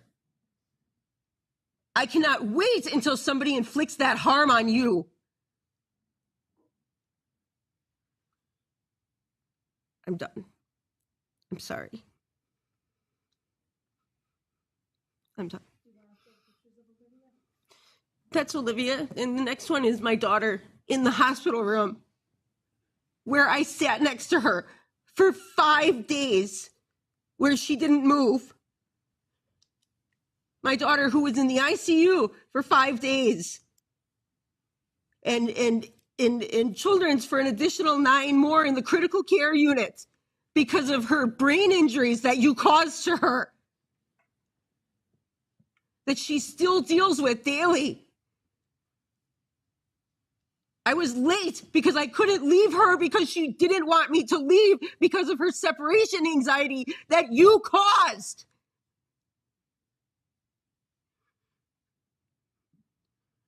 You should not be allowed to be a father to your children. I'm so glad that you are being kept from them. The shit you would teach them would make them as evil and miserable as a person that you are.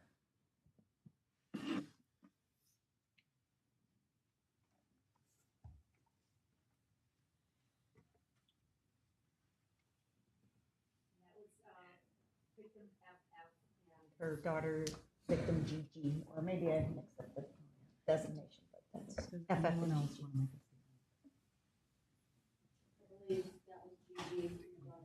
Okay.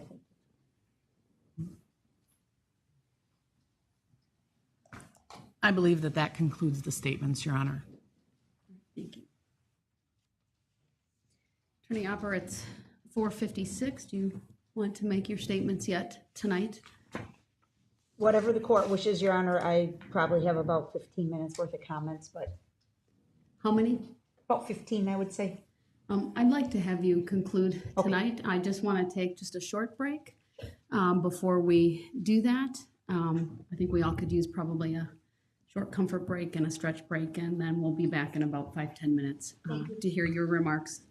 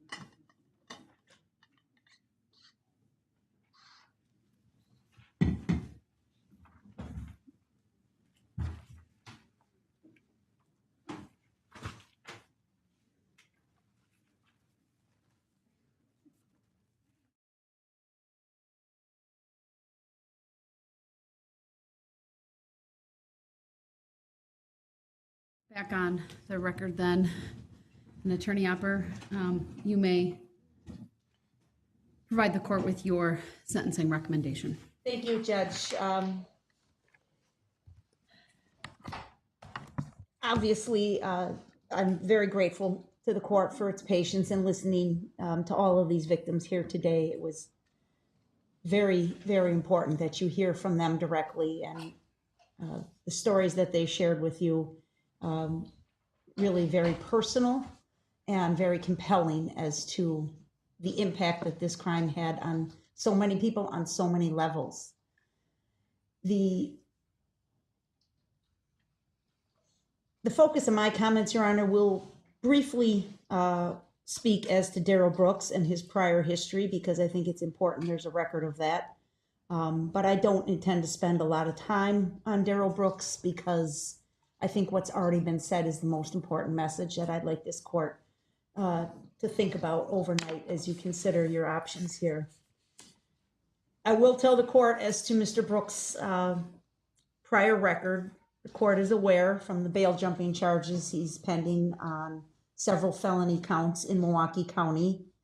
21 CF 5020, he's charged with intimidation of a victim, that being Erica Patterson, and felony bail jumping with an offense date of November 8, 2021.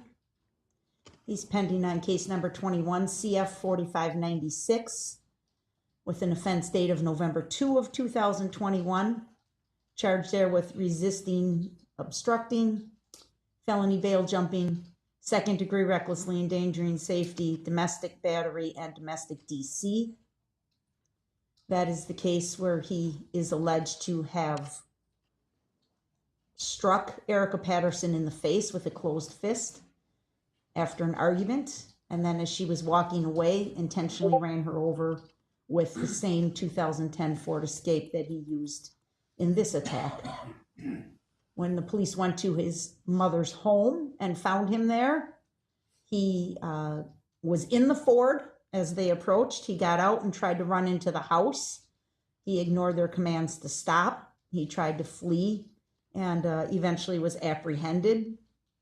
He lied to them and said he was not driving the Ford SUV that day, even though there was evidence to the contrary.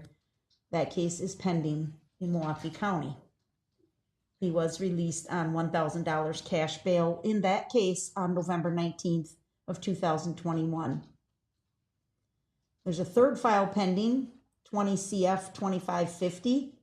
The charges are 2 counts of second degree reckless use of a weapon, felon in possession of a firearm. The date of violation is July 24, 2020. He was released on cash bail in that case in March of 21. In that case, the allegation is that he got into a fight with his nephew, and as his nephew was leaving the area, the defendant fired 1 shot from a handgun toward the vehicle that his nephew was in. The vehicle was occupied by 1 other person, and therefore he was charged with 2 counts. The next day, he was taken into custody, and a loaded Beretta 9mm handgun was located just a few feet away from him. That handgun had previously been reported stolen. I believe he has court on those files later this week in Milwaukee County, Your Honor. As far as convictions are concerned, there's a 2012 conviction from May 15th, 2012.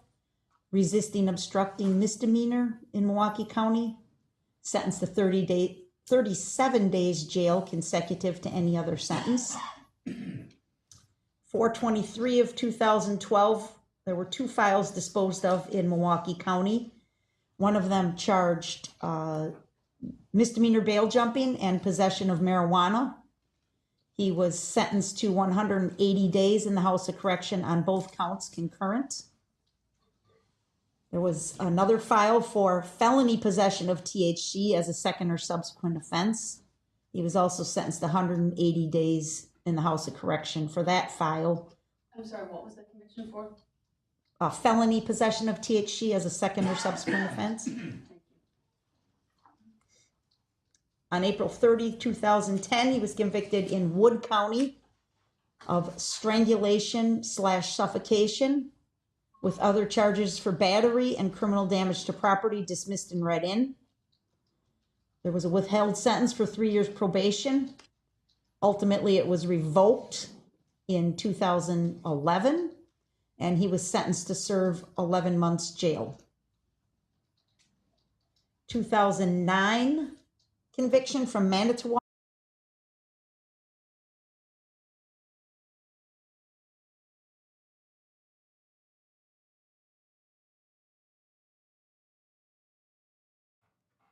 Of course, Google Chrome sucks, and it froze. Manitowoc County for misdemeanor obstructing, sentenced to 2 days jail, time served.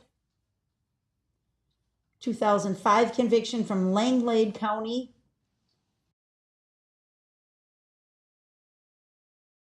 Actually, it was a county ticket for disorderly conduct. He never paid the fine on that, so he ultimately served 30 days jail. 2003 conviction in Milwaukee County for resisting obstructing, 20 days in the House of Correction. 2002 conviction, Milwaukee County, felony possession of THC, second or subsequent offense, 50 days in the House of Correction. 2000, convicted of substantial battery, party to a crime, sentenced to prison, withheld, and 3 years probation imposed along with 6 months of condition time. That probation was ultimately revoked and he was sentenced to prison. That's his record from the state of Wisconsin. He has a record from the state of Nevada. June of 2016, he was charged with a sex offender registry violation, failed to appear in court on that offense, and there is currently an outstanding warrant for his arrest active in the state of Nevada. 2007, he pled guilty to statutory sexual seduction as a felony. A suspended sentence was ordered for 36 months probation. That's what led to the sex offender registry requirement, which he is currently non-compliant with. In December of 2006, there were 2 files disposed of in Nevada. One was domestic battery as a misdemeanor. He received a suspended sentence. And the other, he was found guilty at trial of obstructing, misdemeanor, and sentenced to jail. In the state of Georgia, he has a conviction from May of 2021. I'm sorry, not a conviction, an arrest from May of 2021 for misdemeanor battery, domestic violence. The disposition of that case is unknown. And of course, there's paternity action that was pending here in Waukesha County that had been a warrant or capias had been issued for him on at least 8 occasions during the life of that file. That's a 2003 case. He was sentenced to jail on several occasions for failing to pay child support. He was once allowed Huber privileges on a jail sentence, but had those Huber privileges revoked in 2009. Most recently, there was a warrant issued in August of 2021, and Judge Maxwell signed an order to lift a stay of a 120-day jail sentence.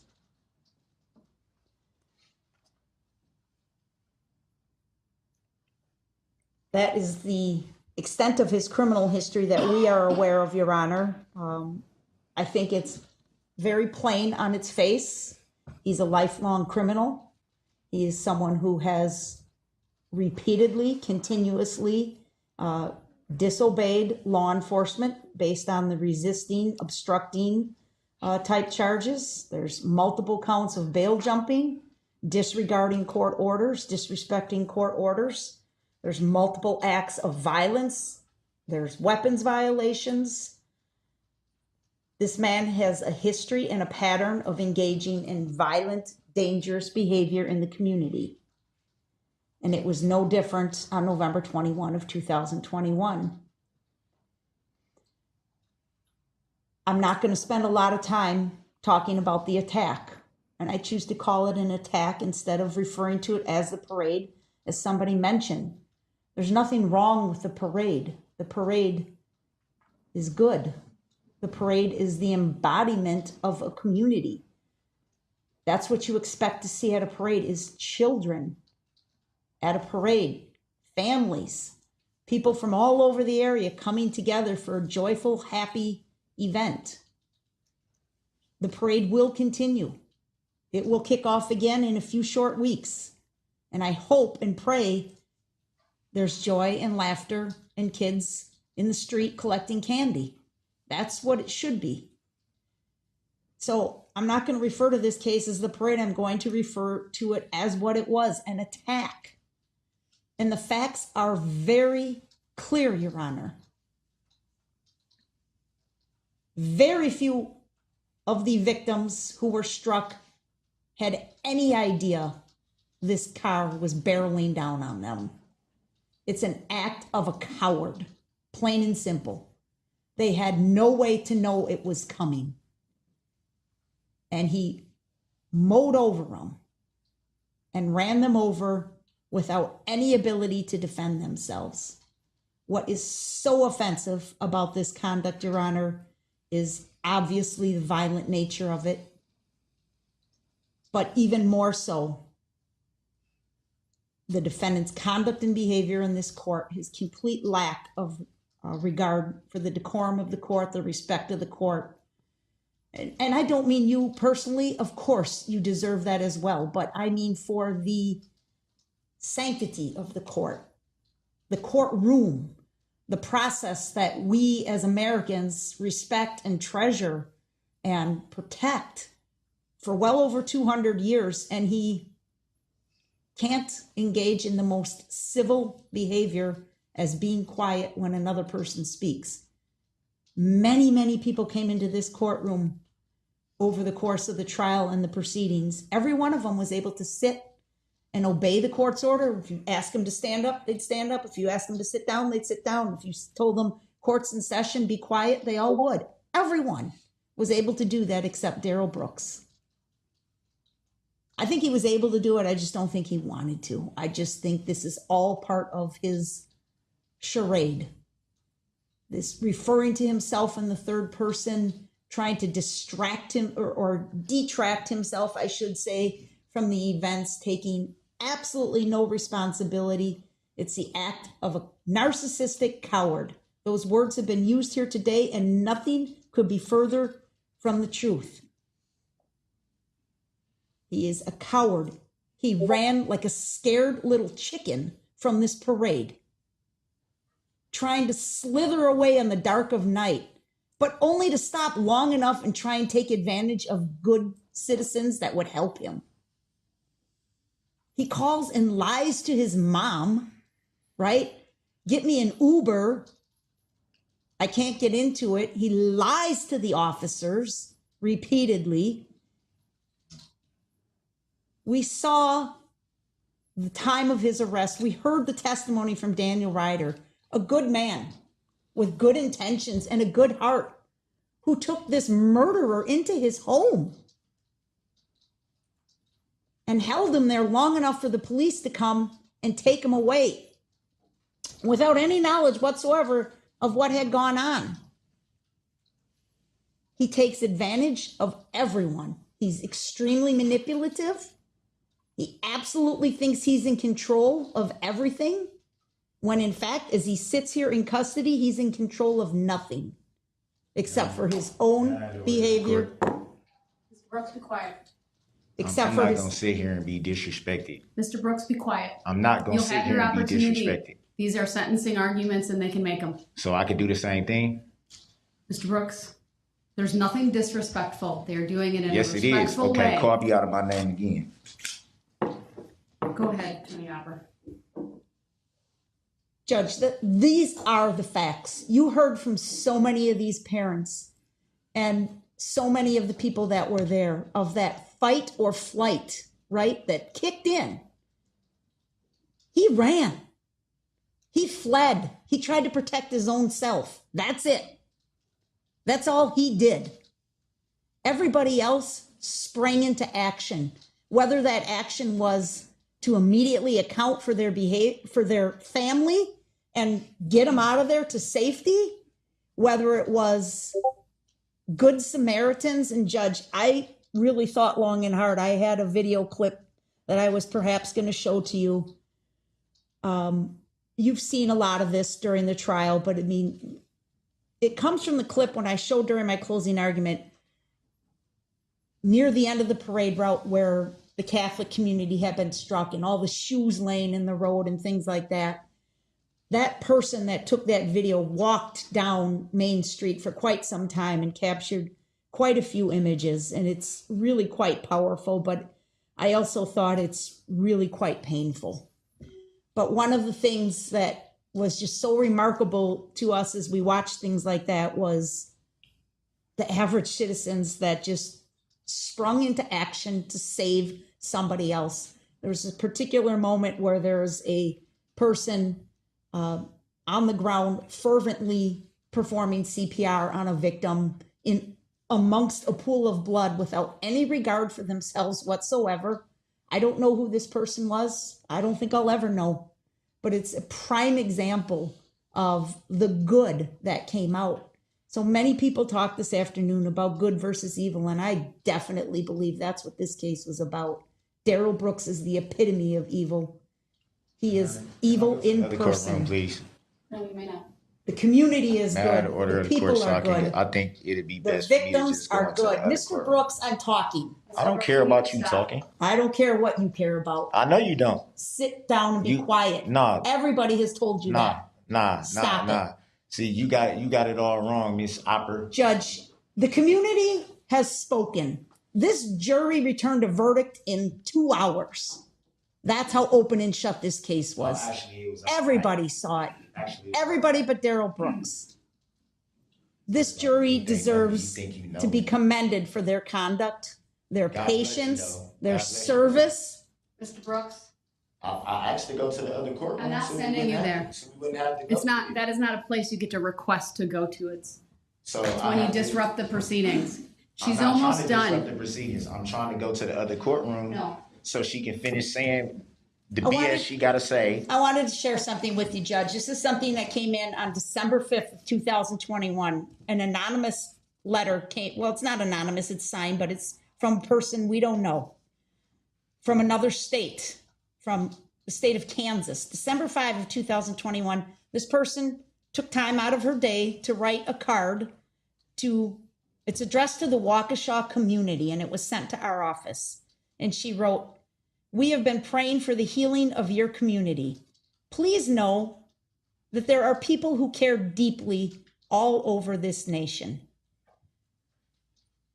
That's the kind of message Darrell Brooks needs to hear, because I know during the trial, there was a lot of cards, a lot of messages received in my office and in your office. Good, hardworking, decent people that respect the law, that respect human life, that respect their neighbors, that would take the time to comment and say, "Good job. We support you. We are with you." And you saw that strength behind me all day. Those young kids, children coming up. I mean, Your Honor, I'll say this. God is good. There's been a lot of talk about God. There's been a lot of talk about religion. Darrell Brooks brought the Bible into this courtroom. These children are remarkable for their strength, for their healing, their physical healing. We haven't met these kids before. We've never met them. We met them today for the first time. You would never know the serious injuries that they suffered as a result of Darrell Brooks by looking at them. Of course, there's much healing to be done. But isn't it remarkable that in a year's time, look how far we have come as a community. Look how far these families have come. These families, these victims that stood up and pointed to Darrell Brooks and said, "You will not beat me. You will not knock me down." That's what we need to move forward with as a community, Your Honor. His behavior is done. We're done with him. He has forfeited his right to be in this courtroom. He's forfeited his right to be in our community, period. There is not one thing that mitigates this sentence, not one. He deserves the absolute maximum sentence on all counts consecutive. Look, Judge, you saw the videos. This wasn't him plowing in to one large group of 50 people at one point in time and hitting them. It was linear. He hit one, kept going. Hit two, kept going. Hit three, kept going. All the way down the street. That's consecutive sentences, Your Honor. That's intentional, willful, volitional conduct that warrants consecutive sentences stacked one on top of the other, just as he stacked victims up as he drove down the road in complete disregard for any other person whatsoever. We kept the kids out of the courtroom in the trial, Judge, but boy, it's impactful to listen to them today and realize this isn't just, victim GG. This is a child that you willfully ran over with a 3,000-pound vehicle, as so many people so adeptly observed. Police officers, first responders, the medical professionals. It's kind of weird, Judge, because we're coming up on the anniversary, of course, and we're coming up on the weekend before Thanksgiving, which is a weekend that a lot of people pay attention to on the calendar because here in good old Wisconsin, it's deer hunting season. It's a lot of families going out, starting their Christmas activities, Christmas festivities, Christmas shopping, whatever it is. So it's kind of a weekend that comes around every year that on its own, it's not a holiday. It's not really a known day, but we all know that first weekend before Thanksgiving and what it brings. We all look forward to maybe a short work week, spending time with family, getting together. And here it comes, and it's the anniversary of this attack at the hands of Darrell Brooks. But we're going to have an ability to move on from that. We have the ability, we have the tools as a community, Your Honor, to do that.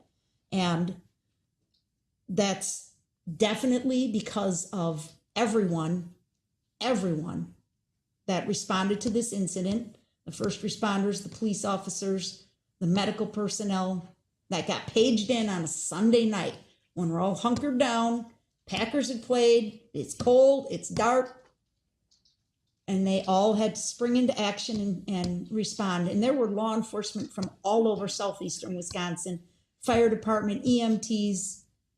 No one paused, no one hesitated for a second. They just came and helped. And I think that's something that our families, our community can build on as well, Your Honor, to say evil is easily overcome here. Darrell Brooks deserved to be locked up for the rest of his life. He cannot be trusted ever, ever again. I ask you to consider, I'm not going to go into it, but we had filed the other act's evidence, some of the language in that other act's evidence, the intimidation of the victim. It played out repeatedly in this courtroom. He tried to intimidate you. He tried to intimidate me. He tried to intimidate the witnesses. He tries and tries and tries, but he fails. He's not the strongest person in the courtroom. He's the weakest person in the courtroom. Morally bankrupt. That's what he is. His character is void. I asked Attorney Basie, what's the word I can use for low character, and then we came up with the fact he really has no character. It's one of the factors the court needs to consider. Protection of the public, the severity of the crime, they all weigh heavily in a stacked sentence, Your Honor, consecutive maximum across the board. Every one of these victims deserves that. I don't know how we look at any of these victims and say, well, he got concurrent time on your case because your pain and suffering wasn't quite as bad as the guy before you or the girl before you. They all deserve that sentence that speaks to their count. The restitution, Your Honor, I filed the paperwork. We are seeking restitution in the dollar amounts from my letter that we reviewed this morning.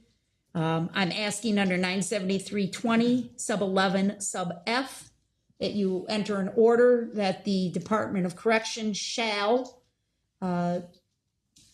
keep 50% of any wages Mr. Brooks may earn in prison and any monies that may be paid on his books or canteen account, and direct those monies to be paid directly towards restitution. He should not be able to work or receive canteen without paying down that restitution.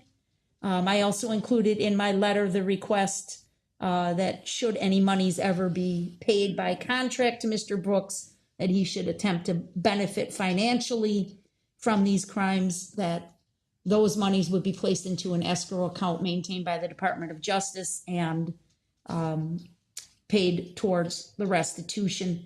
The restitution in this case is ridiculously low when you consider it, and that's again because of the generosity of good people all over the world that contributed to a community fund, and other individuals who generously donated to help these families pay for funerals and medical expenses and things like that. Can you imagine when you heard these mothers describing what their children have been through? Can you imagine the medical bills on these? And he's lucky he's getting off with a $200,000 bill for restitution, Your Honor. I think he should have to pay every last penny of it. I also wanted to wrap up again, Your Honor, by saying you didn't hear from all the victims. Certainly, there were some that just cannot bring themselves to this court in any fashion, in any way. And we ask you to keep them in mind as well, especially the Bill Hospital family.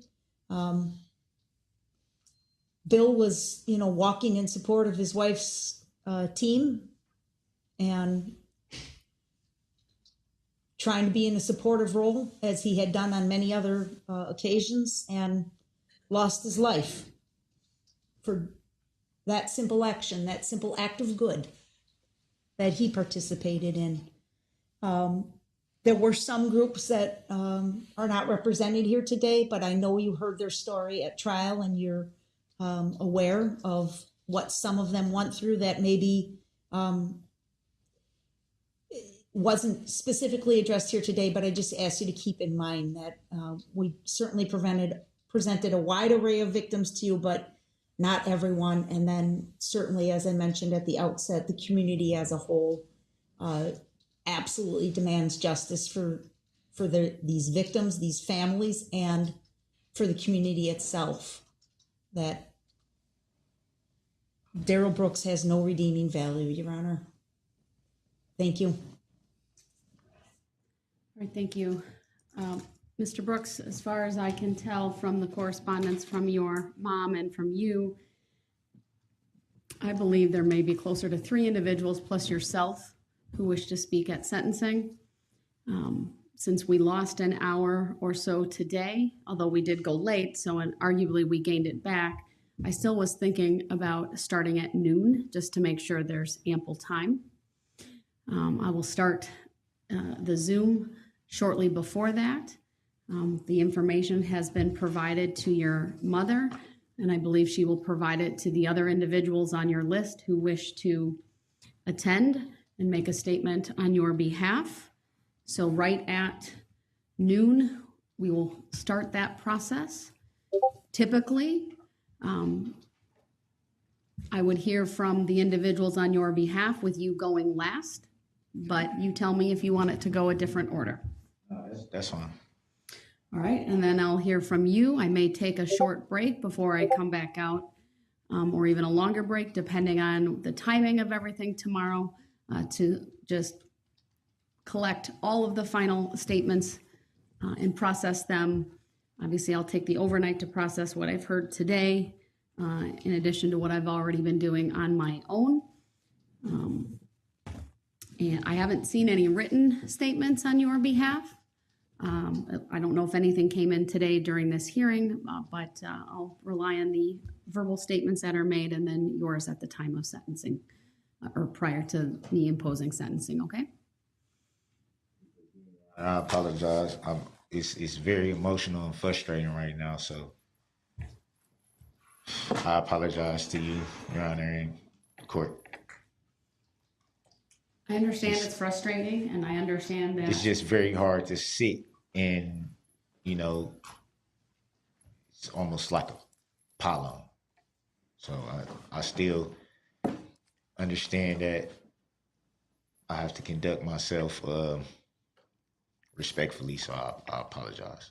I think the apology needs to be made to the victim, sir, more so than this court. I was just referring to I know. the... All right, anything else from either party before we conclude for this evening from the state? No, Judge, we'll see you at noon. Thank you. From you, sir? Not at this All right, we are in recess. I'll see everyone tomorrow at noon. Thank you.